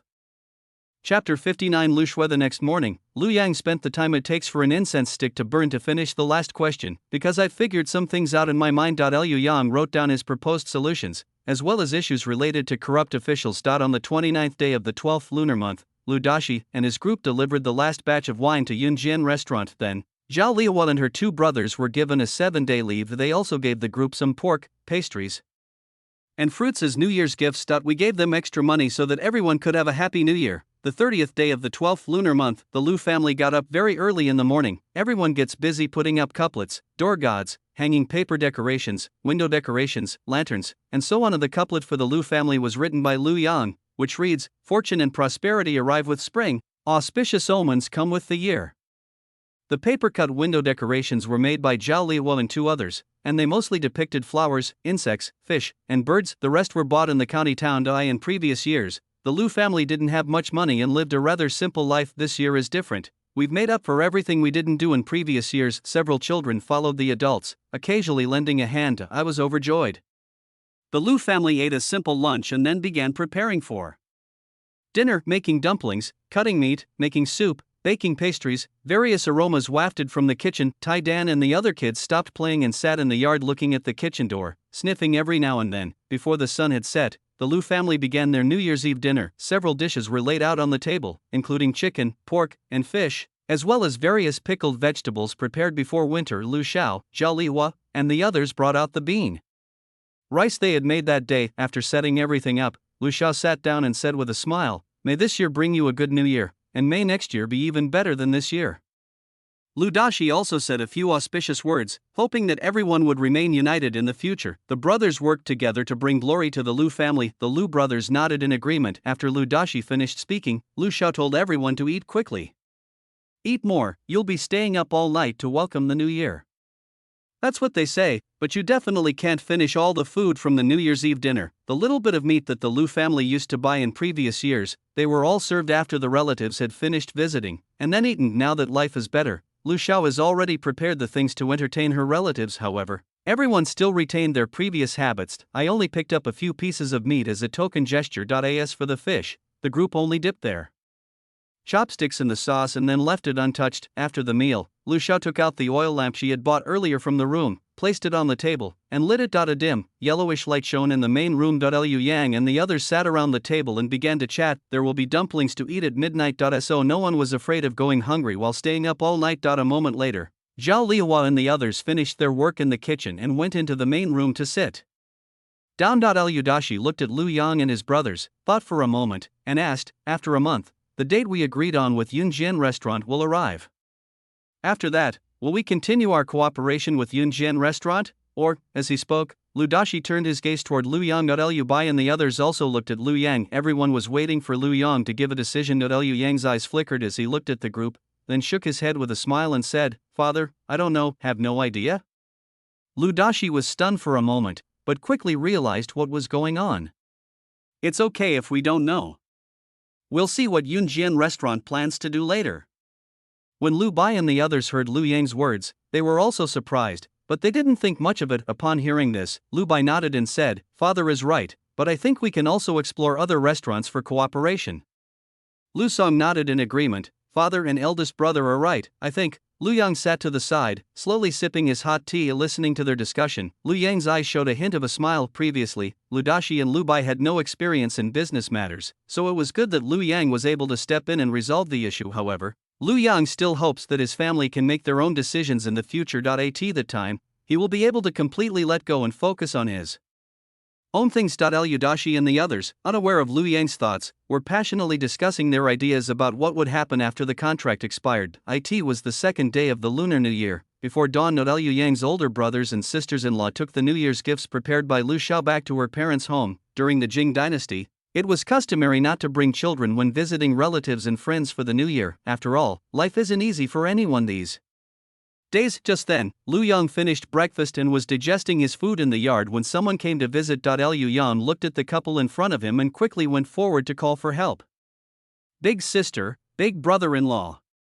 Lu Shui laughed heartily, looked Lu Yang up and down, and said with a smile, "It's been a while, Yangzi, you've become quite energetic." Shi Feng nodded in agreement. Upon hearing the noise, Lu Xiao quickly came over to greet the two.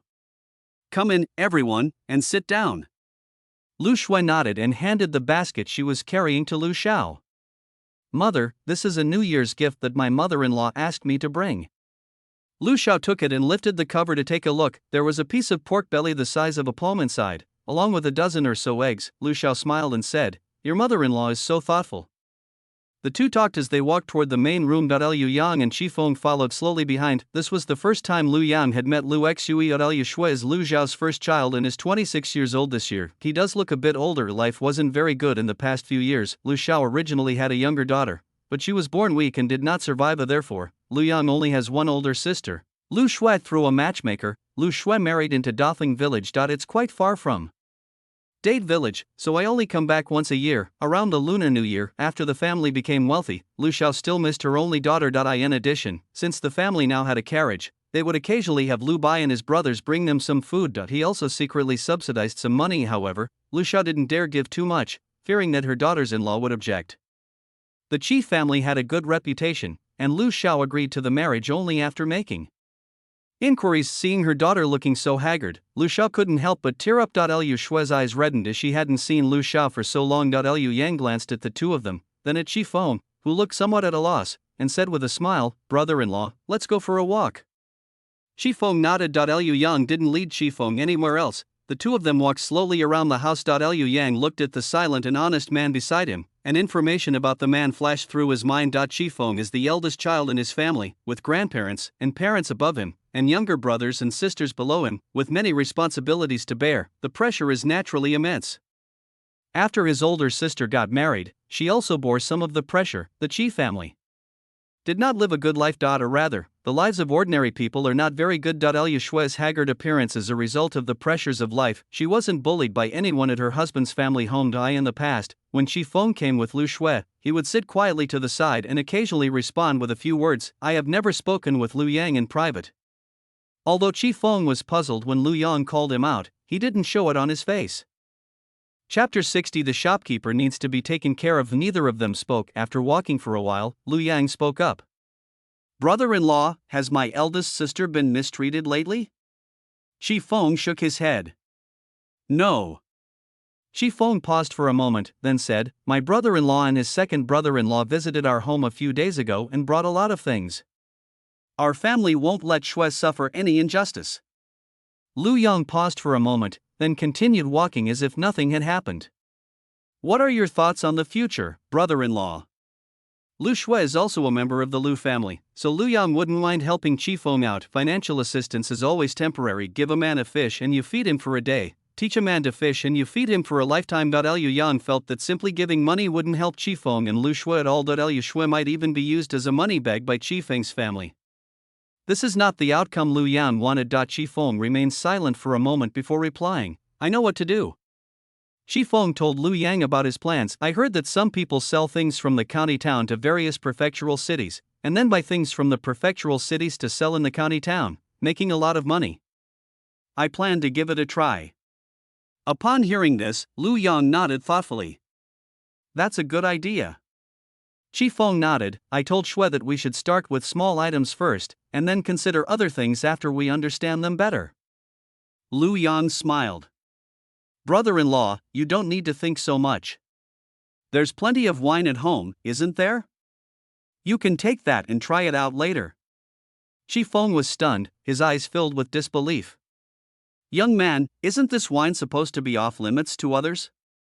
So brother-in-law will have to wait a while. Lu Yang didn't explain too clearly, but said, brother-in-law can go and find out first, and then come to our house to pick up the wine in February. Shi Feng didn't say much, but looked at Lu Yang with a serious expression. Thank you for your help, little brother. Lu Yang shook his head. Brother-in-law, you don't need to be so polite.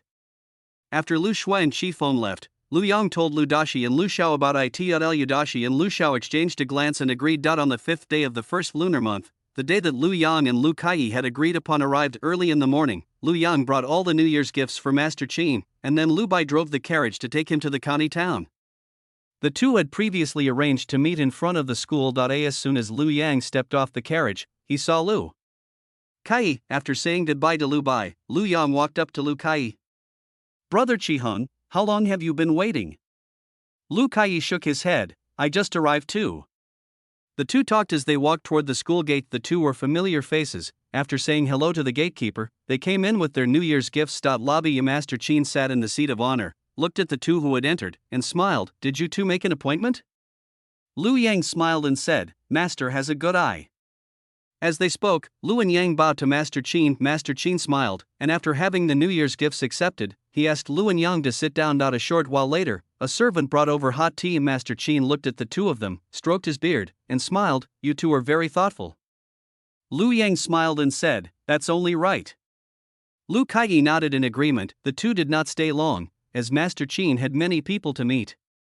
After drinking a couple of sips of tea, they bid farewell to Master Qin. After leaving the school, Lu Kai was no longer as reserved as he had been in front of Master Qin. Wei Feng, have you decided where you want to go? Lu Yang shook his head. If you don't have any either, let's go for a walk. Lu Kai nodded. The festive atmosphere of the new year has not yet faded. The festive atmosphere in the county town is stronger than in the village. There are many acrobatic performances to watch on the street. Fire breathing, pole climbing, knife swallowing. Lu Yang saw something that interested him and went over to take a look. If you're not interested, just walk past. Before long, the two arrived at the entrance of the Cloud Pavilion. Lu Kai glanced at Lu Yang, then at the restaurant entrance. A sly look on his face. So this is the place you wanted to come to, Brother Feng. Lu Yang smiled, offered no explanation, and stepped inside. Upon seeing this, Lu Kai quickly followed. The Yunjian restaurant was packed with people and bustling with activity. The sounds of toasting, laughter, and conversation filled the air. Lu Yang glanced at it casually, and after getting a general idea, he walked up to the shopkeeper. Shopkeeper, Happy New Year. When Wu Ludao heard Lu Yang's voice, he thought he had misheard. He looked up and saw that it was indeed Lu Yang. Oh, Happy New Year to Brother Feng. Wu Ludao glanced at Lu Kai beside Lu Yang and smiled. This is? Lu Yang introduced the two of them. The two greeted each other. Wu Ludao summoned a waiter, had someone check the counter, and then invited Lu and Yang to a private room on the second floor. After having tea, pastries, and fruit platters brought in, Wu Ludao sat down opposite Lu Yang. Brother Feng is here today, I wonder. As he spoke, Wu Ludao glanced at Lu Kai. There was an implication in his words that he was unsure whether he should say it outright. Lu Yang shook his head and smiled. I just happened to be passing by today with a friend, so I thought I'd come and see how the shopkeeper's business is doing. Lu Yang paused for a moment, then continued, the shopkeeper's business is booming and thriving. Wu Ludao smiled and said, That's all thanks to Brother Feng. Not at all, you're too kind, shopkeeper. Lu Yang casually declined, but naturally he didn't take Manager Wu's words seriously. Lu Kai listened from the side, becoming more and more confused. Does this mean that the Yunjian restaurant is doing well because of Lu Yang? How is that possible? Lu Yang wasn't afraid of Lu Kai finding out about this, since he was coming over because he really wanted to see how business was at Yunjian restaurant, and also, Lu Yang looked at manager Wu and said with a faint smile, "Next time my brother comes, you'll have to take good care of him." Wu Ludao was taken aback. He looked into Lu Yang's eyes and it took him a while to realize what was happening. Of course, but I wonder if Brother Fong could reveal a few words? Lu Yang shook his head.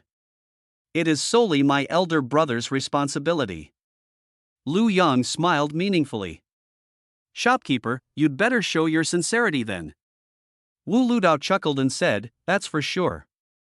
After leaving the Cloud Pavilion, Lu Kai frequently looked at Lu Yang, his face full of conflict. Liu Yang laughed and said, "What's wrong?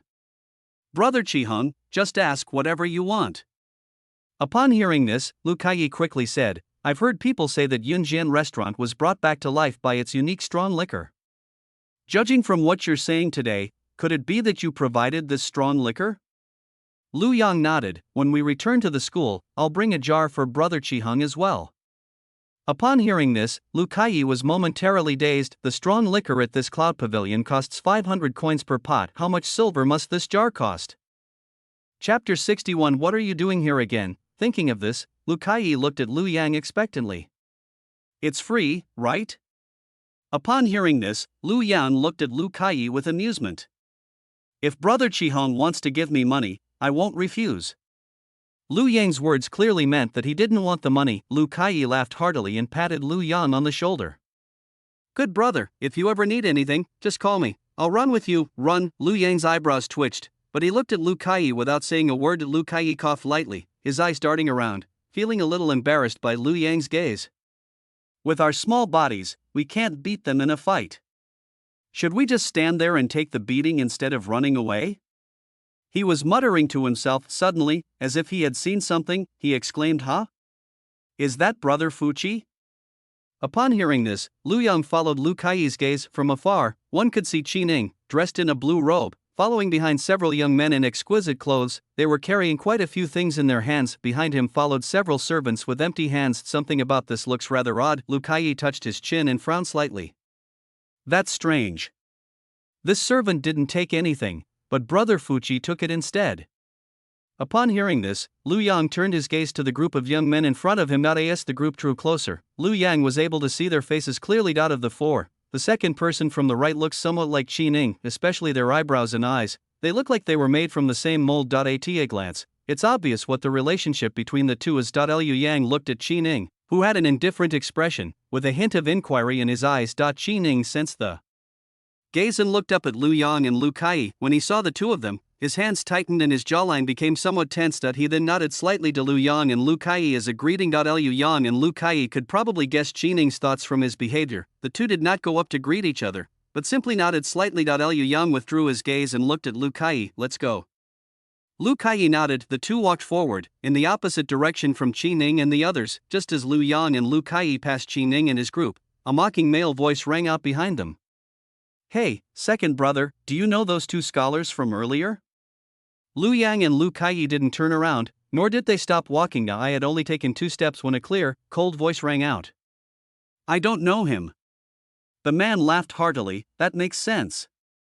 Since you went to beg my mother and she agreed to let you study, then second brother, don't waste your time on other things and neglect your studies." As the group walked away, Lu Yang and Lu Kai could no longer hear their voices. Liu Yang stopped and turned to look at the figures of the people in front of him, his eyes filled with thought. Seeing that Lu Yang had stopped, Lu Kai also stopped. He turned his head to look at Lu Yang, then at Ning's figure. "Brother Fong, why do you think Brother Fuchi said he didn't recognize us?" They were in the same classroom, and even if they didn't talk much, they were still acquainted. Thinking of this, Lu Kai's expression also became serious. "Brother Fuchi, have you been bullied?" Lu Yang withdrew his gaze and turned to look at Lu Kai, who was deep in thought. He smiled faintly and said, "It seems to be the case, but we'd better not speculate on the specifics." Lu Kai nodded, "That's for sure." The two continued walking forward, no longer discussing Ning. The two wandered around aimlessly, without any particular destination in mind. When they see something interesting, they touch it and take a look at it. Liu Yang also bought a few dough figurines for children from the stall. "After we've had enough fun, we can eat. It's not a waste." That day, the two strolled around until almost Shinshur, 3 to 5 p.m. Before parting ways, after returning home, Lu Yang's life remained unchanged. Or rather, there weren't any major ups and downs. Every day I read books, practice calligraphy, run, and when I feel bored, I go for a walk outside. By the time Lu Yang realized it, it was almost time to return to school. At this time, Liu Yang looked at Lu Xiao, who was packing his things in the room, and smiled. Mom, it's not like I'm not coming home. There's no need to bring so much stuff. As Lu Xiao folded Lu Yang's clothes, she replied, Mother knows. I didn't bring many, just 2 sets. 2 sets. Lu Yang looked at the 2 large packages and found it amusing. However, seeing how much effort Lu Xiao had put into tidying up, Lu Yang didn't say anything more. It was the 16th day of the first lunar month, just as dawn was breaking. Liu Yang took several gifts for the festival, as well as 3 jars of 5-gene wine and several jars of 2-gene wine to the county town. Liu Bai did not take Lu Yang directly to the school, but instead drove the carriage to Huanchuan Hall. After presenting the holiday gifts to Elder Qi, the 2 went to Huairan Tang. The 2 didn't stay long. After presenting the gifts and exchanging a few words, they left. After Lu Yang boarded the carriage, Liu Bai smiled and said, We'll reach the Ni Chang cloth shop soon. Let's deliver the festival gifts there first, and then I'll take you to school. Lu Yang nodded. Okay, no rush. The carriage slowly made its way to the Nisham cloth shop. After a short while, the carriage stopped. Liu Yang got out of the car carrying his things. I was just about to go inside, then he saw a furtive man glance at him from not far from the entrance of the Ni Chang cloth shop, and then run away. Liu Yang stared at the man's figure, somewhat puzzled. The person who just looked at him must have been him, right? Watching that hurried figure leave, it was as if it was going to call for help. Liu Yang was puzzled, and glanced at it again before looking away. At this moment, Lu Bai parked the carriage and walked over carrying the festival gifts. He followed Lu Yang's gaze but saw nothing. Liu Bai asked in confusion, Little brother, what's wrong? Lu Yang shook his head. It's alright, brother, let's go in. After the 2 entered, they went straight to the counter. Manager Li also saw the 2 of them at this moment. He stroked his beard and chuckled. Young man, what brings you here? I've come to give the shopkeeper a gift. Lu Yang presented the holiday gifts in his hands. Seeing this, Lu Bai also handed the gifts he was carrying to the shopkeeper. Please accept this, shopkeeper. Manager Li looked at the generous gifts but didn't accept them. He just smiled and said, Young brother, you're too kind. These gifts are too much for me to accept. Lu Yang glanced at the 2 packets of pastries he was holding. She glanced again at the small jar of wine and 2 pieces of pork that Lu Bai was holding. After thinking for a moment, he smiled and said, If the shopkeeper doesn't accept it, I'll feel embarrassed to take it home. After exchanging a few words, seeing Lu Yang's resolute attitude, Manager Li accepted the gift. In that case, thank you both very much, young men. After Lu Yang saw that Manager Li had accepted the money, he was about to say goodbye when the man who had left earlier rushed in from outside. Manager Li's expression darkened slightly when he saw this person. What brings you here again? Chapter 62 implicates seeing that Manager Li was angry. The man was not afraid and stood in front of Lu Yang while panting heavily. You can't leave. The man's tone was too arrogant, so Lu Yang frowned and took 2 steps back. At this moment, Manager Li also came out from behind the counter. He stood beside Lu Yang, looked at the man in front of him, and frowned, saying, No wonder you're always guarding the door. Go back and tell your wife that the cloth shop will no longer employ her, and tell her to stop doing these useless things. The man, who had a slovenly look on his face, grinned when he heard this. Manager, my wife has been working with your Ni Chang cloth shop for 2 years. It's unreasonable to fire her without saying a word. Lu Yang stood aside listening to these words and vaguely realized what it was about. It seems that his 3 sisters-in-law stole someone else's cake. Thinking of this, Lu Yang glanced at Manager Li unexpectedly. The shopkeeper was decisive and fired the person, but how did this war end up affecting him? Lu Yang felt somewhat displeased. Manager Li glanced at Lu Yang, his expression somewhat unnatural. When he dismissed Madame Sun, he claimed that he had already found another embroiderer. I never expected this family to be so persistent, like a stubborn leech that I couldn't shake off. Thinking of this, Manager Li's tone also turned serious. Do I have to tell you all about what your wife has done in private? The man scoffed. If you don't tell me what you didn't do, how will anyone know? Upon hearing this, Manager Li angrily said, secretly letting others do the embroidery work while you stay home and count your money. How could you have stumbled upon such a great opportunity? Speaking of it, Manager Li gets angry. If Lu Yang hadn't mentioned that dress earlier, and he hadn't thought about it later and felt something was wrong, and had someone investigate, he wouldn't have expected that this lady's son would pull this trick on him. What a lazy bum who dreams of making big money. The man's expression changed after hearing what Manager Lee said, but he was quite thick-skinned. Instead of admitting their mistake, they shifted the blame to others. Those people are all my wife's apprentices, and their skills are naturally no worse than hers. You can't just find anyone and fire my wife. You must be having something going on with that guy. Upon hearing this, Manager Lee flew into a rage once again. You scoundrel, spouting nonsense, aren't you afraid of dying young? The man's expression darkened after hearing what Manager Lee said. Shopkeeper, I won't say too much to you. Just invite my wife back in person, and I'll make sure my daughter doesn't speak ill of you in front of your boss. Your daughter? Manager Lee sneered. She's just a concubine, and she thinks she's some big shot just because she whispers in my ear. She was just a concubine with some looks. How long did she think she could stay in the master's favor? Manager Lee scoffed. He had worked his way up step by step on his own. The master wouldn't get angry with him over a concubine. Besides, the fault originally lay with Madame Sunday. Even if the boss is lustful, he won't be completely blinded by lust. Upon seeing this, Lu Yang understood the whole story. However, Lu Yang did not want to get involved in this matter. He then cupped his hands to Manager Lee and said, Manager, if you have something to attend to, my brother and I will take our leave first. Manager Lee nodded. He didn't want Lu Yang to get involved either. After all, this matter had nothing to do with Lu Yang. Just because the two of them think this way doesn't mean the man thinks the same way. He grabbed Lu Yang's sleeve. No, you can't leave. Lu Yang frowned and quickly pulled his sleeve back. Sir, let's talk this out. Don't get physical. The man sneered. How much money did you give the shopkeeper? These words made Manager Lee feel uncomfortable. You do despicable things yourself, and you expect everyone else to be like you?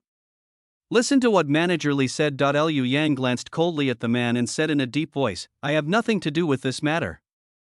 You can handle it with the shopkeeper. Don't involve others. Just as the man was about to say something, a plump woman rushed into the store. The woman, panting heavily, pointed at Liu Yang and asked the man, this is the person?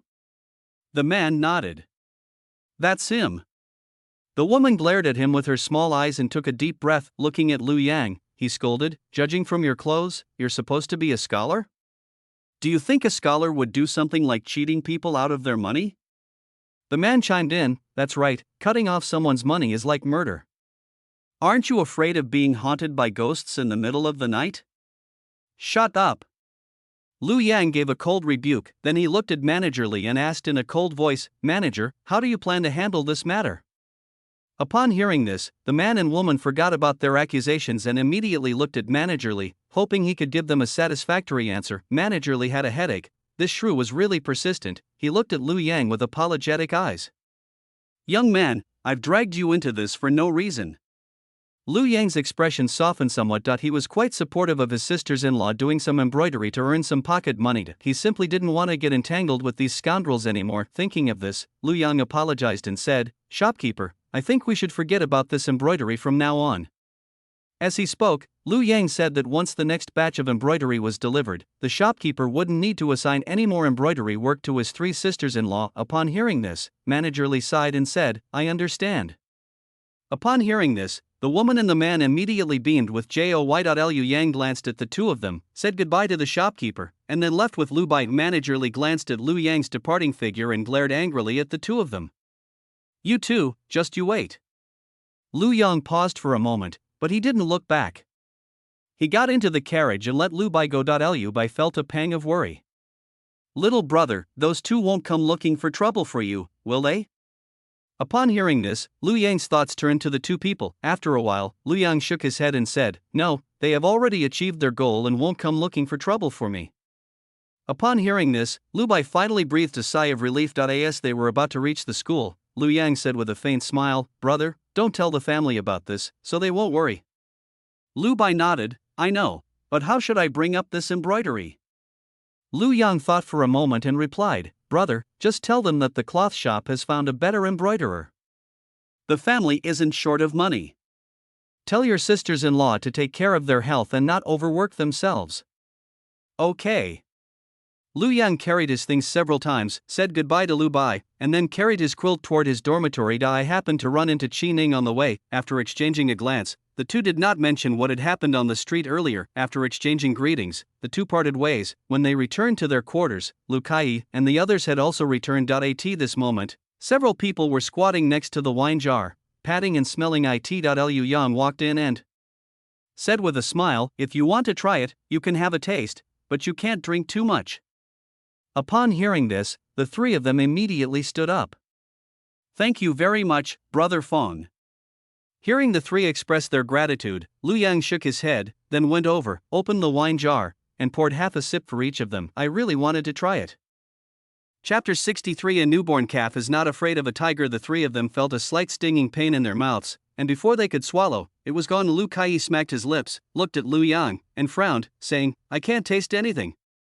Sun Yuancheng and Feng Baolai nodded earnestly. Under the gaze of the three people, Lu Yang closed the wine jar. Then, looking at the three of them, he smiled and said, "Brother Qiheng, Brother Sun, Brother Feng, these 3 jars are for you." Lu Yang distributed the 3 jars of 5 Jin wine, and casually instructed, "Don't drink too much. It's better to take them home for your elders." Lu Kai and the other 2 nodded. "We understand, thank you, Brother Feng." Lu Yang shook his head, indicating that he was welcome. As the group chatted, the conversation turned to the assignments given by Master Qin. Lu Kai sighed, "These lessons are quite difficult. I'm afraid I'll be just accompanying you on the next county exam." At this point, Sun Yuansheng and Feng Baolai also felt somewhat melancholy. "I hope that kind of question won't appear again in the next county level exam."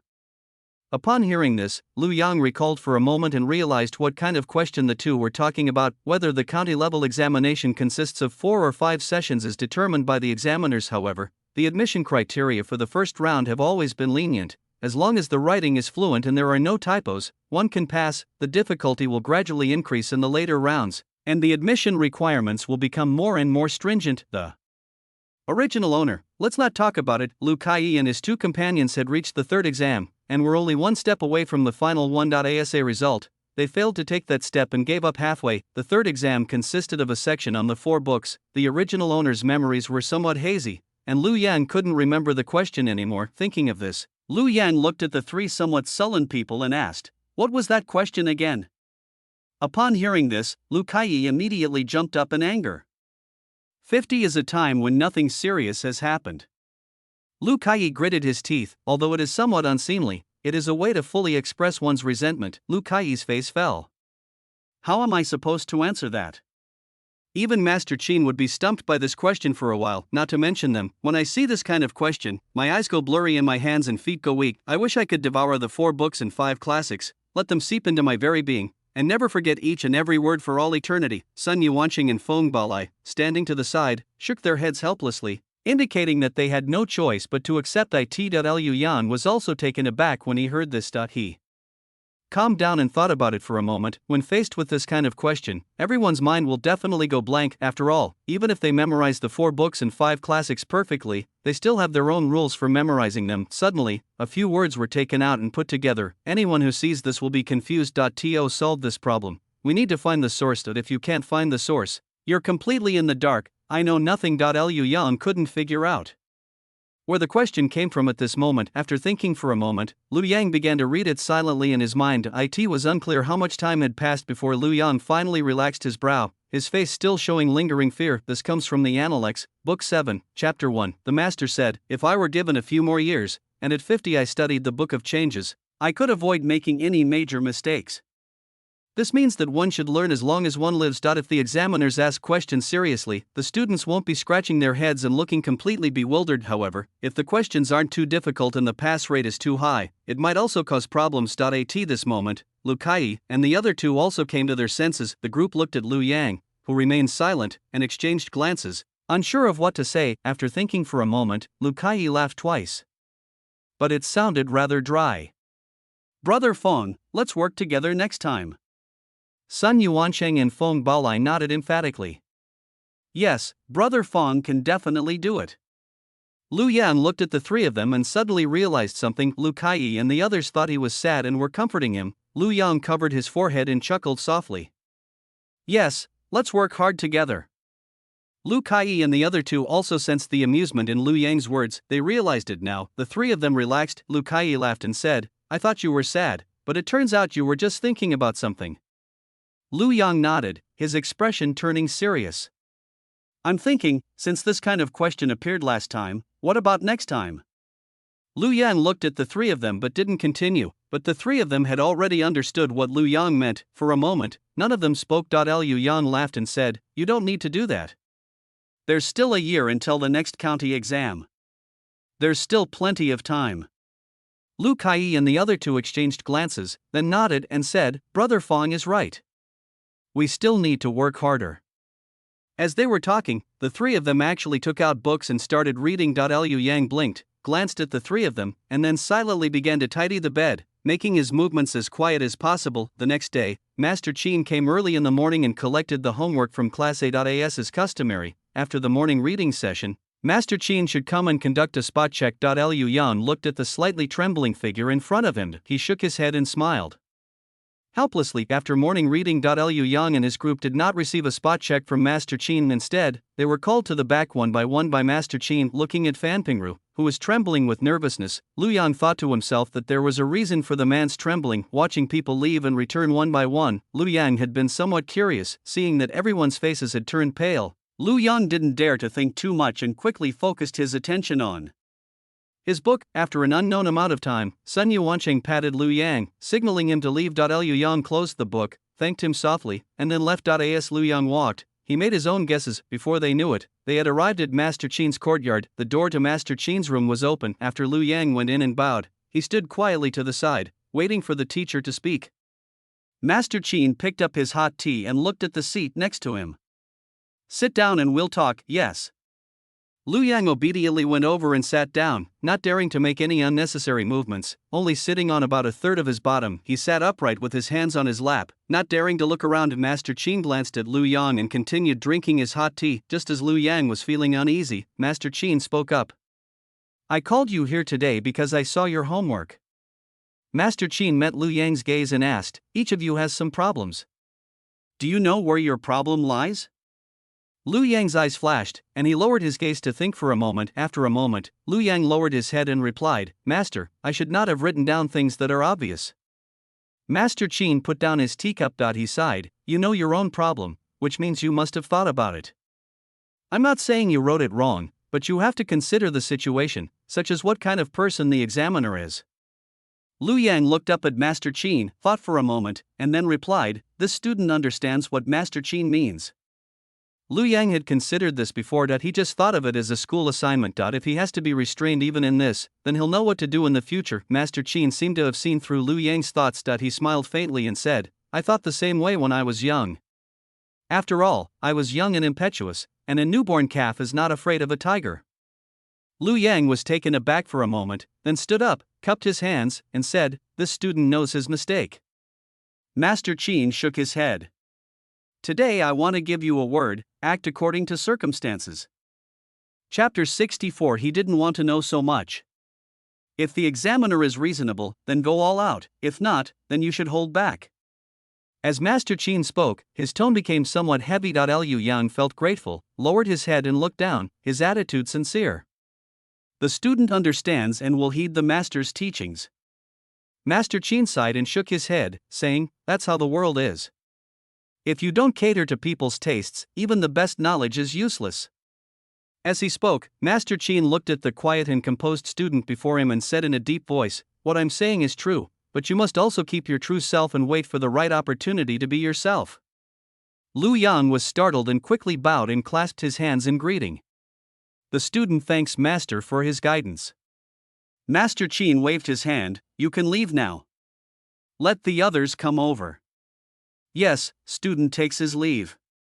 As Lu Yang left Master Qin's courtyard, he felt somewhat uneasy. However, Lu Yang did not intend to delve into this complex emotion. Not if he could. He wouldn't want to know so much. After Lu Yang returned, Feng Balai nodded and got up to leave. Lu Yang silently returned to his seat. A moment later, he received a piece of paper from Lu Kai behind him. It reads, "Brother Feng, did the master hit anyone?" Upon seeing this, Lu Yang smiled and picked up his pen to write, "No, Brother Qiheng, don't.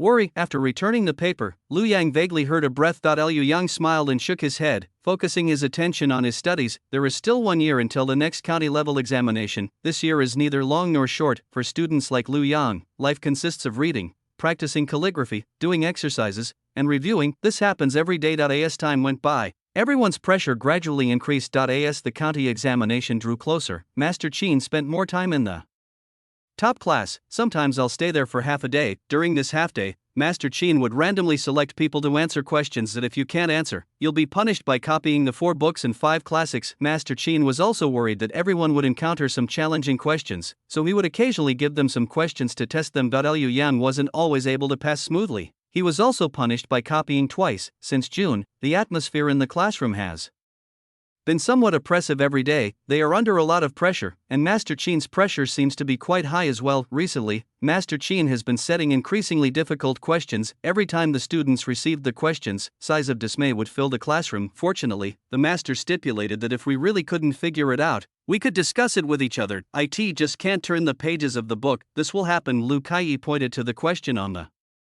paper and said softly, Wei Fong, I think this question is testing the sentence at the end?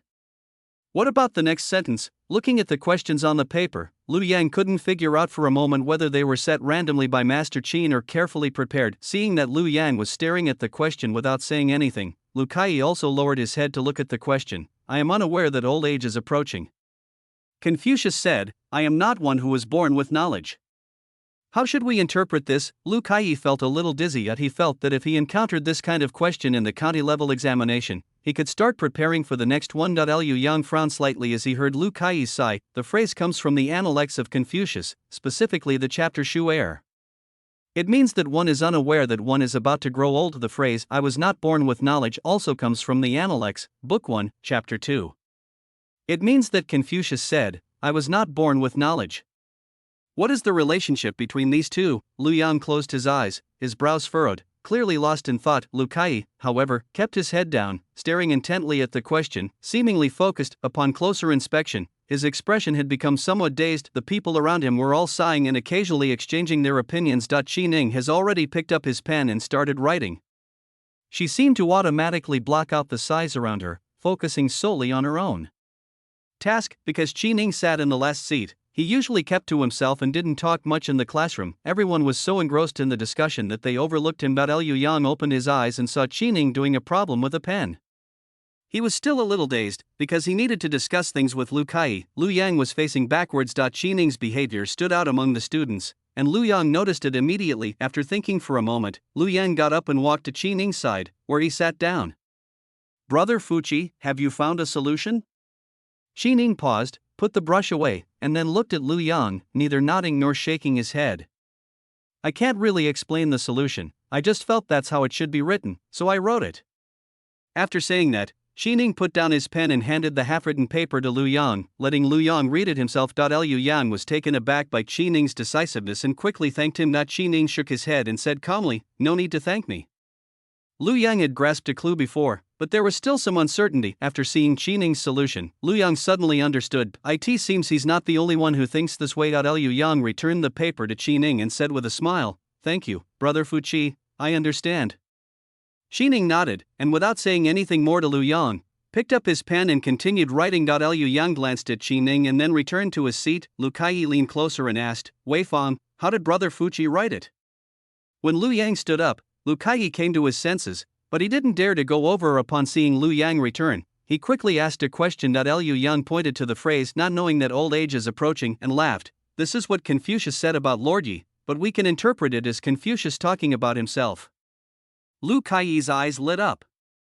Brother Fong is truly amazing. In that case, these two sentences can be understood together.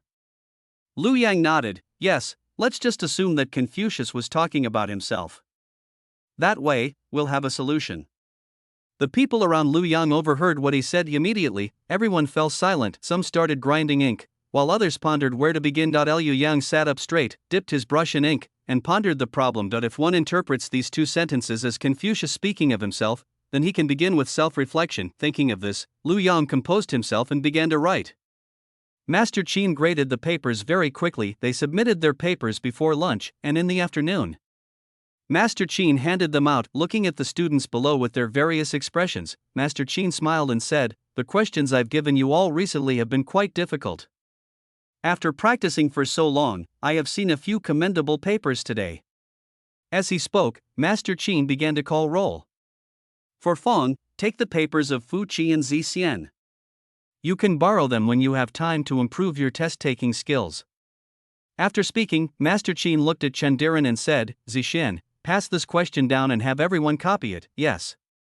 As soon as he finished speaking, several students began to look dejected, and Master Qin looked at it and said with a faint smile, "After you hand in your answer sheet tomorrow, these questions will not be asked again." Upon hearing this, several exhales could be heard from below. Master Qin smiled, turned around and left. Chapter 65, Choose whichever makes more money. Life went on as usual. September arrived in the blink of an eye. Because the students in the school were all from the surrounding county town, Master Qin only gave them 3 days off. So that everyone can go home and get warm clothes. Judging from the looks of it, Master Qin won't be giving everyone a holiday until the new year. Liu Yang also felt homesick.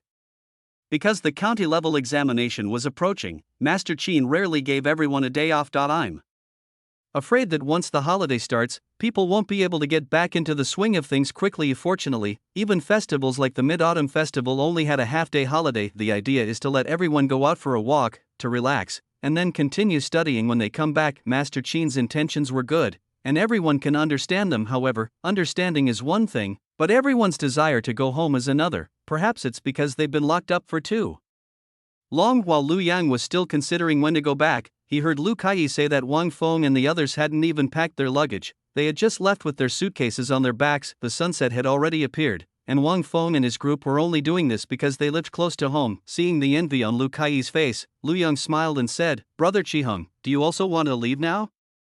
Lu Kaiyi shook his head. "My dad brought me food last time and told me to stay at school. He said he'd bring me clothes later."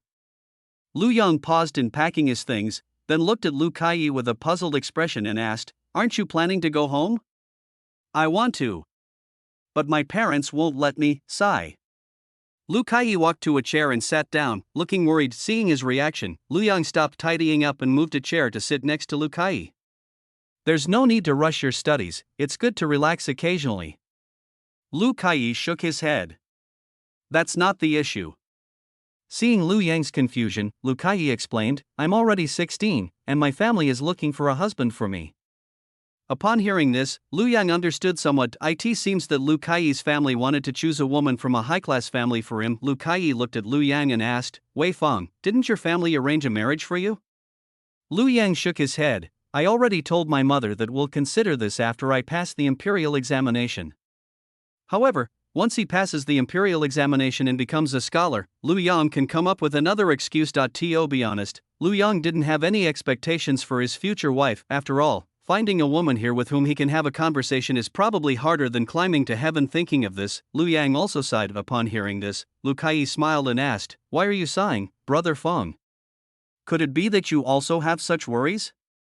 Lu Yang shook his head, saying he missed his family. The two chatted for a while longer before Lu Yang continued packing his things. The next morning, Liu Yang then carried the box and the package and left. After talking with Lu Yang, Lu Kaiyi packed his things while the light was still on. He planned to go home first before his father arrived. They ran off as soon as it was getting light.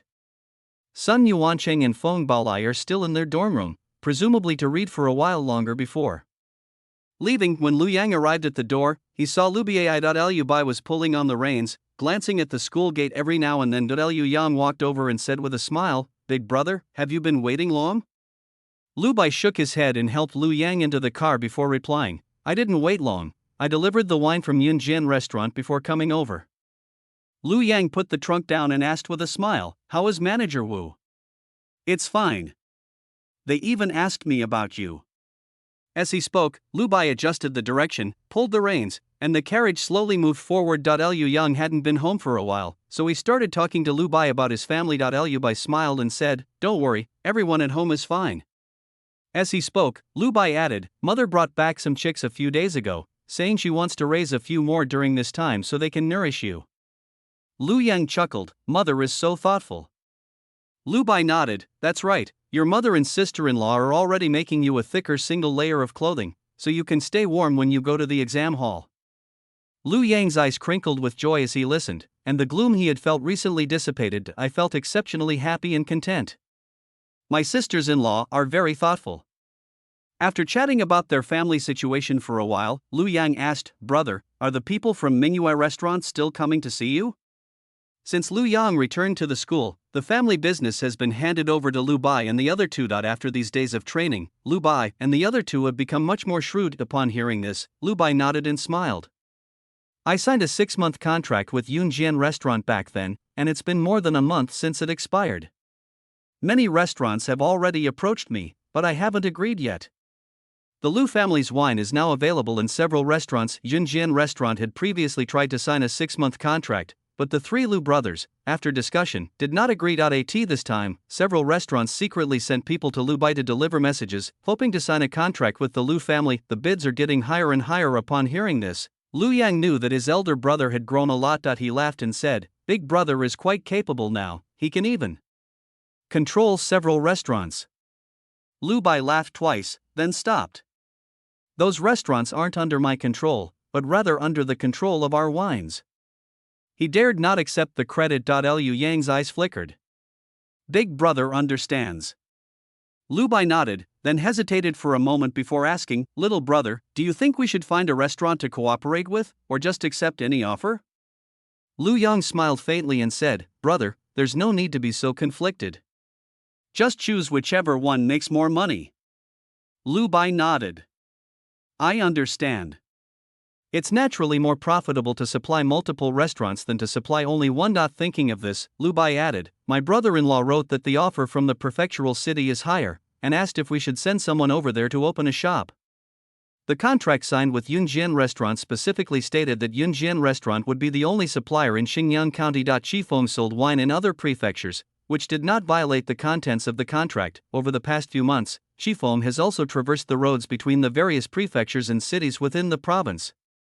The Lu family didn't give Qifeng the wine for free. No matter how much wine Qifeng sells, he has to give 40% of the profits to the Lu family. This can be considered as the Lu family giving Lu Shui face and providing a guarantee. Seeing that Lu Yang remained silent, Lu Bai turned around and glanced at him. "Little brother?" Lu Yang snapped out of his daze and smiled. "A shop is fine, it can just be a place to communicate with other restaurants. We'll send someone over then. In the future, if any restaurant needs wine, they can just go to the shop, tell them the quantity, and arrange a date to have it delivered. Having a fixed place to contact people makes things much easier." Lu Yang told Lu Bai everything he was thinking. After listening, Lu Bai nodded and said, "Okay, you don't need to worry about these things. I'll discuss it with your second and third brothers." Lu Yang nodded, "Thank you for your help, brothers." "What are you saying?" The two chatted casually as the carriage slowly arrived at Date Village. Chapter 66 was caught up in the lives of the villagers in Date Village are much better now than before. Lu Yang could already smell the sweet aroma of pastries carried by the wind. Master Qin chose to take a holiday on the 8th day of the 9th lunar month. Tomorrow is the Double Ninth Festival. Right now, everyone in the village is making double ninth cakes. There weren't any children on the street. They were probably all at home waiting to eat pastries. Lu Yang touched his stomach, wondering why he hadn't arrived home yet. The carriage entered the gate. As soon as the car stopped, Lu Yang got out, carrying his package. Upon seeing this, Lu Bai quickly reminded him, "Be careful, don't twist your ankle." Lu Yang responded with and carrying the trunk and package, he walked into the house. Tai Dan and the other children were eating pastries and playing in the yard when they saw Lu Yang rushing in. They immediately greeted him politely. "Uncle." Lu Yang nodded in agreement, then Ernia got up, grabbed some pastries, and ran towards the kitchen, shouting, "Grandma, Uncle's home."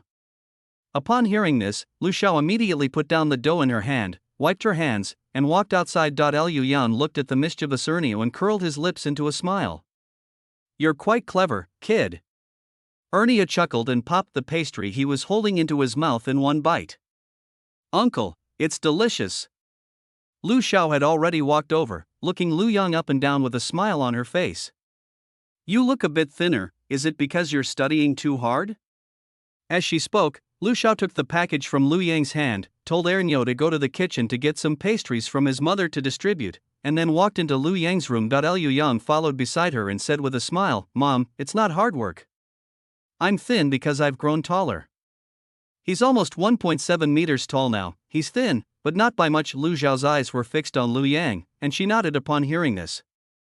It is a bit high.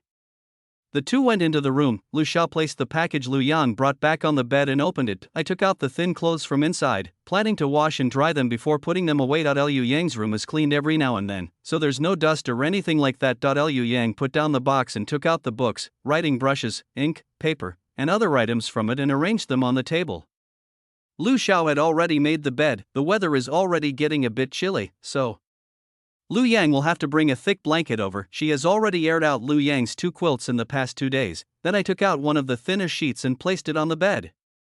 When I shook it open, it smelled of sunshine. After making the bed, Lu Xiao looked at Lu Yang, who was packing his things, and asked with a smile, "How many days off does your teacher get this time?" Lu Yang had just finished packing the trunk when he heard this and looked at Lu Xiao, replying, "Mother, the teacher has given us 3 days off, so I have to go back to school early in the morning." Upon hearing this, Lu Xiao simply said yes. Okay, then mom will make you some good food to nourish you these next few days. Hee, thank you, mother. Seeing Lu Yang smiling happily, Lu Xiao was also pleased. The kitchen has made some pastries. Go over and have a couple to fill your stomach. The food will be ready soon. Good. The pastry is made with chrysanthemums and is also called chrysanthemum cake. Liu Yang listened to Lu Xiao's words and only ate 2 pieces, intending to save room for the rest of the meal. The chrysanthemum cake wasn't very sweet, and it had a faint chrysanthemum fragrance. Lu Yang took a plate of it and put it in his room. I plan to read a book while eating chrysanthemum cake. I'll also bring a pot of chrysanthemum tea over then. That would be wonderful. We ate lunch early, with fragrant chicken soup and braised pork. Liu Yang ate the pork crackling and wild vegetable buns until his stomach was bulging. After the meal, Lu Yang took a walk in the yard to digest his food. Liu Dashi was weaving baskets on the side while teaching. Tai Dan and the other older kids were also learning by holding bamboo strips, while the younger ones squatted down beside them watching and making noises. I don't know what they were saying. The 3 Lu brothers were discussing matters in the main room. Lu Xiao and the others were also busy with their own things. Liu Yang felt very calm inside, and a smile remained on his face. The next morning, the Lu family then became lively. Many villagers came carrying baskets to deliver chrysanthemum cakes. In the past, when we didn't have the means, we would just pick some chrysanthemums and send them as a token of our appreciation. Now that life is better, everyone is actually sending chrysanthemum cakes as gifts. Lu Xiao had come prepared and also gave back the chrysanthemum cake she had made. This back and forth dynamic is quite comforting. Everyone in the village knew that Lu Yang was about to take the county exam, so they didn't stay long, exchanging only a few words before leaving. I was afraid it would affect Lu Yang's reading after. Seeing the person out, Lu Xiao brought over a plate of chrysanthemum cakes. Yangzi, this was brought over by your aunt and uncle. Try it. Lu Yang put down his pen, glanced at the pastries arranged like a pagoda, and smiled. Thank you, mother. Lu Xiao didn't say much to Lu Yang, just told him to be careful not to overwork himself, and then went out. Liu Yang smiled, casually picked up a piece of pastry, put it in his mouth and chewed slowly, then lowered his head to continue writing. For the past 2 days, there has been a constant stream of pastries on Lu Yang's table. The meals were also extremely plentiful every day. In less than 3 days, several of the chickens in my house have disappeared. Sometimes when Lu Yang touches his chin, he has a strange feeling that he seems to have gained some weight. After all, he hasn't stopped talking these past few days. His mother and 3 sisters-in-law prepared all sorts of different dishes for him. We have afternoon tea twice a day, and we've never had the same thing twice. Liu Yang, on the other hand, felt grateful for the happiness of being at home, but happy days always pass quickly. Early that morning, Liu Bai and the other 2 carried Lu Yang's luggage into the car and put it away. Lu Xiao was holding Lu Yang's hand, telling him not to lose weight next time he came back. Zhao Liwo and the others watched from behind Lu Xiao, just smiling and not saying much. Liu Dashi was, after all, a man, and it wasn't appropriate for him to hold Lu Yang's hand and say those intimate words like Lu Xiao did. He simply said in a deep voice, "Take care of your health when you go to school." Lu Yang said hey, telling his father not to worry, and then smiled in response to Lu Xiao's words. Don't worry, mother. It's only been a little over 3 months. You won't lose much weight. He eats normally every day, so how much weight can he possibly lose? After finally saying goodbye to Lu Xiao, Lu Yang chatted with Lu Song and the others for a few more minutes. It was half an hour later when they finally got into the carriage. Liu Yang lifted the curtain, peeked back, and said to the people standing in front of the door, "Father, mother, brother, sister-in-law, don't worry, I will take good care of myself." After saying that, Lu Yang told Lu Bai to set off. Liu Bai glanced back, nodded, and then pulled on the reins to urge the horse forward. Back at school, the days became even more hectic. The atmosphere in Class A was even more oppressive than before. An invisible pressure was weighing on everyone, and everyone was tense. After all, they'll be leaving the exam hall in a few months. In this atmosphere, Lu Yang's nerves, which had been somewhat relaxed, began to tighten. The phenomenon of holding lamps and candles at night began to appear gradually. Lights came on in Lu Yang's room. Liu Yang had no choice but to join the team. Chapter 67 Registration. Fortunately, such days did not last long. Some people stayed up so hard that they couldn't sleep at night, perhaps due to nervousness, and ended up falling asleep in the classroom during the day. This person was none other than Fan Pingru, who was standing in front of Lu Yang. At that moment, Fan Pingru slammed his hand on the table with a loud thud, drawing everyone's attention. Master Qin was also present at the time. Upon seeing Fan Pingru's situation, he asked and learned that everyone was still studying late into the night in their dormitories by lamplight. Master Qin immediately rebuked Lu Yang and the others, saying that they were ignorant and were ruining their bodies for no reason. After telling everyone not to do this again, Master Qin told Fan Pingru to go back to his room to rest. The days when Lu Yang was caught up in the mess are finally over. Time flies. Liu Yang is another year older. This year's Spring Festival was much quieter than last year's. No one in the Lu family dared to speak loudly in the courtyard, for fear of disturbing Lu Yang. Today is the 15th day of the first lunar month. Liu Yang will return to the school tomorrow to prepare for registration. The county government's announcement came out a few days ago, stating that the county examination period would be on February 12th. These students preparing for the exam had to register during this period. However, before registering, they had to find a local student with a stipend to vouch for them. At the same time, you need to find 4 other candidates to exchange insurance policies before you can register for the exam at the county government's gift office. The original owner was previously guaranteed by Master Qin, and together with Lu Kai, Sun Yuansheng, Feng Baolai, and Chen Diren, they formed a mutual sworn brotherhood. Liu Yang doesn't need to worry about any of these things. However, Lu Yang carefully reviewed the information he needed to fill out for the registration so that he could be well prepared. Registration requires filling out forms for personal donation, mutual agreement, and written agreement. Applicants must fill in their name, age, place of origin, physical condition, and physical characteristics. At the same time, the living and dying records of the great-grandparents, grandparents, and parents should also be written. If the person is adopted, the records of the 3 generations of their biological parents should also be written. The mutual guarantee means that Lu Yang and the other 4 must write a mutual guarantee agreement.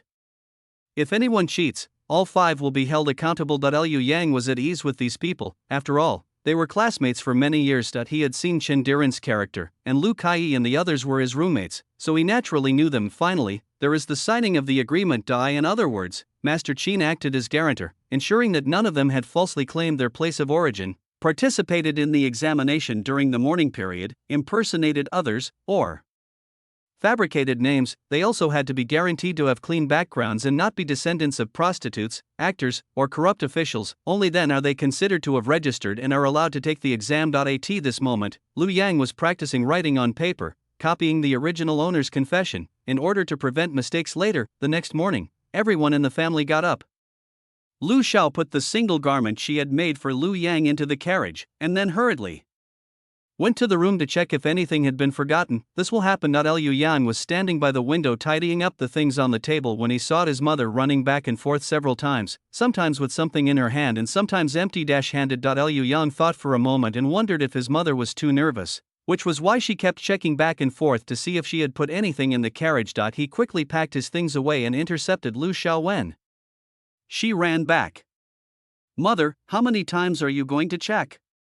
On this first day of the Lunar New Year, Lu Xiao's forehead was covered in sweat, and his breathing was somewhat rapid. Hearing this, she smiled and said, "Isn't mother afraid of forgetting something?"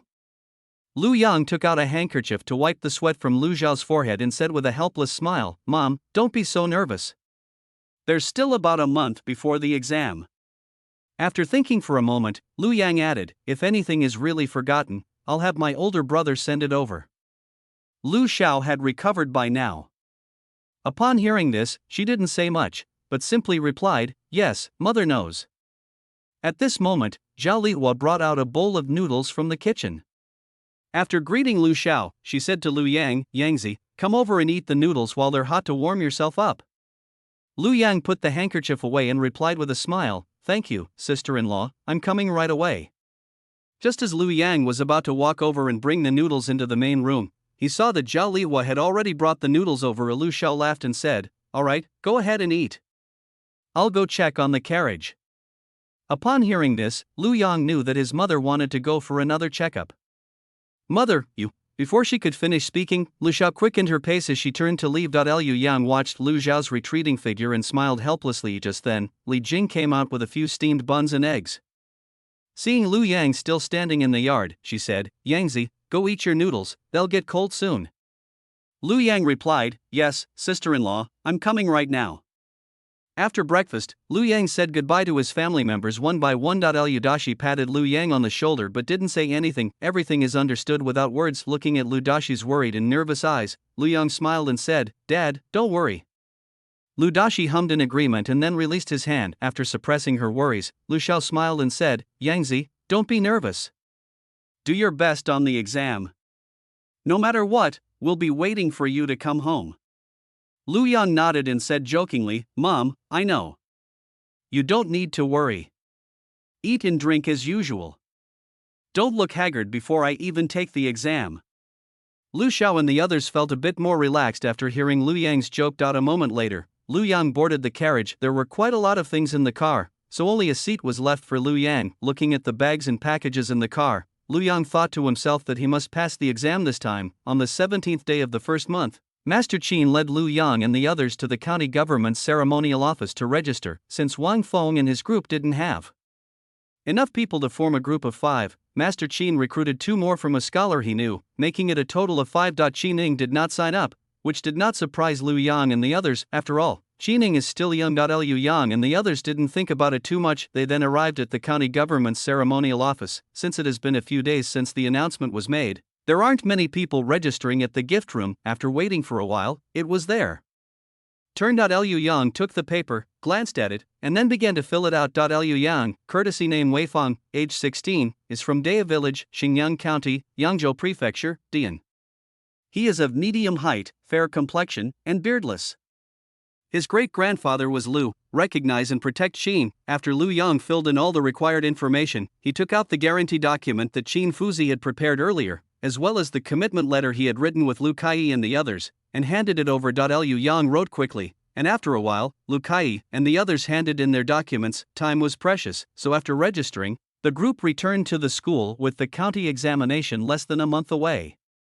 There were few smiles on people's faces. Lu Kai and the others stopped joking and playing around in the dormitory. He rarely speaks. Most of them were engrossed in a book or quietly reciting texts. Liu Yang, on the other hand, was the opposite. The closer the exam got, the calmer Lu Yang became. These days have been the same as usual. When I get tired of reading, I get up and go for a walk outside. I go to sleep as soon as the sun goes down every day. Perhaps influenced by him, Lu Kai and the others didn't act as recklessly afterward. At least I won't have to secretly read by lamplight or candlelight at night anymore. Following Lu Yang's regular schedule, her overall condition improved considerably. Chapter 68. Eyes closed, eyes opened. When you get enough sleep, you're more efficient at reading. Just as Lu Yang and his friends were engrossed in their studies, the county examination was approaching. For the county-level examinations, each county had its own examination venue. The examination venue in Xingyang County was located a few hundred meters east of the county government office. It's quite far from the school. It would take half an hour to walk there. Previously, the original owner would stay at an inn near the examination hall. This time, Lu Yang doesn't need to do that, because his mother called his older brother and sister-in-law over. Liu Bai and his wife rented a small courtyard near the school, intending to accompany the students during the exam. Zhao Liwa was responsible for preparing the food that Lu Yang brought over, so that no one would tamper with it. Liu Bai was responsible for picking up and dropping off Lu Yang. Lu Kai and his companions were accompanied by family members, and for convenience, they decided to go together. February 11th, the day before the county examination, the county magistrate, as the chief examiner of the county examination, packed his bags and went to the examination hall early in the morning. After that, they are not allowed to go out or receive guests. You can only leave after the exam is over. This way. Liu Yang was packing the things he needed to take with him: writing brush, ink stick, inkstone, paperweight, water dropper. The calligraphy brush should have a hollowed-out handle. The inkstone should be thin. A water container, which is a vessel for holding water, must be made of porcelain. The water jet has an inlet and an outlet. The outlet is small, making it easy to control the water flow. When it's time to grind the ink, drip a few drops onto the inkstone. Water can be added when the ink is too thick. A paperweight is a device used to hold down paper. It should also be thin. This is also to prevent test takers from manipulating the content or cheating. Lukai and the others were also packing their things on the side. After a while, Lukai sighed, "The county examination is tomorrow, and I still feel a little dazed." Sun Yuansheng put the brush into the exam basket, and upon hearing this, he also sighed. "Who says otherwise? I could read a book properly yesterday, but today I can't even concentrate on it." He couldn't settle down at all. Of these words really struck a chord with Lukai. "Me too, the county exam is tomorrow, what am I going to do?" Feng Balai listened from the side and sighed a few times. Liu Yang, on the other hand, remained quiet throughout. Lukai looked up and asked in confusion, "Wei Feng, why aren't you saying anything?" After checking the last item and putting it in the exam basket, Lu Yang looked at Lukai and the others. He laughed and said, "I'll definitely be here tomorrow, so what's the use of me worrying?" These words made Lukai and the others suddenly realize what was going on. Liu Yang had something to do, so he greeted the others first. He then took the exam basket and went out. At this moment, Lu Bai was waiting outside the door. When he saw Lu Yang come out, he quickly waved. Liu Yang smiled and quickly walked to Lu Bai's side. "Big brother, I've packed everything. You can just put the food in when it's time to eat." Lu Bai nodded, "Okay, I'll take care of it for you." He, thanks a lot, big brother." Lu Yang followed Lu Bai to the rented courtyard. After having a meal there, they returned to the school. February 12th, just as the hour of evening arrived, a signal cannon was fired from the examination hall. Liu Yang and the others got up when they heard the noise. Lukai lit the oil lamp using the dim yellow firelight. Everyone began to put on their clothes. Because the Jing dynasty had a rule that all students participating in the Imperial examinations were not allowed to wear lined robes. It's February now, and Lu Yang and the other students can only wear several layers of light clothing. The single garments that Lu Xiao, Zhao Liwa, and the others made for Lu Yang were all larger than the last, but they were still convenient to wear. Liu Yang wore 6 layers of clothing. The outer garment had been scented by Lu Xiao, and it had a faint fragrance. Liu Yang moved his arms. Although it wasn't very convenient to move around, at least it kept him warm. Lu Kai and the others were also wearing several layers of clothing. They were thin, but looked to be of normal build. After they finished packing, they walked out together. Shindiran was already waiting outside with the exam basket in hand. After exchanging greetings, they headed towards the school gate. There were quite a few vehicles parked outside the school, including horse-drawn carriages and ox carts. After telling the others to be careful on the road, Lu Yang found Lu Bai and got into the carriage. A moment later, the carriage headed towards the examination hall. As Lu Bai slowly followed behind Lu Kai and the others in their car, he urged Lu Yang to hurry up and eat his breakfast, otherwise it will get cold. Liu Yang nodded, opened the exam basket, and then opened one of the food packets. There are 5 steamed buns inside. Liu Yang picked one up and took a bite. It was filled with vegetarian filling. Liu Bai glanced back and explained, "Your sister-in-law was worried that eating meat would upset her stomach, so she made you a vegetarian one." Lu Yang smiled and said, "Sister-in-law, you're so kind." Lu Bai shook his head and said nothing more. Focusing on driving the carriage, there were quite a few horse-drawn carriages, ox carts, and pedestrians on the road. Liu Bai dared not be distracted. For fear of missing the appointed time, the carriage didn't move very fast, but it was still faster than walking. Liu Yang lifted the curtain and glanced outside. The outside was brightly lit and there were quite a few people, but it didn't cause any traffic jams. The carriage was still moving, after all. Liu Yang lowered the curtain and ate a steamed bun in just a few bites. After eating 3 buns in a row, Lu Yang handed the other 2 to Lu Bai. "Brother, I can't eat anymore." Upon hearing this, Lu Bai accepted it immediately. There was also a bag of food in the exam basket, which Lu Yang opened and took a look at. It contained crumbs of steamed buns, pastries, and pickled vegetables. They've all been processed by Zhao Liwa, so the servants won't need to break them up themselves. That's good, at least it saves the trouble of eating food with unclean hands. Just as the carriage was about to reach the examination hall, a second cannon was fired from there. Candidates are reminded to go to the examination venue as soon as possible. Liu Yang had already checked the contents of the test basket. After the carriage stopped moving, Lu Yang lifted the curtain to check the situation. This place is near the examination hall, and the surrounding area is full of people who have come to accompany the examinees. Liu Yang smiled and said, "Brother, I'll get off here." Lu Bai nodded. "Okay." After the carriage stopped, Lu Yang got off carrying the exam basket. Ahead was the examination hall gate, guarded by 2 rows of constables. Liu Yang looked at Lu Bai and smiled. Big brother, then I'll go in first. Lu Bai nodded heavily. Go quickly, don't be late. Lu Bai looked even more tense than Lu Yang, and his voice trembled slightly. Liu Yang was taken aback for a moment, then smiled and said, Big brother, you should go back first. Don't wait here. I estimate I won't be able to come out until later. Lu Bai's expression grew increasingly serious. I know, hurry over there, I see everyone has gone inside. Lu Yang, feeling somewhat helpless, told Lu Bai not to be too nervous and then walked towards the gate of the examination hall. After entering, there is a large courtyard. At this moment, there were many examinees standing in the courtyard. In front of the courtyard was a tightly closed gate, which was called Dragon Gate. Before they went in, the officers searched their entire bodies. You can only go in after you've confirmed that there's no plagiarized material included. They've already started searching the candidates' bodies and exam baskets. Liu Yang quickly joined a shorter queue. The courtyard was surrounded by high walls, and they were the only people around. Everyone is going to be naked. No one is more noble than anyone else. Looking at the several white figures in front of him, Lu Yang was already prepared. He'll just close his eyes and open them again, and nothing will have happened. Chapter 69. First question. Watching the person in front take a few steps forward and begin to undress. Liu Yang began to loosen his belt, so that he could take off his clothes more quickly. After a short while, the constable in front of Lu Yang waved his hand, signaling Lu Yang to step forward. Quick, next one. Lu Yang was startled and picked up the exam basket to go over. Master Qin was watching from the side.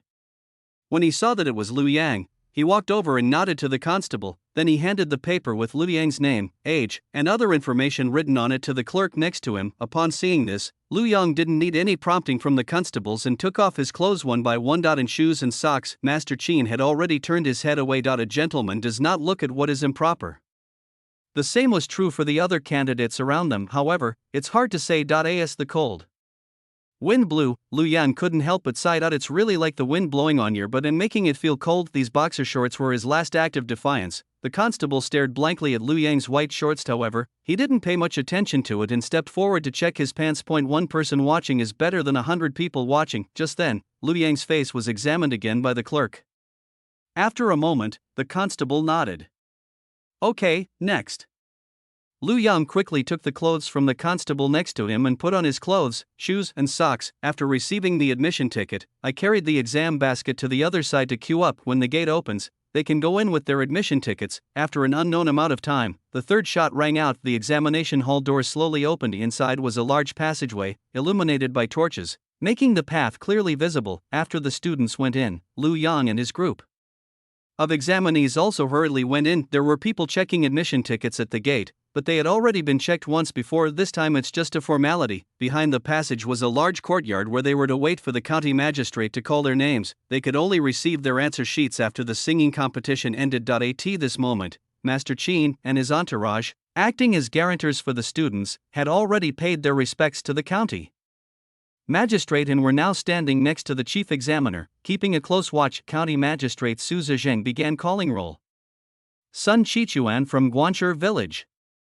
Lu Yang saw a paper lantern with the number 1 standing up, and before he could react, he saw a person running towards the main hall. After that, Lu Yang stood in the courtyard and watched as everyone went up one by one to collect their exam papers and then took their seats according to the seat numbers on their exam papers. As the number of people in the courtyard dwindled, Lu Yang looked around. Then I saw Lu Kai.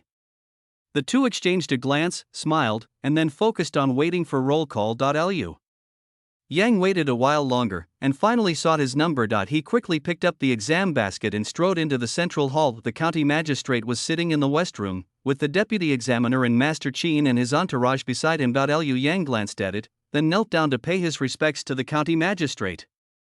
This humble servant greets your excellency, the county magistrate. Su Zheng nodded and told Lu Yang to get up. After Lu Yang got up, he called out according to the rules. This humble one is Lu Weifang, Qin Ke Lincheng Bao. Master Qin looked at Lu Yang and nodded, saying, Your student is Qin Ke Bao. Upon seeing this, the county magistrate handed the exam paper and 2 sheets of draft paper to Lu Yang, and said with a smile, Take the exam well. Lu Yang thanked him and slowly withdrew. It was still dark when Lu Yang looked at the exam paper by the light of the fire around him. The order of the examination cells was based on the 1,000-character classic, the walls of the cells would be inscribed with characters such as heaven, earth, mysterious, yellow, universe, cosmos, great flood, and wilderness. The number of booths in each character's name is different. There will be around 50. Larger examination halls can have up to 100 rooms. Liu Yang's seat is number 23. This relieved Liu Yang, considering there are 50 cells in a row. His cell is considered very good. Liu Yang followed the order of heaven, earth, black, and yellow to find the earth number, and then found his own cell according to the number on the cell. Sure enough, this is an old account. The old number means there are candidates all around, but it's closer to the toilet than the bottom number. The smaller ones were made with cheap materials, using straw mats to make makeshift cells, which were many times better than the smaller ones. Liu Yang was very satisfied. He took out a rag from the examination basket and began to wipe the examination cells and the examination board. His cell was a bit dusty, but it wasn't damaged, so it was fine. After a short while, Liu Yang finished tidying up and first arranged the lower number boards. On both sides of the cell wall, at a distance of 1.5 feet and 2.5 feet from the ground, there are protruding bricks. The taller one is for writing, and the shorter one is for sitting. Just as dawn was breaking, shouts rang out outside to close the examination hall doors. This means that all the candidates have already received their answer sheets. After the county magistrate personally closed the examination hall gates, the examination questions should be announced. Liu Yang composed himself and arranged the items in the exam basket. He then placed the test basket where it couldn't be touched. Liu Yang had just finished setting things up when he looked up and saw the guy opposite him staring blankly at him. Liu Yang snapped out of his daze and smiled at the man. The man was about the same age as him, and after regaining his senses, he grinned. Just then, shouts came from outside that the exam questions were about to be distributed. Liu Yang nodded to the man and began preparing to grind the ink. A moment later, there was another shout. The exam questions were about to be handed out. The first session of the county examination was the main session. The test included 2 questions on the 4 books and 1 5-character, 6-rhyme poem. They've practiced so much, now it's time to see the real results. Just then, the sound of footsteps could be faintly heard. Liu Yang used a paperweight to hold down the draft paper, straightened his pen tip, and waited for the exam questions to arrive. A moment later, the Yamen runners came over with the exam questions posted on the board.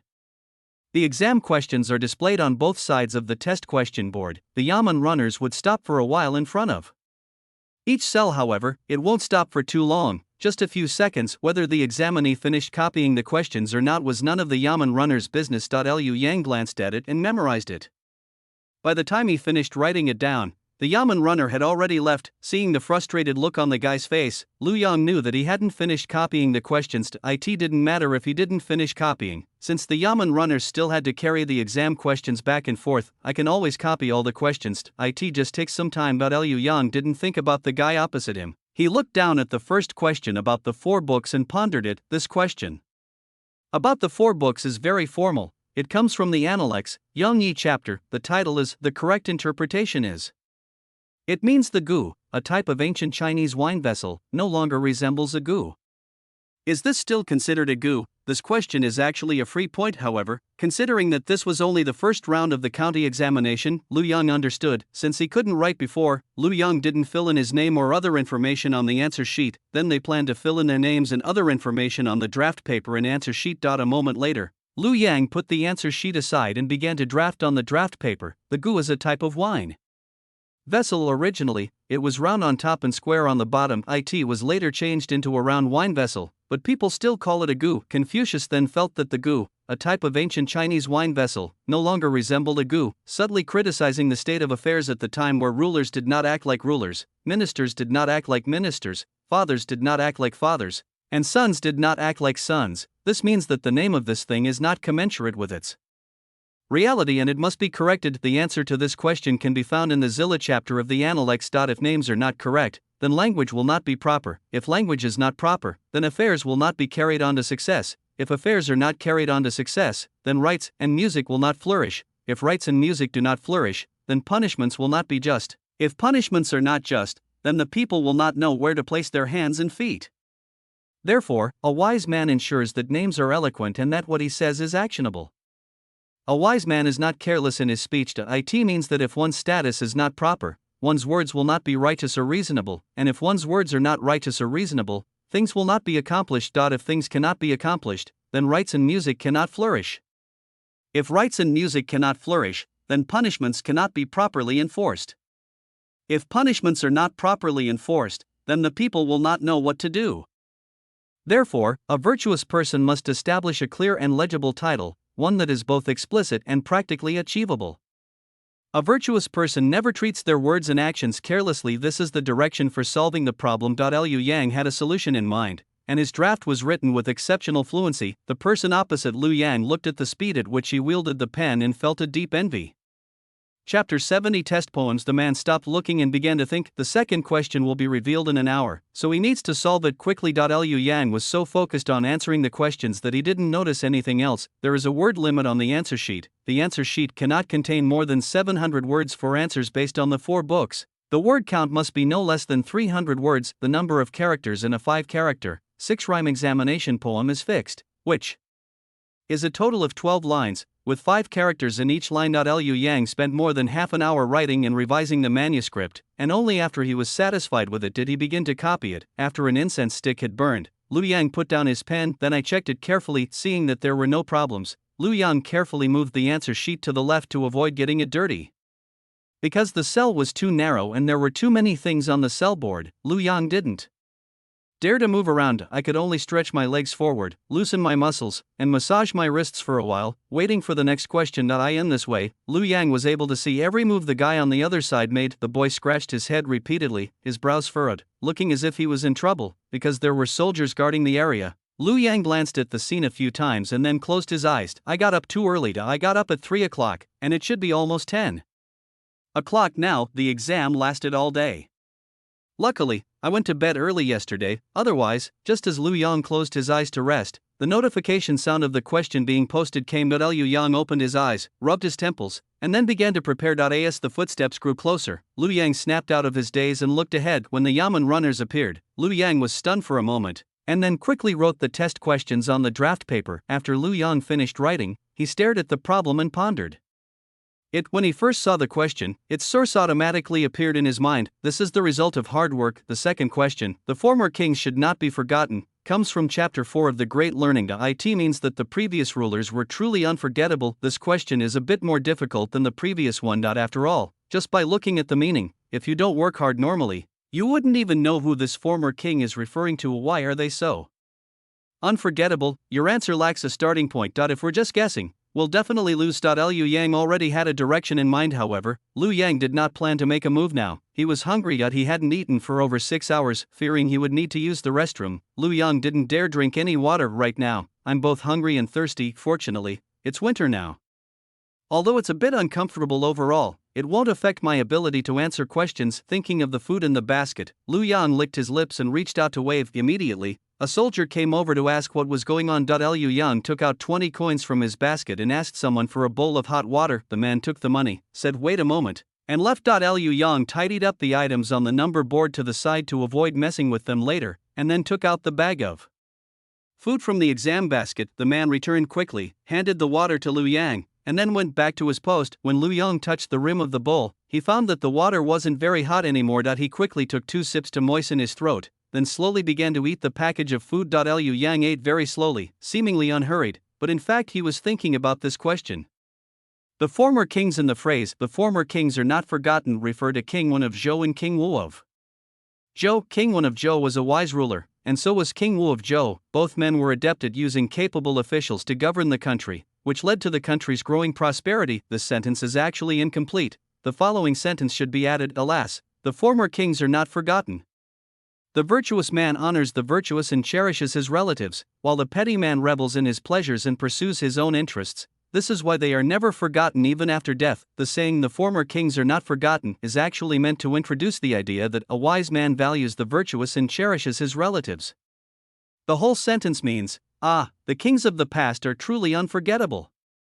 This is because the monarchs and nobles were able to take the kings of the past as their role models, respect the virtuous, and be close to their relatives, while ordinary people also benefited from their grace, enjoyed peace and happiness, and gained advantages. Therefore, although the previous kings have passed away, people will never forget them. The solution lies here: be a wise ruler, make good use of capable people, and bring benefits to the people, and you will be remembered by them. By the time Liu Yang had made up his mind, they had almost finished eating. Liu Yang didn't dare drink too much water or eat too much.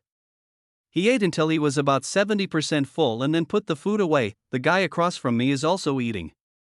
Judging from how he's eating while looking at the questions, that's probably the state of most test takers. Liu Yang took a sip of the now cold water and instantly became fully awake. After putting the water aside, Liu Yang quickly took advantage of the momentum and wrote out the draft. After polishing it a bit more, Liu Yang copied the contents of the draft paper into the paper. By the time Liu Yang finished writing, he had no idea what time it was. Fortunately, there was still one last question that hadn't been handed out yet, so Liu Yang wasn't in a hurry. After putting the answer sheet aside, Liu Yang lay on the number board and closed his eyes to rest. Liu Yang didn't dare to fall asleep. After all, there are quite a lot of things on this board.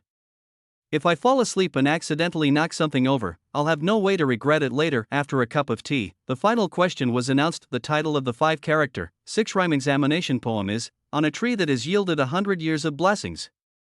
Upon seeing the question, Liu Yang felt much more at ease. This question isn't actually that difficult. You just need to know the origin of the phrase 1 tree yields 100 harvests. To get started, the meaning of the character is to take the rhyme group of the year as the rhyme, that is, the rhyme should be from the first rhyme group of the Ping Shui rhyme scheme. The questions for the examination poems must have a source, such as a line from a previous poem, an allusion, or an idiom. The phrase, Ishu Baihua, comes from a line in the Guanzi, Shuanxiu. A single tree yields 1 harvest, grain. A single tree yields 10 harvests, trees. A single tree yields 100 harvests, people. Knowing the original source will help you understand the meaning of 1 tree yields 100 harvests. This means that planting grains yields 1 harvest, planting trees yields 10 harvests, and cultivating talent yields 100 harvests.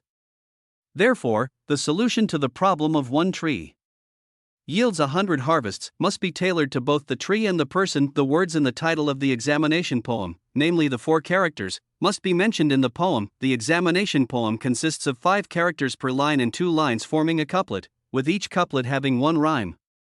Students like Liu Yang have already memorized all the rhyme groups. If you start by working with the rhyme group of the character, year, even if it's not outstanding, it will at least be passable. For this question, you need to point out the tree harvest, as well as the people implied within it. You also need to point out 1 in 100. The difficulty of this question lies in the person involved. If you don't know the source, you won't be able to even begin. Liu Yang thought for a moment, then began to write. A tree with 100 branches receives the character, year. Chapter 71. Placing the top actress. After Liu Yang finished copying the poem, he looked up at the sunlight on the ground. I guess it's around 2 p.m. now. Liu Yang had paid attention when the questions were first posted, and he also roughly calculated the time when doing the questions. He didn't rush to hand in his paper. He planned to pack his things first and wait for the ink to dry completely before leaving. Each county-level examination lasts for 1 day.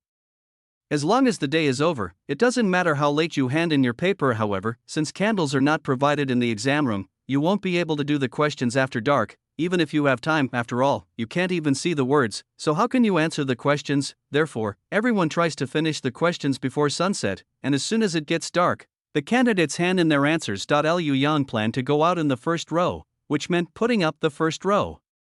Firstly, I wanted to bring good luck, and secondly, I had been sitting in this place for too long, and not only was my buttocks uncomfortable, but my back, shoulders, and waist also felt sore. The space is too small, which restricts movement. Liu Yang had already put everything from the number board into the exam basket and was now looking at the exam papers. If there are no problems, he will hand in his paper. They can leave once 10 people have submitted their papers. Liu Yang thought for a moment and figured that with several hundred people, surely the other 9 would hand in their papers early. Moreover, because there were so few examiners, the county magistrate could only carefully look at the papers at the beginning. His eyes would get tired from looking at the papers at the end. Any capable candidate would likely scramble to fill the 10 spots and submit their paper early. It's around 2:30 now, so it shouldn't be too late for him to go out now. Thinking of this, Liu Yang called over Hao Jun and said that he wanted to hand in his paper. Upon hearing that the Hao army hadn't arrived yet, the man opposite stared at Liu Yang in disbelief. Liu Yang was stunned for a moment, and just as he was about to nod, Hao Jun blocked the doorway. After sealing the name, Hao Jun checked Liu Yang's exam basket and then asked Liu Yang to go out with him. Liu Yang nodded his thanks, picked up the number board in front of him, put it down, and then followed the number bearer with his exam basket. Before leaving, Liu Yang glanced at the man's answer sheet. After discovering that the man had not written a single word in his examination poem, the truth became clear. Liu Yang didn't dare to make any unnecessary movements, and nodded slightly before following closely behind Hao Jun. When Liu Yang arrived at the courtyard where he had been waiting for roll call, He realized that he was the third person to come out. Liu Yang didn't recognize the other two either. After nodding to each other, Liu Yang walked over and stood next to the second person. He put down the exam basket and took the opportunity to stretch his arms and legs. These two brothers had been waiting outside for who knows how long, and judging from their expressions, they looked determined to win. Liu Yang composed himself and secretly reminded himself not to become complacent just because he had transmigrated. There are always people more capable than you, so he has to take every match seriously. The other two turned their heads to look at Liu Yang, and found it amusing to see him pounding and hitting things here and there. However, since they hadn't left the examination room yet, neither of them dared to approach Liu Yang to speak. Liu Yang noticed their gazes and, seeing the smiles on their faces, smiled back at them. After moving around for a while, Liu Yang waited quietly, praying in his heart, "Someone come quickly." Perhaps heaven heard Liu Yang's words, for when Liu Yang turned around, he saw a soldier leading two people over from not far away. Liu Yang breathed a sigh of relief. It seemed that the top 10 spots were quite attractive. They must be put in the first row as soon as the Shin time arrives. Liu Yang arrived so early because he was afraid someone would take his spot, but it turns out he was overthinking it. After waiting a while, we finally gathered 9 people, but we were still one person short. Liu Yang had already waited for a while, so he wasn't in a hurry anymore. In the end, regardless of whether there are enough people or not, they will have to be released. As the time of Shinshur, 3 to 5 p.m., drew closer, Liu Yang picked up his exam basket, ready to head out. Unexpectedly, Hao Jun brought someone over. Liu Yang took a look and realized it was someone he knew. When Chen Diren saw Liu Yang, he paused for a moment, then smiled. Liu Yang smiled and nodded, and now that 10 people had been gathered and the time was almost up, the constable didn't wait and waved for Liu Yang and his group of 10 to follow him. The group followed silently behind the constables, their hearts filled with excitement. Liu Yang was the same. He was already incredibly hungry. He thought he would go out and get some hot water, and then get a good night's sleep. They had now arrived at the entrance to the examination hall. The bailiff glanced back, and seeing that everyone had arrived, he pulled the bolt on the top of the door and opened it with a bang. Liu Yang's eyes flickered, and before he could react, various sounds rang out from outside. "They've put out their top courtesan. Oh dear, is my son inside? Uncle, please check on me quickly. Don't push. My son is inside." Lu Bai was squeezed among the crowd, but no matter how much he swayed, his eyes remained fixed on the examination room door. A wooden fence was placed in front of the examination hall, and there were also guards with knives standing guard nearby, so no one dared to go forward. After Liu Yang and the other 10 people came out and the examination hall gate was closed, the wooden fence was removed by the constables immediately. The excited people around rushed to Liu Yang and his group of 10. Liu Yang was still searching for his older brother when someone grabbed his shoulder and shouted, "Little brother, were the exam questions difficult?" Liu Yang looked at his older brother, who looked haggard, and shook his head blankly, saying, "It's not that difficult." Upon hearing this, the man's face immediately lit up with a smile. "Oh my, now that you mention it, doesn't that mean my little brother has a chance? Ha ha." The man had barely finished speaking when he was pushed aside. Liu Yang was jostled around by people, and various sounds were ringing in his ears. There was laughter, crying, and shouting all at once, and Liu Yang felt a little dizzy. It seems like they didn't eat much and have low blood sugar. Thinking of this, Liu Yang quickly said, "Hey, uncles and brothers, please let me out for a moment." Upon hearing Liu Yang's voice and seeing his attire and pale face, the people around him quickly made way for him. They also told the people around them not to push and to let these 10 people out first. The crowd finally calmed down. However, the families of the other 9 people were still very excited, holding the hands of the others tightly, saying something as they cleared a path for them. After the crowd dispersed a bit, the air became fresher and less stuffy. Liu Yang took a few quick breaths to calm himself before walking forward. Liu Bai had been pushed to the back earlier, but he managed to squeeze through now. Liu Yang's pale, paper-white face immediately came into view. Liu Bai was startled. "Little brother, why are you so pale?" As he spoke, Liu Bai quickly pulled Liu Yang toward the carriage. Fortunately, everyone regained their senses and immediately made way for Liu Yang, reminding him to take care of himself so that he wouldn't ruin his health before finishing the exam. Liu Yang actually felt much better hearing the concern from strangers around him. He smiled and said, "Thank you for your concern, uncles and elders, I'm just hungry. Sigh, the food inside is really bad. I wonder how my son is doing."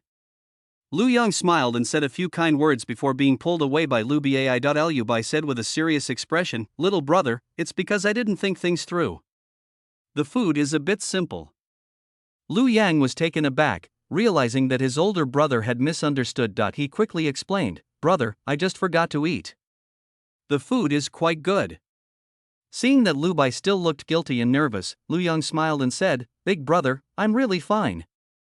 I'll just go back, have a meal, and get a good night's sleep. After observing carefully and seeing that what Lu Yang said was true, Lu Bai quickly told Lu Yang to get in the car and go back to the courtyard first. Lu Yang nodded. Chapter 72. What kind of banquet should be held for this first event? This county-level examination will consist of 5 sessions. The results of this first round will be announced in 3 to 4 days. The later the announcement, the sooner it will be made. After all, these local exams can eliminate a lot of people with fewer people. The grading speed is also faster. At that moment, Lu Yang was eating the meat buns that Zhao Lihua had made when he heard Lu Xiao talking to someone outside.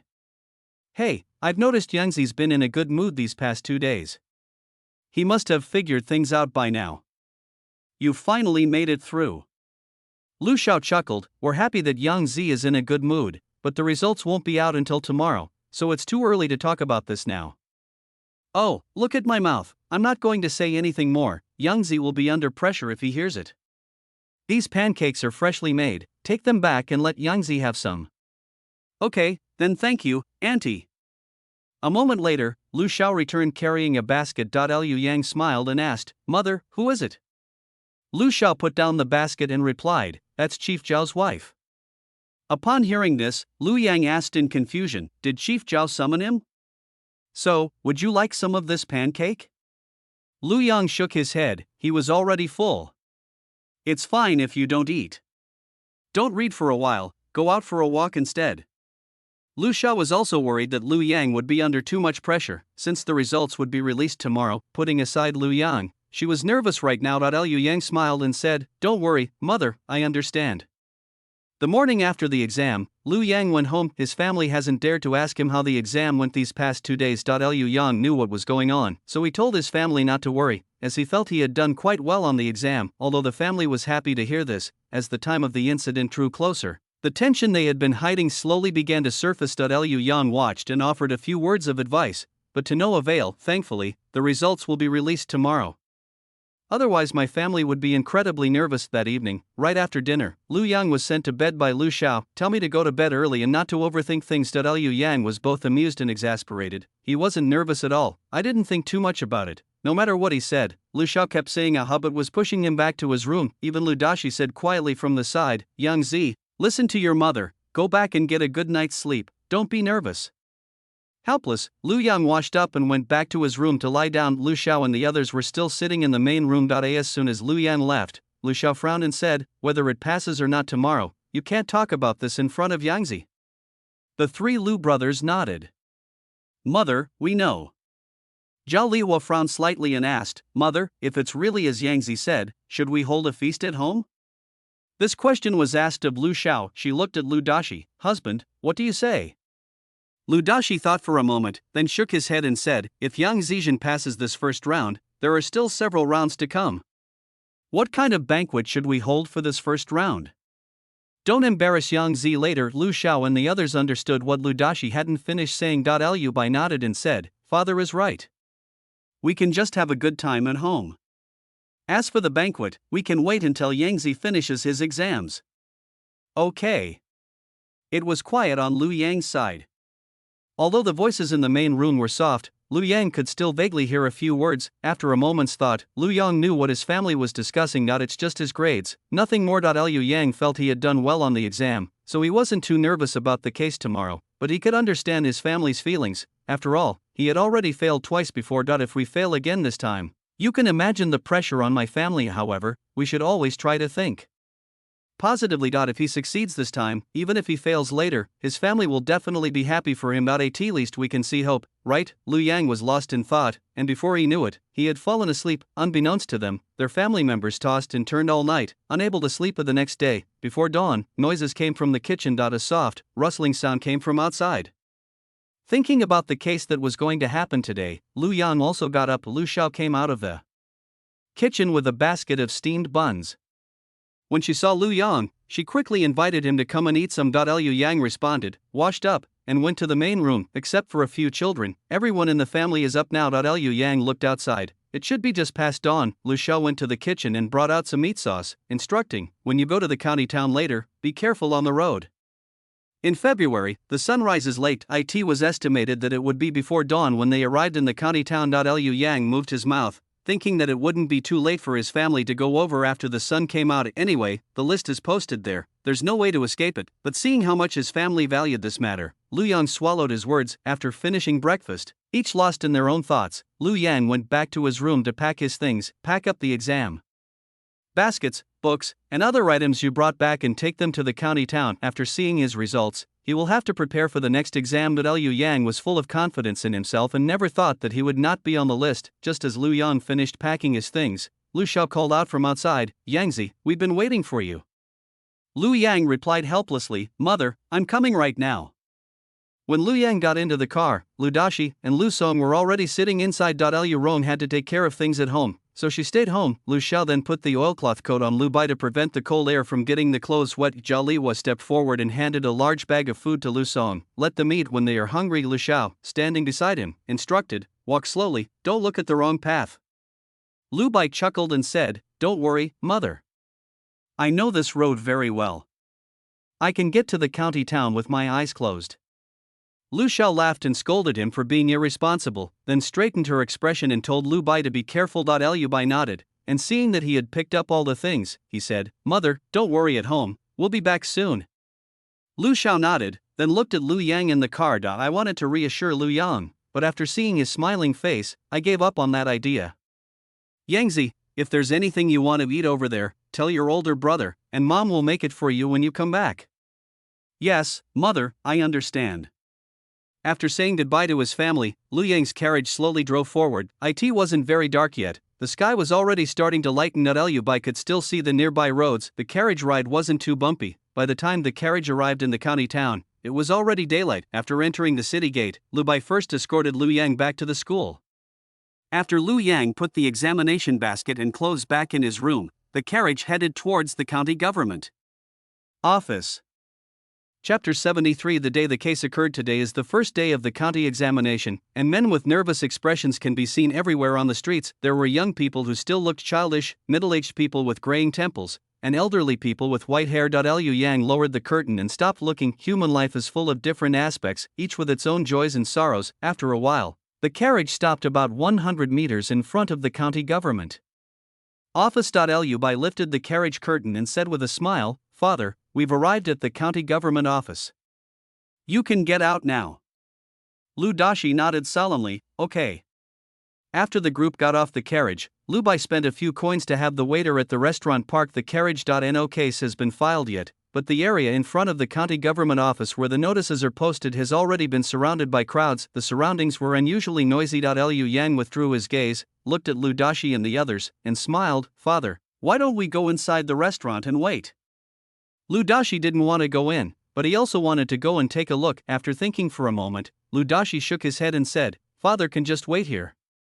Upon hearing this, Lu Yang could not possibly agree that if we have to wait, who knows how long it will take. The surrounding stalls were full of people, and no one wanted to go in and wait. After thinking for a moment, Lu Yang went into the restaurant, asked for a chair, paid some money, promised to return the chair later, and then carried the chair out.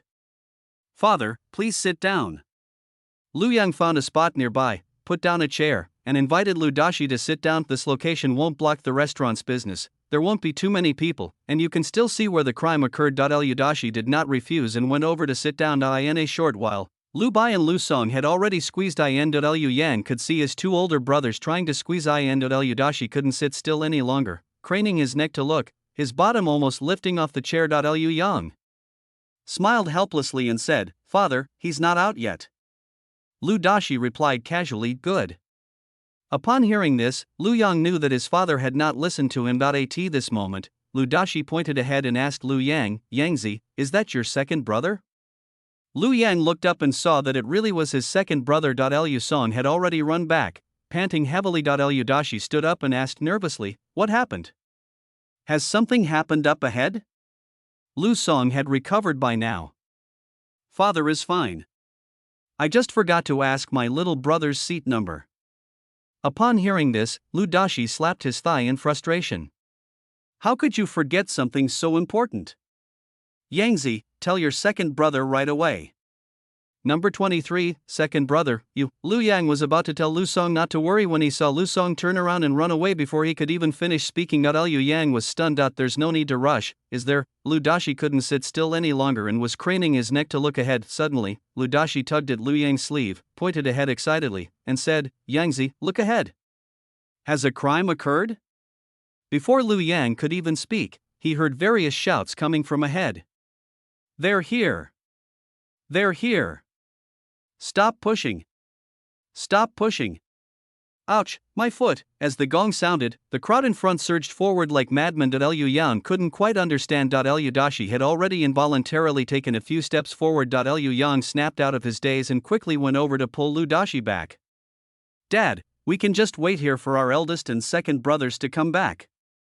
With so many people crowding in front, Lu Yang was worried about Lu Dashi's arms and legs. This squeezing might cause problems. Upon hearing this, Lu Dashi stopped moving forward and began pacing back and forth, his expression growing increasingly serious. Liu Yang looked down and saw that his father's hands were trembling. Liu Yang had initially been a little confused, but now he understood everyone's feelings. The two didn't wait long before Lu Bai, looking disheveled, squeezed out. Lu Bai was lucky. Behind him, a servant boy squeezed out barefoot. Not long after Lu Bai came out, Lu Song, with his hair down, also came out. Various voices arose in front of the desk. Ah! Dad, I saw my seat number, I passed. Heavens have no eyes. I've toiled for 30 years, and I'm still no match for these young upstarts. I have a seat number. I have a seat number. Ha ha ha. Lu Bai ran back at that moment, ignoring his breath. Lu Bai shouted in a hoarse voice, Dad, it's over, it's over. Lu Song also ran back, and he continued Lu Bai's words, there's a seat for the younger brother, here's the seat number. Lu Dashi's body trembled, then he burst into laughter. Finally, finally. Ha ha ha. Lu Yang glanced at Lu Bai, who was excited, then at Lu Song, who was thrilled, and then at Lu Dashi, who was both happy and excited. He tilted his head, not daring to dampen the spirits of the three. In just a short while, many of the people in front had dispersed. Those who knew they had passed had already left to share the good news or to prepare for tomorrow's first replies.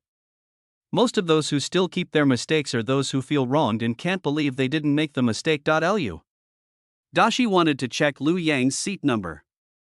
There weren't many people around, so Lu Yang and the other two agreed. After Lu Bai returned the chair to the restaurant, the group walked forward. Before long, the group stood in front of the wall where the group's case was posted. Lu Dashi leaned closer to take a look, then pointed to the first picture and asked, is this number 23? 3 group cases were posted on the wall. The group plan involves writing the seat numbers of the candidates who passed the exam in a circle, indicating that there is no ranking. The middle part of the group's case is the upper part of the character, Gui, which can also be seen as the character, Zhang. It has an inner circle and an outer circle. 20 people in the inner circle and 30 people in the outer circle. If we can't gather 50 people later, we'll widen the gaps and write around them. In each chart, the inner circle performs slightly better than the outer circle. Lu Dashi is pointing to the inner circle. Lu Bai laughed and said, Father, this is my seat number. Lu Dashi excitedly cheered repeatedly. Upon hearing this, the man next to him glanced enviously at the boy beside him. The county government posted 3 group cases this time, and the number of approved candidates was about 150. This young man is in the inner circle of the first picture, which shows he's quite capable of thinking of this. The man quickly cupped his hands in congratulations to Lu Yang. Young man, you are truly remarkable. I wish you all the best in your studies.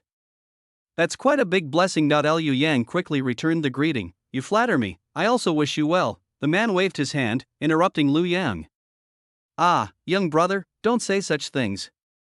I still have a lot to work on. With that, the man left. Looking at the man's forlorn figure, Lu Yang could roughly understand the meaning behind the man's words. Lu Dashi had calmed down by now, and the complex gazes around him, filled with envy, jealousy, and hatred, made him tremble. He quickly pulled Lu Yang's hand and walked to the side. Lu Yang was puzzled, but he followed Lu Dashi and walked quickly toward the restaurant. Lu Bai and Lu Song followed behind, also somewhat puzzled when they were almost at the restaurant. Entrance, Lu Dashi explained in a low voice, I heard someone say that a few years ago, someone passed the exam, but the next day someone pushed him into the water, ruined his health, and he couldn't take the exams afterward. This was the first time Lu Yang had heard of these things, but he could understand them. After all, people's hearts are hard to fathom. Upon hearing this, Lu Bai and Lu Song immediately glanced nervously to the side. Liu Yang also looked around and saw mostly curious and envious glances, so there was no need to be so nervous. Thinking of this, Lu Yang smiled and said, "Dad, it's alright. This is only the first round, it's nothing yet." Upon hearing this, Lu Dashi realized what was going on. It's Dad who's nervous. As he spoke, Lu Dashi asked Lu Bai to bring Lu Yang to live in the small courtyard, as he was worried about leaving him unattended. Liu Bai would do this even without Lu Dashi's instructions. So the group went to the school again. Liu Yang moved his luggage to the small courtyard. After the group finished eating, Lu Bai took Lu Dashi and Lu Song back home. Liu Yang has another exam tomorrow, and time is tight, so he won't be going back. Chapter 74. You'd better show us your true skills over here. Lu Dashi told Lu Bai to hurry up with the carriage. He was extremely excited and wished he could go home and tell Lu Xiao and the others. The pent-up frustration that has been weighing on my heart for so many years has finally been released today. Although this was only the first match, Lu Dashi felt hopeful. The carriage bumped and jolted its way into Day Village. Liu Bai understood his father's feelings and slowed down the carriage as soon as they entered the village. Everyone in the village knows that today is the day the crime occurred. People were already waiting at the village entrance long ago. Just then, the carriage returned, and with a shout, several households nearby came out. "Hey, Abo, how did Yangzi do on his exam?" Lu Bai pulled on the reins, and the carriage stopped. He chuckled, looking delighted. Well, before Lu Bai could even finish speaking, the people around him exchanged knowing glances. Liu Bai wanted Lu Yang to relay Lu Dashi's words, and just then, Lu Dashi lifted the carriage curtain and nimbly got out of the car. The villagers immediately gathered around when they saw it. "De sure, judging from Abo's expression, Yang Zi must have gone too far, right?" Lu Dashi nodded repeatedly, grinning as he said, "We passed. It's still the inner circle of the first map."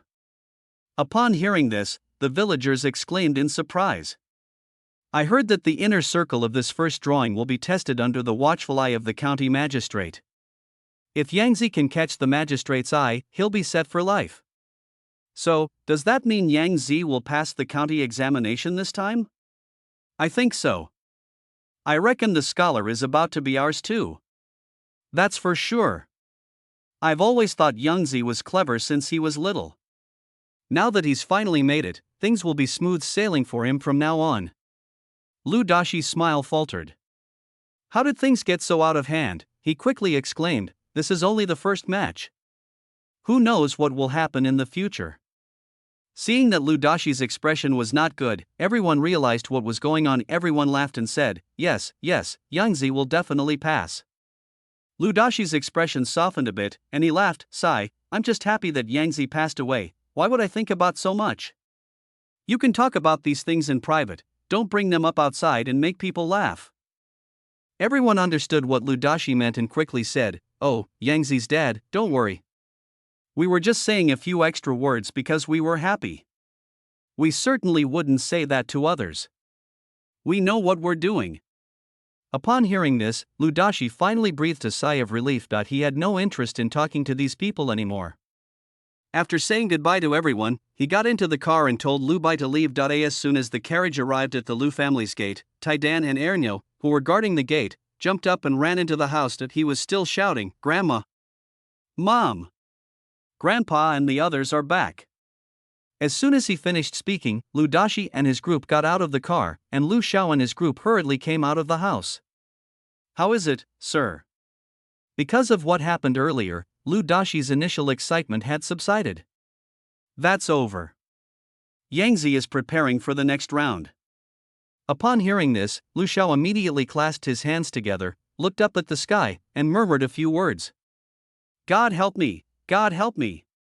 That evening, although Lu Yang was not present, the Lu family still drank a few extra glasses to express their excitement. The next day, Lu Yang got up as usual when the first shot was fired. After checking everything, "I ate breakfast and got on the bus." This time, there were far fewer people than last time. The carriage arrived smoothly at the entrance of the examination hall. After telling Lu Bai to go back, Lu Yang took the exam basket and went inside. Everything was the same as the first. Game body search entry, wait for the tickets to be distributed. However, this time it was somewhat different from the first one, because Lu Yang was prepared. After hearing the order from above to have the 20 people in the inner circle of the first map go to the main hall to get their seat numbers, He carried the examination basket over. It was at this moment that Lu Yang noticed Chendiran was also among the 20 people.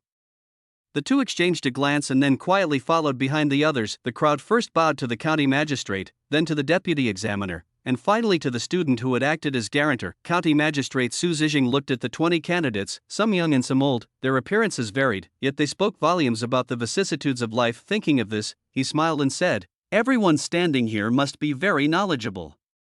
I've brought you here today, so you'd better show us your true skills." Lu Yang and the others quickly clasped their hands in greeting and assured the county magistrate that they would definitely use their true talents and skills to do the questions seriously and live up to his expectations. Su Zhijing nodded and smiled, then said, "Then I'll keep an eye on it, and hopefully I can select a few good candidates for the court before I take office." After speaking, Su Zhijing looked at the clerk beside him, who nodded and began announcing the seating numbers. The county magistrate sat facing east, and there were many seats on the north side, row upon row.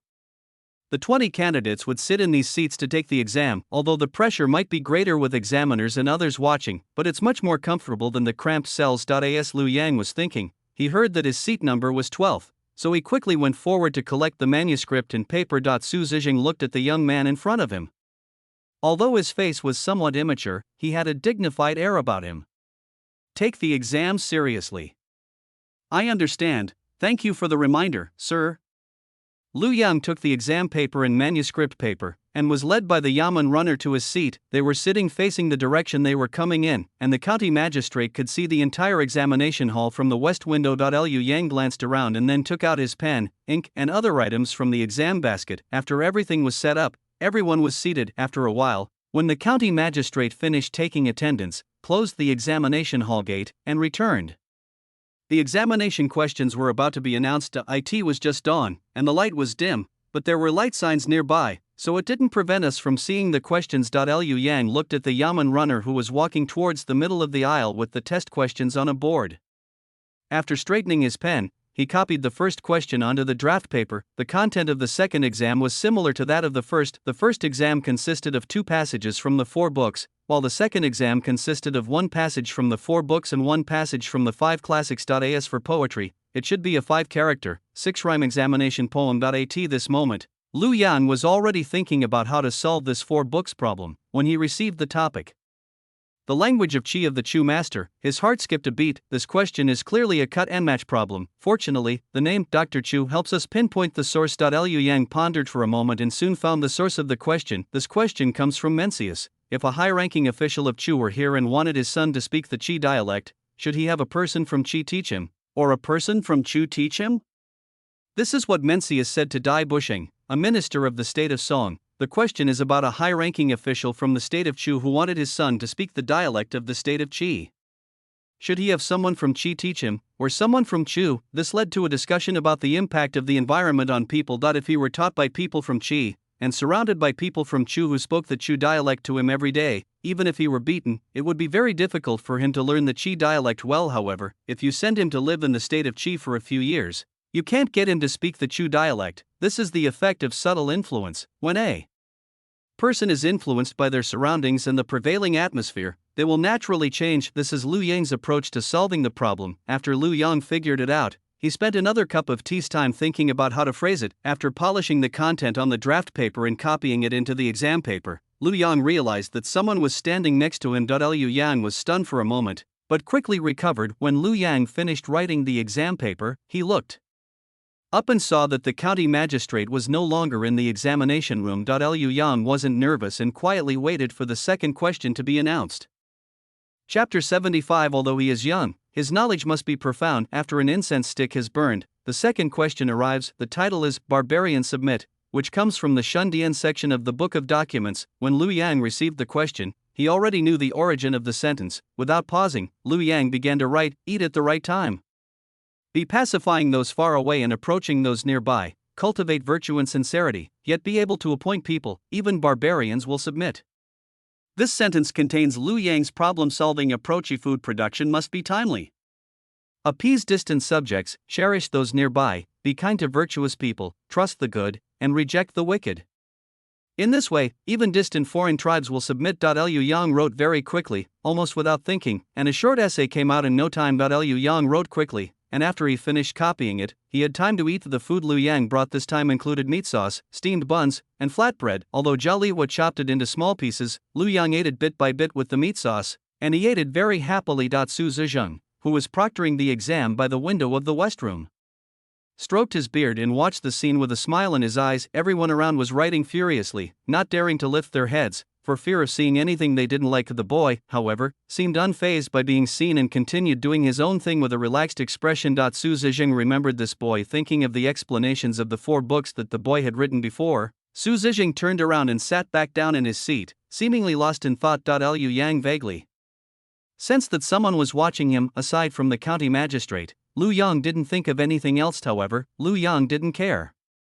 Since eating wasn't restricted in the examination room, it meant that eating was allowed. If it's within the permissible range, how can it be considered rude or disrespectful? Lu Yang was able to eat so leisurely because he knew the magistrate's character. As far as he knew, the county magistrate was a good person. The reason it's considered a success is that during his 3 years in office, Xinjiang County neither made progress nor regressed, which can be considered a respectable achievement. They neither made Xinjiang County into a mess nor improved it. Nothing special, nothing remarkable. Liu Yang didn't know if Magistrate Su was clever or pretending not to understand, but it was not easy for him to get through these 3 years so peacefully. Liu Yang put the things away while deep in thought. After he arranged the things on the table, the last question came. This question, a 5-character, 6-rhyme examination poem, is about as difficult as the previous one. The title of the poem is On the Move of Pingzhong Jun Descend. Lu Yang happened to have read Yuxian's Ode to a Withered Tree, which included Pingzhong and Jun Xian. They are actually 2 different tree names.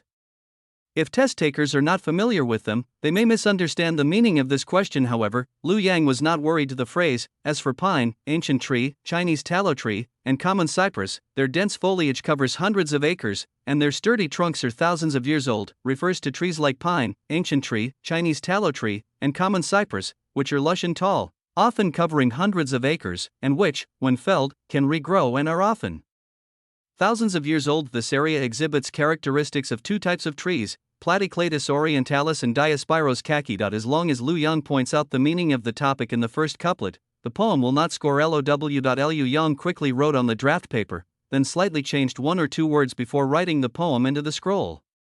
Before Lu Yang could even put down his pen after finishing writing, the paperweight pressing down on the paper was removed. Liu Yang quickly put down his pen and presented the paper with both hands. Su Zizheng glanced at Lu Yang, then picked up the test paper and looked at it for a while. Liu Yang kept his head down quietly, without saying a word or looking at Su Zizheng. After Su Zizheng finished reading the paper, he put it down without saying anything to Lu Yang. He glanced at Lu Yang's name and seat number and left. Liu Yang looked up at Su Zizheng's departing figure and wondered if Magistrate Su had been standing beside him the whole time, or if he had just happened to walk over to him. Thinking of this, Lu Yang frowned slightly, sighing that he had been so engrossed in writing that he didn't know whether Magistrate Su had only looked at his paper or several others. I don't know if my paper satisfied him. However, Lu Yang was always easygoing, and he only hesitated for a few seconds before letting it go. Anyway, I've already seen it, so it's no wonder it caught the magistrate's eye. Thinking that he would be able to leave soon, Lu Yang happily packed up the things on the table. Lu Yang also walked in the first row this time. As soon as the door opened, Lu Yang saw Lu Bai, because there are fewer people now than before. Although there are many people at first glance outside the examination hall, but compared to the first game, that's nothing. Liu Yang's face did catch the attention of some people. This young man was first in the first round, and he's doing the same in the second round. Could it be that the exam questions aren't very difficult this time? Wow! You really dare to think this way. I asked my little brother beforehand, and the questions in the first exam were not easy at all. Luckily, my little brother is good, otherwise he wouldn't have passed. That's right, my son also said it's difficult. Although they are young, their knowledge must be very high. I also think that it's not easy to be in the lead both times. Lu Bai couldn't stop smiling as he listened to the people around him praising Lu Yang. Only after the examination hall doors closed did Lu Bai rush over to Lu Yang and check him over. Seeing that Lu Yang's complexion was normal and not as pale as last time, Lu Bai finally felt relieved. The two walked slowly toward the carriage. Lu Bai, carrying the exam basket, told Lu Yang what he had overheard earlier, a proud expression unconsciously appearing on his face. Lu Yang looked at it and smiled. This question is probably not easy. Upon hearing this, Lu Bai's smile vanished. So, little brother, you came out so quickly?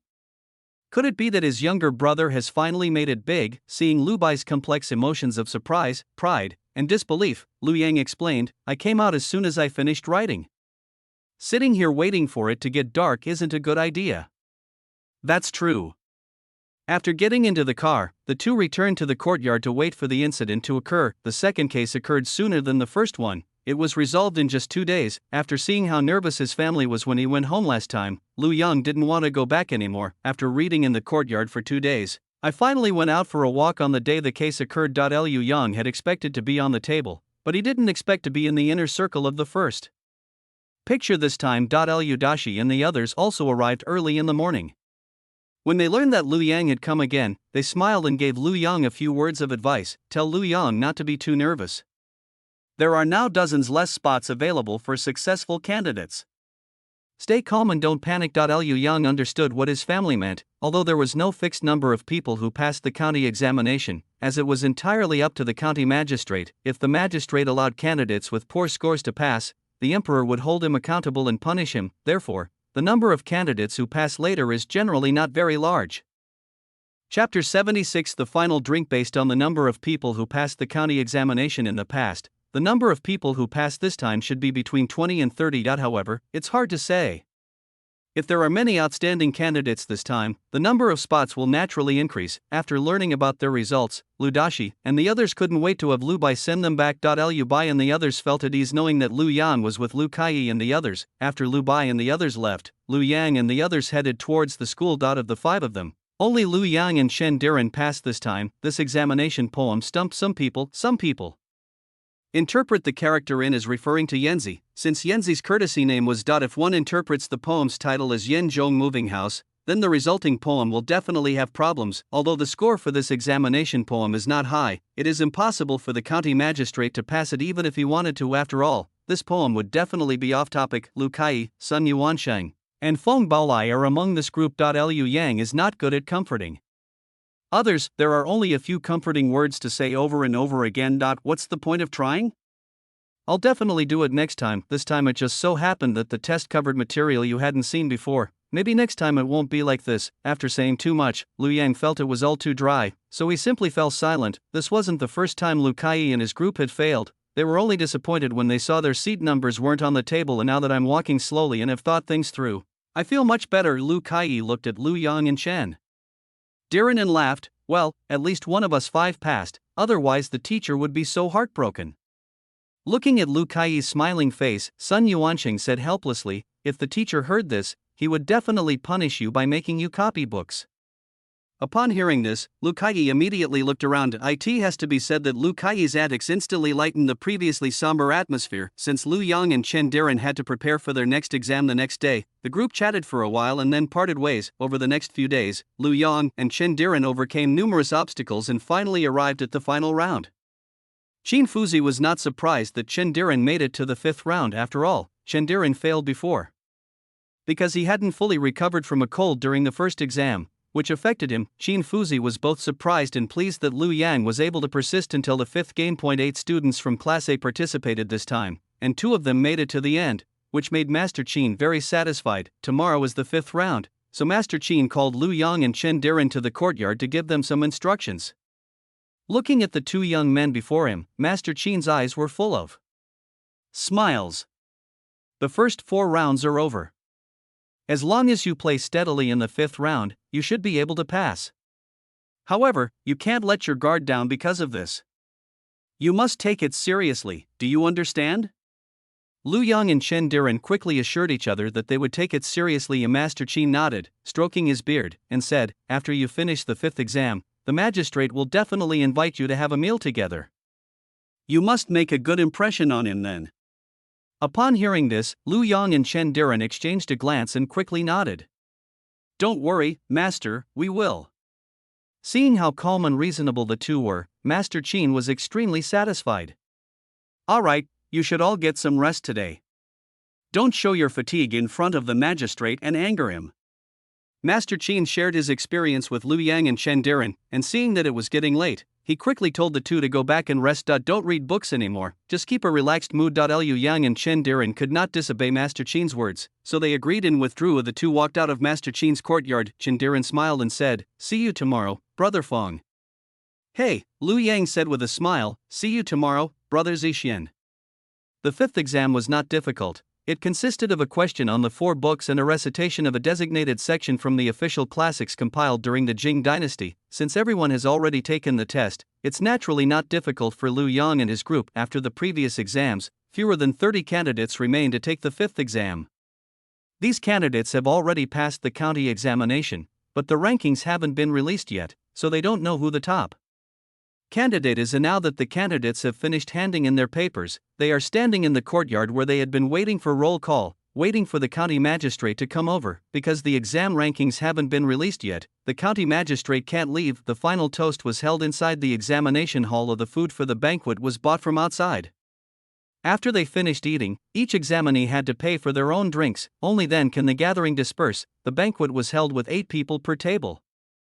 Whoever could sit at the same table as the county magistrate was considered to have caught his eye. The county magistrate, having finished his business, came out from inside. After having someone prepare the meal, he invited everyone to come and have a meal with him. A moment later, Liu Yang and his entourage followed the county magistrate to a courtyard. The courtyard wasn't very big, but 4 tables of food had already been set up inside. The group stopped in front of the table, waiting for the county magistrate to make arrangements. More than 20 people looked at the county magistrate, hoping to sit at the same table with him. Liu Yang, however, wished he could stay as far away from the county magistrate as possible. That he was really hungry and wanted to have a good meal. If he were to sit at the same table as the county magistrate, would he be able to eat well? At this moment, Liu Yang's gaze drifted towards the dishes not far ahead. The roast chicken smelled so good that it made his stomach rumble even more. Liu Yang secretly glanced at the sky.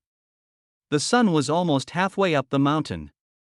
Why hadn't it started yet? Just then, Liu Yang saw the county magistrate staring intently at him. Liu Yang looked around and, seeing that the 2 people in front of him and to his left and right were looking at him, he quickly came to his senses, cupped his hands, and thanked them. Su Zhijing stroked his beard, picked out a few candidates he had previously favored, said, "Take your seats," and walked to the table in front of him.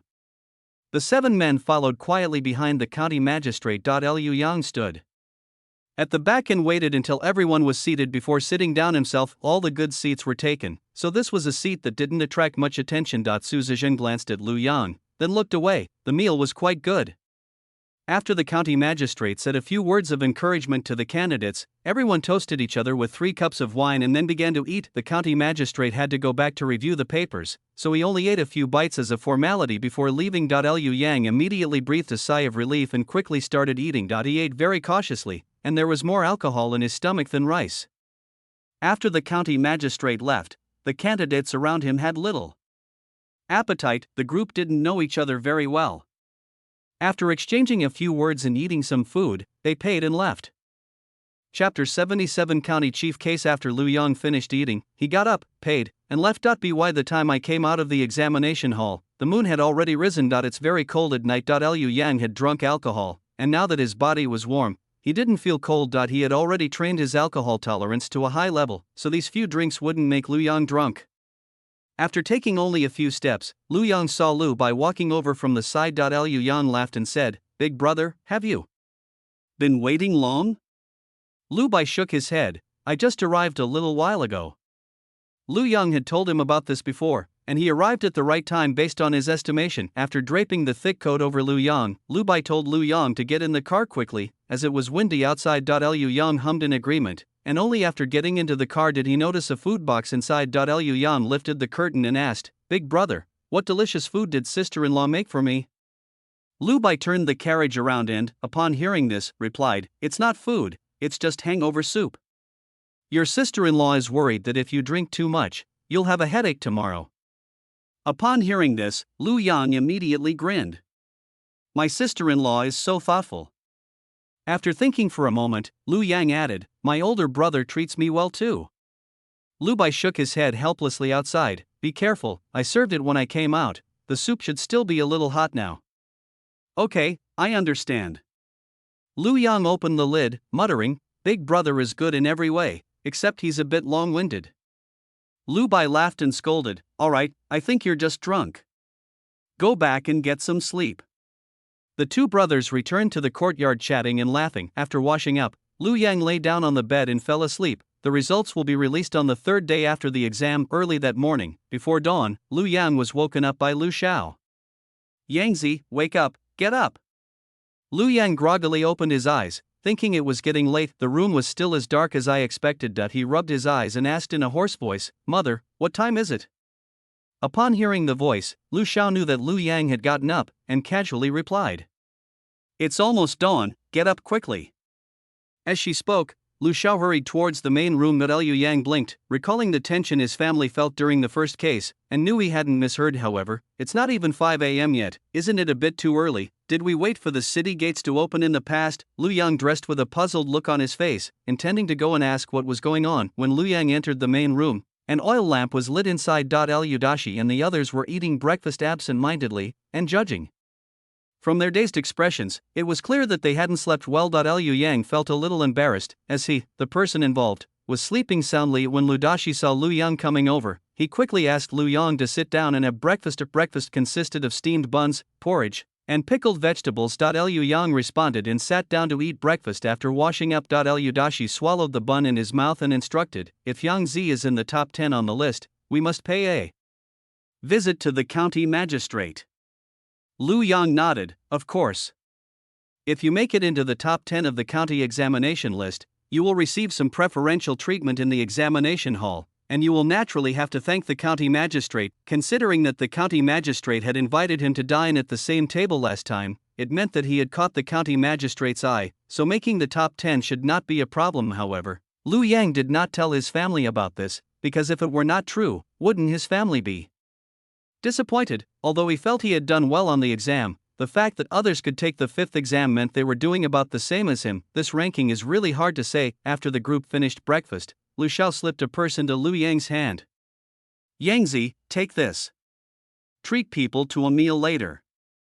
Upon hearing this, Lu Yang did not refuse and accepted it, saying, Thank you, mother.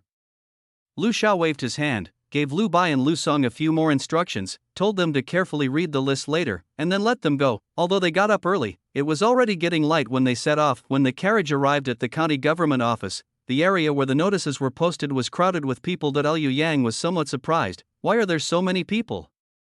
This looks like there are even more cases than during the first incident. Lu Dashi frowned slightly, thinking to himself that he was a little late. Upon hearing this, Lu Dashi guessed and said, They're probably here to see who came in first place. Oh, so you've come to see the county's top scholar. Lu Yang nodded knowingly. We should see. Who knows, Xinjiang County might produce a top scholar in the Imperial examinations in the future. Lu Bai and the others nodded and laughed. You should keep an eye out for this county's top official when the time comes, and see if you know him. Okay. The group chatted as they waited for the results to be released. It was a bit early, so Lu Bai and the others didn't go in to squeeze in. Instead, they stood outside and chatted with Lu Yang and Lu Dashi. They were talking about light and ordinary things, but Lu Dashi and the others had tense expressions on their faces, their eyes fixed on the front, afraid of missing anything. After some time, Lu Bai and his companions figured it was about time and quickly went over to squeeze in. Everyone realized what was happening, and the people gathered in front of the announcement board began to move. Just then, the sound of a gong rang out, signaling that the results were about to be announced. Liu Yang was startled. I don't know if they were startled by the sound of the gong or surprised by the list that was about to be posted. And Master Qin was leading Lu Kai and the others to see the results of the exam. As soon as they arrived in front of the restaurant, they heard the sound of a gong. Upon hearing this, Lu Kai and the others disregarded everything else, told Master Qin, and hurriedly ran forward. When Lu Yang saw Lu Kai and his group, he was about to call them back when they rushed into the crowd like rocket launchers. Liu Yang was startled. Fortunately, Lu Yang came to his senses after seeing Master Qin behind him, and he quickly went over to greet Master Qin. Master Qin's mind was also on the list. After chatting with Lu Yang and Lu Dashi for a few words, he kept his eyes fixed on the crowd in front of him. Liu Dashi didn't bother talking to Master Qin at this moment, his eyes fixed straight ahead without blinking. Liu Yang gradually felt a little nervous. At that moment, Lu Dashi clapped his hands together and exclaimed, Here they come. Lu Yang was taken aback. Upon closer inspection, he realized it was his older brother who had squeezed out. This time it was more brutal than the last. Liu Bai's headband was gone, and he came out with his hair down. As he ran, he shouted, Dad, my little brother won. He won.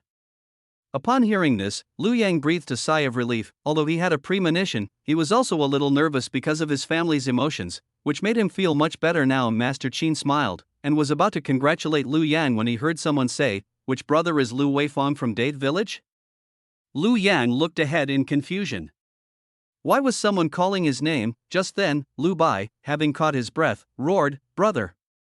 You're the top scholar in the county." There was a moment of silence after he said that, then various sounds arose. The noise left Lu Yang somewhat bewildered. He, a nobody, became the top official in the county? Chapter 78. The default scholar. That kid is the county's top scholar? He seems quite composed. That's right, I have to go up and get to know them.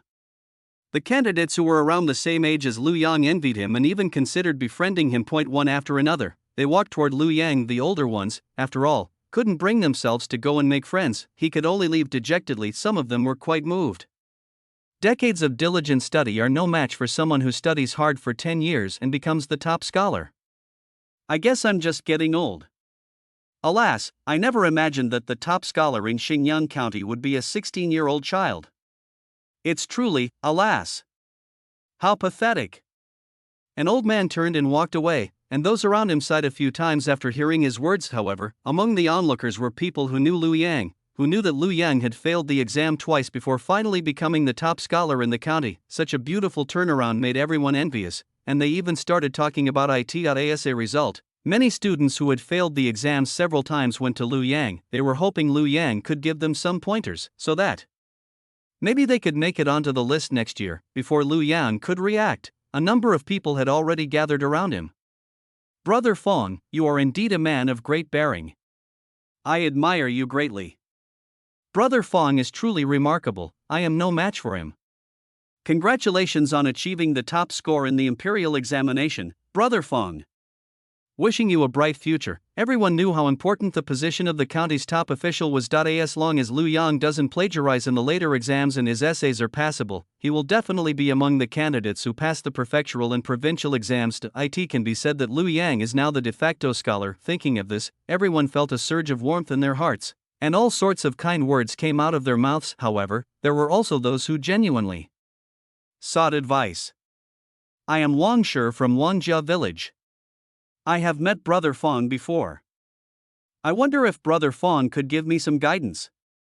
As soon as this man finished speaking, many others chimed in. That's right too. We've long admired Brother Fong's name. Please, Brother Fong, show us the way.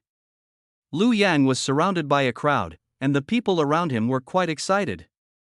Lu Yang's head was buzzing, but he still managed to catch a couple of sentences. Ultimately, I can understand what these people are thinking. However, he himself was also confused when he became the top scholar in the county.as for offering advice. That's not really an option. Thinking of this, he said loudly, I dare not offer guidance, but since failing the exam, I have been studying hard and reading more. If I work diligently, I will eventually reap the rewards. Lu Yang couldn't articulate any profound truths, so he could only share his own situation with these people. If it could help them, that would be great. Master Qin looked pleased, and his hand trembled slightly as he stroked his beard. He looked at Lu Yang, who was surrounded by a crowd, and thought to himself that his own name would soon be known to everyone along with Lu Yang's title as the top scholar in the county.as a teacher. One always hopes to encounter intelligent and hard-working students during one's teaching career. If so, then one's life will not have been in vain. In fact, Master Qin could understand his own thoughts. He was simply projecting his unfinished business onto these students. However, Lu Yang was indeed beyond his expectations. The county's top scholar was his student, something he would never have dared to dream of before, and now, Lu Yang has actually made it happen. Master Qin looked at the excited Lu Dashi and said with a smile, Brother Lu has a fine son. Lu Dashi was taken aback for a moment, then immediately realized what he meant and laughed. Even a teacher has a good student. The two looked at each other and smiled. After Lu Yang explained his study habits to everyone, no one kept bothering him. After all, they also want to celebrate with their family and friends. After exchanging a few more words with Lu Yang, the group left on their own. They were also discussing the learning methods that Lu Yang had mentioned. As Lu Yang listened, he wondered to himself what was there to discuss about his learning methods. Aren't we all the same as everyone else? I memorize texts when I get up in the morning, and then read and practice calligraphy after the sun comes out. There's really nothing worth learning from it. Just then, Lu Kai and his group came over with smiles on their faces to congratulate Lu Yang on becoming the top scholar in the county. Liu Yang thought of the purse Lu Xiao had given him earlier and said with a smile, "Let's go to the restaurant and talk some more." Upon hearing this, Lu Kai and the others laughed and said, "Good, good, good. Today we will definitely make Brother Fong spend a lot of money. Ha, I'm just afraid you won't be able to finish it." Lu Yang looked at the group with a smile and made a joke in response to their words. Lu Kai and his companions were naturally unconvinced, and while talking, they walked towards the restaurant next door. Liu Yang told the group to go over and order food and drinks first, and that he would come over in a bit. The group glanced knowingly at Lu Yang's family and Master Qin, then left, laughing and talking. After seeing the group head towards the restaurant, Lu Yang turned and walked towards Lu Dashi. And Master Qin Lu Bai and Lu Song had already tidied their clothes and hair, and were now grinning from ear to ear. Upon seeing Lu Yang approach, Lu Bai smiled and said, "Little brother." Lu Bai patted Lu Yang's shoulder excitedly, unable to say a word. Lu Song went over and punched Lu Yang on the shoulder, laughing, "Little brother, go and say a few words to Dad."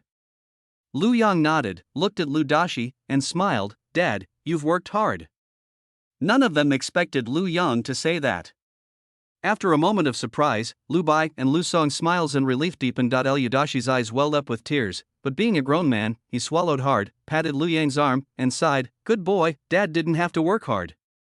After nodding to Lu Yang, Master Qin smiled and turned to leave. Liu Yang knew that Master Qin left because he didn't want to disturb their family's joyful exchange, and he was naturally very grateful. Lu Dashi laughed and said, "Dad needs to hurry home and tell your mother about this. You go ahead and do your work." Knowing that Lu Yang would be entertaining some classmates later, Lu Dashi gave Lu Yang a few instructions and then left. Liu Yang watched until the carriage had gone far away before heading towards the restaurant. When Lu Yang arrived, he immediately asked the waiter to take him to Lu Kai and the others. Lu Kai and the others had already given instructions to the waiter, who immediately knew who Lu Yang was referring to. As soon as Lu Yang entered the private room, good heavens, there were several jugs of wine on the table. Lu Kai got up and came over to greet Lu Yang. "Wei Fong, this is what we ordered for you, so you have to show your appreciation." Lu Yang glanced at the group and, knowing the joke in Lu Kai's words, laughed and said, "All right, since I'm late, I'll punish myself with 3 drinks first." Lu Kai and his group were well aware of the situation and didn't make a scene that couldn't be undone. Chapter 79 Gratitude. Lu Yang moved swiftly, walked over, grabbed a wine glass, and poured himself a glass of wine. As soon as the wine was poured, Lu Yang smelled the fragrance of osmanthus. He glanced at everyone, picked up his glass, and drank it all in one gulp. He drank 3 cups in a row without stopping. Since the osmanthus wine has a low alcohol content, Lu Yang naturally had nothing to worry about. After sitting down, Lu Yang called over a waiter and asked him to bring out a few of his signature dishes. Lu Kai and his group only ordered drinks and snacks. They didn't order any food. It's almost lunchtime now, so we'll eat, drink, and chat for a while. The meal won't last long. After the group toasted each other, Lu Yang said with a smile, "Everyone, eat and drink freely, don't be shy with me."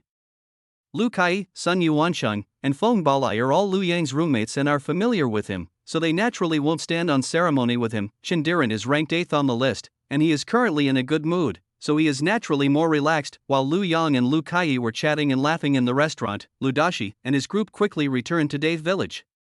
The villagers had long known from Chief Zhao that Lu Yang was the top scholar in the county, and they were all waiting at the village entrance. Upon seeing the carriage ahead, Jolly excitedly urged his son to quickly present the prepared gifts. Liu Bai saw a lot of people waiting at the village entrance from afar and reminded the people in the car. As soon as the carriage stopped, Lu Dashi and Lu Song got off. Jolly stepped forward and grabbed Lu Dashi's hand. Looking around nervously, Lu Dashi understood and said with a smile, "Clan Chief Zhao, Yang Zi is entertaining his classmates at the restaurant." Upon hearing this, Jolly suppressed his disappointment, excitedly patted Lu Dashi's hand, and laughed. "Yang Zi has really brought honor to our Daith village this time." Lu Dashi was also happy, and upon hearing this, he quickly declined, saying, "Clan Chief Zhao, please don't say that. This is what Yang Zi should do." Upon hearing this, Jolly burst into laughter. "Sure, look, the whole village has come to congratulate Yang Zi." Upon hearing this, the villagers behind Jolly surged forward. "Sure, these are the pancakes I made for Yang Zi. Take them back and give them to Yang Zi to eat. And this meat, it's all fresh. Take it back and give it to Yang Zi to help him recover." And this, the villagers were so hospitable that Lu Dashi and his companions couldn't refuse. When they finally returned to the Lu family home, the carriage was loaded with vegetables, flatbread, eggs, and other things given to them by the villagers. When they returned, they all walked back. Lu Xiao and his friends were waiting outside with stools, mending clothes while glancing up at the front every now and then. Tai Dan and the other children knew that today was a special day, so they didn't go anywhere and just stayed at home waiting for the carriage to return. At this moment, Lu Xiao suddenly stood up, pointed at the group of people in front, and said, Tai Dan, aren't those your grandpa and the others up ahead? Tai Dan scurried out, shouting, Grandma, Mom, I'm going to pick up Grandpa and the others. As soon as Tai Dan ran, Ernio and the other kids followed suit. The few little kids following behind him made Lu Xiao chuckle. Ouch! Slow down. Zhao Liwa had already quickly taken the basket from Lu Xiao's hands and put it back inside. Li Jing also quickly moved the stool in front of the door inside. Zhou Xuanfang held her youngest daughter, craning her neck to look ahead with a nervous expression. Lu Dashi looked at his grandchildren who ran over to greet him, bent down, reached out and picked up the children. One in each arm. Lu Song also picked up the two smaller ones. As for Tai Dan, Ernio, and Zhao Di, they had already climbed onto the carriage and were sitting in the seats that Lu Bai usually sat in when he drove. After Lu Bai had everyone settled in, he slowly led the horse home. Before Lu Dashi and the others even got home, Lu Xiao came over and asked, Honey, how did it go? Lu Dashi chuckled, which made Lu Xiao so anxious that she slapped his arm. What are you laughing at? Tell me now. Lu Bai and Lu Song exchanged a glance, then smiled without saying a word. Lu Dashi put the two children down and laughed so hard his eyes disappeared. Hey! Yang Zi is the top scholar in the county. Lu Xiao was stunned for a moment, then patted her chest and cried and laughed at the same time. Oh my god, thank goodness. Upon seeing this, Zhao Lihuan and Li Jing, disregarding their excitement, quickly helped Lu Xiao into the house, one on each side. By the time they sat down in the main room, Lu Xiao had already recovered. Honey, where is Yang Zi right now? Lu Dashi gulped down the warm water Zhao Lihua brought him, and after putting down the bowl, he replied, Don't worry so much. Yang Zi is at the restaurant with his classmates. Lu Xiao was finally relieved. She looked up at her sons and daughters-in-law who were moving things in the yard and asked, puzzled, Are we having a banquet at home? Lu Dashi waved his hand, No, and if we were to set them up, it wouldn't be now. These were all gifts from the villagers. Upon hearing this, Lu Xiao couldn't sit still any longer. With so many things, do you remember who sent them? Lu Dashi was surrounded by villagers at the time and didn't see which family gave the gifts. You can ask the boss and the others, I didn't see it. Upon hearing this, Lu Xiao quickly got up and walked to Lu Bai and Lu Song's side. Looking at the pile of vegetables, eggs, and pork on the ground, he asked, Eldest brother, second brother, do you remember who sent this? Lu Bai shook his head. Everyone was stuffing things into the carriage, and he was too busy blocking them to notice. Thinking of this, Lu Bai looked at Lu Song. Lu Song blinked, indicating that he was also confused. Lu Xiao sighed, Alright, then you can send some pastries to the villagers as a return gift, good. Because there was too much food to eat, Lu Xiao gave most of it to Zhao Liwa's family that night. The Lu family slept with their mouths wide open. The Lu family home was bustling with activity early the next morning. When people from neighboring villages heard the news that Lu Yang had become the top scholar in the county, they all came to congratulate him with gifts. Early in the morning, Lu Yang carried many gifts to the county government office to request an audience with the county magistrate. As soon as Lu Yang arrived at the county government gate, before he could explain his purpose, he was respectfully led to the inner courtyard by the Yamen runners. Someone had already informed them, but Lu Yang was unaware of it. When Lu Yang arrived, Su Zizheng was already sitting in the seat of honor with a teacup in hand, looking at him intently. Lu Yang quickly handed the gift in his hand to the servant next to him, and then respectfully bowed to Su Zizheng. I have met the magistrate. Su Zizheng nodded and smiled, let's sit down and talk about it. After thanking him, Lu Yang sat down. Su Zizheng put down his teacup, looked at the county's top scholar he had chosen, and smiled. Were you excited when you learned yesterday that you were the top scholar in the county? Upon hearing this, Lu Yang assumed that the county magistrate was testing him, so he quickly straightened his posture and replied, Your Excellency, I was a little excited at the time, but more than that, I was grateful. Gratitude? Su Zizheng smiled knowingly and said, That's all thanks to your own hard work. There's no need to thank me. After all, if your knowledge isn't up to par, even if I admire you a lot, I wouldn't risk my future. Lu Yang naturally understood Su Zizheng's words. Upon hearing this, he revealed a somewhat simple-minded look and said with a smile, "I understand, but I still have to thank the magistrate." Chapter 80 Prefectural City. You've got a good idea, kid. Su Zizheng paused, his smile slowly fading, and his expression turned serious. "I will have to work this hard again, I can't let myself down." Lu Yang stood up, cupped his hands, and said, "Rest assured, Your Excellency, I will certainly not let you down." Good. The two stopped talking about the matter and chatted for a while about their studies. When Lu Yang saw that someone had come to visit, he took his leave. Su Zizheng naturally wouldn't try to stop him. He smiled and beckoned the Yamen runners, then had them escort Lu Yang out. Liu Bai was waiting outside. When he saw Lu Yang come out, he quickly asked Lu Yang to get in the car, as his family was waiting for him to come home. Liu Yang nodded, turned around and got into the carriage. As Lu Bai traveled, he told Lu Yang about what had happened yesterday and this morning. After listening, Lu Yang smiled and said, "It's fine as long as my parents make the decisions." Lu Bai pondered for a while before understanding what Lu Yang meant. Mother is a woman of principle, she won't agree to anything lightly. Lu Yang nodded. He wasn't worried. "Our family isn't so poor that we can't afford to eat, and my family members aren't short-sighted." As soon as the carriage arrived at the Lu family's gate, before Lu Yang even went inside, laughter and chatter could already be heard. Liu Yang glanced at Lu Bai, wondering if his older brother was hiding something from him. Liu Bai coughed lightly, urging Lu Yang to go inside. Liu Yang got out of the car with suspicion and stepped inside. Liu Yang was quite worldly wise. But the people in this courtyard still took his breath away. What happened? Did he get the top score or the second highest score? Is this a big deal? His feet started to tremble with fear. He wanted to go back to school. Upon seeing Lu Yang, Lu Xiao immediately stood up and invited him inside. "Yang Zi, come in quickly. What are you doing standing in front of the door?" As Lu Xiao spoke, the aunties in the courtyard excitedly got up and walked towards Lu Yang. Liu Yang smiled, his lips trembling slightly. "Hello, aunties, he. Lu Yang was pulled inside by the enthusiastic aunties. "Yangzi, I'm your Aunt Li, do you remember me? Back when you were naked, I even held you in my arms." Lu Yang grinned and nodded vigorously. "Yes, I remember. I remember. Yangzi, it's me, Aunt Zhao. I brought you some pancakes last time."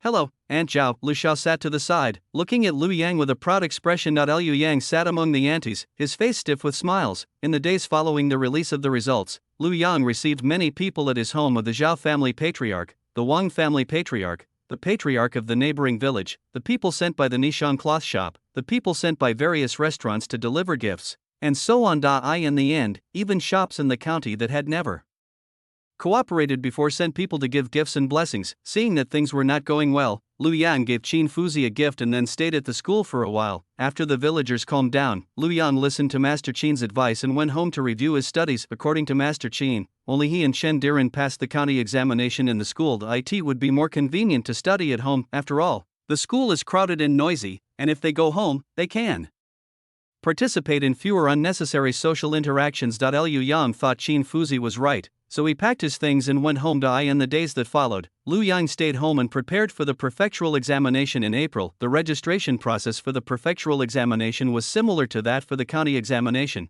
except that one more student was required to act as a guarantor. As for the other 3 people and the student in charge of the stipend, Master Qin said he would arrange it, and told Lu Yang and Chen Diren to just focus on preparing for the prefectural examination. Liu Yang and Chen Diren handed over the 2 guarantees to Master Qin, thanked him, and then left the matter unresolved. On March 18, Lu Yang and Chen Diren went to the county government office to report with Master Qin, and together with other candidates and students receiving stipends, they went to the prefectural government office to register with the people sent by the county magistrate. The prefectural examination is on April 16, so Lu Yang and the other candidates definitely need to go there in advance. Firstly, I needed to find a place to stay, and secondly, I wanted to get there as soon as possible to adapt to the environment. Master Qin and another student had already discussed it a few days ago and planned to take the candidates there 10 days in advance. As the day of departure for the prefectural city drew closer, Lu Yang's family began packing his belongings, since there was A carriage at home, Lu Dashi asked Lu Bai to go with him, just to put his mind at ease. This is not a matter for Lu Yang to agree or disagree with. At this moment, Lu Yang was sitting to the side, eating pastries made by his sisters-in-law while listening to his family discussing what he was going to bring to the prefectural city. Bring your blanket, pots and pans, rice. Lu Yang listened silently, and as the conversation grew increasingly outrageous, even mentioning bringing along the chickens they raised at home, Lu Yang finally spoke up. Mother, there are chickens for sale in the city. Just take some rice with you. Lu Xiao frowned and said, No, your father inquired about a lot of things the other day. There are people trying to sabotage this prefectural examination. They're bringing their own people along, so it's safer to do it. Zhao Lihua also advised, Yangzi, listening to your mother is never wrong. Lu Dashi and the others also came out and said a few words to Lu Yang, telling him not to talk and just to eat the pastries. Lu Yang stuffed a piece of pastry into his mouth. He dared not speak. As a result of obedience, on the day of departure, the carriage was packed full, leaving only room for Lu Yang's buttocks. Liu Yang was truly at a loss for words, not knowing whether to laugh or cry. At the chickens at home were made into pickled chicken by Lu Xiao, Zhao Lihua, and a few others. They also brought a jar of dried vegetables. The car is now filled with all sorts of complicated smells. Upon arriving in the prefectural city, Lu Yang suspected that he would be pickled and spoiled. Liu Yang was sitting in the car, looking at his mother and older brother through the open curtain. Lu Xiao was still instructing Lu Bai on how to prepare food for Lu Yang. Don't buy him ready-made food from outside. It's not clean. When the time comes, let Lu Bai cut the chicken open, put in a few handfuls of dried vegetables, and a dish will be ready. If all else fails, I'll buy some bones and make soup for him to drink, to help him recover. Liu Yang waited for a while, and seeing that Lu Xiao was still talking, he pitifully said, Mother, if you keep talking, Master Qin and the others won't wait for me. Lu Xiao glanced at the sky and waved his hand, saying, It's still early. What could Lu Yang say? This was all the love his family had for him. Half an hour later, Lu Yang said goodbye to his family and the carriage headed towards the county town. It was just past Chinchur, 7 to 9 a.m., and Lu Bai wasn't in a hurry. He slowly drove the carriage while talking to Lu Yang. Yangzi, should we rent a small courtyard ourselves, or stay at an inn with everyone else? Lu Yang glanced at the things in the car and thought to himself, didn't mother arrange everything? Seeing that Lu Yang remained silent, Lu Bai coughed lightly and said with a smile, Big brother will definitely do as you wish. Upon hearing this, Lu Yang chuckled. Didn't you and mother already discuss it? Why are you doing what I said now? Lu Bai smiled and said, As long as you are comfortable in your own place, that's fine. Your mother is just worried that you won't be used to it. Hearing this, Lu Yang pondered for a moment, then smiled and said, We'll see how everyone arranges things then. Okay. Chapter 81 Entrance. When Lu Yang and Lu Bai arrived at the school gate, several carriages were already parked there. You can get a small travel allowance from the county government office. It's not much, but it'll cover the round-trip fare. Those from poor families would often share a horse-drawn carriage to save money. The money saved can be used to rent a cheap courtyard house later. Liu Yang and his group arrived at a reasonable pace. After greeting everyone and waiting a while, Lu Yang and his group headed towards the prefectural city. We traveled along the way, stopping frequently, and the road wasn't a straight line. Horses can't run non-stop. They always need to rest along the way. By the time they arrived in the prefectural city, it was already noon on the second day. Yangzhou Prefecture was naturally more prosperous than Xingyang County. The last time Lu Yang and his friends came to register, they were in a hurry and didn't pay much attention. After the carriage entered the city gate, Lu Yang lifted the curtain and looked out. The streets were bustling with people, and the shouts and calls were louder and more varied than in the county town. With the prefectural examination approaching, many students can be seen on the streets taking the test. Seeing Lu Yang lift the carriage curtain, Lu Bai laughed and said, This prefectural city is really different. Even the vendors shouting their wares are full of energy.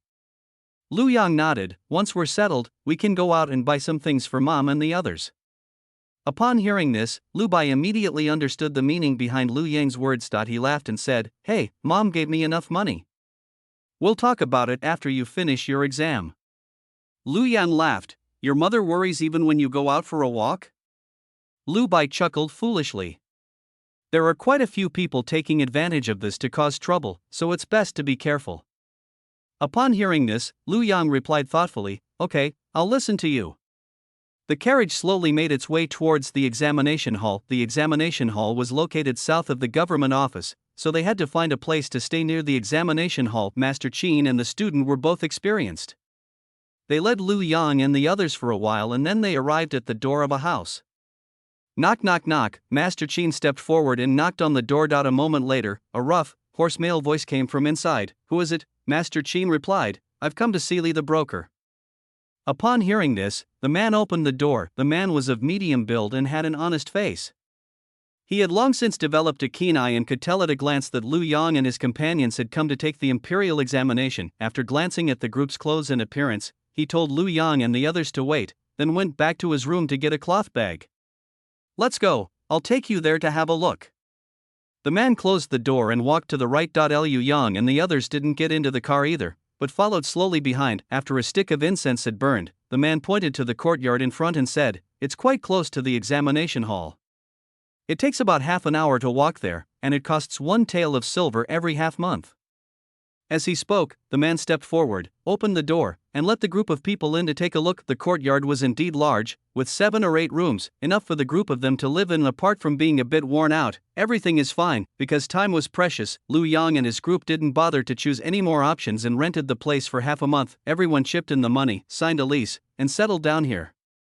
Master Qin and another student stayed at an inn arranged by the government. After Lu Yang and the others had made arrangements, the two went to the government office to report. To avoid disturbing the rest and study of the other candidates, Lu Yang and the other 4 candidates were assigned to a separate room. The remaining 3 rooms were shared by Lu Bai and his friends. Fortunately, the other group didn't have many family members who came with them. Each person has their own room, so it's not crowded even though we're all living together. Lu Bai lived with Chendiran's older brother. The two got along quite well. Over the past few days, the two of them took turns going out to gather information, while the other person stayed in the courtyard to watch over Lu Yang and the other person. The courtyard was large enough that Lu Yang would take a walk there when he got tired of reading, and sometimes he would discuss the contents of the book with Chendiran and the others.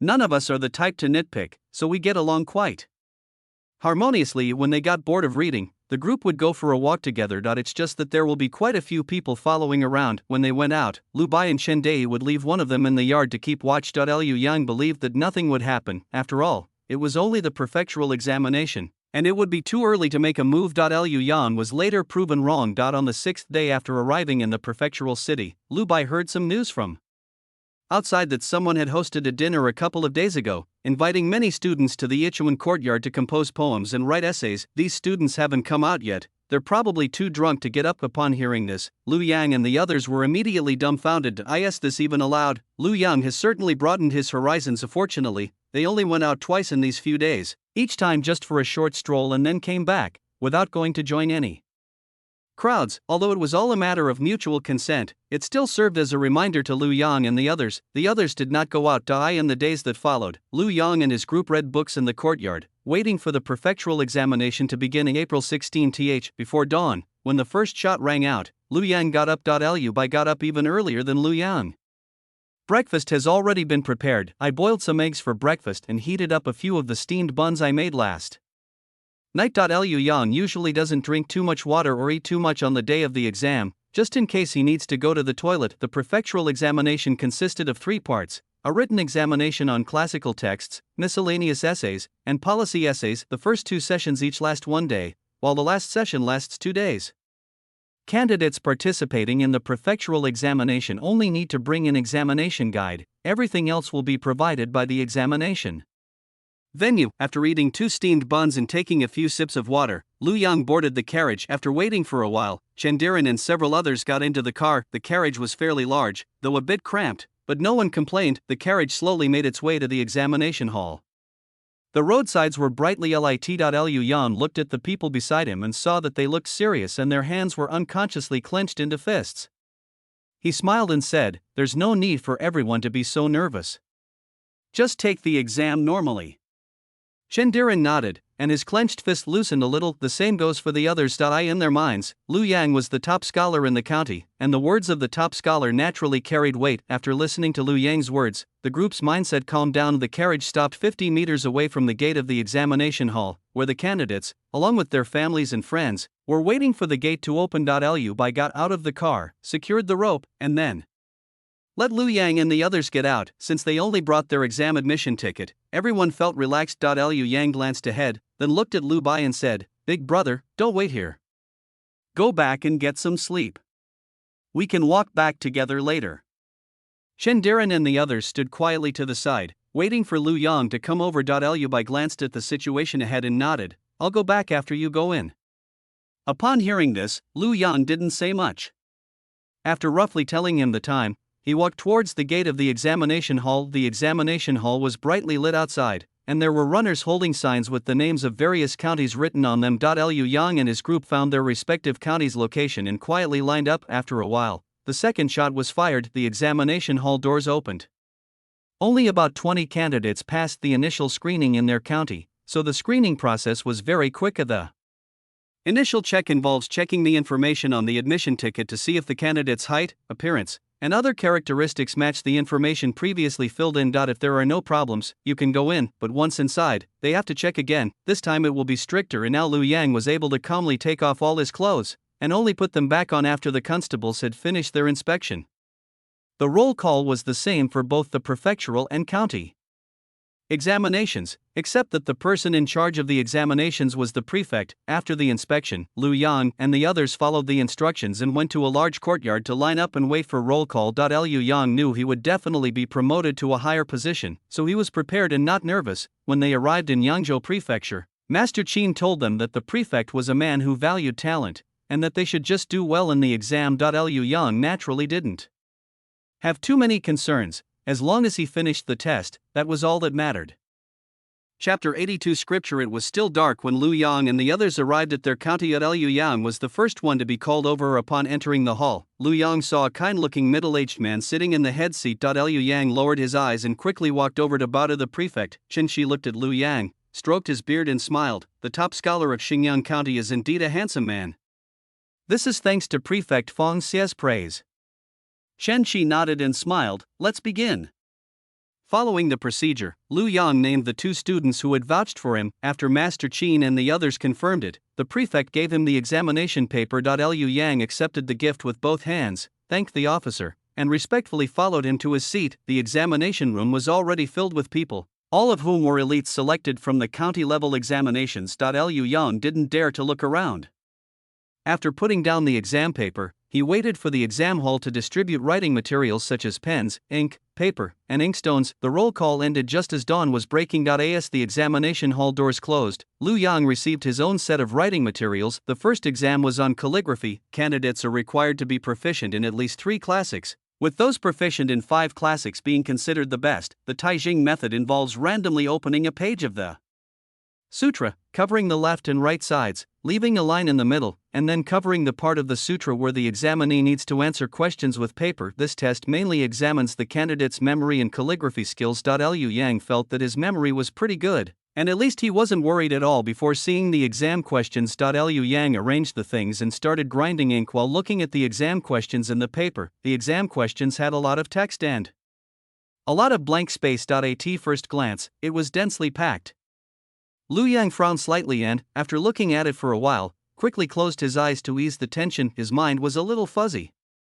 This test cut off the beginning and end, only tested the middle, and even covered up a few words or a sentence in the middle. Even with his good memory, after reading this, he couldn't immediately know exactly what word to fill in. If a test taker has a poor memory or is overly nervous and can't remember anything, they'll be scratching their face and pulling their hair, but still won't be able to finish writing.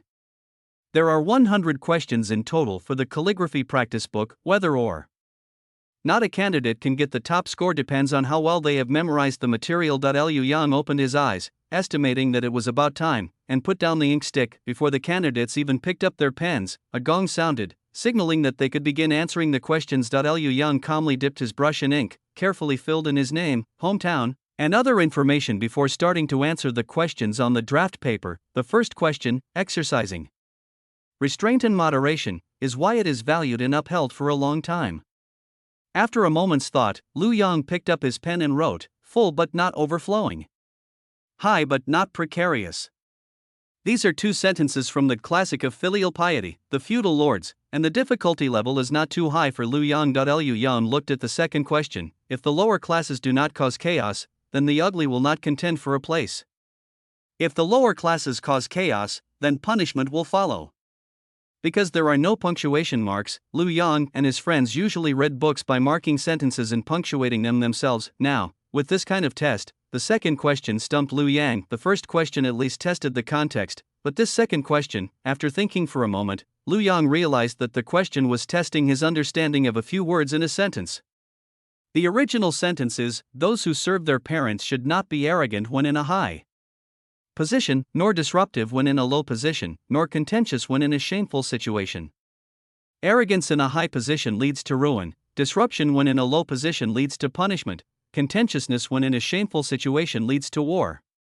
Seeing that everything matched, Lu Yang slowly exhaled. After writing "pride comes before a fall" on the draft paper, Lu Yang quickly looked at the next question. After an unknown amount of time, Lu Yang was awakened by the sounds coming from his stomach.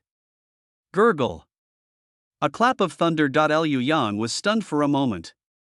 Fortunately, he was thinking about the question and not writing, otherwise the writing would definitely be ruined. Liu Yang glanced at the sky and guessed that it was almost time to eat, so he beckoned to the servant next to him and said that he wanted food and hot water. The bailiff nodded and left. During this time, Lu Yang tidied up the things on the table and put the exam questions in a place where they could be seen but were not easily touched. He's only on the 36th question now.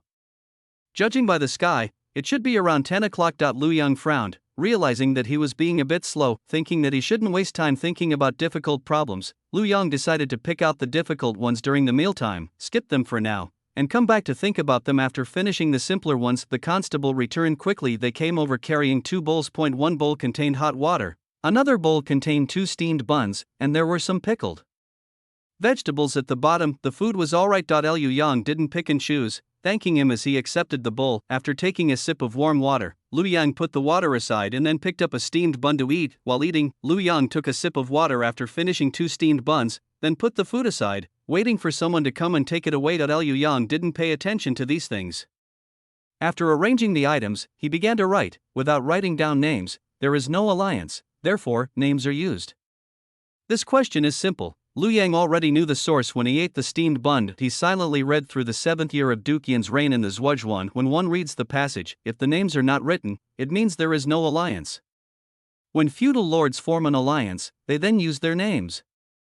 Therefore, when a feudal lord dies, his name is used to announce his death and to inform his successor, so as to continue the alliance and bring peace to the people.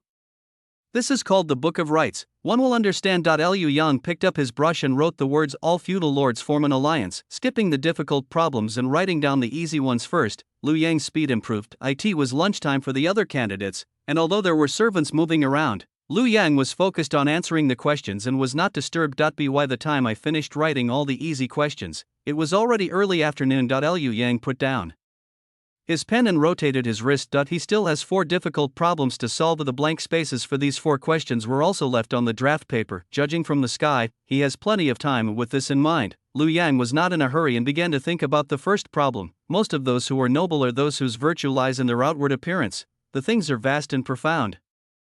I used to be able to memorize the books perfectly, but now I feel a little lost. Liu Yang stared at the exam questions, breaking them down word by word. After explaining their meanings, he started to form words to see if he could recall any memories. Those who are of a different mind are the ones who are rich in resources and knowledge. Lu Yang's lips moved, and after reading it silently several times, he finally understood the source of the question. This comes from the Rites and Ceremonial Implements chapter of the Book of Rights. The reason why rights are valued for their abundance is because they are outwardly related to one's heart. When virtue is developed and praised, and all things are extolled, and the great principles are extensive, how can they not be valued for their abundance? Without thinking too much, Lu Yang wrote down the 4 characters and quickly looked at the next question. Chapter 83 5 Men Against 2. This question has a lot of words, so you need to understand them one by one. Liu Yang didn't want to waste time, so he left the question for later. The title is, at first glance, it seemed a bit difficult, but after looking at it carefully for a while, Lu Yang knew the source. After silently reading through the announcement of Zhonghui in the Book of Documents with his eyes closed, Lu Yang opened his eyes and wrote the 3 characters, meaning to err without hesitation, the complete sentences, how much more so is my virtue, which is worthy of my ears. The king does not indulge in sensual pleasures, nor does he accumulate wealth. Virtue is rewarded with official positions, and merit with generous rewards. He employs people only for himself, and is not stingy in correcting mistakes. He is lenient and benevolent, and his trustworthiness is evident to all the people. However, the resentment of the barbarians of Gu, the initial campaign against Gu, the Eastern campaign, and the resentment of the Western barbarians. The test only tested 3 words in a long passage. If you're not careful, the error rate will definitely be very high. With only 2 questions left, he glanced around and, seeing everyone deep in thought, also focused on the next question. After drinking a cup of tea, Liu Yang put down his pen and he has already finished all the questions. Now all he needs to do is check them carefully and then copy the answers from the scratch paper into the exam paper. The inspection mainly focused on checking for typos. After confirming there were no problems, Liu Yang picked up a pen and began to copy it. He wasn't in a hurry and wrote slowly. After some time, Liu Yang put down his pen, looked up, and saw that there were already several empty seats in front of him. After thinking for a moment, Liu Yang also summoned the bailiff and said that he wanted to hand in his paper. 2 constables walked over, one of them carrying a wooden box. Liu Yang watched them annotate their names, then put the papers back into the wooden box. One of them then took away the things on the table. After waiting for a while, a constable came over and signaled that Liu Yang could leave. Liu Yang nodded, got up, and followed the constable slowly out. It was now 3:45 p.m. When Liu Yang arrived at the courtyard where roll call was being taken, there were already candidates waiting for the gate to open. Liu Yang roughly counted, and including himself, there were already more than 40 people. Wait a little longer, until we have 50 people, then they can go out. Liu Yang ate 2 steamed buns when he arrived in the morning, and then 2 steamed breads around 10 a.m. His stomach was rumbling. I don't know if the people around me heard it. As Liu Yang pondered this, he found a quiet spot to stand. The surroundings were quiet. Besides his own stomach rumbling, Liu Yang could also hear other stomachs gurgling. Liu Yang immediately realized that others must have heard the rumbling in his stomach as well. It seems we're all the same. Liu Yang licked his slightly chapped lips, thinking to himself that he would definitely have a good meal when he got home. Just as Liu Yang was lost in thought, the 50 people were finally gathered. Everyone followed the instructions and lined up in 2 rows to go out. Liu Yang walked to the back of the line and followed slowly behind. Yangzhou Prefecture has 7 counties under its jurisdiction. Assuming that each county has 30 candidates, there will be about 300 candidates in this prefectural examination. Most of the candidates traveled from afar to take the exam, and their families usually consisted of only one person or none of them came. So there aren't many people waiting outside. Liu Yang walked out and immediately saw Liu Bai. Liu Bai was standing in front of the crowd, waving his arms frantically in an attempt to get Liu Yang's attention. Liu Yang smiled and quickly walked over. Big brother, when did you arrive? Liu Bai did not answer, but instead took out an oil paper package from his pocket. Eat quickly, it's still warm. Looking at the oil paper package handed to him, Liu Yang could already smell the fragrance. He was indeed hungry, so he took the package, opened the oil paper wrapper, and started eating. There were 2 steamed buns inside, and they were still warm. Liu Yang swallowed what was in his mouth and smiled. Thank you, brother. Liu Bai shook his head and walked ahead to clear the way for Liu Yang. There's bone broth simmering in the yard. I'll go back and have some, then get a good night's sleep. Liu Yang nodded. The examination process for the prefectural examination was similar to that for the county examination. After the first exam, you have to wait until the case is reported before you can participate in the next one. The timing of the incident depends on the examiner's speed in grading the papers. Today is the 2nd day after the exam. It was late morning, and everyone thought the case wouldn't happen until tomorrow. When they heard a cannon blast, everyone was reading in their own rooms when they heard the cannon fire, and some people ran out of their rooms. A short while later, Chendiran and the others came out. Seeing the situation in the courtyard from the window, Liu Yang put down his book and came out of the room. Chendiran remained relatively calm, while the other 3 had already started spinning around. Liu Yang glanced at it, then walked over and sat down next to Chendiran. On the first day after the exam, Liu Bai and his friends would go to the place where the results were posted to wait. Early this morning, Liu Bai and the others estimated that it was about time for the incident to occur, so they all went out to wait. At this moment, only Liu Yang and a few other examinees were in the courtyard. Liu Yang looked at Chendiran and smiled. Brother Zishin, are you nervous? The further the exam goes, the more candidates will be eliminated. However, once you're on the list, the chances of passing are very high. Since there are fewer people and the number of slots remains the same, your chances of passing will naturally be higher. Chendiran nodded and said with a faint smile, a little, I feel a bit uneasy. Upon hearing this, Liu Yang immediately understood the meaning behind Chendiren's words. They didn't discuss the exam questions after they finished, since they were all questions they had memorized and the answers were in the book, so there was nothing to discuss. I am fully aware of how well I have done. Like Liu Yang, he knew he hadn't made any mistakes or left any blanks, so even if he wasn't the top scholar in the county, he wasn't worried. But Chendiren said something that suggests something went wrong. However, Liu Yang did not press the matter further, but simply comforted him, saying, "Do your best and leave the rest to fate. Brother Chen, there's no need to worry." Chendiren nodded, but before he could speak, someone leaned over and asked, "Brother Wei Fong, how many people do you think will pass the first round this time?" Upon hearing this, Liu Yang thought about it carefully and, based on past data, estimated that less than 100 people would pass. However, he wouldn't share his thoughts with others, since doing so would only cause them more trouble. Thinking of this, Liu Yang shook his head and said, "I don't know either, but I'll probably find out soon." The man was somewhat disappointed, but he didn't say much. He sighed and sat down next to Liu Yang to wait for his family to return. Liu Yang and his group didn't have to wait long before there was a knock on the door. Shouts came from outside the door from Liu Bai and his group. Judging from their rapid breathing, they must have run back without stopping for a moment. Liu Yang hurriedly got up to open the door, but Li Wenpeng, who had been watching the door closely, beat him to it. The door opened. Liu Bai was standing in front, his face showing a mixture of happiness and a hint of unease, which made Liu Yang feel uneasy. It's estimated that some of them failed the exam. Just as he was thinking this, Liu Bai walked over and whispered in Liu Yang's ear, "Yangzi, out of the 5 of you, only 2 of you have passed."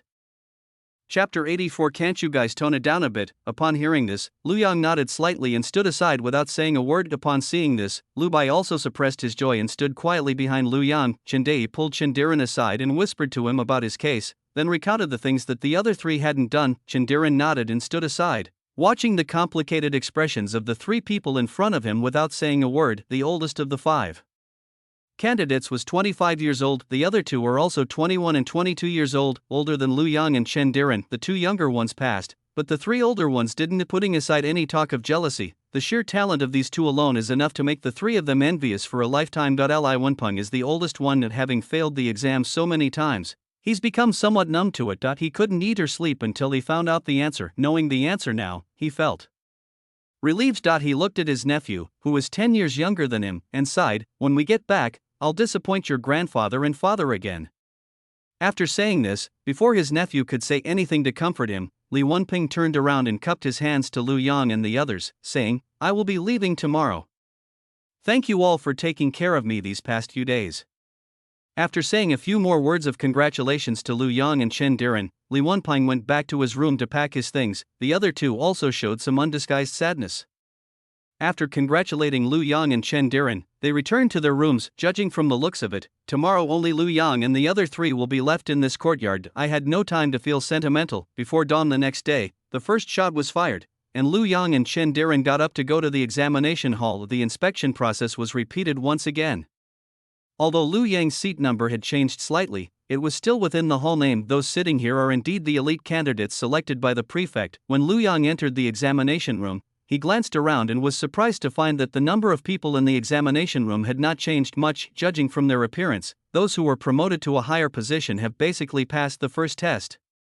Knowing that the exam was highly competitive, Liu Yang dared not be careless in the slightest and became even more serious about answering the questions. The second exam tested essays, which are literary forms such as proverbs, inscriptions, treatises, and eulogies. This exam, for example, tested 1 eulogy and 1 treatise.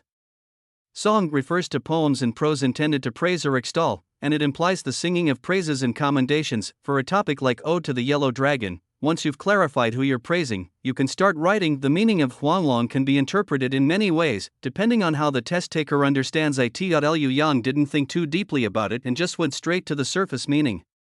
The yellow dragon is an auspicious omen for emperors, and also refers to the true Son of Heaven. The praise must be appropriate to the place. He can borrow the names of wise rulers of the past to flatter the current emperor. However, this flattery cannot be too blatant, which depends on the candidate's writing skills. Liu Yang didn't think much about it and started writing according to his own ideas. The second question was on the topic of filial piety and serving one's parents. The discussion refers to debate or discussion. The question comes from the Mourning for Parents chapter of the classic of filial piety. In life, serve your parents with love and respect. In death, grieve and mourn. This fulfills the fundamental duty of the people. The righteousness of life and death is complete, and the filial son's service to his parents is finished. It means to serve one's parents with love and respect while they are alive, and to handle their funerals with sorrow after their passing, thus fulfilling one's duty and obligation in life. Only by fulfilling the noble duty of caring for one's parents in life and seeing them off in death can one be considered to have completed the obligation of serving one's parents as a filial son.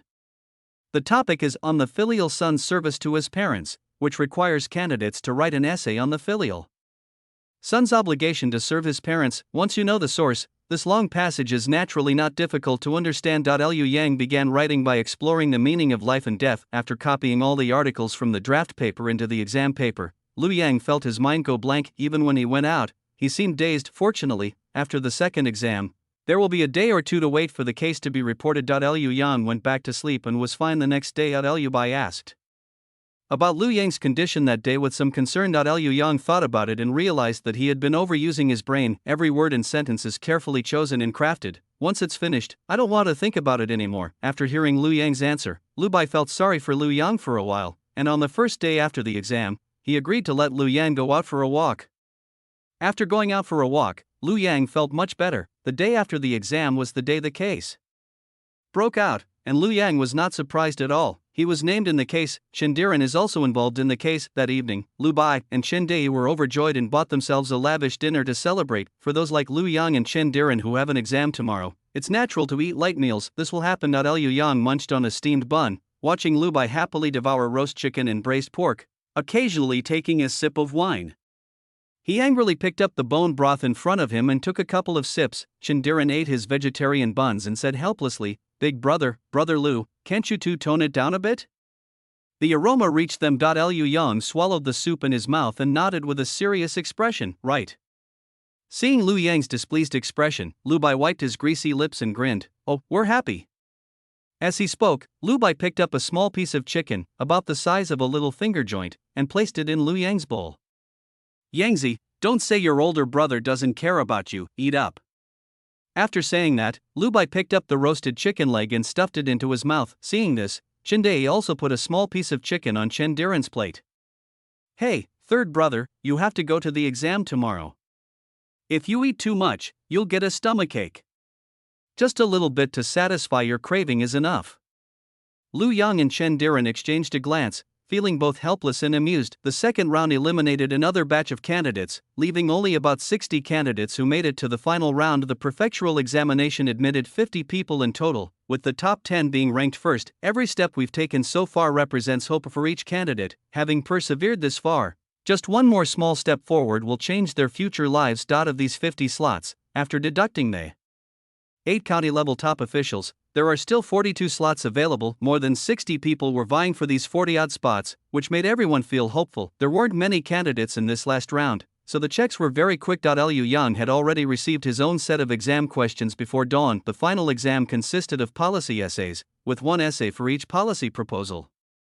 This strategy and its implications are a life-or-death question for most test takers. The number of people in the examination room was decreasing, but the atmosphere was much more tense than before. Liu Yang could vaguely sense a resolute determination beneath the silence. Influenced by the atmosphere of the examination room, Liu Yang's expression also became somewhat serious. Although it was still dark, the surrounding area was brightly lit, so it was still possible to read the questions. Think about it for a while, and it will be just right to answer the question when it gets light. Liu Yang calmed himself down and looked at the first policy document.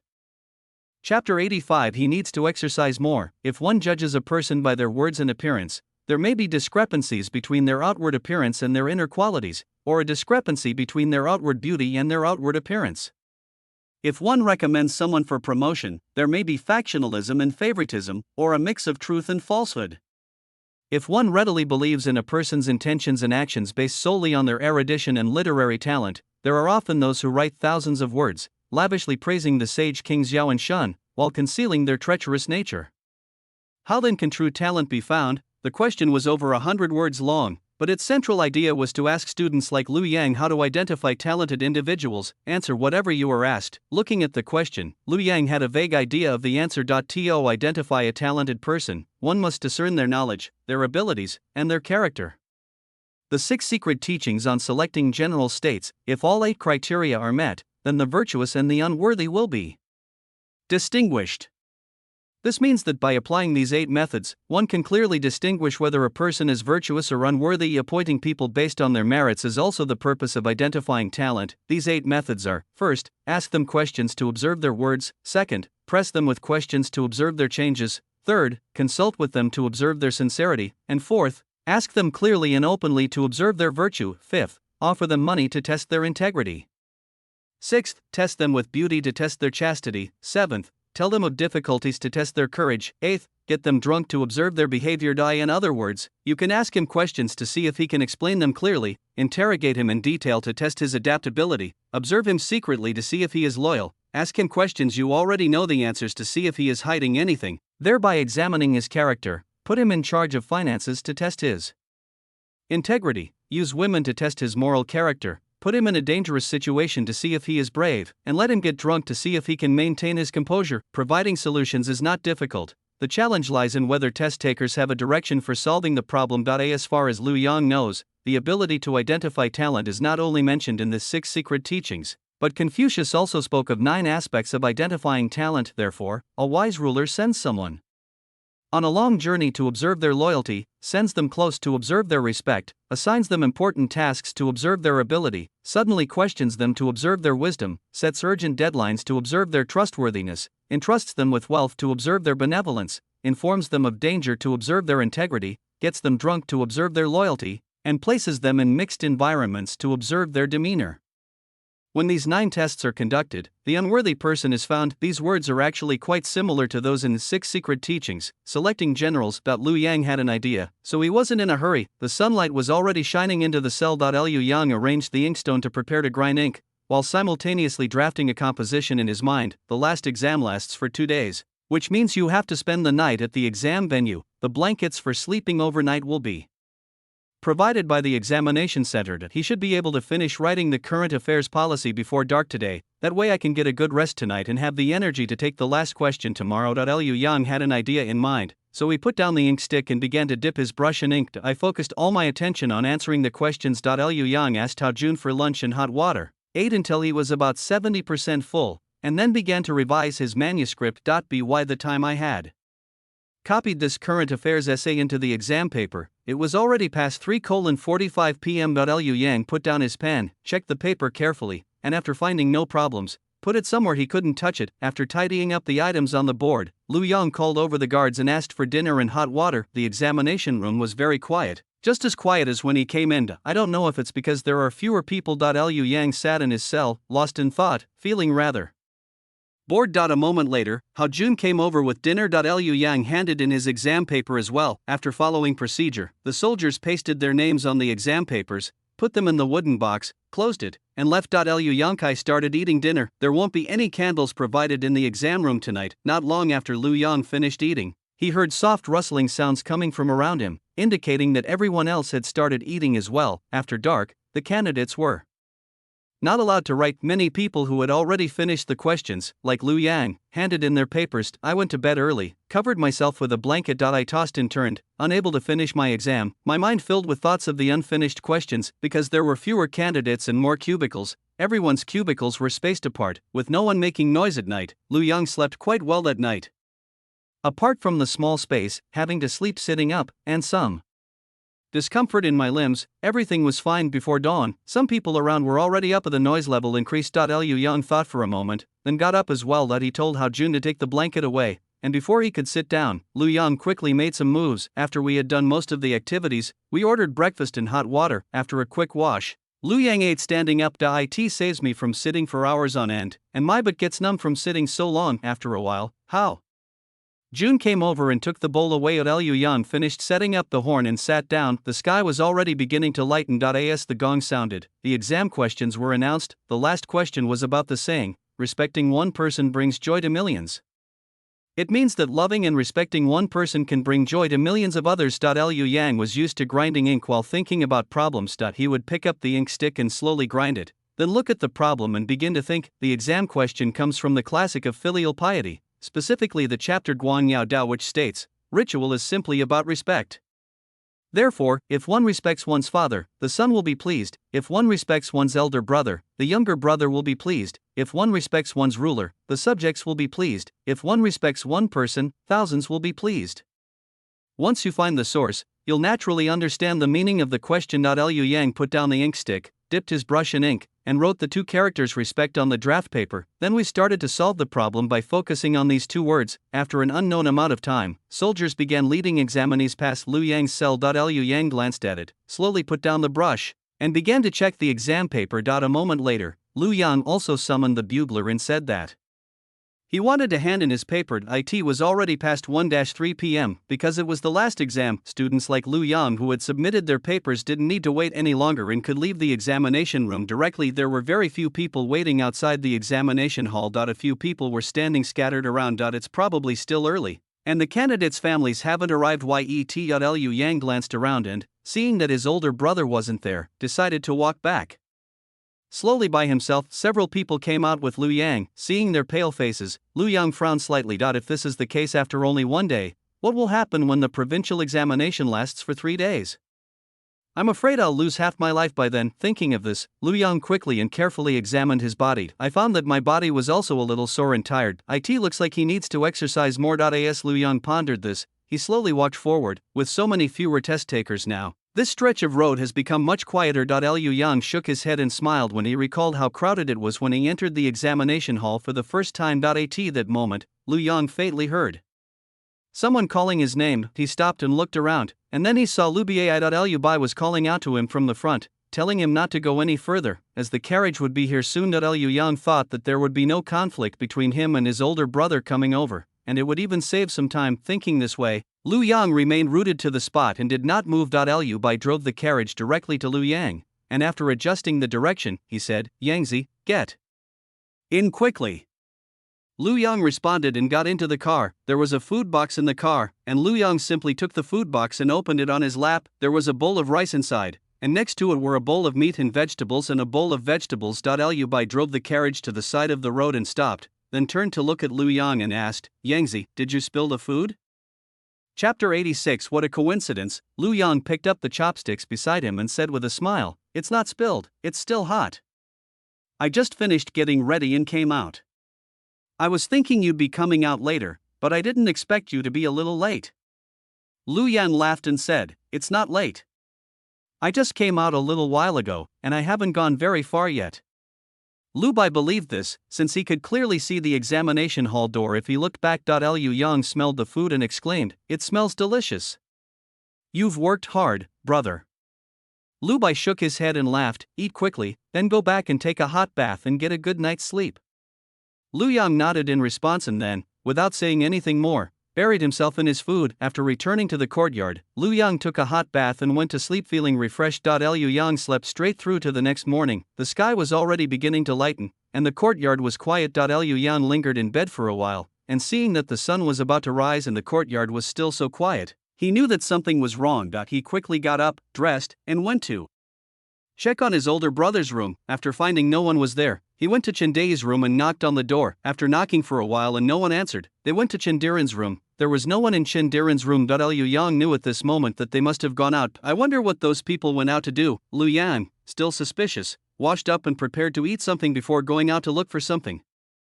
Before they even left, the group returned carrying quite a few things, looking at the wine jar and 3 oil paper packages in his elder brother's hands, and then at the food boxes in the hands of the Chen brothers. Liu Yang asked with a look of surprise, "Are you celebrating?"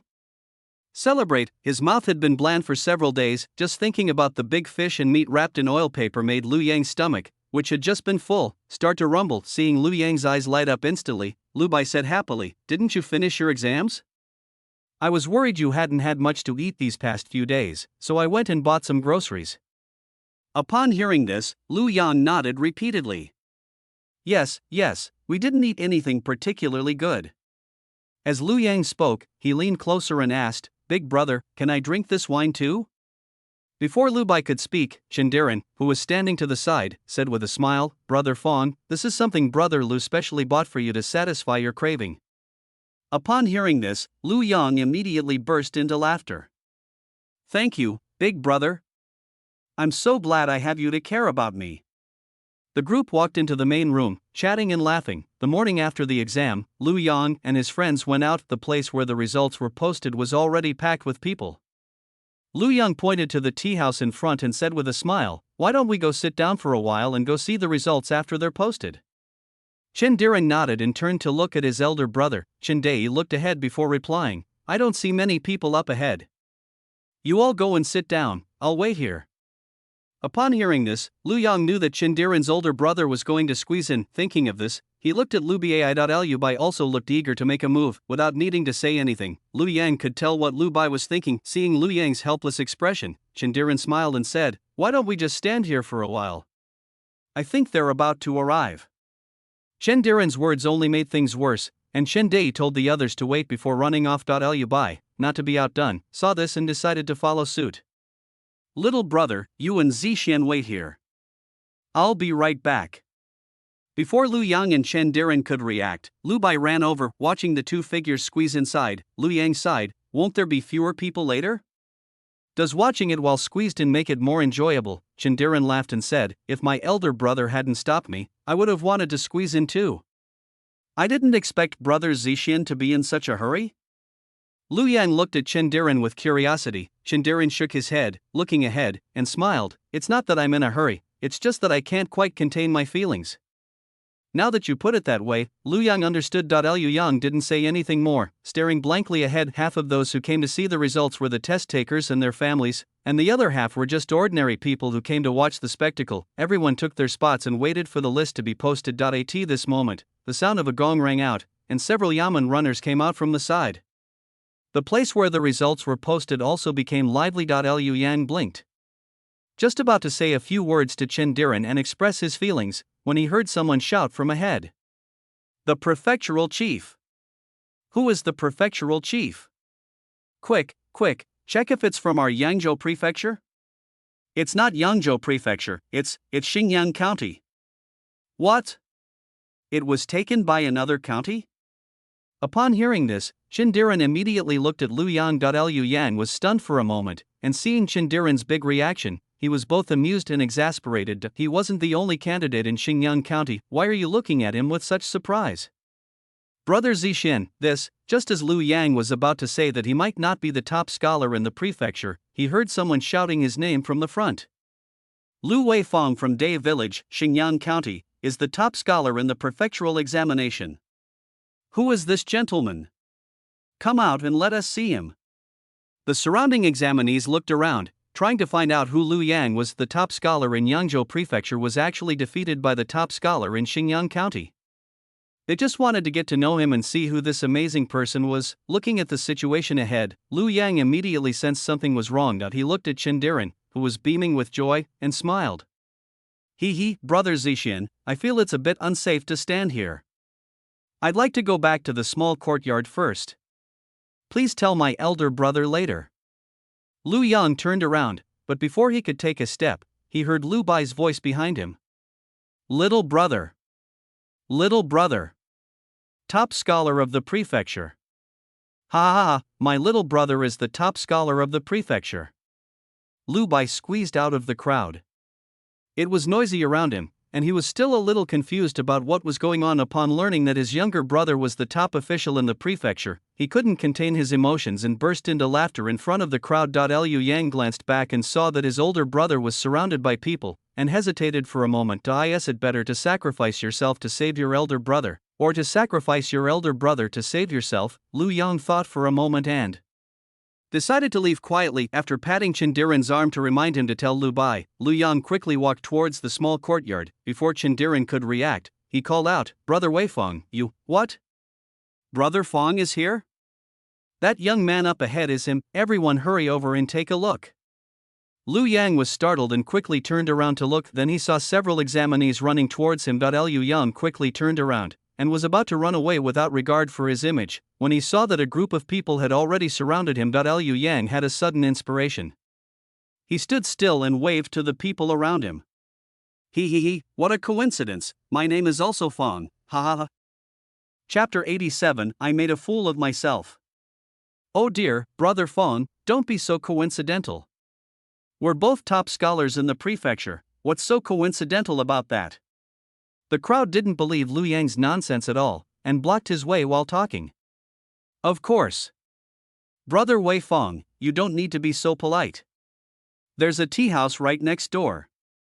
Let's all congratulate Brother Wei Fong together. Yes, we should congratulate Brother Fong.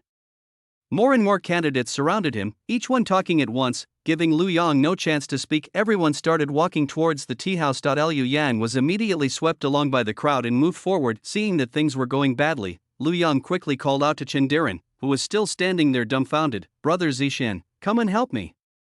Chen Diren had never seen such a scene before.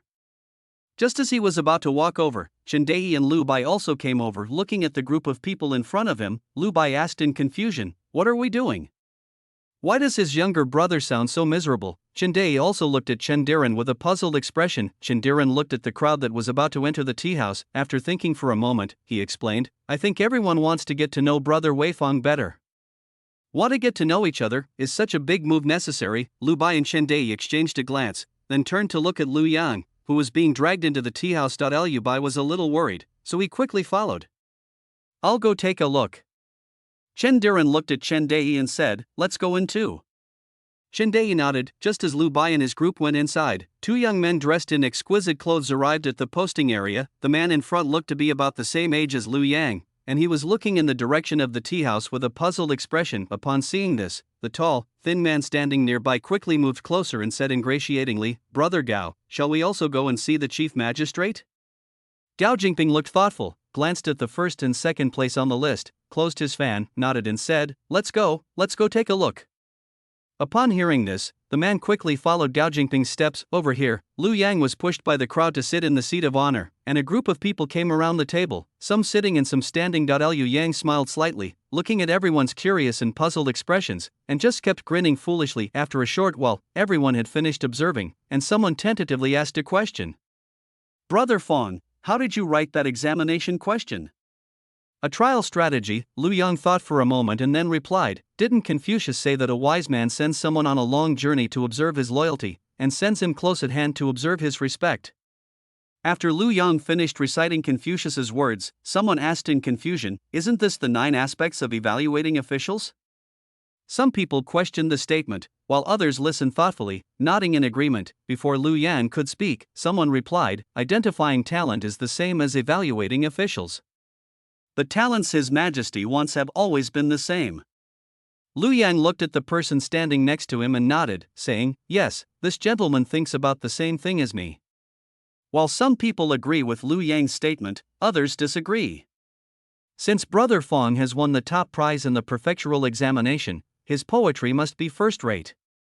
As he spoke, the man pointed to the peony flowers in the vase behind Lu Yang and asked Lu Yang to recite a poem. Fearing that it would displease Lu Yang, the man immediately recited a poem. But it's clear that he's still somewhat arrogant. The poem that person wrote sounds fine at first glance, but upon closer examination, it makes one's teeth ache. Even peonies can be described as the image of a sickly beauty in poetry. It seems this person probably didn't make the list. A sad and poignant poem brought a touch of sorrow and indignation to the faces of many students around. Liu Yang glanced at it, pondered for a moment, and then said, "The east wind blows past the ruins, and the sun shines brightly, bringing wealth and prosperity. With each bloom of beauty, there is no need to worry about a lack of guests." As soon as Lu Yang finished speaking, he quickly stood up, cupped his hands in a gesture of humility, and said something modest. "I've made a fool of myself." Clap, clap, clap. A clapping sound came from the doorway. The crowd, who had been admiring Lu Yang's poem, turned around to look. After hearing the applause, there are about a dozen or 20 students here. Most of them were candidates from Yangzhou Prefecture, and they exclaimed in surprise when they saw the newcomers. "Brother Gao is here. Brother Gao, what are you doing standing outside the door? Come in quickly."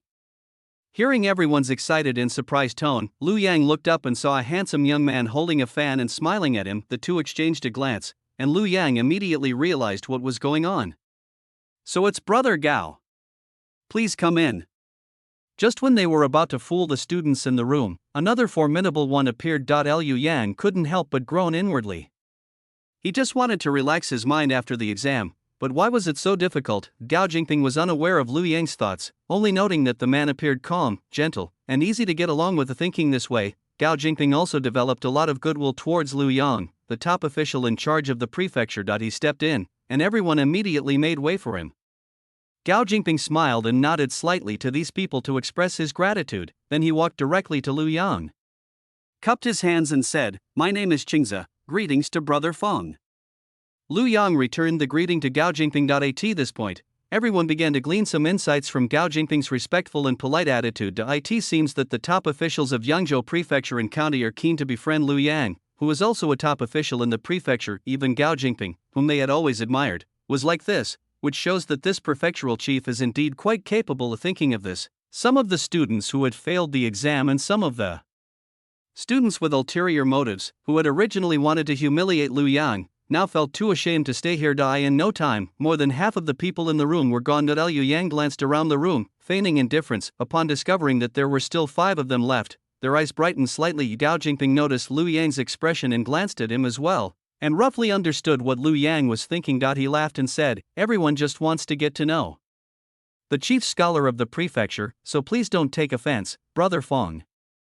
Ultimately, they were just expressing their own grievances. Even the most ambitious person, after failing the exam multiple times, will inevitably harbor some resentment, right? Gao Jingping stopped thinking about it and looked at Lu Yang. He also heard the poem that Lu Yang wrote. That's really interesting. Thinking of this, Gao Jingping pointed to the chair next to Lu Yang and said with a faint smile, "Brother Feng, let's sit down and talk." The man who came with Gao Jingping had a fawning smile on his face, which seemed rather fake. Liu Yang glanced at the man secretly, then looked away. "Brother Qingze, please don't say that." Lu Yang casually echoed Gao Jingping's earlier words not to take offense, and then followed his suggestion to have everyone sit down before continuing the conversation. Just this short time. As soon as Lu Yang sat down, he looked up and saw Lu Bai and the others. Liu Yang quickly got up and walked towards the door. "Big brother, you finally arrived." Lu Yang reached out and pulled Lu Bai and the others inside. Chapter 88. Useless fool. This is my eldest brother, this is Brother Zixian, and this is Brother Chen.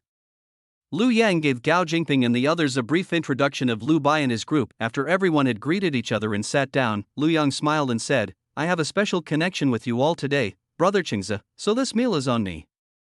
As he spoke, Lu Yang called over the waiter who had been standing to the side waiting.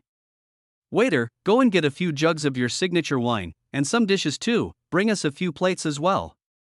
The waiter smiled and smoothly told Lu Yang the names of several dishes and some signature wines.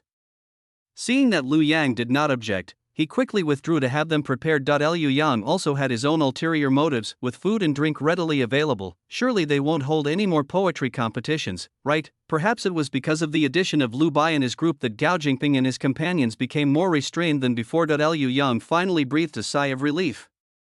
Before the food and wine were served, Gao Jingping glanced at Lu Yang and the others and asked with a smile, "Brother Feng, when do you plan to return to Xingyang County? When are you coming back? If possible, I'd definitely go back tomorrow." That's what he thought, but Lu Yang certainly couldn't say it like that. Thinking of this, he smiled and said, "If there's nothing else, I should be going back in the next couple of days." Gao Jingping vaguely understood the meaning behind Lu Yang's words. Following his own previous idea, he smiled and said, "I was thinking of inviting Brother Feng to go sightseeing for the next 2 days. If Brother Feng has something to do, then forget it." Upon hearing this, Lu Yang gently kicked Lu Bai's leg. Liu Bai was stunned for a moment, then looked at Lu Yang with a puzzled expression. Liu Yang glanced at Lu Bai, then looked at Gao Jingping and smiled, "I don't know if anything's wrong. When do you want to go back, brother?" Upon hearing this, Lu Bai immediately understood what Lu Yang meant. He looked at Gao Jingping and grinned foolishly, "Brother Gao, you know my little brother got the top score in the prefectural examination, and my parents are still waiting at home." This, Gao Jingping nodded understandingly, then, "Brother Feng, let's reschedule for another day." Lu Yang nodded, "Okay." After chatting for a while, the food and drinks were served. After personally pouring drinks for everyone, Lu Yang picked up his glass, stood up, and said to Lu Bai and the others, "Today I would like to toast everyone, wishing you all happiness every day." After saying that, Lu Yang tilted his head back and drank it all in one gulp. Liu Bai and the others also raised their glasses and drank them down in one gulp. When we returned to the courtyard, the sky was already dusky, and the sun would soon set. Liu Bai put the somewhat drunk Lu Yang on the bed, covered him with a blanket, and then quickly went to the kitchen to boil some water. When the hot water was brought over, they found that Lu Yang had already sat up. Liu Bai put down the hot water and frowned, saying, "Why did you drink so much?" Lu Yang squinted slightly as he looked at Lu Bai in front of him. Only when the hot cloth was placed on his face did Lu Yang realize that this was his older brother. His previously tense mind instantly relaxed, his expression also became a bit languid. "They won't let me go unless I get drunk." At first, everyone was a bit reserved, but after a couple of drinks, their poetic and artistic sensibilities were brought out. They took turns reciting lines, creating a game of poetry relay. Liu Yang isn't a true ancient person, he genuinely doesn't like that kind of thing. Seeing that the group was getting more and more excited, they simply kept pouring themselves drinks. I don't know how it ended up looking like this. Now that he was a little more awake, Lu Yang took the hot cloth and quickly wiped his face, neck, and hands. He then asked, "How is brother Zixian?" Lu Bai took the hot cloth, intending to fetch another basin of hot water for Lu Yang to soak his feet, but upon hearing this, he replied, "It's all right, brother Chen is taking care of him over there." Upon hearing this, Lu Yang felt relieved with his mind at ease. Lu Yang felt sleepy seeing Lu Yang's drowsy state. Lu Bai quickly said, "Yangzi, wait a moment, I'll get you a basin of water to soak your feet, then you can go back to sleep." Lu Yang wasn't entirely unable to persevere, and nodded upon hearing this. "Okay, thank you, brother." He didn't know how Lu Yang ended up lying down. All I know is that when I woke up, the room was very bright. A slight pain shot through his head. Lu Yang paused for a moment before getting up and dressing. Faint sounds could be heard coming from the courtyard. Liu Yang casually tied her hair up, put on her shoes, and went out. Chendiran was sitting in the courtyard, basking in the sun and reading a book. Liu Bai and Chen Dei were preparing lunch, and the aroma of food was already wafting from the kitchen. As soon as Lu Yang came out, Chendiran got up and walked up to him, asking with concern, "Brother Wei Feng, is your head all right?" He drank less, and although his alcohol tolerance was slightly lower than Lu Yang's, he still had a slight headache when he woke up. Liu Yang must be feeling worse than him, but Liu Yang pressed his temples, and after a while shook his head and said, "It's nothing, I'll go wash up first." Just as Lu Yang finished preparing, Lu Bai came out of the kitchen carrying a bowl of herbal soup. "Yangzi, drink this hangover soup. I called you last night, but you didn't wake up. You must have a headache now, right?" Lu Yang took the hangover soup and smiled. "It doesn't hurt anymore, I feel much better after a nap. I can't torture myself like that anymore." Liu Yang drank the hangover soup while thinking about it was almost time to eat, so Lu Bai didn't prepare too much medicinal soup for Lu Yang. Liu Yang finished it in just a few gulps. As soon as the hot water entered his stomach, Lu Yang felt much more comfortable. They will be visiting the prefect later. I'll probably go back first thing tomorrow morning. Chendiran is also on the list, although he is not ranked very high, but he is still on the list. After finishing their meal, Lu Bai and Chen Dei stayed in the courtyard to tidy up their things. Liu and Yang then bought some gifts and went to the government office to request an audience with the prefect. In previous years, after the results were announced, candidates would come to visit the prefect in the next 2 days. The yamen runners in the government office were already familiar with the procedures. After Lu Yang and Chen Diran explained their purpose, he led them inside. Chen Shi was reading a book when he heard that someone had come to visit, so he put the book down and asked someone to prepare hot tea. As the head of the prefectural office, Lu Yang's arrival was already somewhat late. Chen Shi had already met many candidates, and now he finally met Lu Yang. As soon as Lu Yang walked in, he noticed that the prefect's attitude was somewhat cold. His heart sank. After bowing to Chendiran, he began to recount the events of the previous day to the prefect. The language added a touch of humor, and he also expressed his true or false thoughts. This does make the apology seem sincere. Chen Shi naturally knew about what happened yesterday. This morning, someone told him about the poem Lu Yang wrote yesterday. He put on this act. They just wanted to test Lu Yang and see if he would make mistakes because of his arrogance. Hearing Lu Yang say that he drank a few more glasses of wine to avoid using his brain, I found it amusing. If he hadn't known Lu Yang's abilities, he would have thought Lu Yang was a useless bum. Thinking this, a smile appeared on Chen Shi's face. He was clearly amused by Lu Yang's words. Liu Yang breathed a sigh of relief, but on the surface he still looked annoyed. Liu Yang felt that although he had nothing, he still had some sense of observation. His father often said that his subordinates always spoke to people in a way that suited them, and to ghosts in a way that suited them. He needs to have the ability to distinguish between good and bad words. He used to dismiss it, but now he understands it a little better. Chapter 89 will hurt people. It seems that trying to please your boss is not an easy task. Just as Lu Yang was lost in thought, Chen Shi smiled and said, "Yesterday, I heard you had a lot of fun at the tea house?" Lu Yang and Chen Diran exchanged a glance, both somewhat puzzled as to what Prefect Chen meant by asking that question. However, Lu Yang didn't want to think too much about it. He bowed his head respectfully and said, "Your Excellency, we had a lot of fun. If Your Excellency has time next time, we can invite you over as well. That would make us even happier."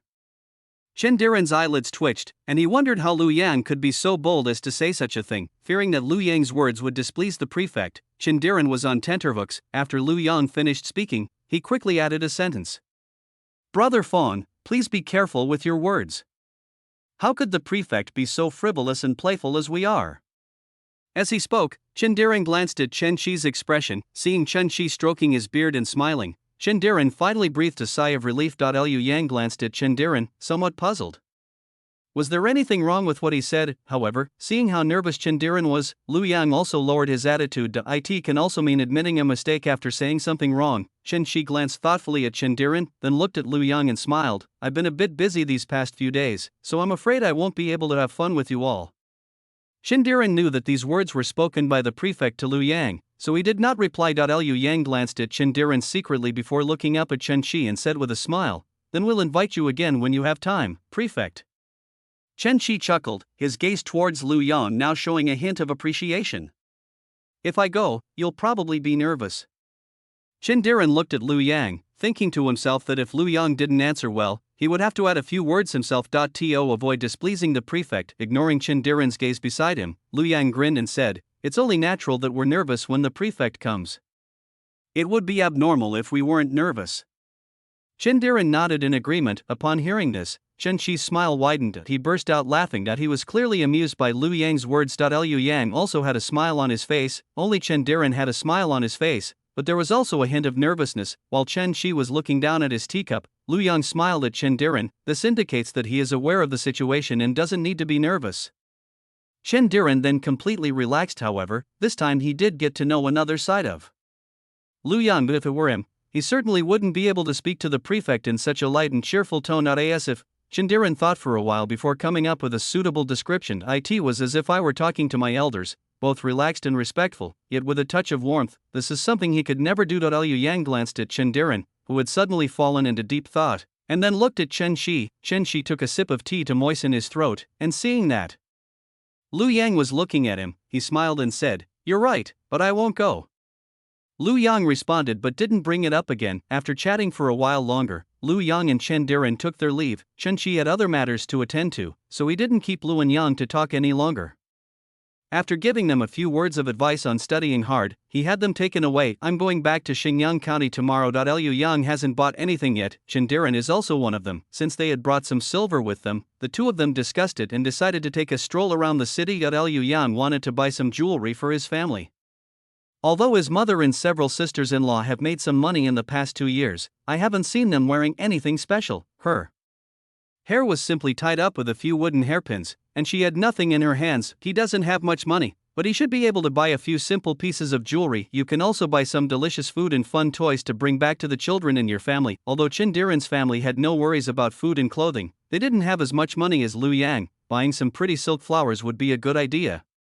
The two walked toward the jewelry store. The jewelry store was mostly frequented by ladies and young women who came out to pick out jewelry. A few men were also accompanied by their wives or concubines. Liu Yang and Chendiran looked straight ahead and walked directly to the jewelry display stand that they had their eyes on. Liu Yang was good looking, and Chendiran was also handsome and gentle. As soon as the two walked in, they were scrutinized by many ladies and young women.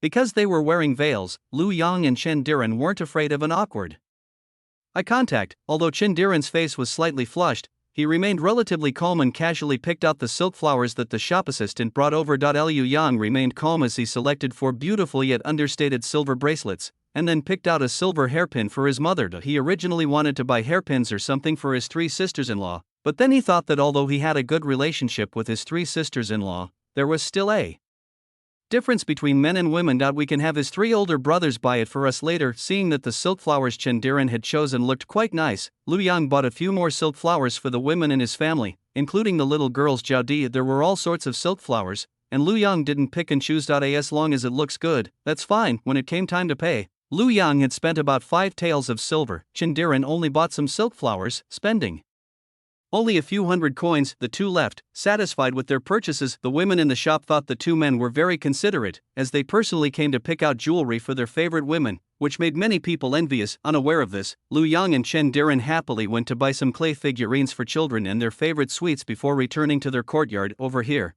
Lu Bai and Chen Dai had already packed everything up. Chen Dai has already arranged a carriage and will arrive at dawn tomorrow. Since there was nothing else to do, she helped Lu Bai carry his luggage into the carriage. Before we had finished moving everything, the gate to the yard rang. Then came the voices of Lu Yang and Chen Diren. Chen Dai clapped his hands, walked over and opened the door. Lu Bai also came over at this moment. Seeing the large bags and packages the two were carrying, Lu Bai asked in confusion, "Didn't you go to the prefectural government office to visit the prefect?" Lu Yang shook his head and smiled. "These are for my mother and the others, and also for Tai Dan and the others." Lu Bai paused for a moment, then said nothing, and invited the two of them to come in first. The next day, before dawn, Lu Yang and the others got up after having a good breakfast, and after Chen Diren and the others had finished packing their luggage, it was already getting light. This is just in time to get on the road. After the handover was completed with Li Yaran, and any discrepancies were settled, the carriage set off. The journey back wasn't too boring because I had company and could stop and go as I pleased. By the time they returned to Xinjiang County, it was already the next day at 9:00 am. Liu Yang first went to the inn to tidy himself up, then bought some things, planning to go back to the school to see the teacher. Liu Bai rested at the inn and waited for Lu Yang to return before heading back to Dave village together. Chapter 90. In the end, it was just that he was too thin-skinned. As soon as Lu Yang arrived at the school gate, the gatekeeper led him to the teacher's courtyard. After the gatekeeper left, Lu Yang was still a little puzzled. Could it be that the teacher had already guessed that he would come today? As he pondered this, Lu Yang walked toward the teacher's room. The door was open, and before Lu Yang could speak, Master Qin smiled and said, "Wei Feng, come in." Lu Yang said hey, and then carried his things inside. After placing the items on the table indicated by the teacher, Lu Yang went over and bowed to Teacher Qin. "I have just met you, Master. How have you been lately?" Master Qin nodded and smiled. "Sit down, you must be tired from your journey." Lu Yang shook his head, indicating that he just sat in the carriage and sometimes came out to relieve his older brother. There was nothing tiring about it. Master Qin stroked his beard and laughed. "That's not what I meant." Lu Yang thought for a moment and then smiled and said, "The prefectural examination is not tiring. I have come back with the top score in the prefectural examination this time, so I have lived up to the teacher's expectations."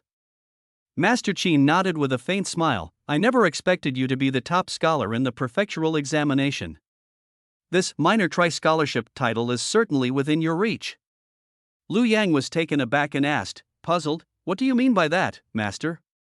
"I've already sent people to inquire, and you're the only one who can win both the county and prefectural top honors this year." Lu Yang didn't seem particularly pleased after hearing this. Doesn't this mean that he carries even greater expectations? Thinking of this, Lu Yang frowned slightly and asked in confusion, "In previous years, no one has ever been the top scholar in both the county and prefectural examinations?" Master Qin thought for a moment and then thought of someone. "Yes, he has turned 30 this year. All Lu Yang has is youth. This year there will be a provincial examination, and students who did not take the exam in the previous 2 years will also participate in this year's provincial examination. In this way, it seems that even the small 3-yuan method is uncertain." Thinking of this, Master Qin frowned and said, "You're right. This happened in previous years too. I misunderstood. I apologize to you." Upon hearing this, Lu Yang immediately stood up. "Master, please don't say that. You only said these things because you have high hopes for me. If anyone should apologize, it should be me to apologize to you." Master Qin was somewhat taken aback by what Lu Yang said. If Lu Yang had this kind of personality by nature, he would definitely not suffer any losses if he became an official in the future. Thinking of this, Master Qin smiled with relief and said, "Wei Feng, I won't worry about you anymore." What do you mean by that, Master?" Master Qin didn't say much, but looked at the faint dark circles under Lu Yang's eyes and smiled. "You must not have had a good rest on your way back. Go back and rest first, and come to the school later. I have something to tell you." Lu Yang nodded, understanding that what Master Qin would tell him then would likely be about the provincial examination. After bidding farewell to Master Qin, Lu Yang went straight back to the inn. Liu Bai got up, washed his face, and the two got into the car to return to Dave village. Liu Bai was eager to go home, and with Lu Yang having won the top prize in the prefectural examination, The joy that had been suppressed in his heart finally surfaced as he got closer to home. The carriage was moving rather fast. Liu Yang touched his buttocks, not daring to say anything. Hearing Lu Bai's laughter grow louder and louder, Lu Yang lifted the carriage curtain and glanced out.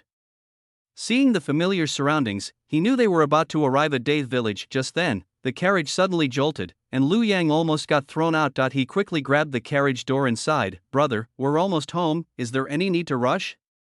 Upon hearing this, Lu Bai gradually slowed down, then turned to look at Lu Yang and smiled. "Don't people say they're eager to go home? Your older brother is just like that now." Lu Yang paused, thinking that his older brother had never been away from home for so long before. This time, he had been separated from his wife and children for so many days to take care of him, so it was normal for him to miss home. Thinking of this, Lu Yang smiled and said, "All right, then brother, wait for me to fix the car window." Seeing Lu Yang's reaction, Lu Bai was no longer in such a hurry. "Never mind, I'm almost home anyway. I wonder if my family knows about you yet." Lu Yang breathed a sigh of relief and replied, "I think they know. Judging from the way the villagers welcomed them last time, Chief Zhao will probably send people to keep a close eye on the results of the prefectural examination this time as well." Just as he was thinking this, Lu Bai exclaimed in surprise, "Yang Zi, come quick and take a look. Am I seeing things?" Upon hearing this, Lu Yang immediately had a bad feeling. He lifted the carriage curtain and peered out, and saw a number of people dressed in red and green standing at the entrance of Dave Village. Liu Yang frowned slightly, intending to take a closer look, when he heard someone shouting in front of him, a heart-wrenching cry. "Everyone get ready, Yang Zi and the others are back."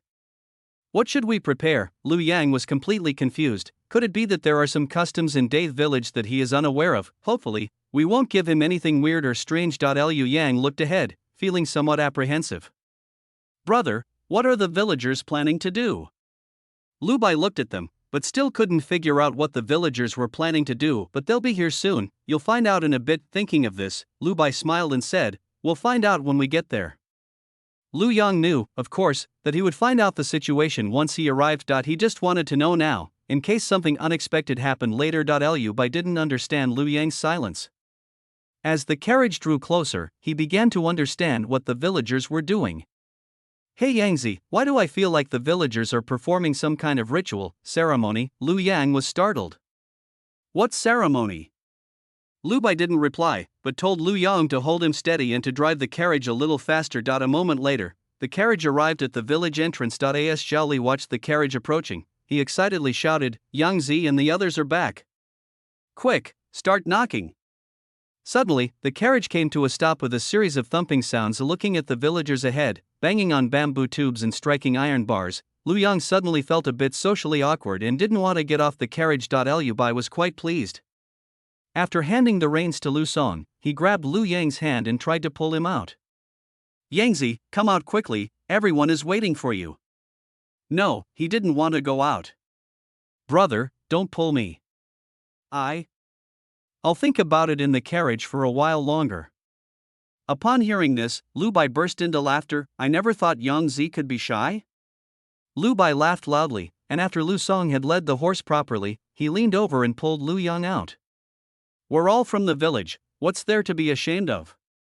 As soon as Lu Bai finished speaking, Lu Yang swayed, and before he could regain his balance, he heard Zhao Li shouting, "Our village's scholar has returned. Everyone, call out to Lu Tongsheng. Lu Tongsheng has returned to the village." Lu Yang covered his face. Whether or not there's a hole for him to crawl into, he's ultimately too shy to admit it. Chapter 91. Other villages can't help but envy their village. Lu Bai took Lu Yang's hand off and said with a smile, "Yangzi, look, everyone's here to congratulate you."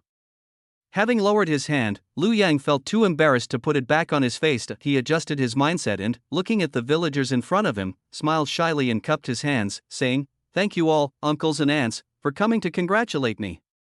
As long as he isn't embarrassed, it's others who are embarrassed. Zhao Li then walked up to Lu Yang. He looked delighted, staring at Lu Yang as if he were looking at some treasure, his eyes shining. "Yangzi, we've been waiting day and night for you to come back." Lu Yang was somewhat bewildered. He's only been gone for less than a month, but it feels like he's been gone for years. Liu Yang was stunned and said, "Uncle, I just returned to Xingyang County today." Zhao Li nodded. "I know, the villagers saw it, otherwise we wouldn't be waiting for you here." As he spoke, Zhao stepped aside and pushed Lu Yang forward 2 steps. Everyone, stop for a moment. After Zhao spoke, everyone quieted down. Seeing this, Zhao laughed and said, later, everyone who has food should bring it out, and everyone who has strength should contribute their strength, so let's give Yang Zi a good congratulations. Upon hearing this, Lu Yang frowned slightly and looked at Zhao, saying, Uncle Zhao, there's no need for that. I'm just taking the prefectural exam. How could Zhao not know that this was the prefectural examination of all the villages in the surrounding area? Only their village produced a student who passed the Imperial examination, not to mention that this student was recruited by both the county and prefectural chief examiners. If you were to announce any of these titles, wouldn't other villages envy their village? Thinking of this, Zhao chuckled and said, Uncle knows what he's doing. This is just a quick fix in the village. You'll be in luck. Fearing that saying too much would offend Lu Yang, Zhao didn't say anything more. He just told the villagers to hurry up and prepare so that everyone could have dinner together. Liu Yang spoke up to stop him, seeing that everyone was excitedly discussing how to move tables and chairs, and pick and wash vegetables when they got home. I quickly looked at Lu Dashi and Lu Xiao standing to the side. Liu Dashi and Lu Xiao Jiang came from home. Seeing Lu Yang's gaze, he quickly walked over. Zhao Li had discussed this matter with Lu Dashi and the others before. Lu Dashi was happy, but he also vaguely felt that it was inappropriate to do so he did not agree. Unexpectedly, Chief Zhao brought it up again in front of Lu Yang. Thinking of this, Lu Dashi quickly said, Clan Chief Zhao, this is unacceptable. The villagers all looked over. Liu Dashi paused, suppressing his nervousness, and said, Yang Zicai is only a student at the level of a child scholar. If we hold such a grand celebration for him, wouldn't it make us a laughing stock if word got out? Upon hearing this, Zhao Li hesitated slightly. Upon seeing this, Lu Yang quickly added, My father is right, Uncle Zhao, let's not hold this banquet. If word gets out, people will laugh at us. How can a mere student act like this? Wouldn't that make the county magistrate and the others laugh at us? Lu Yang directly brought up the county magistrate, and Zhao Li, upon hearing this, dared not say anything and quickly told people not to bother with it. However, Zhao Li was actually happy that the matter was over, but he was also unwilling to let it go. Thinking of this, he suggested, How about this, Yangzi, you two go to my place for dinner tonight. We can hold this banquet after your college entrance exam. What do you think? It was a foregone conclusion that Lu Yang would become a scholar, and Zhao Li was also afraid that the previous incident might have left Lu Yang with a lingering resentment. You should make the most of this time to perform well. Liu Yang could vaguely sense that Zhao Li was trying to please him, but this is only natural. After all, if he passed the Imperial examination, his status would be higher than Zhao Li's. Compared to a grand celebration, Lu Yang had no objection to simply going to the Zhao family for a meal. However, Lu Yang also realized that Zhao Li had invited their family. He needs to consult his family members. Liu Yang looked at Lu Dashi and Lu Xiao to see what they meant. Lu Xiao pondered for a moment and realized that the Zhao family patriarch only wanted to invite Lu Yang. The others were just incidental. Thinking about the dozen or so mouths to feed at home, how can we really let them all go? After thinking for a moment, Lu Xiao smiled and said, Clan Chief Zhao, dinner is ready at my house. Just let Yang Zi and his son go over there. We can eat at home. Let's not waste the food we've prepared. Zhao Li was initially a little unhappy, but upon hearing this, he understood what Lu Xiao meant. He laughed and said, Okay, then you all have to come next time. Lu Xiao smiled and agreed. Seeing that they had finished chatting, Zhao Li had to go back and ask his wife to prepare more good wine and food to entertain Lu Yang and the others. After saying a few words to Lu Yang and Lu Dashi, reminding them to come over later, he left. As soon as the Zhao family patriarch left, the villagers swarmed around him. Yangzi, your aunt made some delicious pancakes at home. I'll bring some over to you later. Uncle has some rabbits that he just caught. I'll have your aunt take them to your house later. Try them, and if you like them, I'll get them for you when I get them. The vegetables in my aunt's yard are growing so well, so tender and fresh. I'll pick a handful for you when they're ripe, so you can have a good taste. Yangzi, your aunt's house, Lu Xiao and Lu Dashi have already been squeezed out. He was standing to the side, watching with satisfaction as Lu Yang was surrounded by everyone. Standing at the back, Wu dared not move forward. After hearing what everyone was saying, she cleverly ran home and took out the cotton cloth that had been stored for 2 or 3 years. He ran off again. Lida glanced at it, then lowered his head and continued with what he was doing. Wu was out of breath from running, but when she saw that Lu Yang and the others were still there, she breathed a sigh of relief. She also knew that she had offended Lu Yang before. Not daring to speak to Lu Yang, she quietly walked up to Lu Xiao and said with an awkward smile, Yangzi's mother, take this cloth and make some clothes for Yangzi to wear. Lu Xiao was a little confused. How could the usually stingy Mrs. Wu be willing to give them such a fine piece of cotton cloth? This piece of cotton cloth must have cost a lot of money. Could it be that they want Yang Zi to do something? Thinking of this, Lu Xiao quickly refused. Oh, Aunt Wu, please take this cotton cloth back quickly. Yang Zi has enough clothes, he doesn't need such good cotton cloth to make clothes. Upon hearing this, how could Wu possibly agree to Lu Xiao refusing to accept the cloth? Hey, Yang Zi's mother, please accept this. It's a token of my and my husband's goodwill. Lu Xiao glanced at Wu's expression, seeing the trace of anxiety and frustration on her face. I became somewhat suspicious. Could it be that Wu and Yang Zi had some kind of falling out? Thinking about it this way, Lu Xiao dared not accept the cotton cloth anymore. Oh, Aunt Wu, I have to go home and tidy up Yang Zi's room, so I won't be here any longer. With that, Lu Xiao turned and left. When Wu saw this, she was so angry that she stomped her feet. She quickly looked at Lu Yang, wondering if she should go over and give it a try, but then she saw that many villagers were looking at her. Ms. Wu was also somewhat guilty, seeing the villagers around looking her up and down at the cotton cloth in her hand. Wu felt it was no longer appropriate to stay there. Anyone in the village who's even slightly gossipy knows that this cotton cloth was something she begged her second daughter to buy for her years ago. If Lu Yang finds out now, he'll be even angrier than before. Since his attempt to appease her has failed. Thinking of this, Wu hurriedly ran away. Chapter 92. I'd rather Yang Zi drag this out for a few more years. Those in the know scoffed and sighed. Her daughters must have suffered too. That's right, Yang Zi, you can't take anything from the Wu family. Lu Yang was stunned by these words, and looking at the people running with their heads down not far away, he had no idea what had happened. Fortunately, with the people around him talking amongst themselves, Lu Yang managed to piece together what had happened. He laughed and said, Aunties, I have everything I need at home. You can keep it for yourselves and don't need to send it to my house. After much persuasion, Lu Yang finally emerged from the crowd. After returning home, Lu Yang finally breathed a sigh of relief after having Tai Dan distribute the clay figurines and food he had bought, and then having Zhao Di call his grandmother and the others into the main room. Lu Yang took the jewelry he had bought for Lu Xiao and the others and went to the main room. As soon as Lu Yang arrived, Lu Xiao and the others also came in. Yang Zi, what's the matter that you called us over? After Lu Xiao and the others sat down, Lu Yang took out the jewelry. After handing them over one by one, Lu Yang explained, I bought some things for mother and my sisters-in-law on the way back. Mother, please take a look and see if you like them. When Lu Xiao saw the silver bracelet and silver hairpin in her hand, her eyes also welled up with tears. However, this is a joyous occasion, so crying is not allowed. After suppressing the bitterness in her heart, Lu Xiaokai laughed and said, Hey, how can someone who does manual labor all the time wear these things? Zhao Liuo and the others also felt a mix of emotions, their hearts churning as they looked at the bracelet in their hands. Zhao Liuo smiled and said, Thank you very much, Yang Zi. Li Jing nodded in agreement, her throat dry, unable to speak. Zhou Xuanfan blinked, suppressing her tears, before smiling and saying, Yang Zi is so thoughtful. Lu Yang laughed and said, Sisters-in-law, take a look and see if you like it. Zhao Lihua and the others didn't care about anything else and tried them on with great joy, liking them more and more the more they looked at them. I like it. Yang Zi has good taste. Your sister-in-law will be very lucky in the future. Li Jing laughed and said, That's not true. Lu Xiao looked at the bracelet on her wrist and liked it more and more. Liu Yang picked up a hairpin from the side and said with a smile, Mother, let me put it on you and see if it looks good. Lu Xiao nodded and remained motionless as Lu Yang inserted the needle into her hair. Liu Yang didn't dare to use too much force, afraid of hurting Lu Xiao, so he carefully inserted the hairpin into the other side of the wooden hairpin. After putting it on, Lu Yang went over to take a look and exclaimed, Mom, it looks great. Zhao Liuan and the others also praised, the hairpin that Yang Zi chose suits mother well, it really is beautiful. At my age, I can't be like you guys.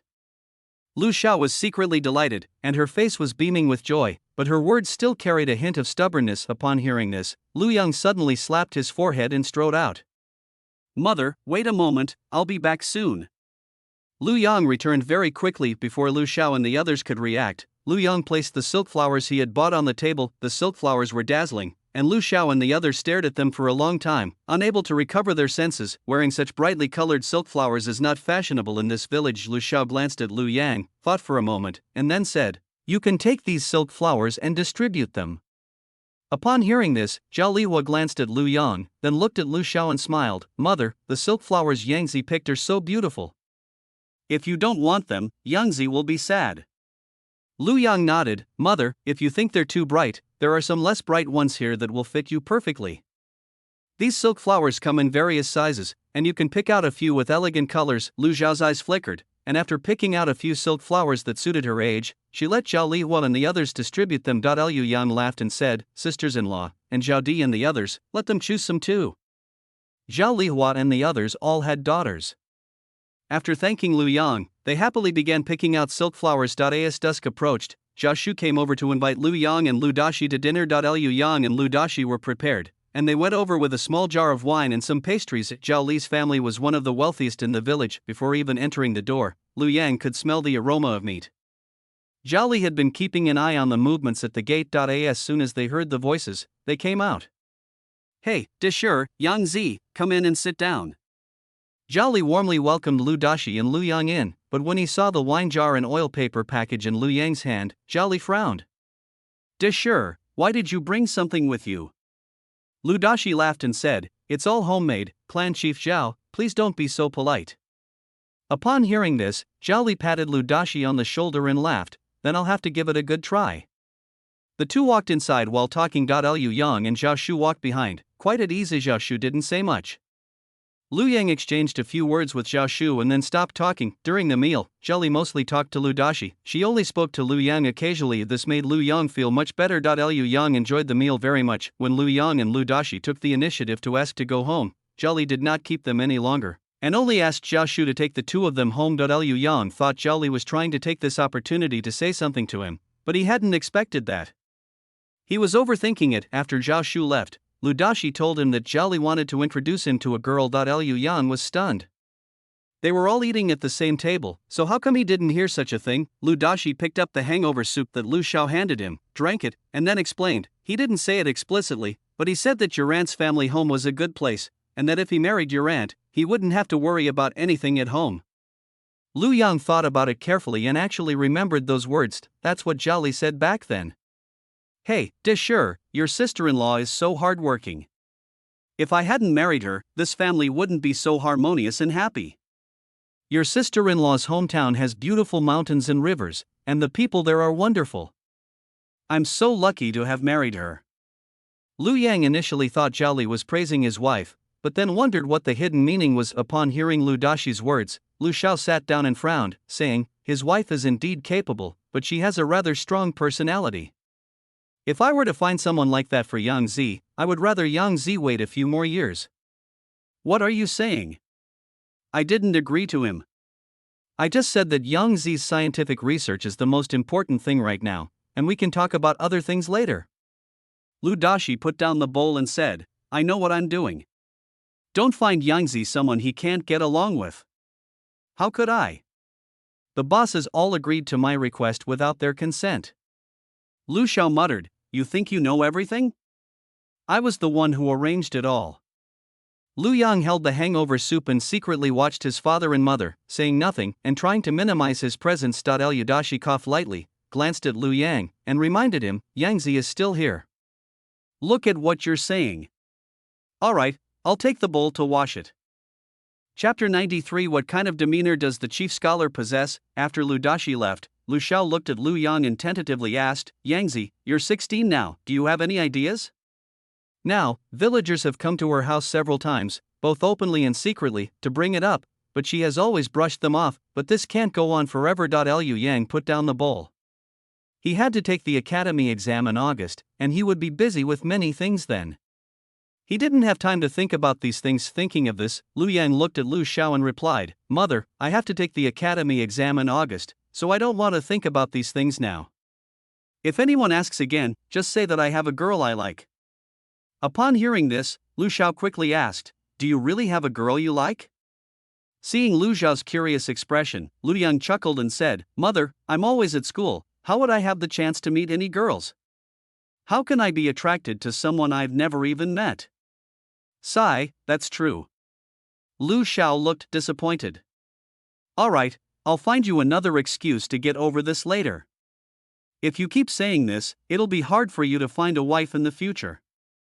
Lu Yang didn't mind and casually replied, okay, mother can handle it. Lu Xiao finally understood Lu Yang. It turned out that his youngest son was someone who loved power more than women, Lu Xiao muttered to himself, but dared not say it aloud. For fear of offending the emperor, knowing that Lu Yang had drunk some alcohol, Lu Xiao didn't care what she was thinking and quickly told Lu Yang to go back to his room to rest. Liu Yang didn't want to talk about these things, so he quickly nodded and said, okay. After staying at home for a few days, Lu Yang packed his things and returned to the school. No matter how comfortable home is, the school is always quieter. In just the last few days, Lu Yang's face has been practically frozen from smiling. I was just thinking of resting at home, but I never expected to become a rare animal, with people coming to check on me every few days. Lu Xiao and the others knew that Lu Yang couldn't study properly at home, but they couldn't very well refuse to let others in when they came to visit. When Lu Yang asked to return to the school, Lu Xiao quickly packed his things for him. The next morning, he had Lu Bai take him to the school. If Lu Yang hadn't brought this up himself, he would have thought that Lu Xiao was rejecting him. At this moment, Lu Yang packed up the things he had brought and went to Master Qin's courtyard with the gifts. Lu Kai and the others were still in the classroom and hadn't returned yet, so Lu Yang took the opportunity to go and see if Master Qin was in the courtyard. Fortunately, Master Qin returned from his inspection of the classroom at this time. Upon seeing Lu Yang arrive, he invited Lu Yang to come inside with him. After the servant left, Master Qin picked up his teacup and looked at Lu Yang with a puzzled expression. Why did you return to the school so early? It had been less than 6 days since Lu Yang returned home, and he thought Lu Yang would not come to the school for a few more days. I didn't expect it to be so fast. Liu Yang smiled, not afraid of letting Master Qin know about his family affairs, and replied, the villagers are too hospitable, I can hardly handle it. Upon hearing this, Master Qin nearly choked. After putting down his teacup and wiping his mouth with a handkerchief, Master Qin smiled and said, you've won the top score in the county and prefectural examinations, so you're sure to pass the provincial examination. The villagers are very welcoming, which is to be expected. The master is right. After chatting about some everyday matters, Master Qin straightened his expression and began to talk to Lu Yang about the academy examination. You must take this provincial examination seriously. As long as nothing goes wrong, you'll be fine. Lu Yang nodded, thank you for the reminder, master. I will pay more attention then. Knowing that Lu Yang understood the meaning behind his words, Master Qin smiled and said, I am also preparing for the annual examination recently, so I may not be able to take care of you. I already told Zixian about the things to pay attention to in the academy examination the day before yesterday. Today, I will tell you about the academy examination. The annual examination was something every student had to participate in. After passing the preliminary examination, one can prepare for the provincial examination. Once the provincial examination is passed, one can participate in the provincial examination. Liu Yang has no access to these things yet, and Master Qin doesn't intend to tell Lu Yang too much. Seeing that Lu Yang was listening attentively, Master Qin's eyes showed a hint of satisfaction as he continued. The registration for this academy examination is similar to that for the county and prefectural examinations, except that the Imperial Court will add one additional sponsored student. You don't need to worry about that. Master Qin paused, picked up the teacup that the servant had just brought him, and took 2 sips. He then said, the prefectural government will prepare your rosters for those of you who have passed the prefectural examination. You will be grouped into groups of 5, and an announcement will be issued later. Make sure you know who the assigned student is, and then you can visit him. Lu Yang nodded, stood up, and cupped his hands in thanks, saying, thank you for your guidance, master. Master Qin nodded and said, now that you're back at the academy, you can skip the other social interactions. We can deal with those after the provincial examination. For your understanding. Well, you should go back first. I still have some things to attend to. Master Qin rubbed his temples and told Lu Yang to go down first. When Lu Yang came in, he noticed that Master Qin looked a little tired, probably because he was worried about the annual examination. After telling Master Qin to take good care of his health, Lu Yang withdrew. When they returned to their quarters, Lu Kai and the others had also returned. Before Lu Yang could speak, Lu Kai walked up to him, looked him up and down, and finally stroked his chin, saying thoughtfully, the chief scholar's demeanor is indeed extraordinary. Lu Yang glanced at Sun Yuanqing and Feng Baolai, who were nodding in agreement, then looked at Lu Kai and said with a smile, what kind of demeanor does the top scholar have? Upon hearing this, Lu Kai actually started to think about Lu Yang. After a moment, he said in a deep voice, calm and composed, full of vigor. Sun Yuanqing quietly added. Upon seeing this, Feng Balai immediately exclaimed, so heroic and full of righteous spirit. Lu Yang burst out laughing. Really? Am I that good? Lu Kai snapped out of his daze and looked at Lu Yang's smug expression. He said disdainfully, you believe just some random praise? Humph, it's fake. Lu Yang laughed and said, when I saw you earlier, I wasn't just flattering you. Lu Kai glanced at Lu Yang, walked to the bedside and sat down, picked up a book to cover his face, and said with a laugh, so what if I praised you? Aren't you happy? Sun Yuansheng, who was standing to the side, laughed and said, Brother Qiheng is just jealous. Feng Balai laughed heartily, clearly amused by Lu Kai's behavior. Lu Kai put down his book and chuckled, having secured 2 top scholar positions, am I not allowed to be a little envious? Upon hearing this, Sun Yuansheng and Feng Balai also suppressed their smiles and nodded seriously. We're envious too. Lu Yang smiled at the 3 of them, and the awkwardness he felt from not seeing them for a while disappeared. He walked to the bedside, opened the package he had placed on the bed earlier, took out a few oil paper packets, turned to look at the 3 people who were playing around, and smiled, these are some pastries I brought for you, do you want some? Upon hearing this, Lu Kai and the other 2 quickly stepped forward to collect their share. Lu Kai muttered to himself as he opened it. I must eat the pastries the chief scholar gave me, who knows, I might pass the Imperial examination next year. Sun Yuanqing and Feng Balai nodded and quickened their pace in opening the oil paper package. Liu Yang watched the 3 of them acting silly, shook his head helplessly, and went to tidy up the things on the bed. Chapter 94 Registration for the Academy Examination at 1 p.m. Lu Yang went to the classroom with Lu Kai and the others. Master Qin is busy with some matters these days, so we're relying entirely on their own initiative. Everyone was in the classroom.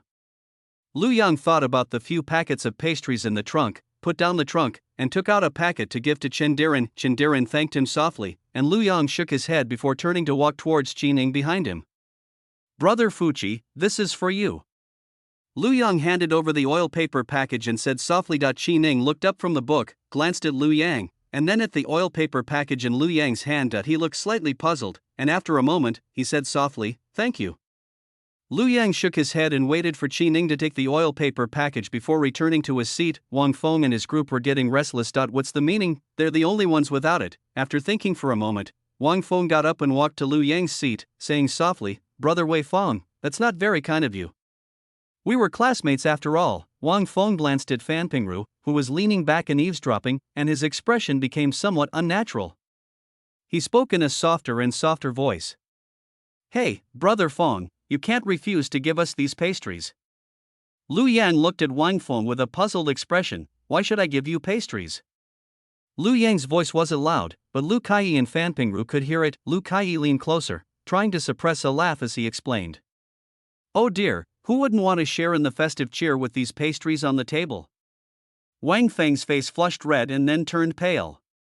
Finally, he gave up and shamelessly said, Brother Feng, I'd like to share in your good fortune and wish you good luck in the Imperial examinations next year. Lu Yang smiled. It was rare to see Wang Feng like this, so he stopped teasing him and took out 3 oil paper packets from the box, handing one to Wang Feng. When Wang Feng saw this, he almost exploded. He shouldn't have stepped forward. Why couldn't he sit a little longer? Looking at the oil paper package in his hand, Wang Feng had a complicated expression, but after a while, he came to his senses and happily thanked Lu Yang. Liu Yang shook his head, then gave Fan Pingru and Yu Tao each a packet. His mother had prepared so many packages of pastries for him to share with his classmates. He had originally thought that Wang Feng and the others wouldn't accept the pastries he offered, so he hadn't intended to give them to them. He never expected this to happen. Liu Yang shook his head and smiled, then took out his book and continued reading. Life at the academy was very peaceful. Lu Yang also declined many poetry and wine gatherings, focusing all his efforts on preparing for the provincial examination. Lu Kai and the others knew what Lu Yang was thinking, so they wouldn't invite Lu Yang to go out on weekends or holidays. Liu Yang didn't stay away from school all the time. Occasionally, when he got tired of reading, he would tell his teacher that he would go home for a couple of days and then come back to school. Days passed in this way, and before they knew it, it was time to register for the college entrance examination. Like the county and prefectural examinations, the provincial examinations also have announcements issued a month in advance. That day, Lu Yang read the announcement in the county government office and received a document from the county office.so.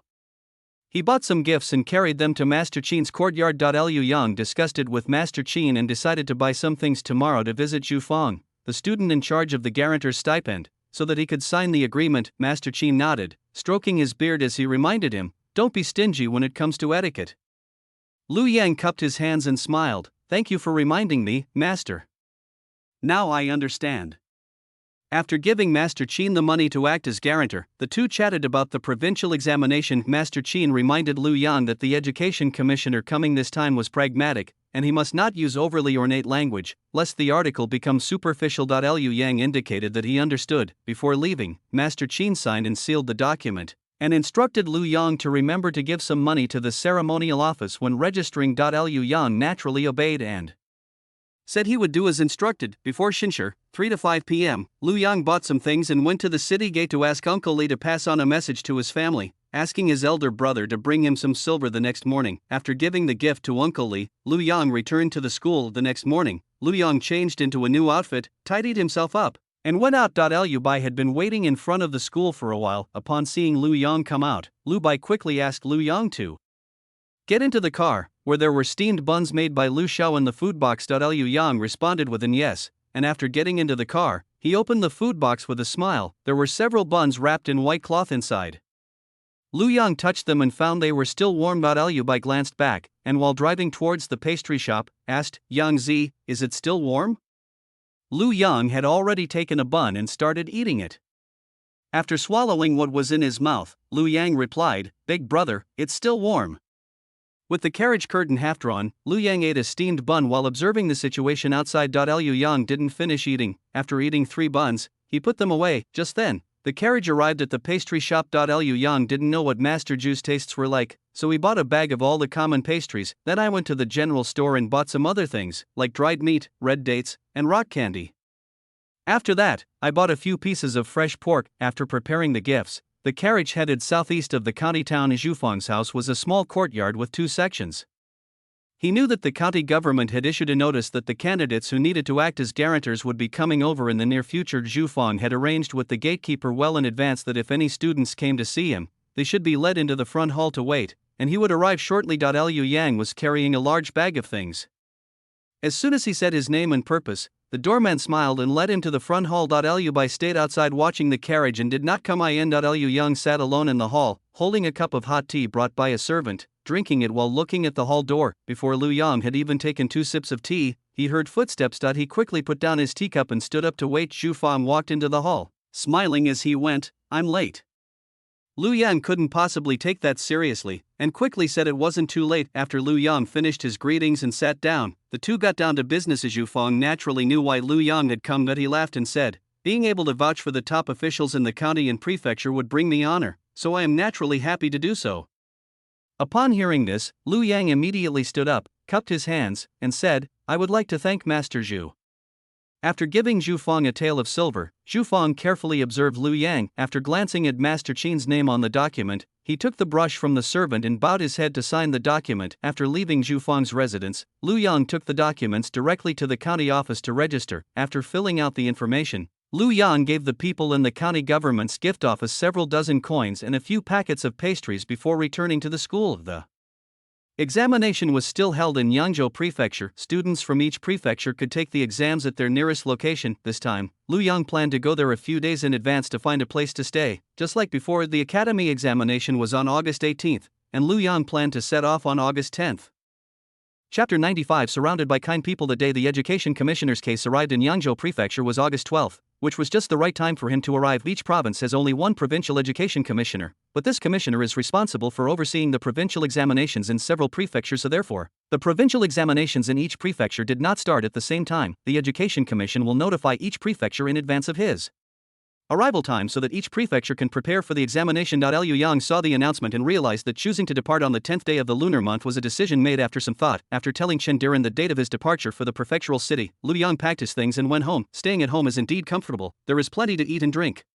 With people constantly showing concern and care, Lu Yang didn't have to worry about anything after The villagers learned of his return. They did not come to disturb him, and Lu Yang was quite happy to be free during this time. The day before setting off for the prefectural city, Lu Xiao prepared a lot of dry food for Lu Yang and Lu Bai. The weather is hot and humid now, so Lu Xiao asked Lu Dashi to buy some herbs to relieve the heat from the pharmacy a few days ago. Then they were ground into powder, besides drinking it on the way. He also asked Lu Yang to bring it into the examination room so that he could drink it if he felt unwell. That if all else fails, you can just stuff it in your mouth. Liu Yang nodded in agreement, praising the method as excellent. Not only that, Lu Dashi also bought a lot of anti-snake, insect, ant and rodent powder, telling Lu Yang to be careful and not get bitten. Although Lu Yang had not experienced these things, he was still shaken by the news Lu Dashi had gathered. I just hope his exam room won't be too dilapidated. That evening, after everyone finished dinner, Lu Yang was kept in the main room by Lu Xiao. Liu Dashi and the others sat around, and from their posture, Lu Yang knew that his family had something to say. He quickly sat up straight, waiting for Lu Xiao and the others to speak. Lu Xiao looked at Lu Yang and Lu Bai and sighed. This trip will take several days. We don't know how safe it will be on the road. You two have to be careful. It's hot, so we don't want anything to happen to you on the way. Lu Bai smiled and said, Don't worry, mother. We'll walk and stop as we please, and there will be shady spots along the way, which we'll avoid. Lu Yang nodded and said, Mother, don't think too much. There are still many people on the road. Everyone is probably going there around this time, and you'll likely encounter quite a few people on the way, so how could it not be safe? Lu Dashi glanced at Lu Xiao, who looked worried, cleared his throat, and said, Hey, Yang Zi is going to take the entrance exam. Those people won't dare to cause trouble, so don't worry. Lu Xiao glanced at Lu Dashi, but didn't expose who had been tossing and turning in their sleep these past few days. Lu Dashi's eyes flashed, and he quickly looked away, changing the subject. Yangzi, you'd better be careful not to get set up. Lu Yang nodded, Don't worry, father, I know. Lu Dashi has been trying to gather information these past few days, but he's been driven to the edge by all the bad news. The fear is that Lu Yang might accidentally fall into a trap and lose the scholar's degree he has already obtained. It's uncertain whether Yangzi will be able to handle it. Thinking of Yang Zi's dejected appearance when he failed the exam, Lu Dashi couldn't help but sigh. It's only been a long time since we finally cheered up. Let's hope we don't go back to how things were. Before Lu Dashi's sigh wasn't loud, but it was heard by Lu Bai and his brothers sitting next to him. Seeing the somewhat somber atmosphere, Lu Bai quickly spoke up, saying, Father, I'm keeping an eye on things, don't worry. Lu Yang laughed from the side, That's right, with big brother here, father and mother, you can rest assured. Lu Song and the others also spoke up, which finally put Lu Dashi and Lu Xiao at ease. After exchanging a few more words about being careful on the road, Lu Xiao took out a purse from his pocket and handed it to Lu Bai. Here's 10 taels of silver. Take more, and mother will feel at ease. Lu Bai nodded. After the exam, they would indeed need to save some money for errands. Thinking of this, Lu Bai didn't say anything and simply accepted it. The next morning, before dawn, Lu Yang and Lu Bai went out. Lu Xiao and his group had already made preparations, and because of their experience, they brought less stuff this time than last time. It's hot, so I can't bring much food. Lu Xiao only packed some rice and some dry food that could be stored for a long time. If the journey involves a long stop, cook some porridge and eat pickled vegetables. Lu Xiao had already said everything she needed to say last night, but she was afraid there wouldn't be enough time to say it all this morning. After seeing Lu Yang and the other person off, Lu Xiao felt much more at ease. When the carriage arrived at the agreed location, Shindiran and Shindei were already there. Without delay, the group said goodbye and set off. They did encounter many students on their way to the prefectural city. Some people walked there, while others took ox carts or horse-drawn carriages. When Lu Yang and his group arrived in the prefectural city, it was already 9 a.m. on the second day. This time it came faster than last time. In August, the days are short, so Lu Yang and Lu Bai take turns traveling and don't feel uncomfortable. When the sun is strong, they find a place to rest and have something to eat. After a short rest, they continued their journey. As a result, it arrived earlier than expected. Liu Yang and Lu Bai did not plan to stay at the inn. After all, there were more people coming this time than there were last time for the prefectural examination. Students who failed the college entrance exam will also come, all for that day. The 12th of this inn is a mixed bag, noisy, and prone to accidents. Liu Yang and his group would rather spend more money to live in a small courtyard. When they returned earlier, Lu Yang and the others gave Li Yaran a few coins to help them reserve a small courtyard. Upon arriving in the prefectural city, they immediately went to Li Yaran's place. Li Yaran kept his promise and led them directly to another small courtyard. This courtyard is much smaller than the one I rented last time. However, since Lu Yang and his group of 4 were staying together, 3 rooms were just right. Lu Bai and Shindei need to squeeze in. The rent this time is 800 coins for half a month. The reason it's expensive is that this small courtyard is closer to the exam venue than the last one. It's a short walk, less than the time it takes to burn an incense stick. Liu Yang and his group didn't bother to choose anymore and rented the place for half a month. Li Yaran only left this small courtyard for Lu Yang and his companions because he thought they were straightforward, just like last time. When he met Lu Yang and the others, he rented the place without saying a word. Then he smiled and reminded Lu Yang and the others, the people around here are all kind-hearted. If you need to buy groceries or anything, you can just buy from them. Upon hearing this, Lu Bai and Shindei quickly took out a few coins from their pockets and handed them to Li the broker. Thank you for reminding me, Brother Li. You can take this money and have some tea to quench your thirst. Yes, thank you for making the trip, Brother Li. Li Yaran did not refuse. After accepting the money, he said a few words to Lu Yang and the others before leaving. After Lu Yaran left, Lu Yang and the others quickly started cleaning the small courtyard. The courtyard didn't look like it had been uninhabited for a long time. Lu Yang and the others fetched water, wiped down the things they needed, and tidied up a bit before starting to pack their luggage. Chapter 96. Observing the trend. By the time we finished packing our luggage, it was already past 1 p.m., their stomachs were rumbling. Chendei went to the kitchen to prepare lunch. Lu Bai told the others and then went out to scout out the surrounding area. Liu Yang and Chen Diran were tidying up the desk in the room. This meal was very simple. It's just multi-grain porridge with pickled vegetables. Just as Chen Dei put the mixed grain porridge on the table, Lu Bai called for the door to be opened from outside. Liu Yang quickly went over to open the door. Before the door was fully opened, Lu Bai was seen carrying a large bunch of green vegetables and a piece of pork. As soon as the door opened, Lu Bai went inside. Liu Yang closed the door and followed him, asking, "Brother, where did you buy this?" Lu Bai put down the vegetables and then put the pork in a basin of cold water. He replied, "The vegetables were bought from the old man at the shop in front, and the meat was also bought from the street ahead, just as the old man suggested." Chen Dei and Chen Diran also came over at this moment. Upon hearing this, Chen Dei asked, "How is the surrounding area?" After Lu Bai placed the basin of water in a shady spot, he told Lu Yang and the others to go back to the main room to talk. The porridge was still hot, and after everyone sat down, they waited for Lu Bai to speak. Lu Bai laughed and said, "Don't worry, I've checked. There are only a few small courtyards around here where the examinees live." Upon hearing this, Lu Yang and the others immediately understood the meaning behind Lu Bai's words. It seems the area is quite safe, and there won't be any trouble. Relieved, the group slowly drank their porridge while discussing things to be careful about in the next few days. Most of the time, Lu Bai and Chen Dei were the ones doing the talking, while Lu Yang and Chen Diran were listening. The two candidates were not nervous, but Lu Bai and Chen Dei were extremely anxious. However, they still needed to be careful, so Lu Yang and Chen Diran could only go out less. They said they should stay home as much as possible, but now that the education commissioner is here, they'll be going out quite often these next few days. On the morning of August 12th, Lu Yang and the others got up after breakfast. Lu Bai carried Lu Yang's trunk on his back and followed Lu Yang and Chen Diran out the door. Chen Dei stayed in the courtyard and watched. After all, with so much luggage in the yard, they wouldn't feel at ease leaving someone to watch over it. After walking south for a while, Lu Yang and the other two arrived at a bustling street. The prefect and county magistrates are waiting at the city gate. Liu Yang and the others didn't need to go to the city gate, they could just wait on the main street leading to the government office. Ultimately, the education officials and their colleagues would also have to go to the government office. There were already many constables on the street, maintaining order. Crowding and noise were not allowed on either side of the street. Liu Yang and his group stood quietly by the roadside, while many students around them craned their necks to look in the direction of the city gate. The surrounding people didn't dare to approach, and just stood aside to watch the spectacle. After an incense stick had burned, the sound of gongs and drums came from the city gate.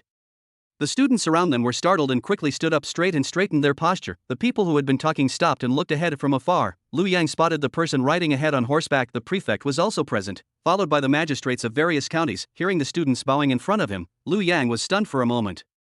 When he came to his senses, the academic commissioner was about to walk over to them. Liu Yang quickly lowered his head and followed the others in bowing. Liu Yang could only faintly hear the academician's response. By the time he looked up, the academician had already walked away. Liu Bai said softly, "This education commissioner is quite serious." Lu Yang nodded, somewhat in agreement. Chen Diran glanced at the students who were following behind towards the government office and said, "Let's go over there too." Lu Yang nodded, and the others slowly lagged behind. Not in a hurry. The academic affairs officer will also be observing the situation later, which means he will give a few questions to understand the knowledge level of the local candidates. The exam questions for this academy were all set on the spot by the education official on the day of the exam. If the official did not understand the situation of the local candidates, problems would arise if the questions were too difficult or too easy. This exam does not require entering the examination room. You can answer the questions anywhere. As for the questions, you can do as many as you want, and whichever you want. The Academic Affairs Committee will organize the grading of the papers and announce the exam results. This result is really nothing special. At most, it just makes the Academic Affairs Department recognize someone's name. After all, the names in the provincial examinations will be kept anonymous, so being familiar with someone won't be of much use. However, capable students will take advantage of this opportunity to work hard and do everything they can, since this is a chance to gain the appreciation of the academic leaders. Liu Yang only planned to do 1 or 2 questions to get a general idea of the academic affairs officer's grading preferences. When the group arrived near the government office, a large crowd had already gathered in front of them. Looking at the signs held high in the distance, Lu Yang counted them and realized that the education administration had set 4 questions this time. The distance was too far for Lu Yang to see the questions clearly. Fortunately, the students who had already copied the questions had already dispersed to the side. Liu Yang and the others waited for a while, and only after seeing that there weren't many people did they go over. To copy the questions. Liu Yang copied down all 4 questions, seeing that there were people everywhere that could write. Lu Yang suggested going back to the small courtyard. Chindiran nodded, his mind completely focused on the exam questions, his face deep in thought. The group quickened their pace and returned to the courtyard. Lu Yang copied the questions again and gave them to Chindiran. After thanking him, Chindiran returned to his room, knowing that Lu Yang and his companion were busy. Lu Bai and Shendai didn't dare to disturb them in the courtyard, so they discussed it and went outside. I plan to go outside and see if I can find out any useful information. Unbeknownst to Lu Yang and Chindiran, their minds were entirely focused on the exam questions. Liu Yang glanced at it. The 4 exam questions were 1 on the 4 books, 1 on the classics, 1 on a 5-character, 6-rhyme poem, and 1 on historical discourse. The title of the 4 books is What 10 Eyes See and 10 Hands Point to. Lu Yang knew that this sentence came from The Great Learning. The title means that many eyes are watching and many fingers are pointing. To understand this question, you need to understand its origin. This question mainly tests students' familiarity with an understanding of the 4 books. In terms of difficulty, it can only be considered medium. Liu Yang wrote directly on the draft paper. What good is it if people see you as clearly as they see your lungs and liver? In other words, others can see you just like they can see your heart, lungs, and liver, so what's the point of hiding it? Being watched by 10 eyes and pointed at by 10 hands means that one's words and actions are under the supervision of everyone. One should not do bad things, and if one does, one should not try to hide them. Liu Yang didn't plan to do this problem. After writing down his solution on the draft paper, he moved on to the next problem. The title of the text is, A Gentleman Should Repair His Weapons to Guard Against Unforeseen Events, which means that a gentleman should repair his weapons to prevent unexpected changes from happening. The SEMA FA states, a country, however large, will perish if it loves war. A country, however peaceful, will be in danger if it forgets war. In other words, we must be vigilant and prepared for potential dangers even in times of peace. Liu Yang glanced at it a few times, wrote down his solution on the draft paper, and then marked it off, intending to work on the problem later. Chapter 97. I think he's just being lazy. The 5-character, 6-rhyme examination poem was to describe plants in August. Lu Yang casually wrote osmanthus on the draft paper and didn't intend to continue writing. The historical essay topic is, the Zhou and Tang dynasties emphasized external affairs over internal ones, while the Qin and Wei dynasties emphasized internal affairs over external ones. Each has its merits. Zhou refers to the Zhou dynasty, Tang to the Tang dynasty, Qin to the Qin dynasty, and Wei to the northern Wei dynasty. Liu Yang thought for a moment and began to analyze the question on the draft paper. External refers to the feudal lords and regional military governors, while internal refers to the centralized government. The Zhou dynasty implemented a system of enfeoffment, dividing its territory and land among various feudal lords. This eventually led to the feudal lords wielding excessive power, making it difficult for the court to control them, and rendering the emperor a mere figurehead. The Tang dynasty implemented the system of regional military governors, which gradually expanded local power and eventually led to regional separatism and conflict between local authorities and the imperial court. The Qin and Wei dynasties implemented centralized power, but the results were not much better than the system implemented by the Zhou and Tang dynasties. This historical topic is to analyze the advantages and disadvantages of 2 systems, one that prioritizes external affairs over internal ones, and the other that prioritizes internal affairs over external ones. It was strong externally but weak internally, and its internal divisions were severe. The country was weak externally and heavily internally, with centralized power in the imperial court, resulting in a lack of local support and external assistance. The saying goes, what has happened before should not be forgotten, for it is a guide for the future. A wise ruler, when governing a country, observes the ancient past, examines the present, considers human affairs, observes the principles of prosperity and decline, and deliberates on the appropriateness of power and influence. He acts in an orderly manner, adapting to the changing times, and thus, over a long period of time, the state remains secure. If you understand history, this question is relatively easy. Liu Yang glanced at what was written on the manuscript paper, pondered for a while, and decided not to do the question anymore. A token gesture is fine. He's too lazy to do that anyway. I'll need to use my brain again in a few days, so I should save my mental energy for the college entrance exam. Liu Yang took out a clean sheet of paper, copied the title of the previous scripture question, and began to write a draft. After you finish writing, check and polish it. If there are no problems, you can copy it out and submit it. Liu Yanghua didn't have much time. She put down her pen after half an hour. After thinking for a moment, Lu Yang got up and decided to go and see Chindiran. Brother Zixian, have you finished writing? Chindiran's room window faces the courtyard. Seeing that Chindiran hadn't started writing, Lu Yang stepped forward and asked a question. Chindiran looked up, put down his pen, and replied, not yet. I plan to finish all 4 questions. Lu Yang peeked at the few discarded drafts that Chindiran had placed aside. The tiny characters on top are symmetrical and clean. Thinking of my own draft paper, covered with scribbles and notes, with all 4 problem-solving approaches written together. Liu Yang then wondered if he was being too decadent. How about we go back to the room and do a couple more problems? That's what he thought. But Liu Yang was also reluctant to move, seeing that Chindiran was about to start writing again. Liu Yang quickly told Chindiran to call him when he was finished, and then went back to his room to read. Writing is out of the question. I'd better read a book instead. The weather was so hot and humid that Liu Yang felt sticky all over after just a short while. Thinking that he wouldn't be going out for a while, Liu Yang changed into a short-sleeved shirt. Then he went to the main room and moved the old reclining chair to the window of the room. Liu Yang lay down and read a book while fanning himself with a palm leaf fan that Lu Xiao had made. A cool breeze drifted in through the wide-open window, making Liu Yang feel drowsy. Seeing that the light was too bright, Liu Yang simply draped a clean cotton towel over his eyes. He casually put down the book, then fanned himself while letting his mind drift away. With a thud, the palm leaf fan fell to the ground, and a soft snore began. A gentle breeze rustled the pages of the book, brushed past Liu Yang's loose hair, and finally returned to stillness. Being affectionate seems more like being heartless. When Lu Bai and Chen Dei returned, they found the courtyard quiet. Not daring to make too much noise, the two closed the door and then decided to check on the 2 people. Chindiran's room is on the left, near the main entrance, while Liu Yang's room is on the right. Both rooms have windows that open onto the courtyard. The 2 of them didn't need to get too close, just a couple of steps forward and a glance up were enough to see what was happening. Chindiran was still writing furiously at his desk, which made Chen Dei feel gratified. Liu Bai glanced at it as well, then turned and walked towards Liu Yang. Chen Dei followed, and upon seeing it, he was puzzled. Why is no one here? Liu Bai frowned slightly and muttered to himself, could he have gone out alone? The 2 walked toward the window as they talked, looking down. I finally saw people. The boy had one hand hanging naturally at his sides and the other resting on his abdomen. His chest rose and fell slightly, and he looked serene and peaceful. Liu Bai scratched his head, looking at his younger brother so relaxed and carefree, and then thinking of Chindiran writing furiously on the other side, he felt a little embarrassed. My little brother got tired of reading and probably just fell asleep. Let's get the food ready first and then call them to eat. Chen Dei nodded in agreement, glanced at Liu Yang again, and then followed Liu Bai with a thoughtful expression. He had never seen this relaxed demeanor on his own younger brother's face. Thinking of this, Chen Dei laughed and said, Yang Zi is amazing, he finished writing so quickly. Liu Bai was stunned. Had his little brother finished writing? They've only been gone for a little over an hour, and they've already solved 4 questions? That fast? Liu Bai was somewhat incredulous. Could this be impossible? If that's the case, why didn't his younger brother pass the county and prefectural examinations so quickly? Thinking of Chindiran, who was still doing his homework, Liu Bai didn't know what to say and could only say, no, I think he's just being lazy. Liu Bai glanced at Chindiran's room and smiled. Zixian is the one who's really working hard.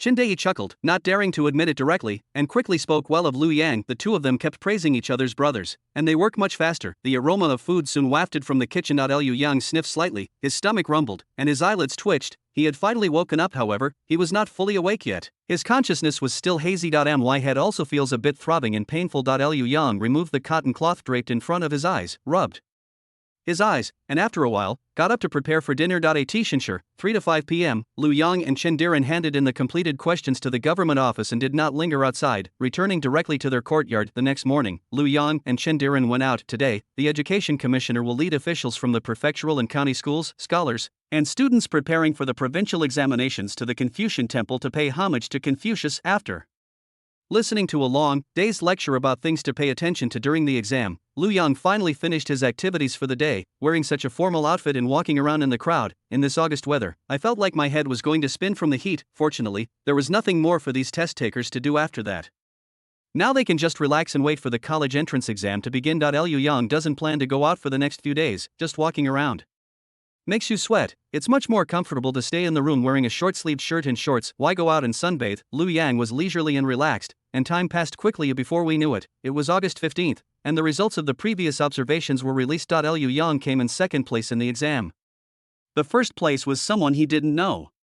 Liu Bai said the name once, but Liu Yang still couldn't remember it, but none of that matters.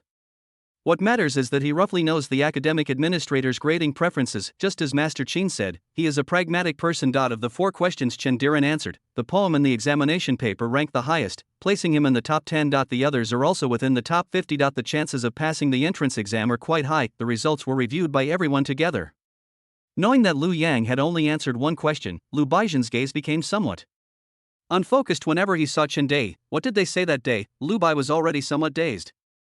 Chapter 98. You should also check carefully. At this moment, Liu Yang was slumped in a recliner, fanning himself while thinking about the academy examination. His eyes darted around and he caught a glimpse of Lu Bai staring at him blankly. Liu Yang paused in his fanning motion. She quickly recalled that she had been staying in the courtyard for the past 2 days and had not angered Lu Bai, so she became a little bolder in her tone. "Big brother, what happened to you? Did you get bullied outside? Something's been off ever since I came back from seeing my grades. Could it be that you overheard something while you were buying groceries?" Hearing Lu Yang's words, Lu Bai's eyelids twitched. After telling himself to forget what Qin had said to Lu Yang that day, Lu Bai's expression became much more natural. He laughed and said, "No, I'm thinking about tonight." Lu Yang had no doubts none of them will be home for the Mid-Autumn Festival, so we'll just have a simple evening. Liu Yang told Lu Bai about his idea. Liu Bai didn't say anything, only that he would discuss it with Qin later in the evening. After dinner, the group moved tables and chairs into the courtyard and prepared some simple snacks to go with the drinks. They sat in the courtyard, drinking osmanthus wine and admiring the moon. "It's nice to be quiet and peaceful." As night deepened, Lu Bai raised his glass, looked at Lu Yang and the others, and said with a smile, "Come, let me toast Yang Zi and Zi Xian. I wish you all the best." Qin also raised his glass and replied, "He's on the list." Lu Yang and Chen Diren exchanged a glance and smiled. "Thank you, Brother Chen. We will." Chen Diren nodded as well. The group chuckled, tilted their heads back, and downed their glasses of wine in one gulp. On August 18th, the first shot was fired, and Lu Yang and Chen Diren got up. After finishing breakfast and checking the test baskets, the group set off under the stars. There is a short stretch of road here without lantern lighting. Fortunately, the moon cooperated, and the moonlight was bright. Everything within sight can be seen clearly, since it was close to the examination venue. Lu Bai hadn't prepared a carriage.